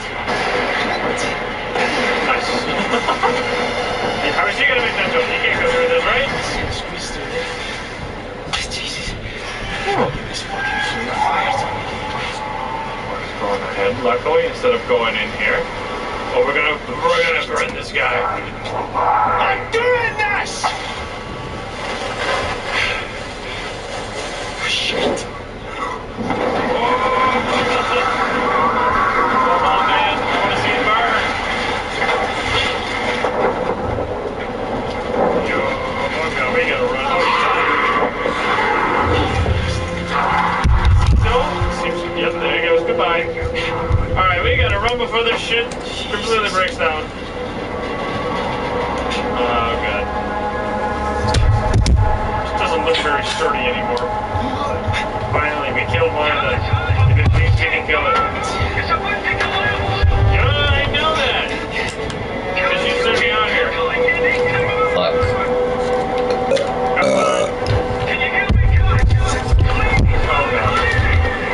Why did you stop?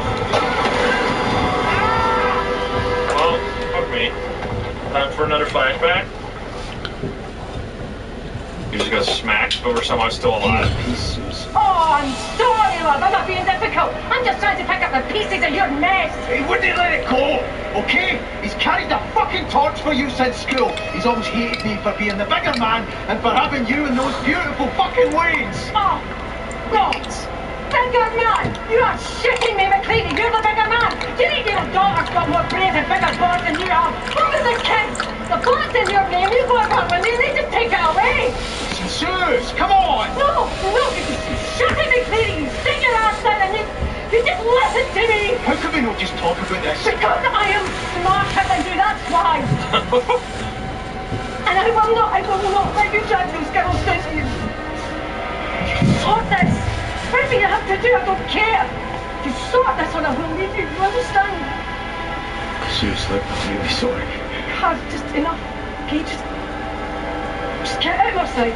Try not to put anyone else in hospital today, eh? That might make a nice change for you. Well, bam. That was a good line, though. No, I didn't mean that. Why'd you have to... Seriously? Jesus Christ. Oh, fuck! What's all that? What have I done? Jesus Christ. What the fuck? Oh, I'm Sam. I thought I was up the ground, gang. Wait, how the fuck did I get here? Dude, I have... This is a case of plot armor. Holy shit. We're gonna go... The ocean is getting. We're gonna like see a giant monster rise from the sea. That's yeah, we see. Please do that. As we're like leaving in a boat. Yeah, the sea is just like glowing red. It seems concerning.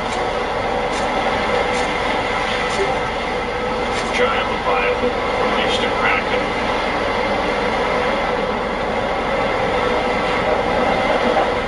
So good. Yeah, the red equals scary moment.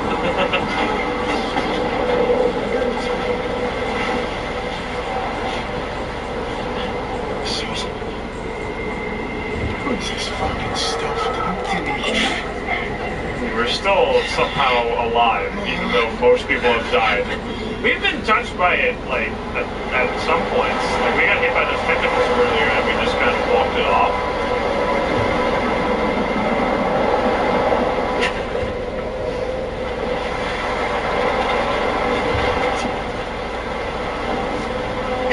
I love that this is all just still, like, one very janky path. Somehow, even though it's been falling apart this whole time. It is not sticking though, right? Like, it's just a block of meat. I guess the water is crazy. Stop. I'm trying to run. I think the block. Okay. Just me? Oh, climb on the top. Where's Brody? He might have fallen. He had a speaker before. I don't know why he's not talking anymore.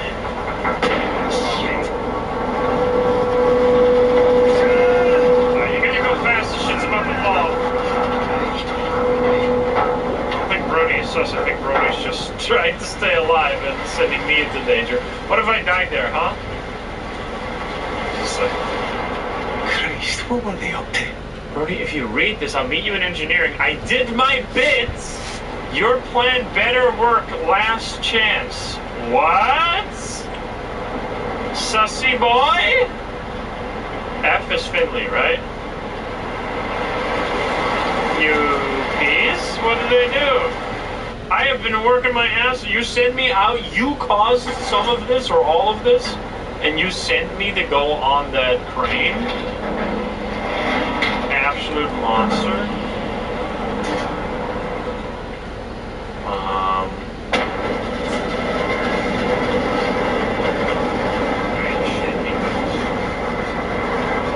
Well, it's not me that's shaking, it's mostly the oil rig itself, but whatever.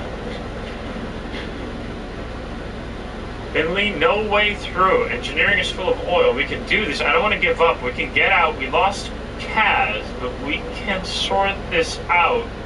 Don't do anything stupid. Huh? I'm here. I'm alive. You didn't lose me. Did he plan on me dying? Was he just like, I mean, I guess I look pretty, but I guess he saw us fall down. It's a pretty good assumption. Wait, is he behind me? Oh, hi there. Finley, Jesus Christ. Cleary, how the fuck are you not dead? I thought I was. You fit to help? Christ, can anything help? Aye, if we cut ourselves loose and quick like, we'll buy us time, maybe enough. Do we even know if anyone's coming? We've been off radio for hours, so aye, I should hope so. Finley, good, let's... Kaz? I thought... Aye, he's a walking greeting miracle. Are we doing this or no? Aye. We float to rig. I'll dive down, release the tension cables. Hopefully we balance out, maybe end up higher in the water. I'll need you both at marine control. He almost seemed disappointed. I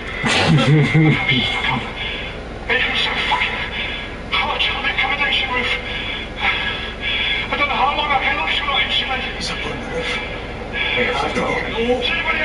You have to get to marine control with Finley.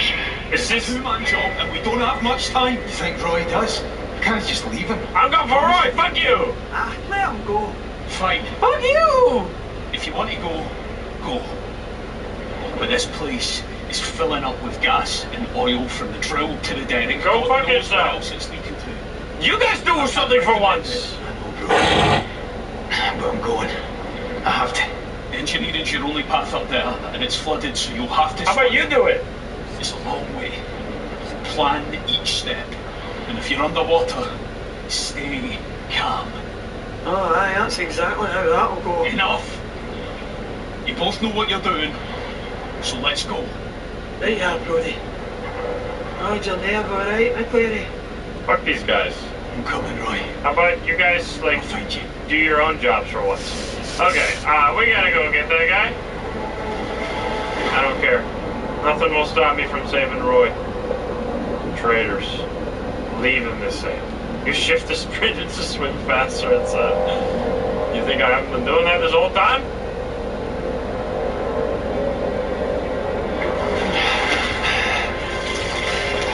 I gotta make sure that I know. Locked. I need a hero starts playing. Can we just break the window, please? Just grab this box. I mean, I guess it might be very strong. Water. Hold R and to push yourself along. Oh, here we go.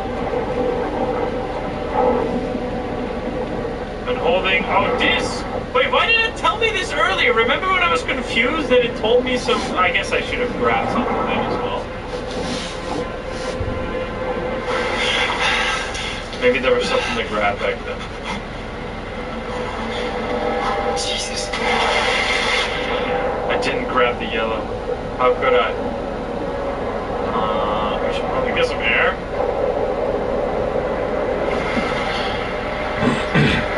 Okay. Get air and plan your next move. Go down there. It's all filling. That's a huge water stream, excuse me.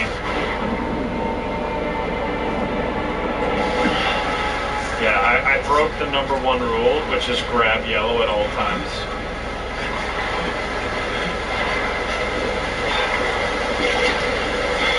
It's actually kind of insane. I need to apply this in real life. No one will ever be lost ever again. Just make everything you need to touch yellow.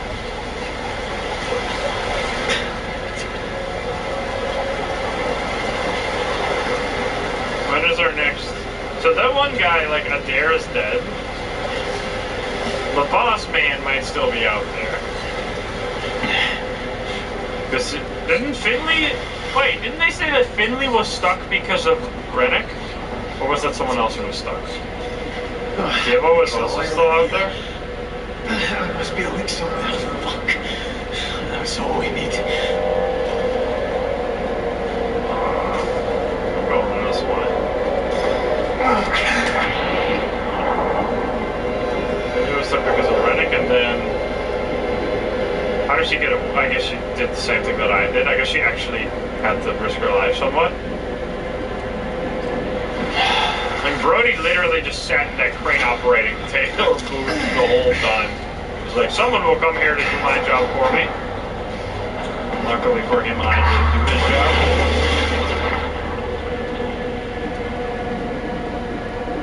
Oh, God. So there's also... Now we're not. I guess we're still down low, and I'm fucking hell, man. This is far away. Excuse me. Is there something to grab, maybe? No. You gotta get some air, sir. Go, go, go, go, go. Okay, that was impressive. I mean, you could definitely do that in a life or death situation, but that's not pleasant, that's for sure. Yeah, Brody seems the sussy one.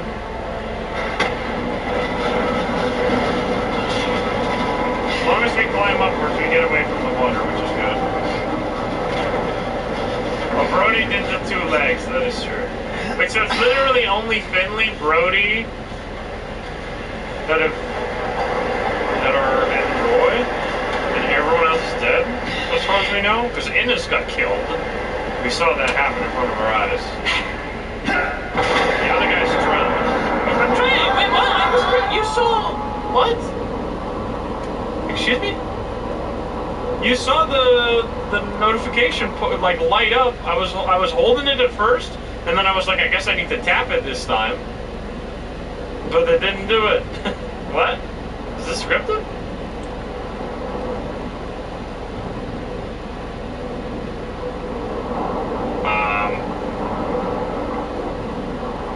Maybe it was. I'm not sure.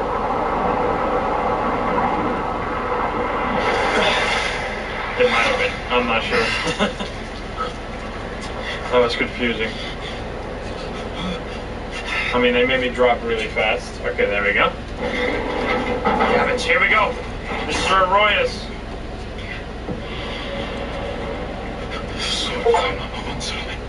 Fucking ice. Oh, we gotta warm him up first.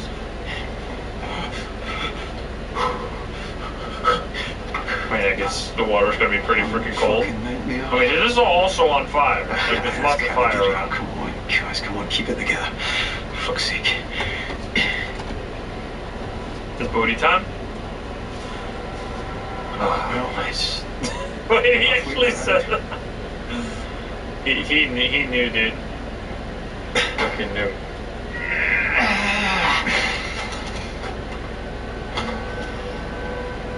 They better not turn Roy into a monster, I swear to God.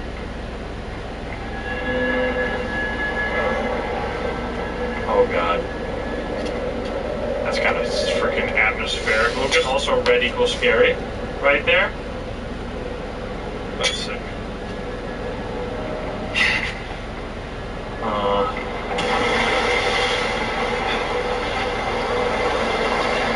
This is not where Roy's canteen. He needed to go to, oh here. Gone to roof. No, he must have gone through the roof. There has to be a way up somewhere. I have no place control now. Roy's not gonna die, he can't. I'll just get this. What happened to this dude who was washing his ass in the shower at the start of the game? Some weird shit. I feel sick. I hope he's okay. That might be him. Is this him? Oh, he's got a clothes on. That's a toilet covered in this guy's exploded body. That's a lot of eyeballs. Oh, vent. We can squeeze down so tiny.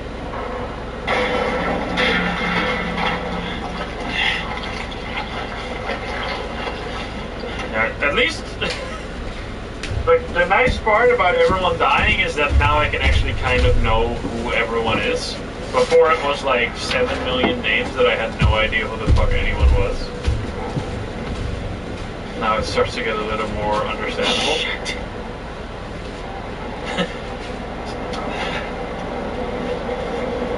They all died.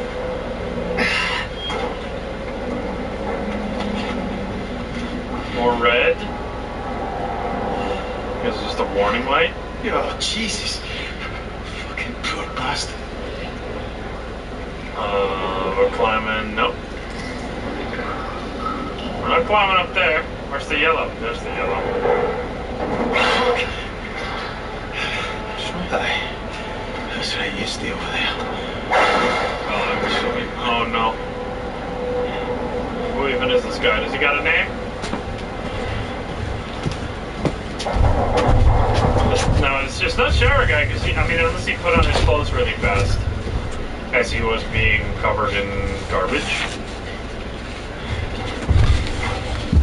You cannot walk on drop ceiling? That is a good point, yeah. That is a good point. Oh. That shit would fall down immediately. I guess not here. Fuck! Wait, are we supposed to be here?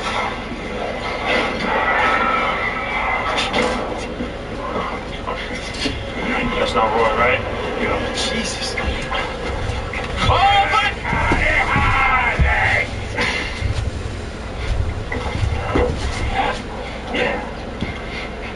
Oh. Ready to? It looks like a nice bacon and like egg sandwich right there. I need to inspect. That looks fucking delicious. Can I eat that? Might be covered in a little bit of shit, but I think they get me at it. Yum, yum, yum, yum. I'm hungry, okay.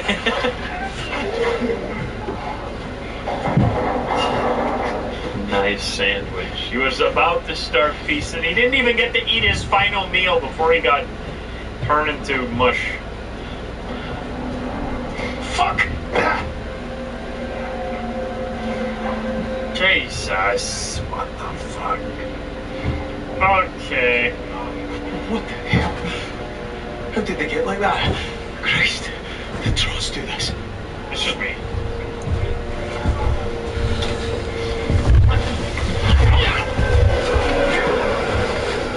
Roof access.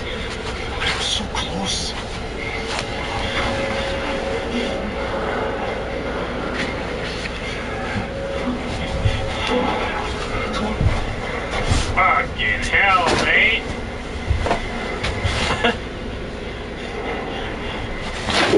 I don't even know how he didn't see me there.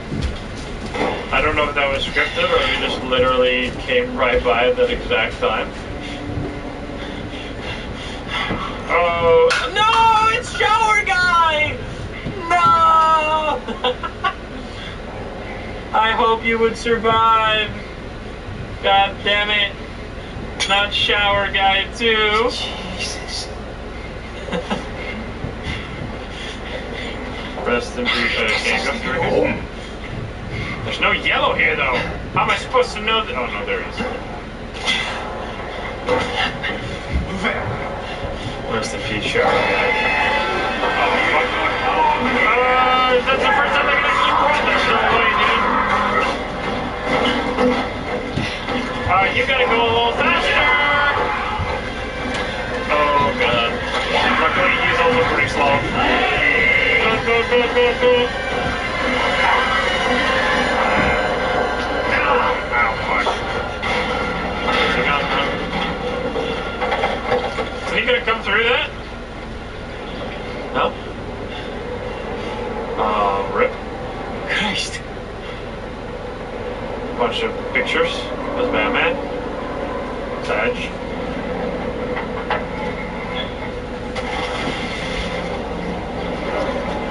Another sandwich. No, it's underwater. It's gonna be so soggy. There's gotta be something up there. Tragedy. So they were all sleeping when this happened? Noise inside is here. Oh, here we go. Nice. How has he not found this yet? That looks yummy as well. Yummy. Here we go. Oh, this is Roy's room. Need to check far out. It's just a bunch of pictures of food.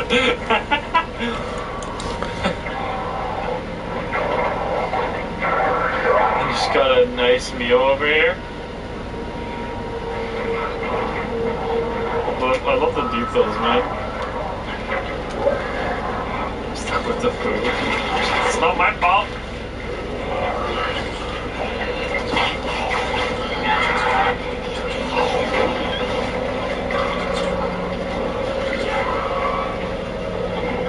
He is the cook. Yes, he is. The chef, you should say, actually. Let's go back up. Can I go back up? Oh, fuck. Ow. Just go back up. Alright, here. Can I go past this guy? I don't want to go that way. Fuck. Go over this. You fuck off? Is he stuck?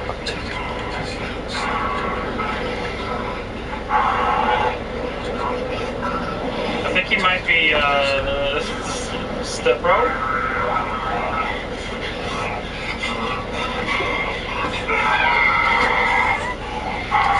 Excuse me?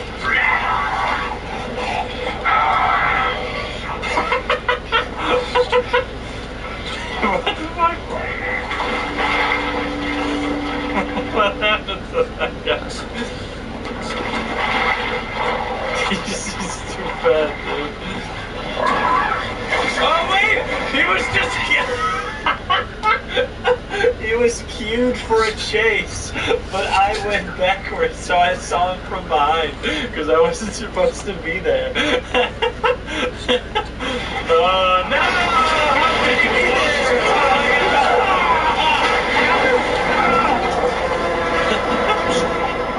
Listen, it's so good. What the fuck?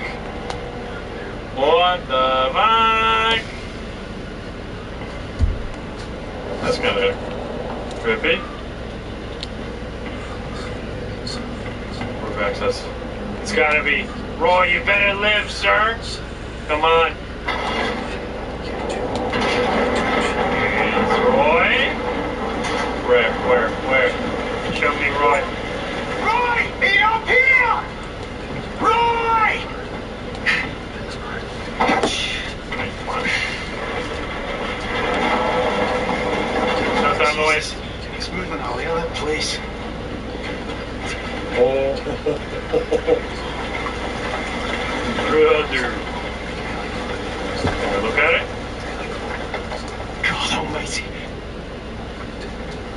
have a little look-see at it. That's fucking sick. I wish that back wasn't on the screen so I could take a proper screenshot. Yeah, this is way better. Brother. Okay, I we must gotta be talk to Roy. Thank Christ. Roy! No! Roy, talk to me, big man. Come on. Roy? Give him the insulin. Oh no, he's all bloated. Wake up, you prick. Or maybe he's just, that's just his body. Please, wake up. Wake up, come on.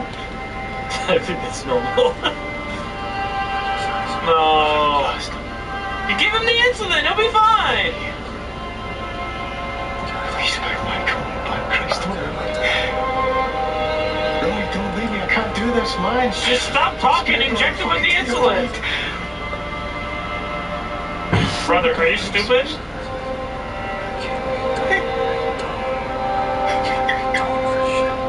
Don't do it. I'm in the denial stage. I will not be. He's gonna fucking kill me, man.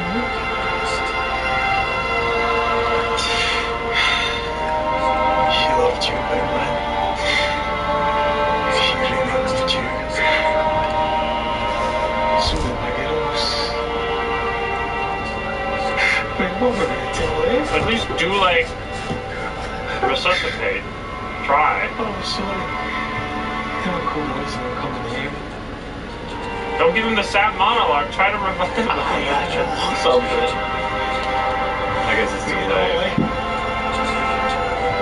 I love this big man, do you hear me? Me too!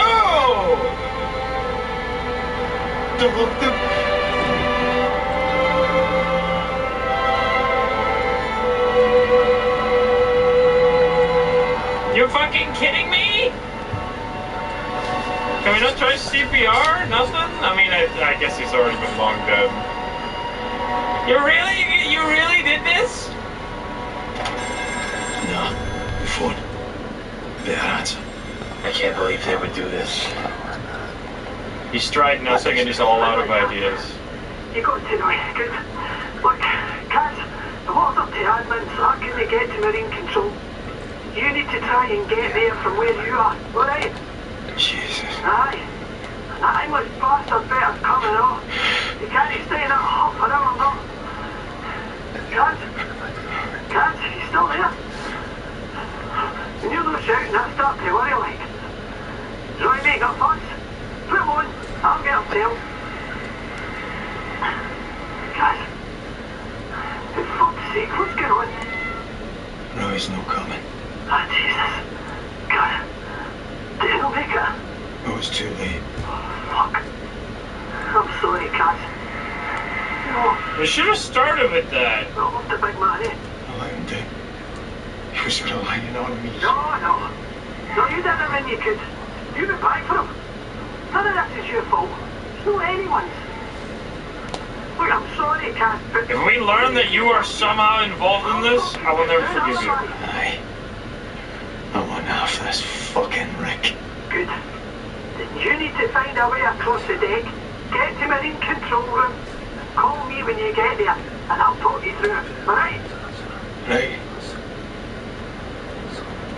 So, how fast did he die of the lack of insulin? How fast does that kill, like, someone? It's actually crazy.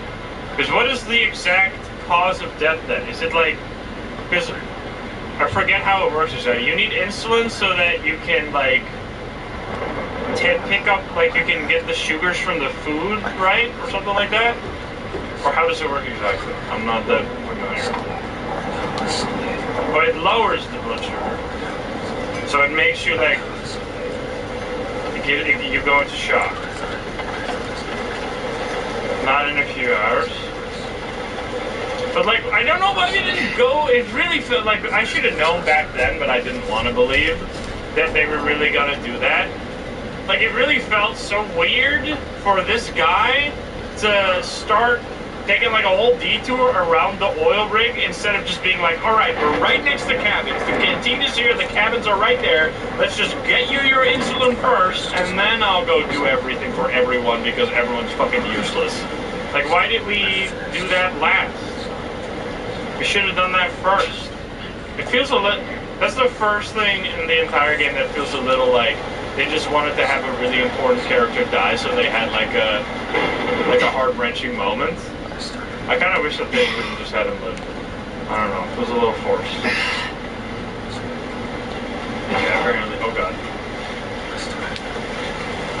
Because this guy has literally done like everything for everyone, except for the one person he actually cares about. Which I guess he also cares about himself, so like him trying to fix everything also helps himself. But because Roy originally said, I'm gonna go to the cabins, right? Like he was gonna go there and get an insulin for himself, right? Because I don't know, what has Roy done to, like, not trying to victim shame Roy, he's literally dead. But, like, in the world, what has Roy done this whole time? Like, has he just sat up on the roof the whole time? I don't really get it. I don't know. Something is fishy. I don't know if they're actually gonna explain this or... I was gonna go there. Maybe he was just scared.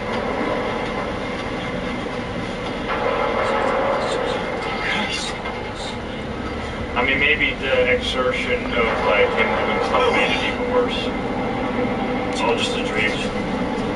But maybe we died when we fell into the water, and this is all fake. that would actually be, if they want one way to ruin, like, a little bit of this, at least that would be it. Why is it always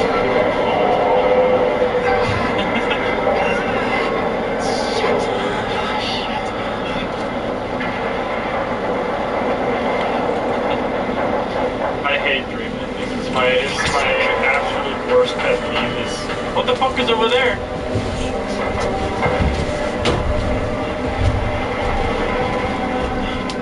That's why spoilers for... I mean, I guess by me saying this, you already know what the spoiler is, but that's why I hate Little Hope so much. Like, I love all the Until Dawn story games. Little Hope is my least favorite because it's literally just like, it was all free! Wow!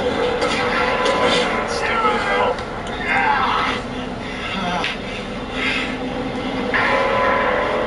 All the other ones are like, at least something real. I need to wait for this to align. Or maybe I'm too late. Oh no. So you basically almost cleared the entire jump.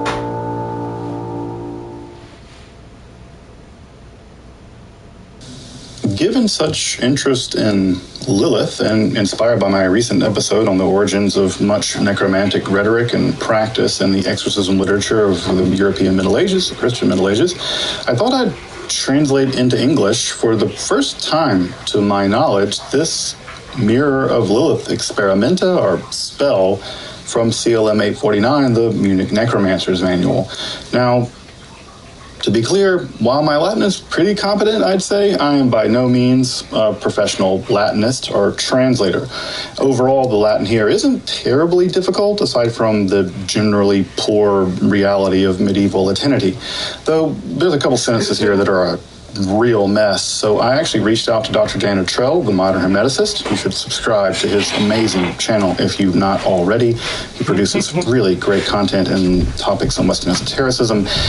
He is, in fact, a professional translator, and I'm going to provide his rendering along with mine of that definite, the one that leads. I wonder if the microphone could hear me pissing in the background as this dude's talking about the Mirror of Lilith. skeptic that this is a mirror. Lilith in Latin and English from C 1450. First, the grammar indicates that the demon being summoned is male.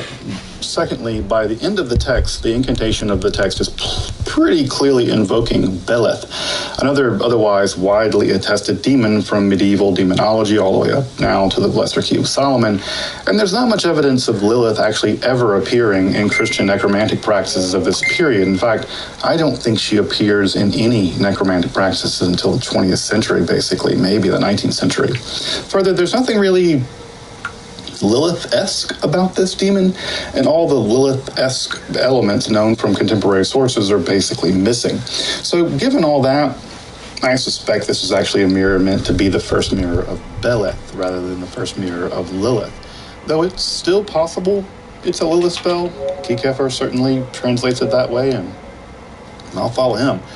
At any rate, I could say more about this spell, but it's rather typical of the necromantic practices of this period, and the possible Lilith connection makes it worthy of at least my amateur translation.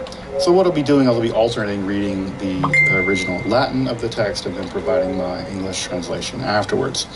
Again, this is the kind of niche content I love producing, so if you want to support the channel, feel free to check me out over at my Patreon or pick up some merch or super thanks or whatever.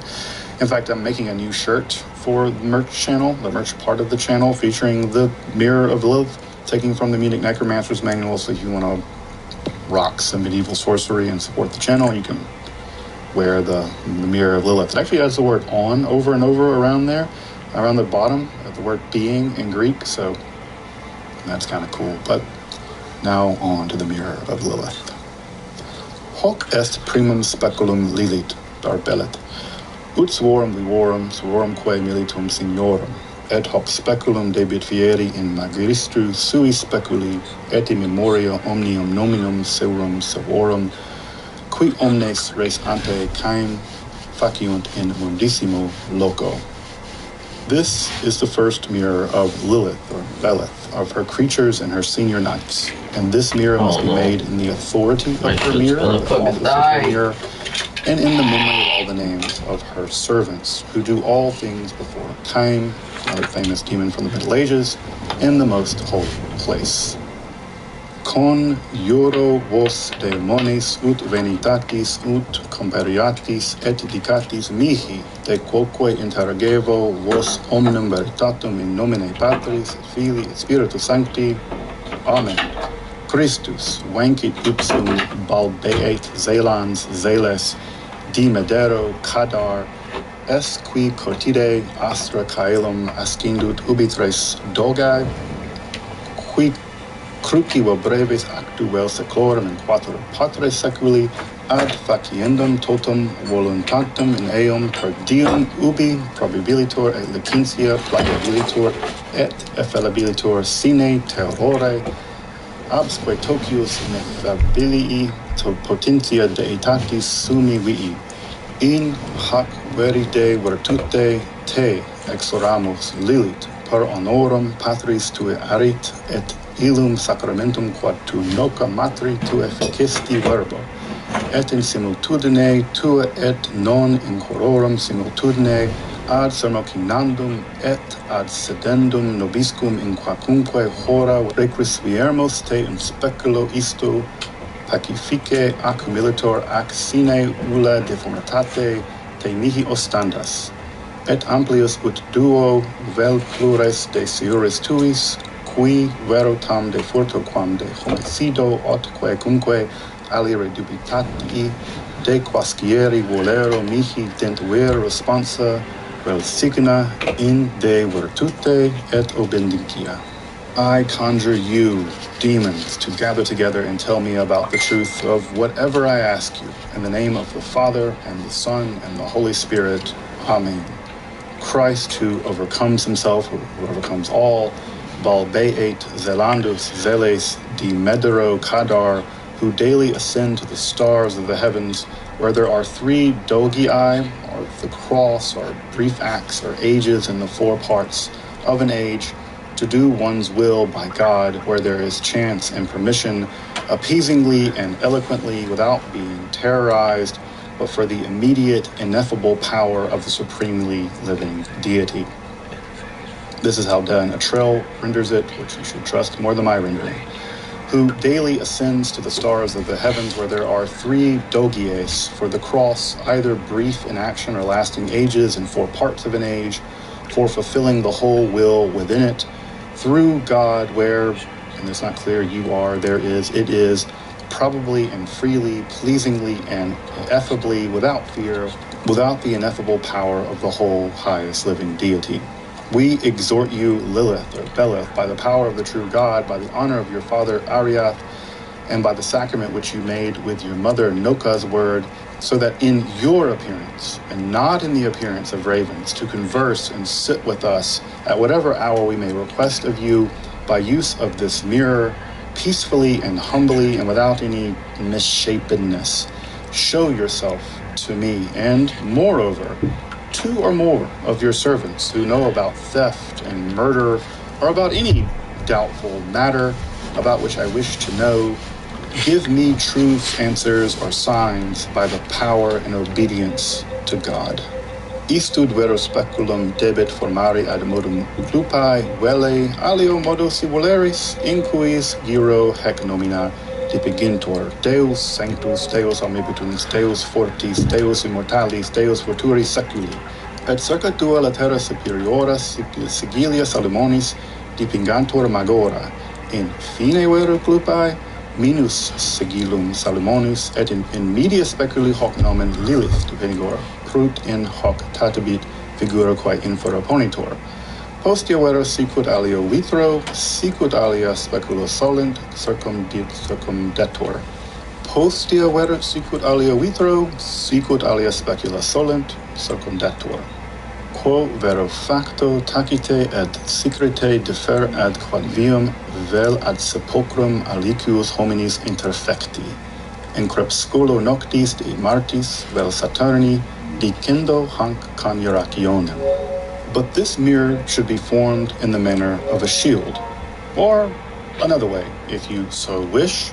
In the circle, the following names are to be depicted: Deus Sanctus, Deus Omnipotens, Deus Fortis, Deus Immortalis, Pater Forturis Seculi, Holy God, Almighty God, Strong God, Immortal God, and Father of the world to come. And around the 2 upper sides, the greater seals of Solomon are to be depicted, while at the end of the shield, the smaller seal or the lesser seal of Solomon is to be depicted, and in the middle of the mirror, the name Lilith or Belith is to be drawn, as can be seen in the figure below. Afterwards, it will be surrounded by another glass, just as other mirrors are. And when this is done, silently and secretly carry it to a crossroads or to the grave of a murdered man on the twilight of a night, typically on a Tuesday or a Saturday, saying this conjuration.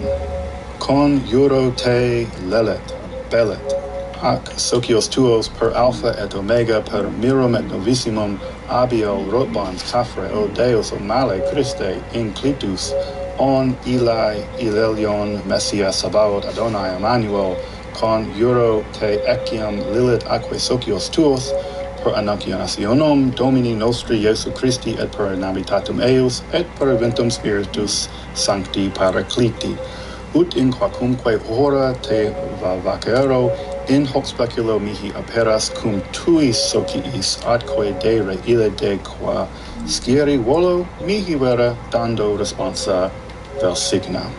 I conjure thee, Lilith or Belith, and thy companions by Alpha and Omega, by the first and the last, by Abiel and Rotbans and Kafre, O God, O evil Christ, well known, on Ele Elyon, Messia Sabaoth Adonai Emmanuel, I conjure you, Lilith, and your companions, by the annunciation of our Lord Jesus Christ, and by his birth, and by the power of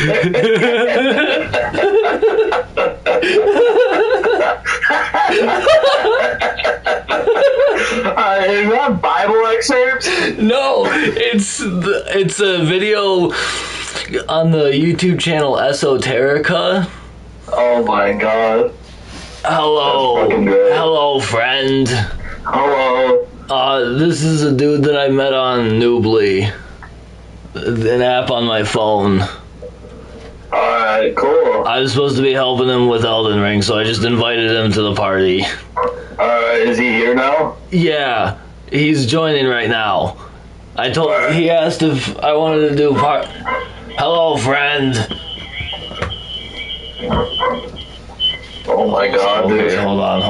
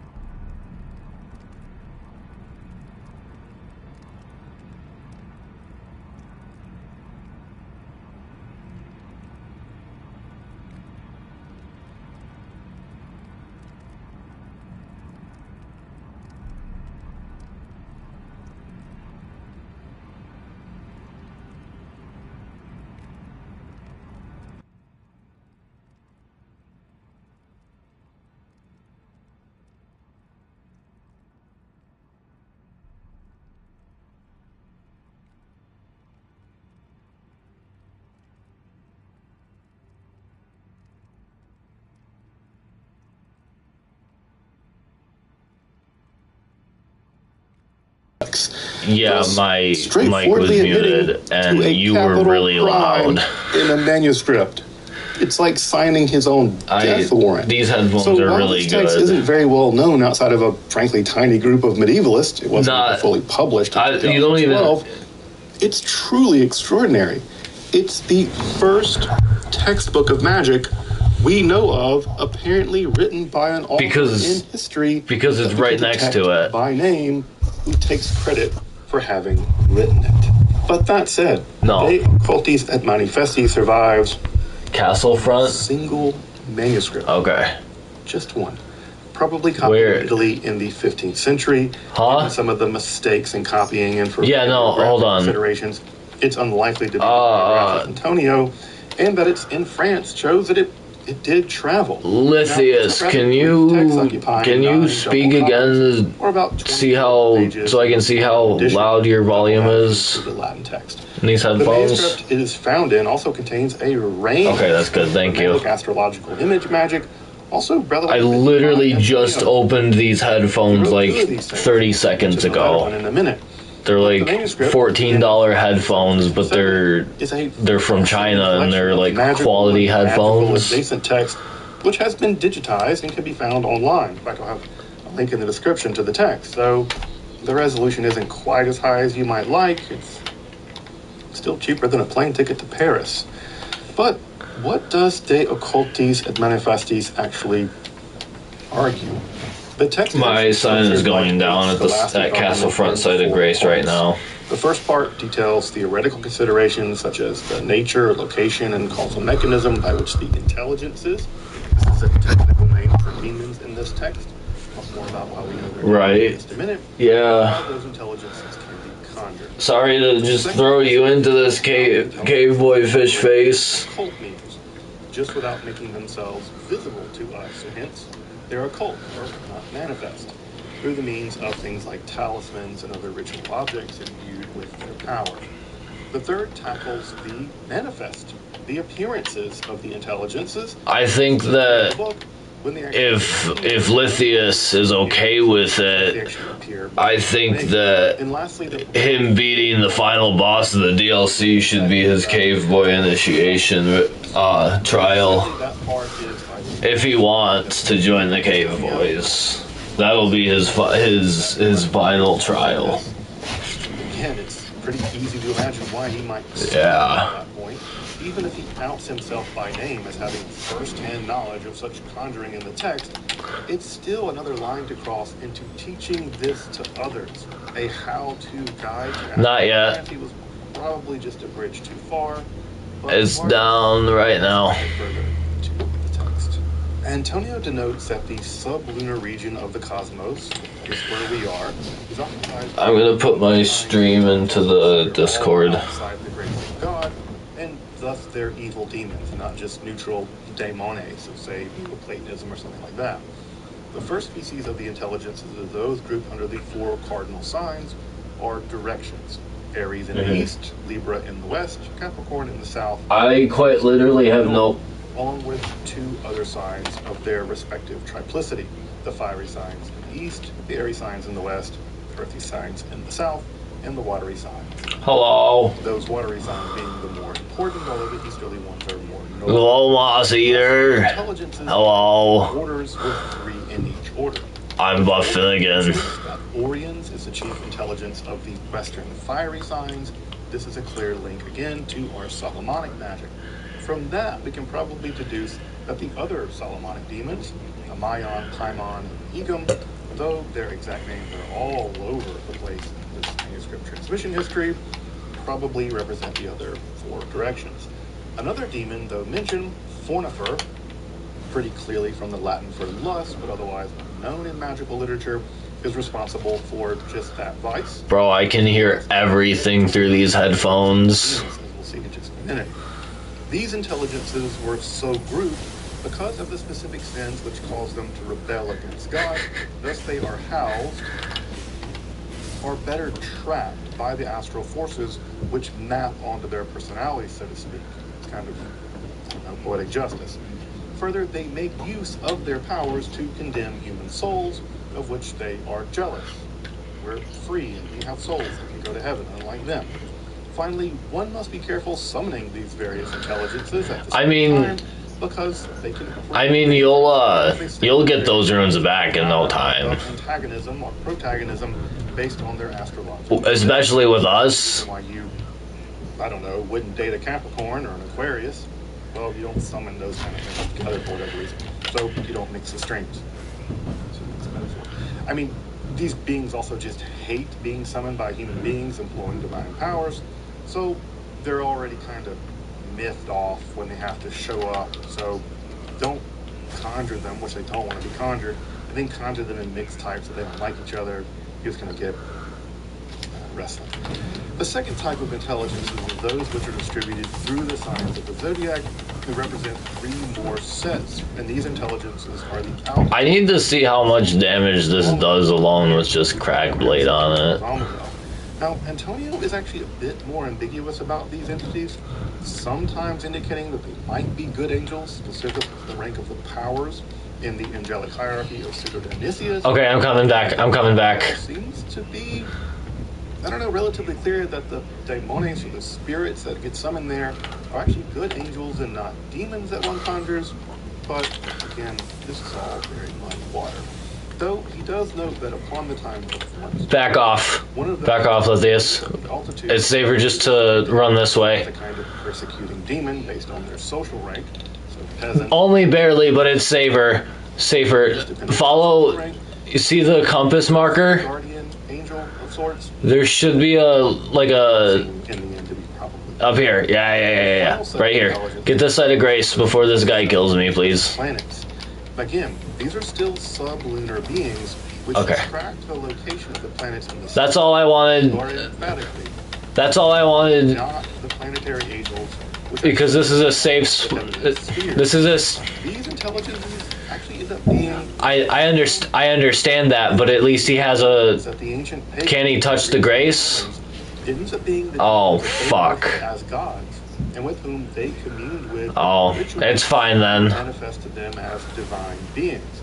Again, when you look up, you don't see Mars. You see the intelligence of Mars. In effect, this sublunar is a kind of. My sign's going back down at Castle Front. But because these entities are in general very powerful, they used to be angels.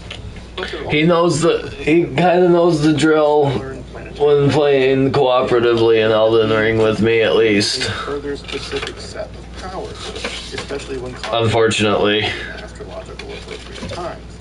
Now, from a theoretical point of view, the system is like a vast cosmic clock of various intelligences, increasing and decreasing in power. Oh yeah, because you're on PS4.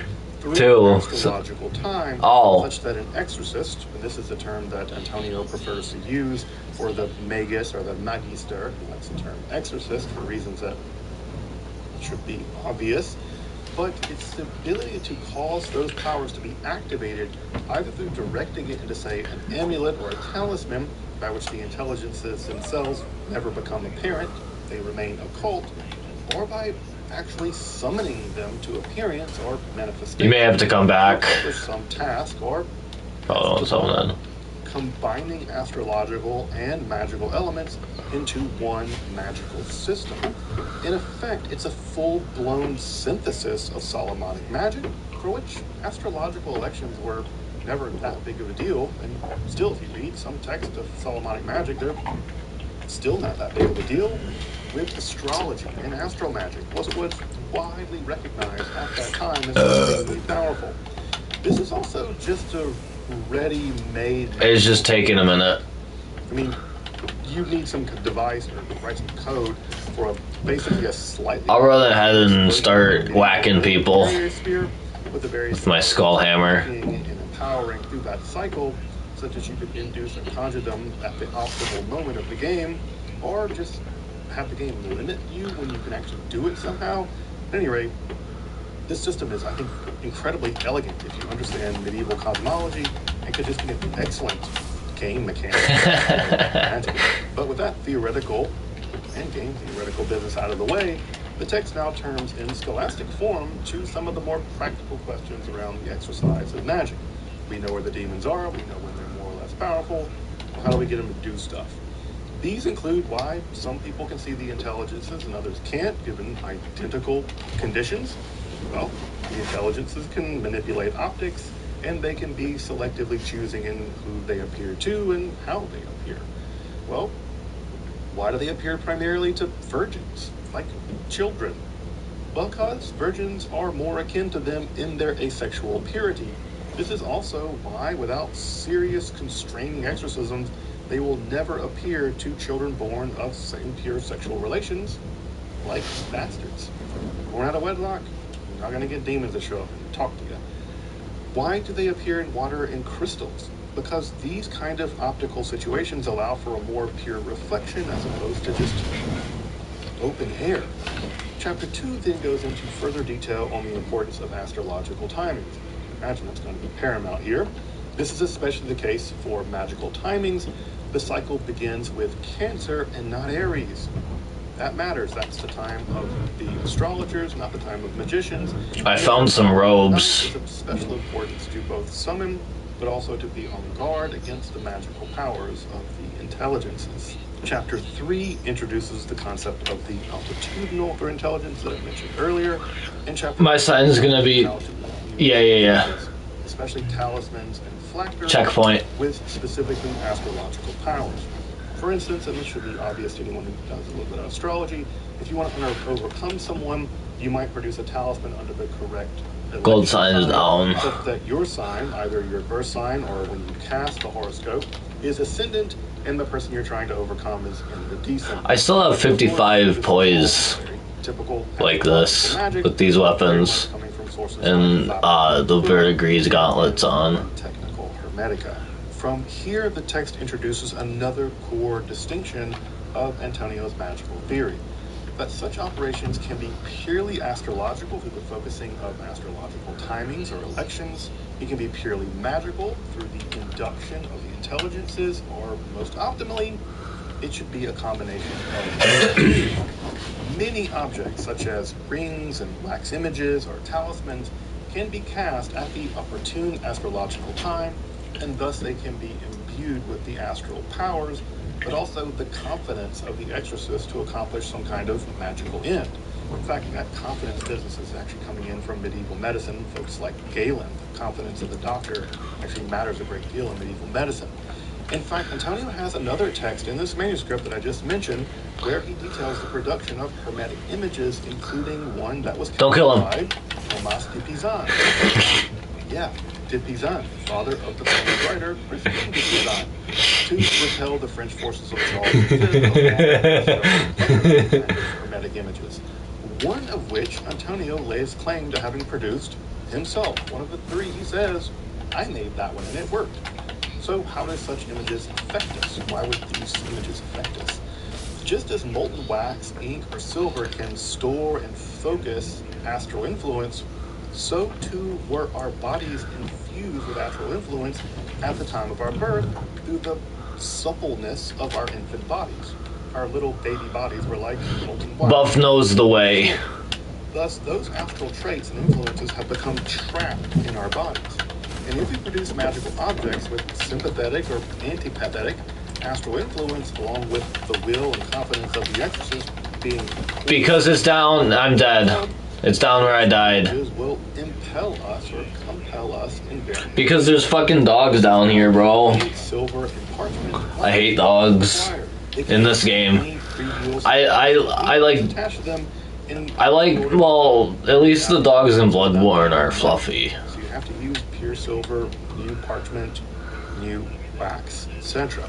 However, such objects can also be infused with powers directly through demonic intelligences. I believe that would be Enzis moon-gazing. No. Astral conditions. Castle. No. Are impelled through honors like sweet suffumigations and respectful incantations. I'll meet you at Castle Enzis checkpoint. You just force them. They're just compelled through forceful bindings, similar through use of divine names to affect power into those various kinds of objects, thus giving them magical powers. However, in the case of magic, the condition of the exorcist is tantamount. Then various conditions must be right for the whole business to be effective. The weather must be quiet and clear, though, remember earlier, Antonio confessed to having summoned intelligences even during the reign. The location must be secretive and remote. The intelligences they're introverts, like me. They're shy. No, the next site of grace is right before the boss. The location is a crossroads, thus the microcosm mirroring the macrocosm of the distribution of the division of the intelligences. That crossroads business continues all the way down into contemporary ideas about magic. Further, so I'm going to put my sign down. State as possible. They got to be Catholic. Surprise, 14th century. They have to be recently bathed. So so checkpoint. Okay. Maximal effect, and frankly, to endure the terrors that the intelligences will induce upon them. Further, they should also make sure to be. My sign's down back at the grace. The unending circle represents the eternality and wholeness of God. The motion of the prime mover is always circular, and in fact, he indeed names these circles the name of God. He notes that the suffumigations, the incantations, the pentacles, and the various kinds of magical characters and divine names can all be consulted in the Clavicula Salomonis, so he doesn't receive the text, but he does make it clear that one must proceed employing them. You should also note, the earliest manuscript of the Clavicula Salomonis still isn't published. That's a thing. It's just not published. However, a curious element remains in all of this. While the exorcists must be pure, they cannot employ certain divine prayers, probably prayers associated from the Mass. Why? Well, it'll drive away the intelligences. They're evil. Thus, other secular incantations, more reminiscent of medieval courtly life, are preferred to induce the appearance of the intelligences. You kind of court them. You don't exercise them. Indeed, it appears that while one must be pure in a sense, so the intelligences might show up, if the exorcist is more inclined to sin, if you have some sin, if you're up to no good. I need to put on more stuff, more talismans, real quick. These are demons. And armor. Agenda and all this. And in this way, the text remains stridently within Orthodox demonology, going all the way to Augustine. Recall in the City of God, Augustine argues that all this demonic business is all just a bunch of illusions. It's just a demonic con to eventually doom the soul of the necromancer. However, with the astrological and magical practices completed, Antonio makes the relatively obvious point. Obviously, it would be better to combine astrological and magic into one unified theory and practice. And surprise, surprise, that is ultimately what is found in this text. Behind us, and that's the genius of this system. It's a system. There he is. It combines astrological elections and again magic with the system of the conjuration of the intelligences found in the numerous texts of the Solomonic tradition to produce one of, in my opinion, the greatest and earliest synthetic magical systems in all of the European magical tradition. That said, it's kind of surprising to me that I don't think most people have ever even heard of Antonio de Montomo's De Occultis et Manifestis outside of a very tiny However, it did only survive in one manuscript, which was only really detailed. That most people don't have, by Thorndike in 1934, and it only received a critical edition and translation in 2012, and then in a pretty technical volume in the history of magic. So, all that considered, I guess it's not so surprising after all that most people have never heard of this. I mean, this is the kind of thing that's exactly the kind of stuff we would cover on a channel called Esoterica. It can be found in Penn State's Magic and History series in the volume Invoking Angels, edited by absolutely amazing scholar Claire Fanger. Here you'll find a fantastic introduction, though the Thorndike version over here in volume 3 does still hold up pretty well if you want to read that online for free, and which does a great job of all situating the text in the history of magic more generally, along with a critical edition of both the Latin text along with an English translation, which is not always given in these texts. Though Antonio's text on Hermetic Image Magic doesn't yet have a translation, but it does have a great critical edition, along with a general introduction in French, which you can consult that. So So if you want to try your hand at Latin, that's another great text to produce.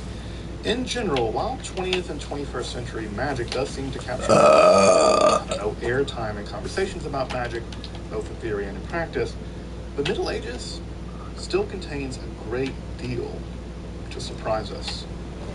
More on medieval magic and necromancy soon. I promise.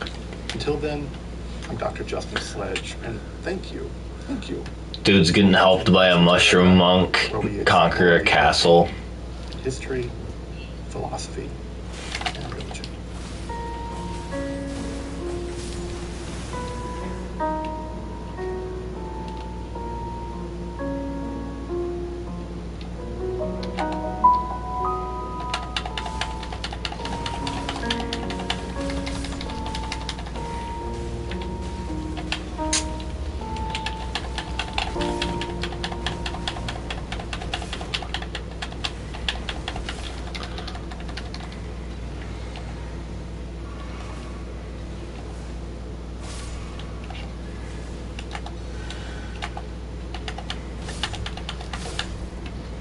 It was the height of the Enlightenment, reason reigning supreme, when in the summer of 1758, Andre Morlet was visiting a friend, actually a high-ranking church official in Rome, pursuing the shelves of his host, as I'm sure all of us out there want to do, without the least bit of judgment, of course.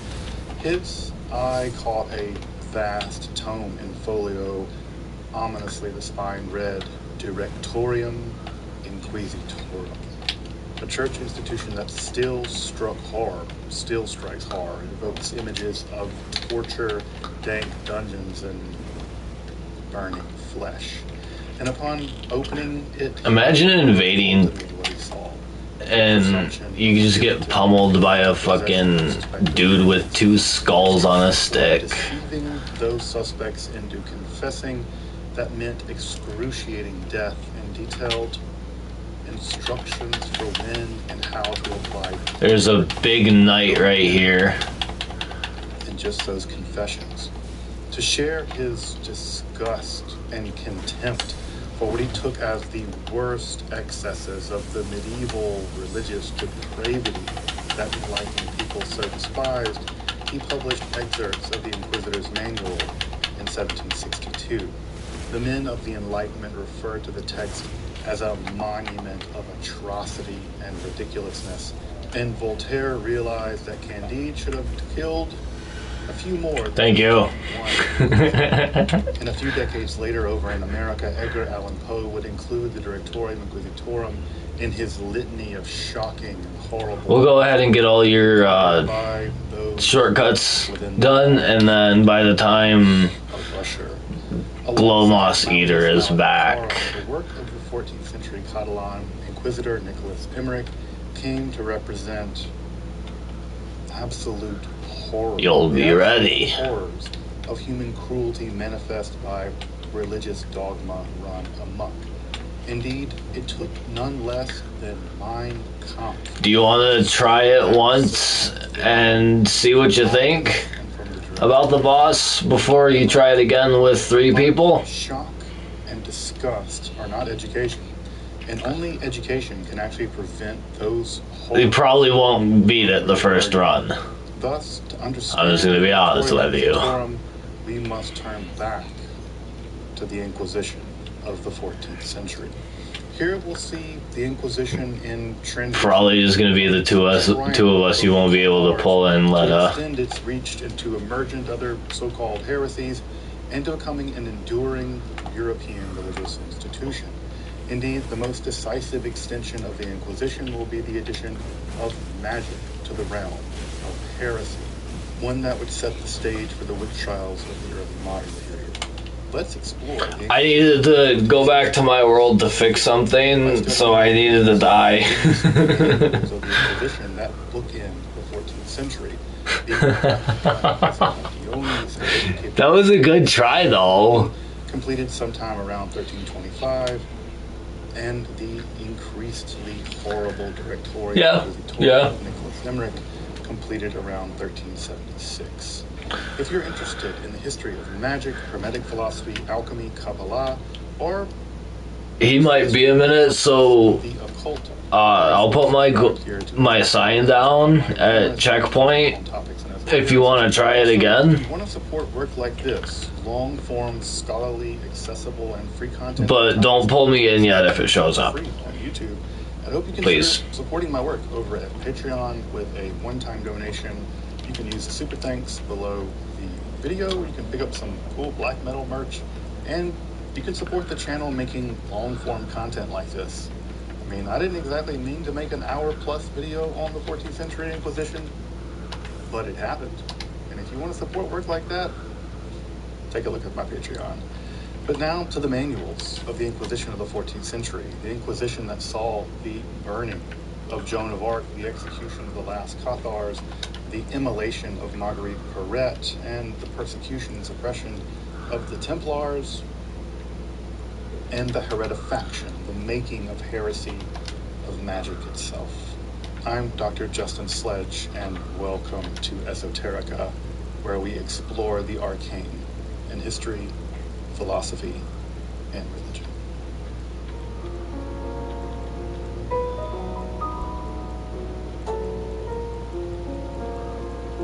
Where is it? God damn it. Hold on. I mess with my Ashes of War.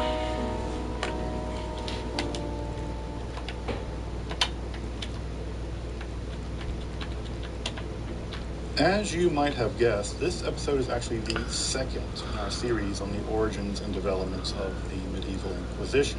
Now, you might want to go check out that first episode either to better inform this one, or you can check it out afterwards to get a more full vision of how the Inquisition developed prior to this episode that takes place primarily in the 14th century. But this episode does basically pick off where the other one left off, and it covers the rise of the medieval Inquisition.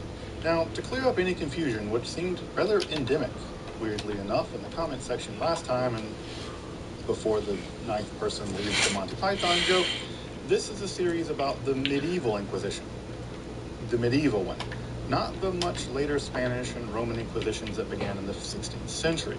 This episode spanned the Inquisition as it was in the 14th century, 1300s. That's about 200 years prior to the rise of the Spanish and Roman Inquisitions.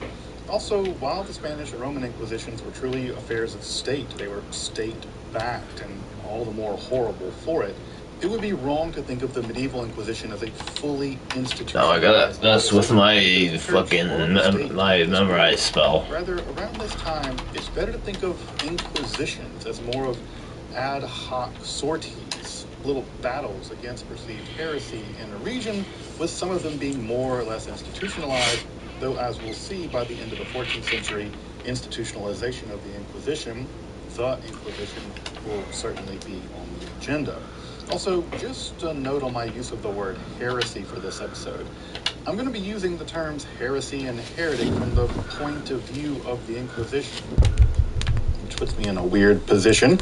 But rather than just saying all the time so-called heresy and so-called heretic every single time I want to use that term, I'm certainly not on team medieval church, much less on team Inquisition, God forbid, and I don't want my language use to muddle that fact. I'm literally making episodes like this, content like this, in the hopes that we can learn from history and actively resist the combination of church and state, which some hideous morons in this country are flirting with again, along with resisting any form of social power that stems from basically medieval conspiracy theories. It's, in fact, even arguable to what extent some of these heresies existed in the medieval period in the first place. So, again, I use the term heretic and heresy as just a shorthand, and definitely not an endorsement of anything argued in this episode. But as we saw last time, the medieval Inquisition, or rather the technical title of the time, the Inquisitio Hereticae Pravitatis, the investigation into heretical depravity, or depravity, the heretics were depraved, it's an ironic title if you ask me, evolved primarily in order to suppress both alleged duelists in the region of southern France and northern Italy, known to history now as the Cathars, as much as they really existed, but also other radical Catholics who took the spiritual importance of apostolic poverty of central and literal, very literal value with the poverty. The Waldensians and eventually the spiritual Franciscans, along with the even later apostolic brethren, or the pseudo-apostles as they're known. I'll be ready in like 2 seconds. That literal poverty, radical poverty, was a sine qua non of Christian piety. I just gotta swap the church one had basically thing. betrayed all that for pomp and luxury and decadence. I mean, St. Francis did tell the Pope that Peter had no silver and gold any longer. What a bamf. So much so that the apostolic brethren actually held that the Church of Rome was basically the Antichrist. In order to deal with these renegade movements, the church actually first employed Cistercian preachers to properly educate the population, and then eventually they began to incorporate some of these preachers of poverty into the church as the mendicant orders, the begging poor orders, especially the Franciscans and the Dominicans. You're all good. Take your time. Themselves go on to become the shock troops of the early Inquisition. However, following the assassination of a papal legate in 1208, the blatant desire on the part of northern lords for southern land in France, the Albigensian Crusade was launched from 1209 to 1229. I cooked and proved with my build. Horrifying I cooked with my build. Of siege and massacre of civilians in the Languedoc that is difficult to describe. And it was in the aftermath of that nightmare that a new nightmare began. The Inquisition sought to root out and destroy any remaining vestiges of heresy in the region in the 50 years that followed, with the last Cathar Prefectus being burned alive in the autumn of 1321. Again, if you want more of a primer on the origins and the mechanisms by which the early Inquisition operated, you're going to want to check out the first episode in this series, because you need to know more about that stuff, because it's horrifying and we don't want to do it again. Also, if you want to learn more about Cathar beliefs and theology, if they really existed, frankly, I've also my made a Cathar playlist. Sign is down. A little Cathar playlist. You can check that out too. That was weird. But by the early 14th century, the subject of this video, the Inquisition over... I've got a buff routine. That's why they call me Buff Finnegain. Annihilation, and the Waldensians now being pushed way out into the mountain regions of Italy, where they actually survive down to this day. They're still Waldensians. I've still got a buff routine. Waldensians, well done. You beat the Inquisition. You should get like a reward for that. There should be a statue, because you beat the Inquisition. But with the defeat of Catharism imminent and the first generations of the growing we got to put up a statue because we beat Inquisition. Systematic treaties by inquisitors actually reflecting on the very process and office of the Inquisition itself. In a sense, the first Inquisition manuals, the rise of torture and how magic became heresy by Esoterica. Making things up as they went, basing themselves on canon law and theology, but a lot of it was kind of ad hoc. But with the end of that startup phase of the Inquisition came the earliest inklings of self-reflections by the inquisitors upon the very office they had held.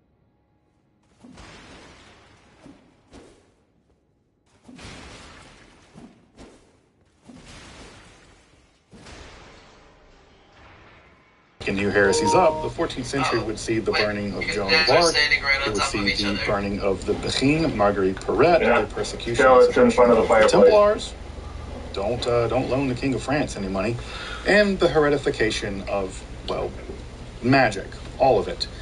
The annihilation of the Cathars would only prove to be the opening salvo in the medieval war against heresy, and by 1317, the final canon powers of church law would be given over to the Inquisition. In a sense, the Inquisition saw itself become the little I Inquisition. Well, the baby Inquisition grew up. It became self-conscious of itself. It became the Inquisition.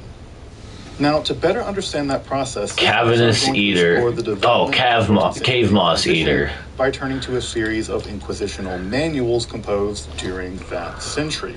The first is going to be the Practica Inquisitionis Heretici Pravitatis of Bernard. I'm sorry, man. There's a dude talking a lot of Latin at me on my iPad right now. I'm not going to be able to speak properly today. About 50 years later. And to a lesser degree, we'll take a look at some of the anonymous texts like De Officio that was composed sometime between 1320 and 1325. along with Ugolini's Tractatus Super Materia Heterorum, composed around 1330. Now, Bernard Guy was a true soldier of the church. Born to minor gentry, he became a Dominican early on and served in various leadership roles, slowly climbing up the church hierarchy. He was studious and careful. His inquisitorial manual is only a minor work compared to his other mountain of literature he produced, for instance, on history. And it was perhaps this investigative mind, along with a penchant for diplomacy, I'm gonna die. That led him to becoming chief inquisitor of Toulouse from 1307 to 1323. Even his being appointed bishop didn't take him away from his duties in what was among that time the final outposts of Catharism. However, it would be during his posting that the final Cathar Perfectus would actually be burned in 1321. Yeah! Led by who would later Benedict the 12th. So, the Inquisitor to Pope pipeline. That was the thing. Guy composed the Practica about 2 years after his retiring from the and it was made as a guide for those who would succeed him in that post. I gotta put Esoterica on hold. I gotta switch to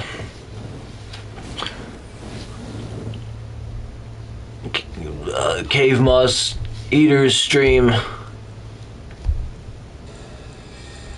Oh, he Cave Moss Eater's stream. Lads was standing.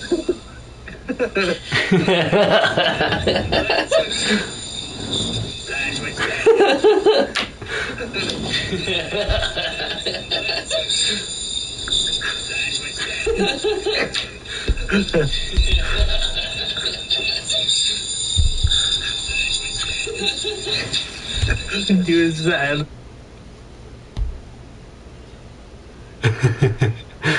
Post. The Practica, while written in 1325 and surviving in 6 manuscripts, wouldn't even be published in a modern edition until 1886, and it still has no contemporary critical edition, much less an English translation, though some chunks of it are translated. It's a very strange book to modernize, to be honest, and not just... My sign is down. Torturing heretics. It's composed of 5 parts, many of which are just various documents and legal forms and formulas stitched together. What were you saying? The first covers documents and formulas for summoning a suspected heretic and excommunicating those that refuse to show up. Remember, in the early Inquisition, they could call you and you could just run off. The Waldensians just ran the hell off. The second and third are similar formulas for use during the sermones, or sermons, in which heretics are variously condemned or given penances, along with the various kinds of oaths that were expected to be sworn by secular powers to support and back the Inquisition. Often a rather turbulent affair, as we'll see. It wasn't always happy between the Inquisition. I want to be invasions at Volcano Manor. The fourth section are the various canon laws describing the office of the Inquisition. I think I'm going to do that later. Justifying the Inquisition's existence, along with the acceptable behavior of an Inquisitor, the kind of things you're expected to do and not to do. Finally, the fifth and the most well-known section, in fact the only part of the Book of the Practica translated into English, details how to conduct interrogations, the nature of various sects, along with a kind of questionnaire to be used by the Inquisitor, known as an interrogatoria, that is specific to each form of heresy. It's a tailor-made questionnaire to kind of diagnose a heretic as you're talking to them. It also includes the final formulas for the most important aspect of the Inquisition, the abjuration, in which the convicted heretic secures absolution from the Church via the Inquisitor. In some sense, it's the whole point of the Inquisition, at least from the point of view of the Church. Now, the first 3 sections are absolutely the most obscure to contemporary eyes, especially for those of y'all who, don't read medieval religious legal texts all day. But the best way to think about these sections is if you've ever needed to fill out like a legal form, like a promissory note for a loan or a house lease or a bill of sale, and you just go to some website, like a law website, bestlawforms.com. Oh no! You download. We got rid of the invader. All your jibber jabber, and you just plug in a bunch of names and dates and signatures and things, and you go down to the bank or the post office and you get it notarized, and wham bam, thank you ma'am, magically you have a legally binding document. Maybe. I'm not a lawyer. I don't know. Well, those first sections of the Practica are kind of a version of that. They're just a bunch of documents that were developed in the first generation of the Why was I not shield poking? And formalized by Guy, such that if you, I don't know, you needed a summons document fucking bullshit in question about their heresy situation, the wording of a local lord to swear support to the Inquisition, or you need them to declare that they're going to go out there and capture some heretics. I wonder if it was because I have Rakshasa's armor on. Turn it into a trash heap. By the way, that's what you would do. You would take the heretic's property and turn it into a trash heap. You would just put on Moore's Practica, you get a notary to legs and out. You kind of, as an gauntlets. You had it kind of ready-made for you. There also that brings the way that you study them for the education of becoming an inquisitor yourself. So that's handy. Some of the forms even still have names and dates from previous Inquisition cases, so they function as much as a historical witness to the actual Inquisition as mere templates. You got this. You gotta wonder about the privacy rights of those heretics. Oh yeah, it's the 14th century. No one has rights. Parts 4 and 5 are more I think I figured out something really good to use. Work that was produced during the Northern Italian Inquisition of 1268 to 1277. Iron Jar Aromatic. That was the region that and shield poking. The alleged texts that we have that survive with the poison ant spear rapier that has seppuku on it. You can learn more about that work above if you want. And that work, however, talismans for all three. All three status effects. He wouldn't do that. He was on Team Inquisition. But basically, or as many status effects buffs as you can get. The nature of the powers of the Inquisition. There are things that they could do, and there are things that they simply couldn't do. Finally, Book 5 is perhaps the most interesting and accessible for contemporary readers, and basically it's the only one that anyone reads now anyhow. Here, Guy details the nature I'm not quite ready yet, but I will be in a second. The Manichaeans, who we would now call Cathars, he always calls them Manichaeans, the Waldensians, the pseudo-apostles, the Bechenes, and then a kind of I'm gonna sneeze. Relapse whose sorcerers divided in those of the demons. He knew it was going to get summoned. In addition to each heresy, there are also a series of interrogatoria or questions specific to those sects that inquisitors should ask in order to surprisingly, what the fuck is happening to my voice? Heresy. More on the interrogations and the means by which you secure those confessions. You guessed it, torture and a bit. But if you only know Guy from the book and the film of Umberto Eco's In the Name of the Rose, you'll have the impression of him as a kind of steely-eyed, hell-bent on rooting out heresy, no matter what the toll taken on human life and dignity. I'm ready to. I don't know, medieval Catholic Reinhard Heydrich or something, God forbid. But that's actually not really the impression that you get from reading the Practica. Well, he does lament the idea of letting a single heretic go rather than, getting false convictions, so that's kind of troubling. It troubles him more the idea of one guy might get away than you could get a bunch of false confessions. Though Guy sees himself, as many inquisitors did, as doctors of the soul, honestly serving the task of rescuing souls from heresy, which would otherwise mean damnation for them. He's trying to help them. He often urges restraint and caution, and even when this is the one. This is the one. This is the one. Since 1252, this is the one. Ad extirpanda, it was always a last resort for Guy, something that we shouldn't take for granted. It's going to change in just a minute. In fact, as we start to compare Guy and Emmerich, we're going to see two very different means by which the Inquisition should proceed. And some of that horror that Emmerich inspired for the Enlightenment guys and Edgar Allan Poe is sadly, horrifically going to come into much clearer focus. Now, before turning to Emmerich, however, I should say a bit about the other two important manuals produced in the 14th century, both produced in the Italian context. My sign's down, I'm ready. I don't know if I said that. Later of which was printed first in 1579. These are both fundamentally legal texts. They're being written for more or less incorporating the Inquisition into existing legal structures of the day. The former outlines the role of the officials of the Inquisition, the various legal categories of heretics, and finally the tasks to be performed by the Inquisition. Again, limiting as much as giving it power. Largely, the text spells out and clarifies what up to that point had been a rather haphazard legal precedence as the Inquisition developed.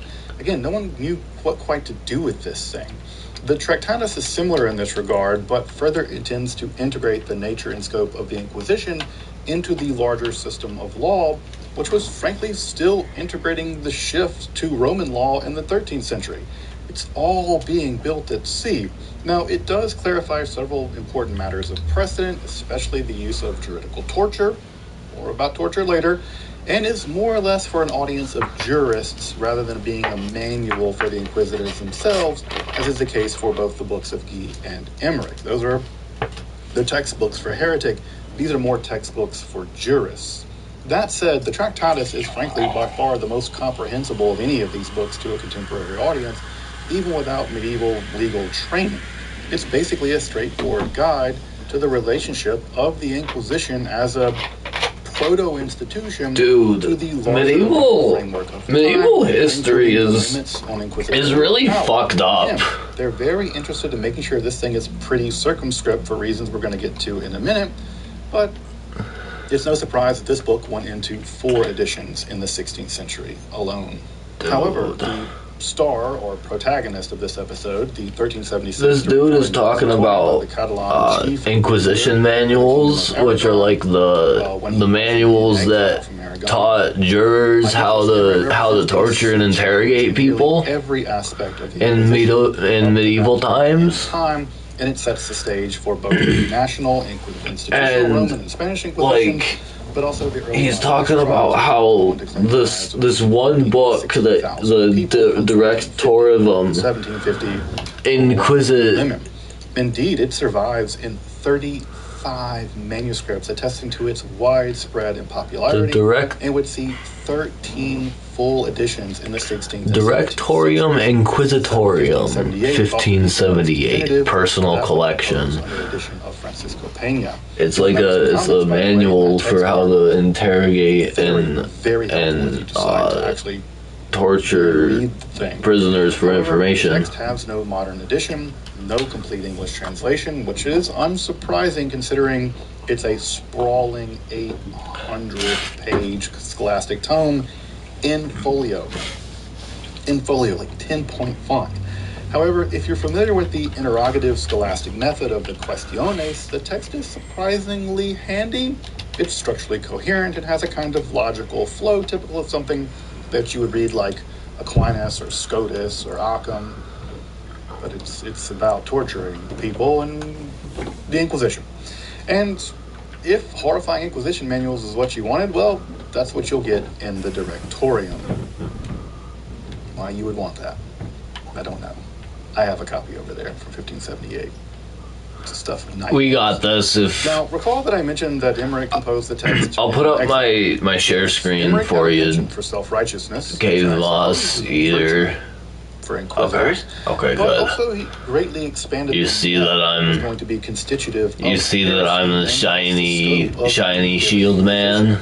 Now, this would eventually lead him on an assault against his fellow scholars. It's my shiny shield man build. Catalan scholar Raymond Lull, who was this is as fast as I can run. Declared, temporarily at least, a heretic, and all his followers declared heretics, along with those practicing sorcery and even non-converted Jews.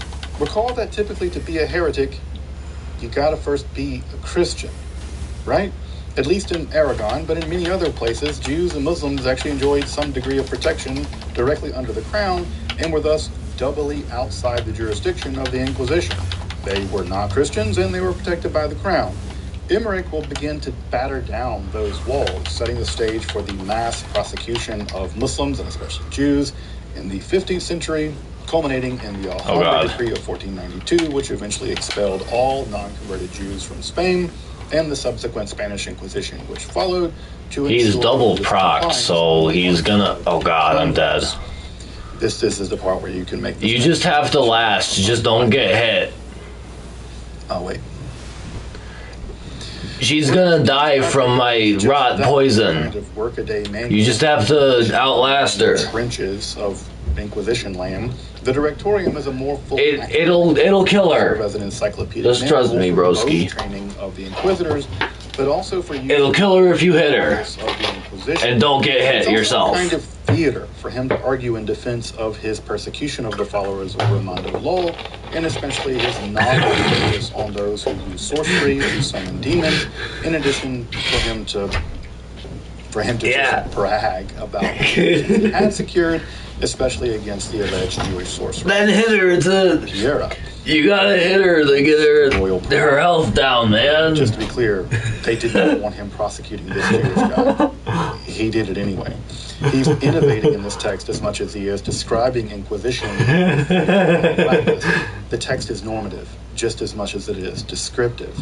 Now, Emmerich's tone is often detached, though sometimes haughty. I'm not even using bleed. Just coldly academic, even when systematizing the proper grounds for torture, those grounds proving all the more accessible in the Directorium, as we'll see in a moment. So that's what I need. My sign will be back down at, like, right in front of the boss door. The first details the theological justification for the Inquisitor's task of suppressing heresy using hundreds of pages of canon law and theological tracts from Augustine to Gratian, the Decretals, various popes, and especially his fellow Dominican Thomas Aquinas. Emmerich loves Thomas. Remember when I said that the text follows the scholastic system of the Questiones? Well, my password hasn't changed. That's where an initial thesis is subjected to a host of objections before the central argument and the final position are stated by the author. Thomas does a pretty good job of that. Scotus does a good job of that. Emmerich pretty much softballs those initial objections and mostly I can't repack my bowl until we beat her. Role the Inquisition, especially as he defines it. It all appears very academic when you actually look at the text on the surface, but with more reflection, it really comes across as cheating even. It's not good academic work. For Emmerich, the Inquisition is a foregone conclusion, and this section provides what is effectively a veneer, now a thick one, hundreds of pages, but only a veneer of scholastic justification, especially for the finer points where he's really pushing the Inquisition into novel territory. We'll see a similar pattern in his arguments for extending the Inquisition's jurisdiction to non-Christians, and for his arguments for the heretification of magic. The second section outlines how Emmerich understands heresy. Again, taken from canon law and taken from theology, along with the encyclopedia of the sects of his time and the times just before him, and thus, of course, what to do with said heretics. That was maybe a 3 out of 10 burp. Here are enumerated: you Manichaeans and Cathars and Waldensians and blah blah blah. We got invaded. It spells a lot of time by Eli. Pet heretics, the Lullians, the followers of Ramondo Lowell, adhered, as you might know, to a computational system which they allege was able to prove the truths of Christianity. It was kind of able to prove the truths of anything. All these cool wheels, and you turn them and you could logically prove things. It's like early computational science. Lowell would also become associated with alchemy and sorcery in the generations after his death, giving him an even more sinister veneer, though there's no evidence he had anything to do with any of that. Probably hated it. Emmerich, for his part, thought the whole matter entirely heretical. I also don't think he was expecting Buff Finnegan Mushroom Man. Compete your way to fake. He would also argue for the persecution of non-Christians, especially Jews, along with those who engage in the conjuration of demons. Now, we're going to spend a lot of time on that last part, the conjuration of demons part, because it's esoterica, so hold on to that just for a bit. But all in all, this section establishes the what and the who of heresy and attempts to argue for the expansion, the big expansion of the jurisdiction of inquisitorial powers. Finally, the third section lays out the nature and role of the inquisitor and the process of inquisition itself. These sections are among the most horrible, as they detail means by which to basically trick people into confession. The detailed discussion of when and how to apply torture, including greatly lowering the bar for when torture can be applied.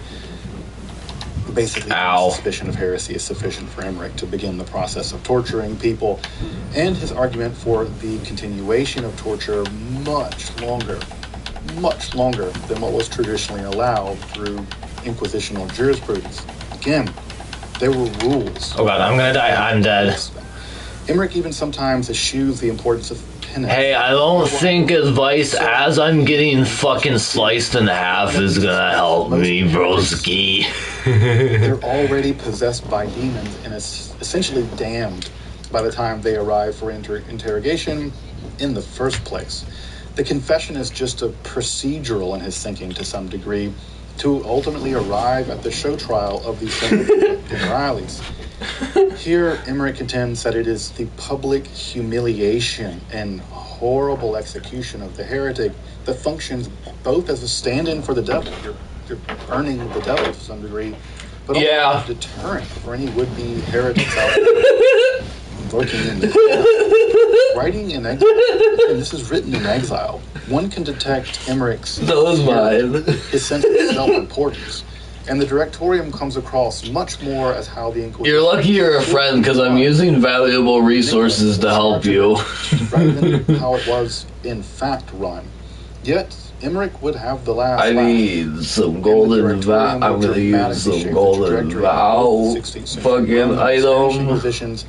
But as I mentioned, it would lay the groundwork for the early modern witch trials. Now, as you can probably detect, there is a surprising, shocking amount of difference between the Inquisition of the time of Guy in the early 14th century and the period where the Prophet was composed, and the Inquisition 50 years later. Just 50 years later, around the time that the composition... Increases attack and defense of nearby allies. For instance, the funding structure of the Inquisition would actually change. In Guy's day, I want to use a bunch of buffs for that are from confiscations, especially of land taken from convicted heretics. Oops, that's wait. Recall that in Guy's lifetime, the Cathars were undergoing basically the final stages of their annihilation, and the period of the confiscations, frankly, were coming to an end, meaning an end to the large revenue streams that were funding the very Inquisition in those regions. Worse, at least for the funding of the Inquisition, was that the new crop of heretics, especially the spiritual Franciscans and the apostolic brethren, well, remember they were hereticated precisely on the grounds of their commitment to radical apostolic poverty. And their charge at the Roman Church was Antichrist because of its riches. I won't make no guarantees. Well, it should be obvious they didn't need money or land to confiscate. Telling me not to die ain't gonna do shit. These generations of lords that were said to have sheltered the Cathar perfecti. Emmerich even complains that there aren't any rich heretics left. He complains about this. And I gotta admit, it's kind of funny just to have... I think so. Oh, sure, it's some rich heretics to prosecute. If I'm gonna be honest, it's kind of funny. It's horrible. Ow. But it's also kind of funny. However, as available confiscations dried up, the Inquisition was basically forced to rely on bishops to fund their work. And it turns out, bishops don't care. Ow. They got other things to do, and they're rich. They don't want to get involved in all this Inquisition business most of the time. No. Or you got to basically fundraise via penalties. We should have rotted her. Heretics or the rare confiscation you get from the spiritual Franciscans that you just burned. Yep. On the balance sheet, this does actually work out better for the state. Though they do actually complain when balance sheet. This does actually work out better for the state. Though they do actually complain when I'm barreling. I'm dead.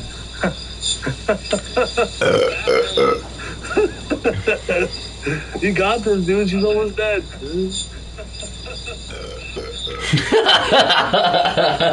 You got this, dude. She's almost dead. Fucking burp and the reverb on the burp. Fucking burp and the reverb on the burp. When they do get some confiscations, where's the fun in that? Those confiscations up in the Inquisitor's purses of the states, And it also has the effect that it gave the Inquisition greater autonomy. All right. They weren't financially dependent. I'm gonna give it one more shot, The effect of increasing financial, and then I'm gonna pack a new bowl, over and against penances such as grand and then I'll take it seriously. That were more common in these days. You were more likely to sentence them to some kind of financial penalty, and along with some other penances. I'm not. How was she gonna, burn the spiritual Franciscans over there? Now, this greater. Dude, I ordered 2 pizzas and breadsticks yesterday. His part was a very careful. After I woke up from my nap, as a professional prior to every. And I'm just now finishing the first he also pizza. saw himself as appointed directly by God via the Pope to work for the French state in Toulouse. Thus, he really didn't. He wasn't much of a guy who rocked the boat for a lot of reasons. Now, he did resent the papal bulls, which did come out during his lifetime, which forced the Inquisition to work in tandem with local bishops for approval of torture and major trials. They had to basically get a signature from the bishop to torture people and conduct major trials. Now, as a result of some recent troubles, let's call them, where there were basically riots by the local population when an Inquisition got out of hand and tried to subject an entire city to trial. But there's no evidence that Guy aroused local anger or royal anger for that matter. Indeed, he was actually very, very careful in his Sermo Generales to very clearly articulate his verdicts. Yeah.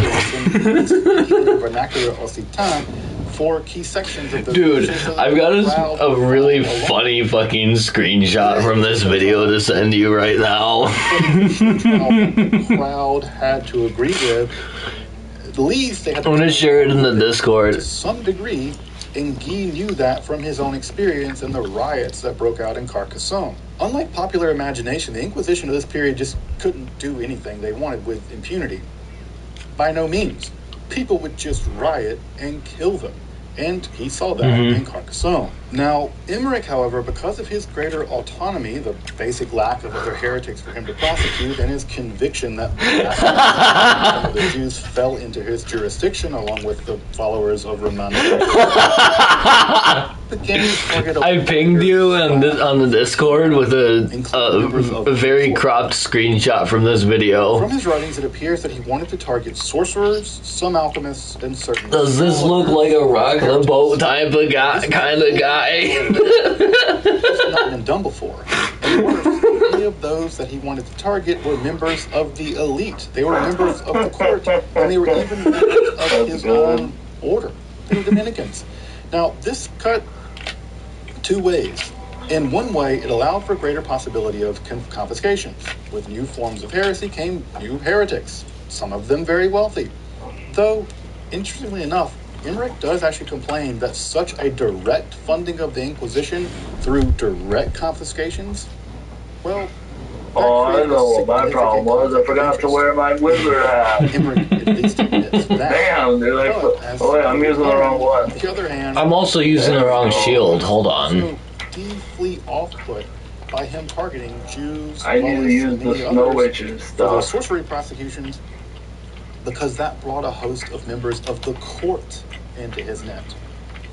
Indeed, this whole region had a reputation for sorcery and mysticism and astrology. Recall that the Zohar had produced... Alright, I'm actually gonna take this seriously this time, under the rule of but I'm not. the 10th, just a century at all. prior. He is what he is, you know what I mean? European monarchs that flatly refused to host... I know what I mean. In any form I know or what fashion. you mean. I mean, the dude wasn't called Alfonso the Wise for nothing. The Picatrix was also translated this time. Several different magical manuals are being produced through the 13th century and introduced in the 14th. Let's do this. Michael Ryan's book, by the way, Kingdom of Stargazers, does a fantastic job describing this whole occulty 14th century Spanish milieu. But Emmerich's expansion of his jurisdiction earned him the ire of the secular arm. And they sent him into exile where he would ultimately end up writing the Directorium himself. So again, the secular arm wasn't always eager or even willing to aid the Inquisition in certain situations, especially when those situations involved them. Now, it's often passed over because of the horrible torture stuff that it's forgotten that the official goal of the Inquisition She's rotted. of heresy from a local area. That was my only goal, was to rot her. That was your only goal. reconciling their souls to God and securing their salvation. I frostbit her and poisoned her. I'm an aggro sponge. In the aftermath of the Albigensian Crusades, because killing heretics, massacring heretics, much less massacring innocent She's just Christians, standing and frostbite. You can't provide salvation to a bunch of people. Hit her with some fire to reset her frostbite so it does another burst of damage, if you can. Massacred unrepentant heretics. Now, many people out Lithius there, died. maybe all, are cynical Damn. about these motives. He's sitting there yelling at us for dying. And we have to be honest about that. Telling us not to die. I'll throw something that's fire on so that we can reset her frostbite each time. My abilities. The process of interrogation, aided of course by torture, and then confession before final public abjuration in the Sermo Generalis. I got a weapon to reset her frostbite with. My signs are down whenever everyone's ready. The sermon was preached to the population, and the condemned were relaxed to the secular arm outside the church for execution, of course, most often through burning. And it's in the interrogation of heresy where Guy and Is ancient death rancor a death sorcery? Very revealing. As I maybe. mentioned, he does see himself, and I do believe him, as he sees himself I'm not as sure. a doctor of souls, and seems to honestly wish to cure That's a good idea. damnable heresy. Cave moss However, cedar. he knows that the heretic can employ guile and trickery to conceal their positions and protect their confederates. Specifically, he notes the use of a range of linguistic tricks. That's a spell I was missing from my arsenal. The apostolic brethren, pseudo-apostles, whereby they employ a series of equivocations to lead the inquisitor to believe that they assent to orthodoxy, where they just actually are agreeing that they believe that the inquisitor believes in orthodoxy. It's a funny trick, and at least from the text, I kind of believe that Guy himself might be speaking from experience. I think he must have fallen for this trick at some point. You know, the old Waldensian, I believe that you believe.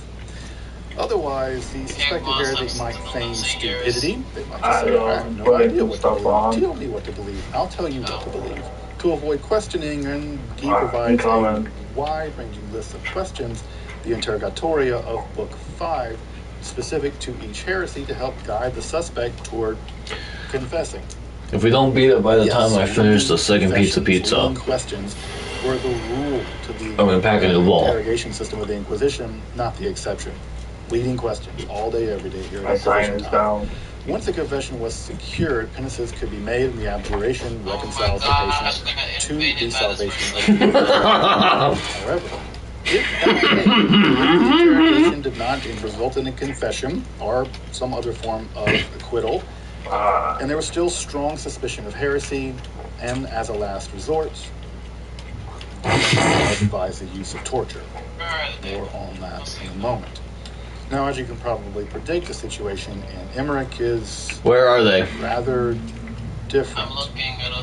Let me know if they're coming up these stairs out here. He does. Emmerich cast a If you can see them coming towards us. in his definition of heresy.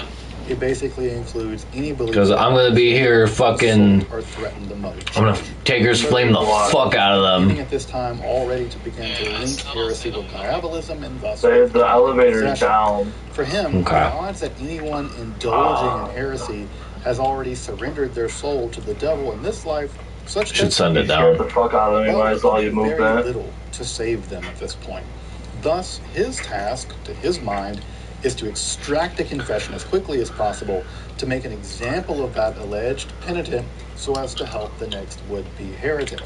Thus, If you have any AoE weapon that you've never used before, and he lists 10 Mr. Lithius, are rules I suggest you choose now to trick a person into before they get to the elevator. He knows that he can't outright lie, but he can employ a range of pretty dirty tricks.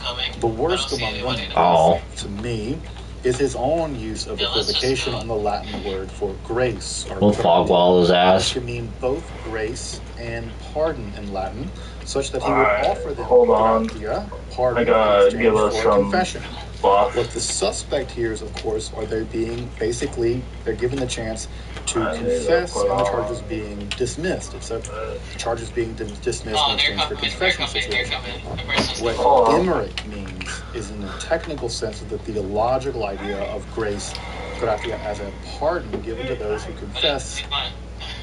We do that in sync, but even if it means they're confessing damning them to be burned alive. Alright. There's something disgusting about this. Oh my god. Documents that damn the suspect and threatening to use them, threatening to leave them in the dungeon in chains for why would he run? Position stuff. Yeah, something's dead. I'm putting my sign down right next to that fireplace. Confederates have ratted them out, prisoners given them, putting them in fetters for a while then giving them just food and water, and then bettering their conditions. It's down. It'll show up in a sec. Confess. Visitations for their family, the use of turncoats like jailhouse informants, and of course, finally, comes the threat and reality of torture. Now, many of these techniques are kind of known to us from like crime dramas or like the first vampire. One would think that modernity and enlightenment would be the great period in which all monsters, spirits, devils, and goblins, and gods for that matter, would, after millennia of their rule, finally go extinct. That rationalism in the new science and social emancipation would certainly spell the doom to superstition, magic, and eventually religion itself would wither on the vine. And yet, it would be precisely modernity and enlightenment values that would provide us one of the most terrifying and enduring monsters of the contemporary period, the vampire. But the vampire of today, from Stoker to Anne Rice to, God forbid, the Twilight, is a far cry from the early vampire reports in history. Let's rewind the clocks before Carmilla, before the Vampire, before Dracula, before Polidori, back to the hinge of the 18th century to explore a few of the first accounts of the living dead preying upon the regular living, and how the vampire craze that erupted in Mastication Mortorum Europe left its mark on both philosophy and theology. I should also mention that Philip over at Let's Talk Religion. I love reading Latin in a completely American accent. It sounds so fucking stupid. And independently, we both landed on vampires. So, great minds, demented minds think alike, apparently. So you should also make sure to go check out Philip's episode on vampires. What's up, guys? General introduction. Today we're reading the Ars Goetia, the Ars, the history of vampires, and the Ergia, philosophical impact. The Goetia, Ars Paulina. Are you going to cover any Islamic mysticism here as a it's also we also got the answer. The Ars Almodal. Not really, and the reason why Ars Notoria. Philip's channel, Let's Talk Religion. He covers these are all part of the Lesser Key of Solomon. Sciences. And that's books 1 through 5. So if you're interested in that topic, again, another reason to check out Philip's channel over at Let's Talk Religion. If you're interested in magic, hermetic philosophy, alchemy, Kabbalah, or the history of the occult, or just strange things in history like vampires, make sure to subscribe and check out my other content on topics in esotericism. Also, if you want to support my work, providing accessible, scholarly, and free content on topics here in esotericism for free on YouTube, I'd hope you consider supporting my work on Patreon with a one-time donation over at PayPal, perhaps. You can use the super thanks option below the video, or you can pick up some of our cool black metal style merch over at the store tab. But now, let's turn to the origins of the vampire. Dude, she almost killed me. Esoterica, where we explore the arcane in history, philosophy, and religion.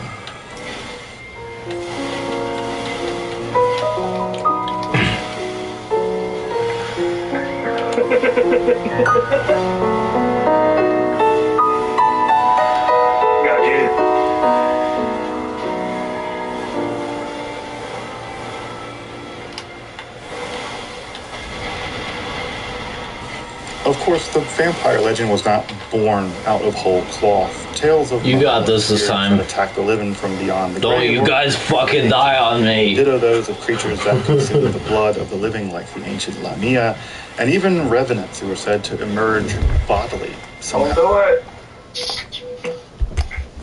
You did it. Oh my gosh. Hell yeah. Please stop saying that. Every time you say it, every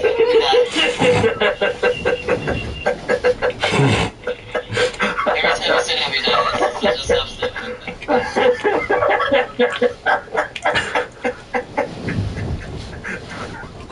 Wait, what? We were not allowed to say what? You got this? We can't say you got this.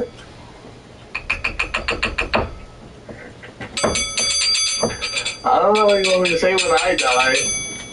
I'm trying to encourage you.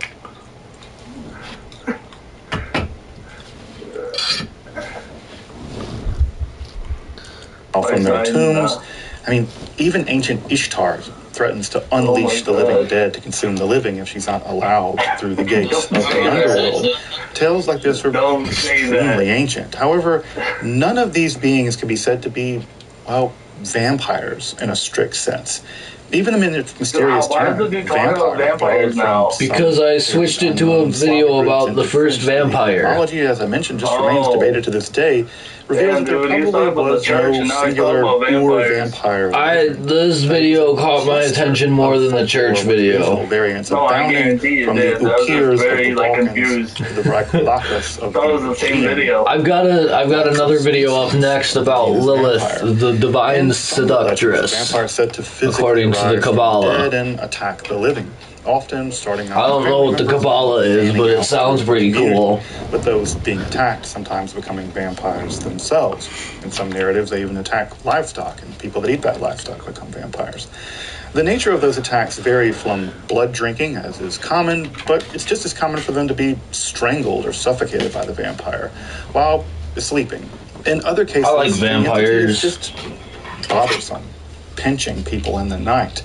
In other cases, still, the physical body of the vampire remains in the grave the entire time, but a spectral, mystical body goes out on the prowl, somehow mystically filling the vampire's body and even their grave. I have a list of banned words to say during boss fights. Though the earliest narratives about the ravenous undead are quite different from these, though just as unnerving. The vampire legend, especially as it becomes increasingly codified through the 18th century, went to appear to be rapid mutation. So getting back to is quite difficult.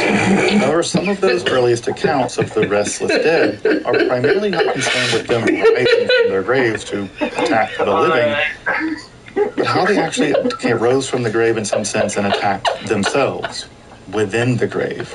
Among the earliest collections of vampires, such as 1669, Sophica de Masticatione Mortuorum, theologian Philip Roller, and the more famous by the Reverend Michael Roth, 1734 de Masticatione Mortuorum and Tumulus, yes, refer to the chewing, the dead that chewed. These are detailed accounts of the recently buried gibbering, scratching, and you did it in their graves. Further and similarly disturbing are accounts of the dead have been exhumed for wide reasons only at that time, that they appear to have somehow gotten and worse, they've consumed some of those shrouds. In other cases, it's even more. Dude, no, like, I shit you not, when that happened, I saw the fucking smoke in slow motion, like, puff out of the bowl, and then when I, like, breathed back in, I saw it go, and it went fucking right back into the bowl, and I'm like, oh, fuck. About the nature of vampires and their, frankly, theological implications. Note, both of these texts were prepared by preachers, ministers, and theologians, with their chief issue here being the premature resurrection of the dead. The dead aren't supposed to come back inside of their graves, at least not. Should I turn off the esoteric video? Is that distracting you guys? I'll stop it. Alright, dead silence the whole time. Okay. No speaking. Locking in.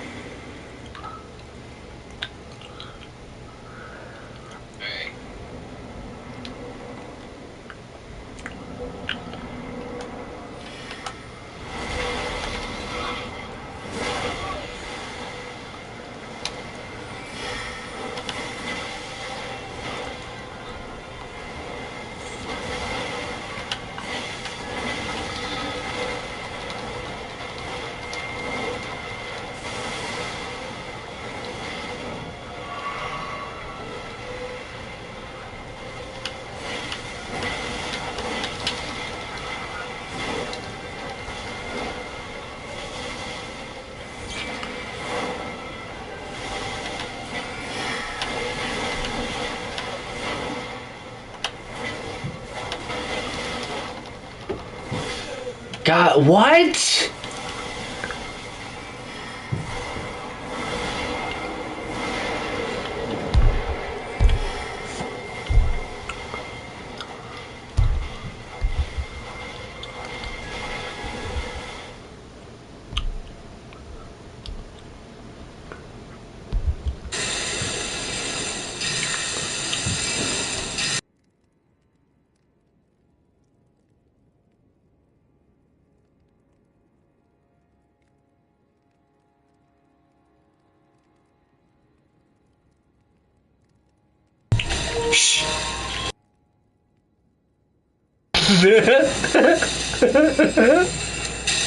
We don't got this.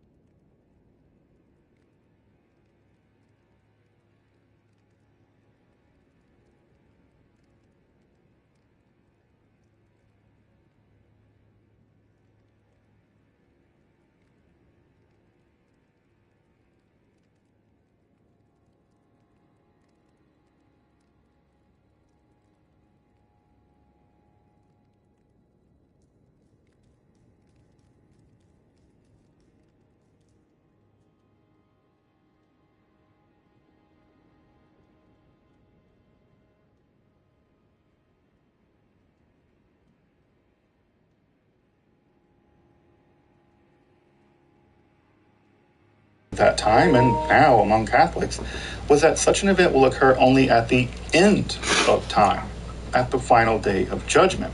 Thus, the physical return of the dead is a theological problem, not just like a monster problem. It's worse than a monster problem. Of course, demons.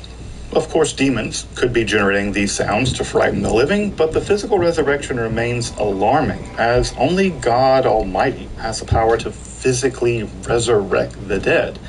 Not even Satan himself has that power. Not even necromancy, in some sense, according to strict Catholic theology, has that power. And these grave are by no means demonic illusion, and were numerously attested to from a range of, frankly, bewildered, though reliable sources. Now, most of these early texts adopt a kind of religious naturalism. This would be a period that would really flower in the 18th century, and aspects of this grave chewing could be supernatural or demonically compelled. The dreadful sounds heard within the graves, that could be demons. But these theologians very nearly unanimously reject the full physical resurrection of the dead within their graves. That's just a bridge too far theologically. Rather, most of the mutilations are attributed to insect and vermin predation upon the body. However, Raft does leave open a much stranger possibility. That is that death itself is a transitional cycle, maximally alive, physically, mentally, and spiritually alive through successive stages of death, where the last vestige of life is a kind of purely vegetable existence. This quasi-life at the border of a more absolute sense of death might explain the dead escaping from their burial shrouds and even some of the ravenous behavior within the graves. Here, religious Celsian theories of life and post-life, or dead, are there on those that gnaw within their graves. Raft would revise and expand and even translate his book over the years, and it would go on to become extremely popular, one of the most popular collections of vampire narratives, thus setting the stage for the vampire craze of the 1730s. But to understand that, we have to explore some of the earliest other vampire cases of that period. Didn't work. Some even gathered and published by Raft. Though I will say, he also says, what happens? Why can we explain why other people are harmed by these vampires? And he gives the most interesting and elaborate theory of the idea that somehow the imagination of the people that are experiencing the gnawing sounds within the grave, that the imagination is infected by this fear, by these emanations coming out of the grave.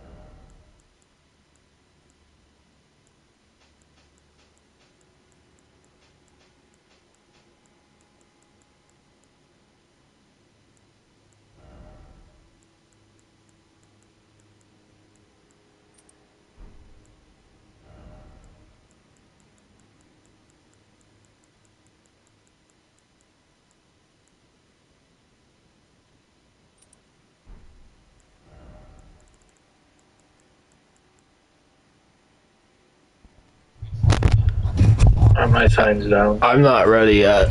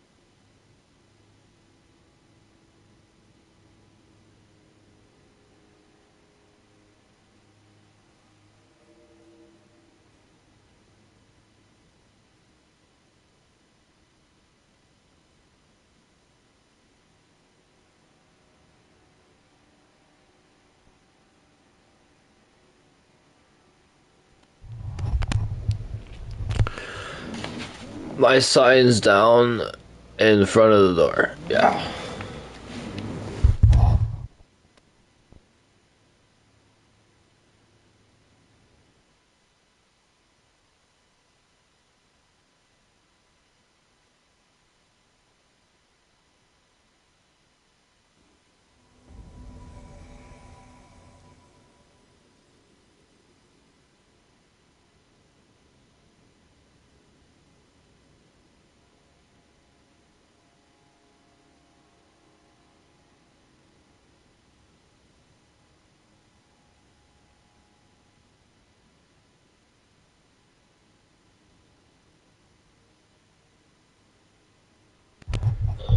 Hey, wait.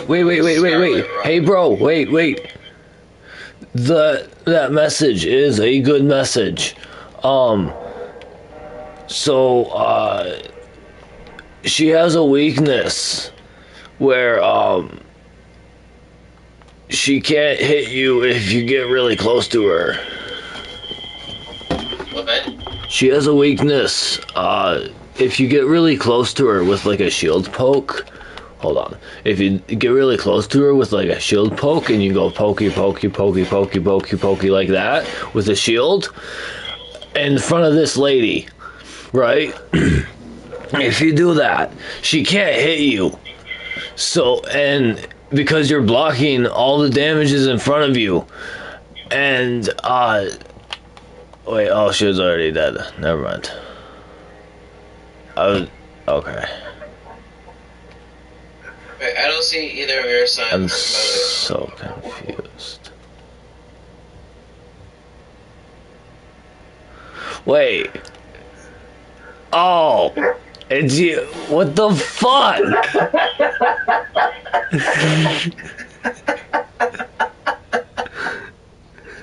I just fucking mind fucked you.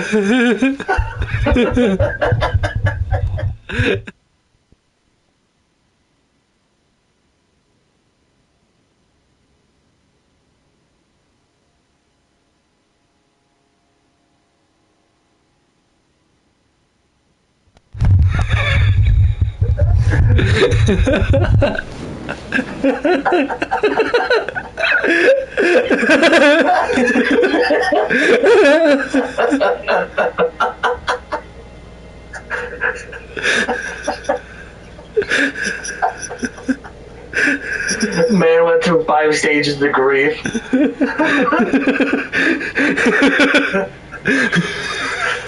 My side's down. Buff needs to regain his bearings. So fun.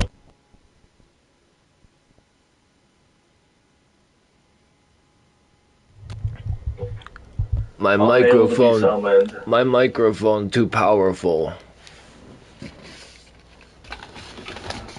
My microphone too powerful. Hello, can you hear me? Yes. How loud is it on a scale of 1 to 10 right now? It's not bad.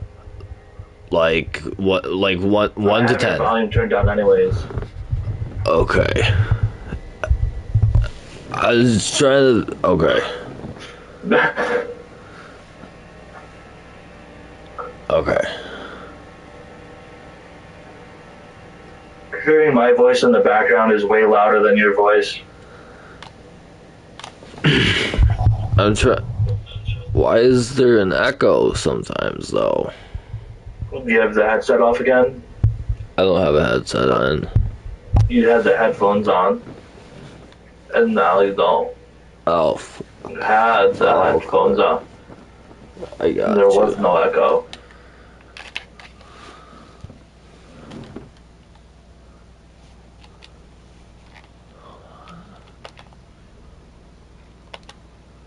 It's not pulling me in again.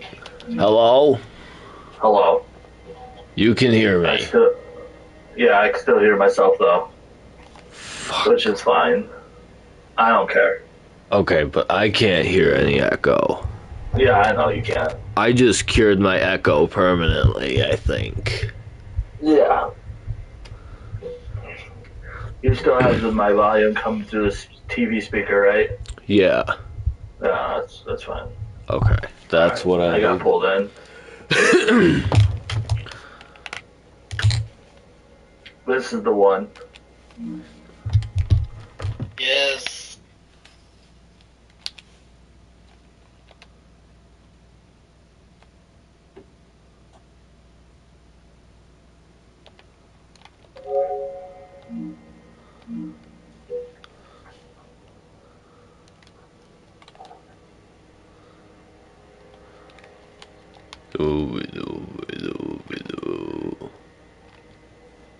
My son is down.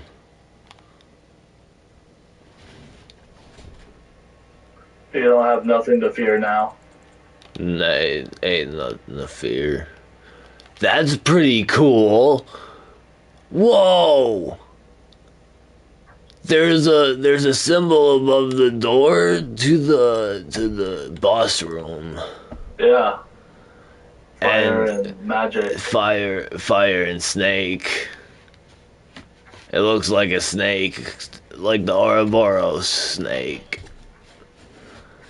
In the middle is the snake. I know, I see it. And then the magic and the fire. It's fucking Rolana, the sister of Renala. Oh, Karangula.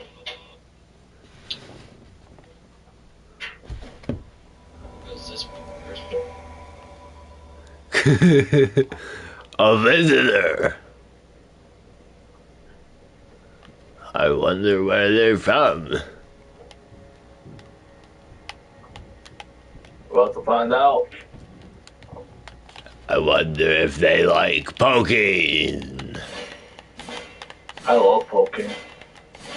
Shield poking.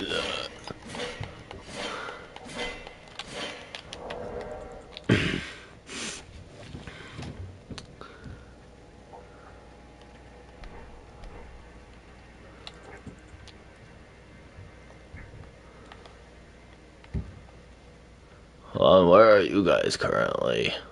We're in the elevator room. Okay. I'm coming. Very slowly. Oh, I can't jump. Fuck.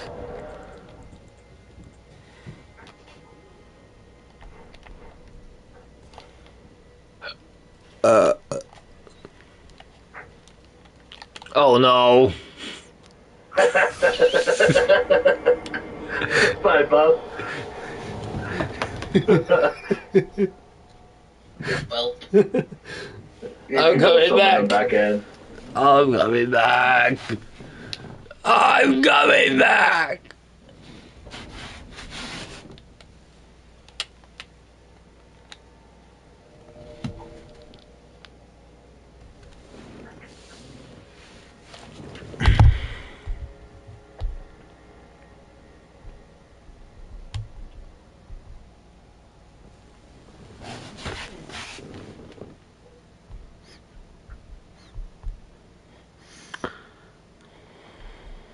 He's gonna only get here one way, and if he uses his Furled finger. Yeah. Furled finger remedy. I'll stand on top of the pressure plate for the elevator, so it won't go back down until I move. I'll stand on top of the pressure plate for the elevator, so it won't go back down until I move. You have my stream playing on the background? Yes. That's I'll why. turn it down. Do you have my stream playing on the background? Here he comes. It's gonna take a while. It's gonna take a while for his sign to come back down.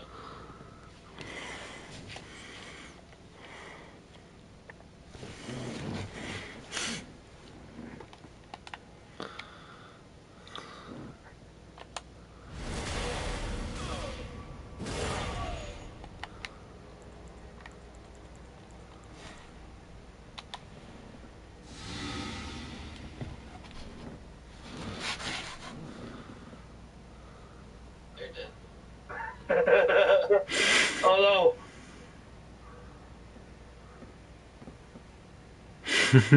I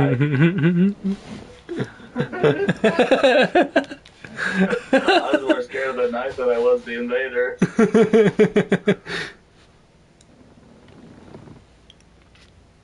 That was funny.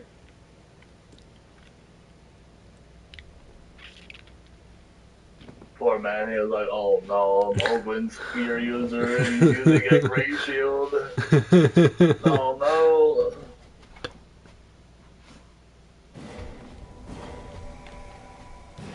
Look at you, Buff. You look like a madman. Should I put on heavy armor? Yes, of course. I should hold on. I should put on not so heavy pants. What's the coolest pants that I have? These are the coolest pants that I have. These are the coolest pants I have. He's in there. I got you, bro.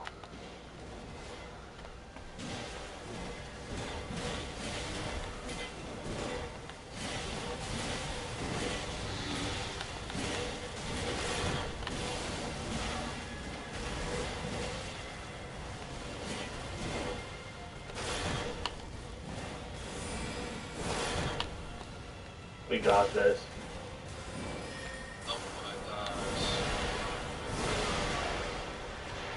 Oh no.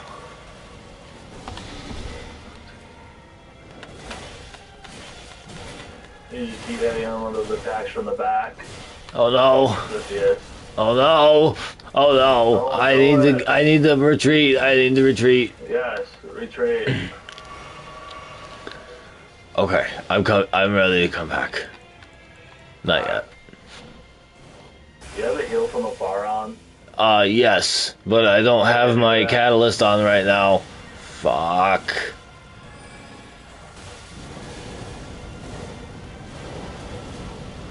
Yeah, I got one. I don't have I fucking survived that.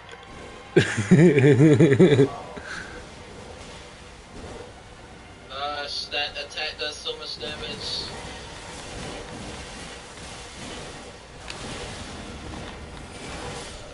No! You got this. Bro, shut up! No!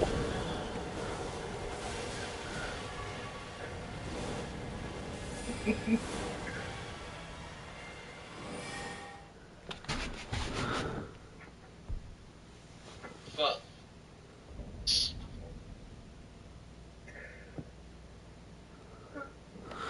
Fuck.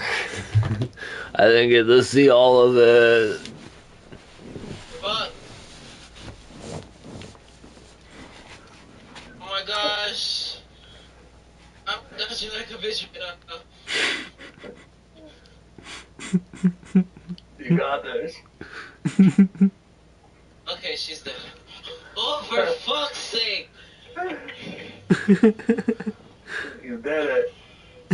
I knew you could do it. I don't hear that shit.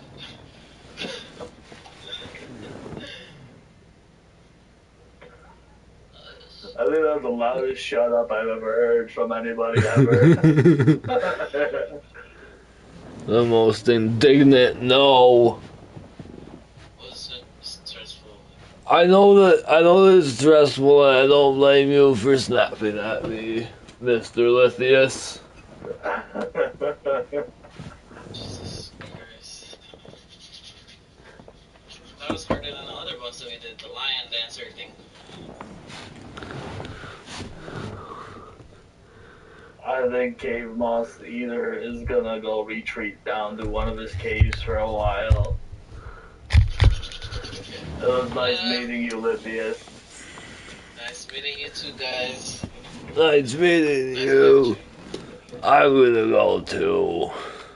I'm gonna go eat cave moss.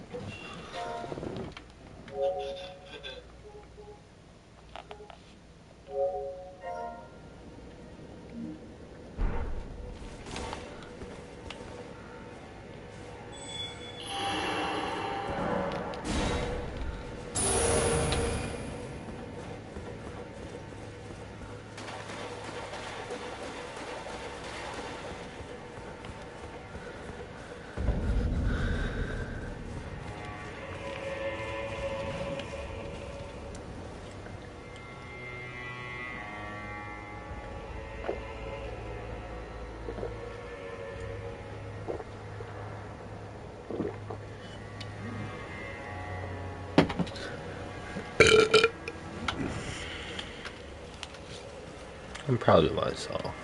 That was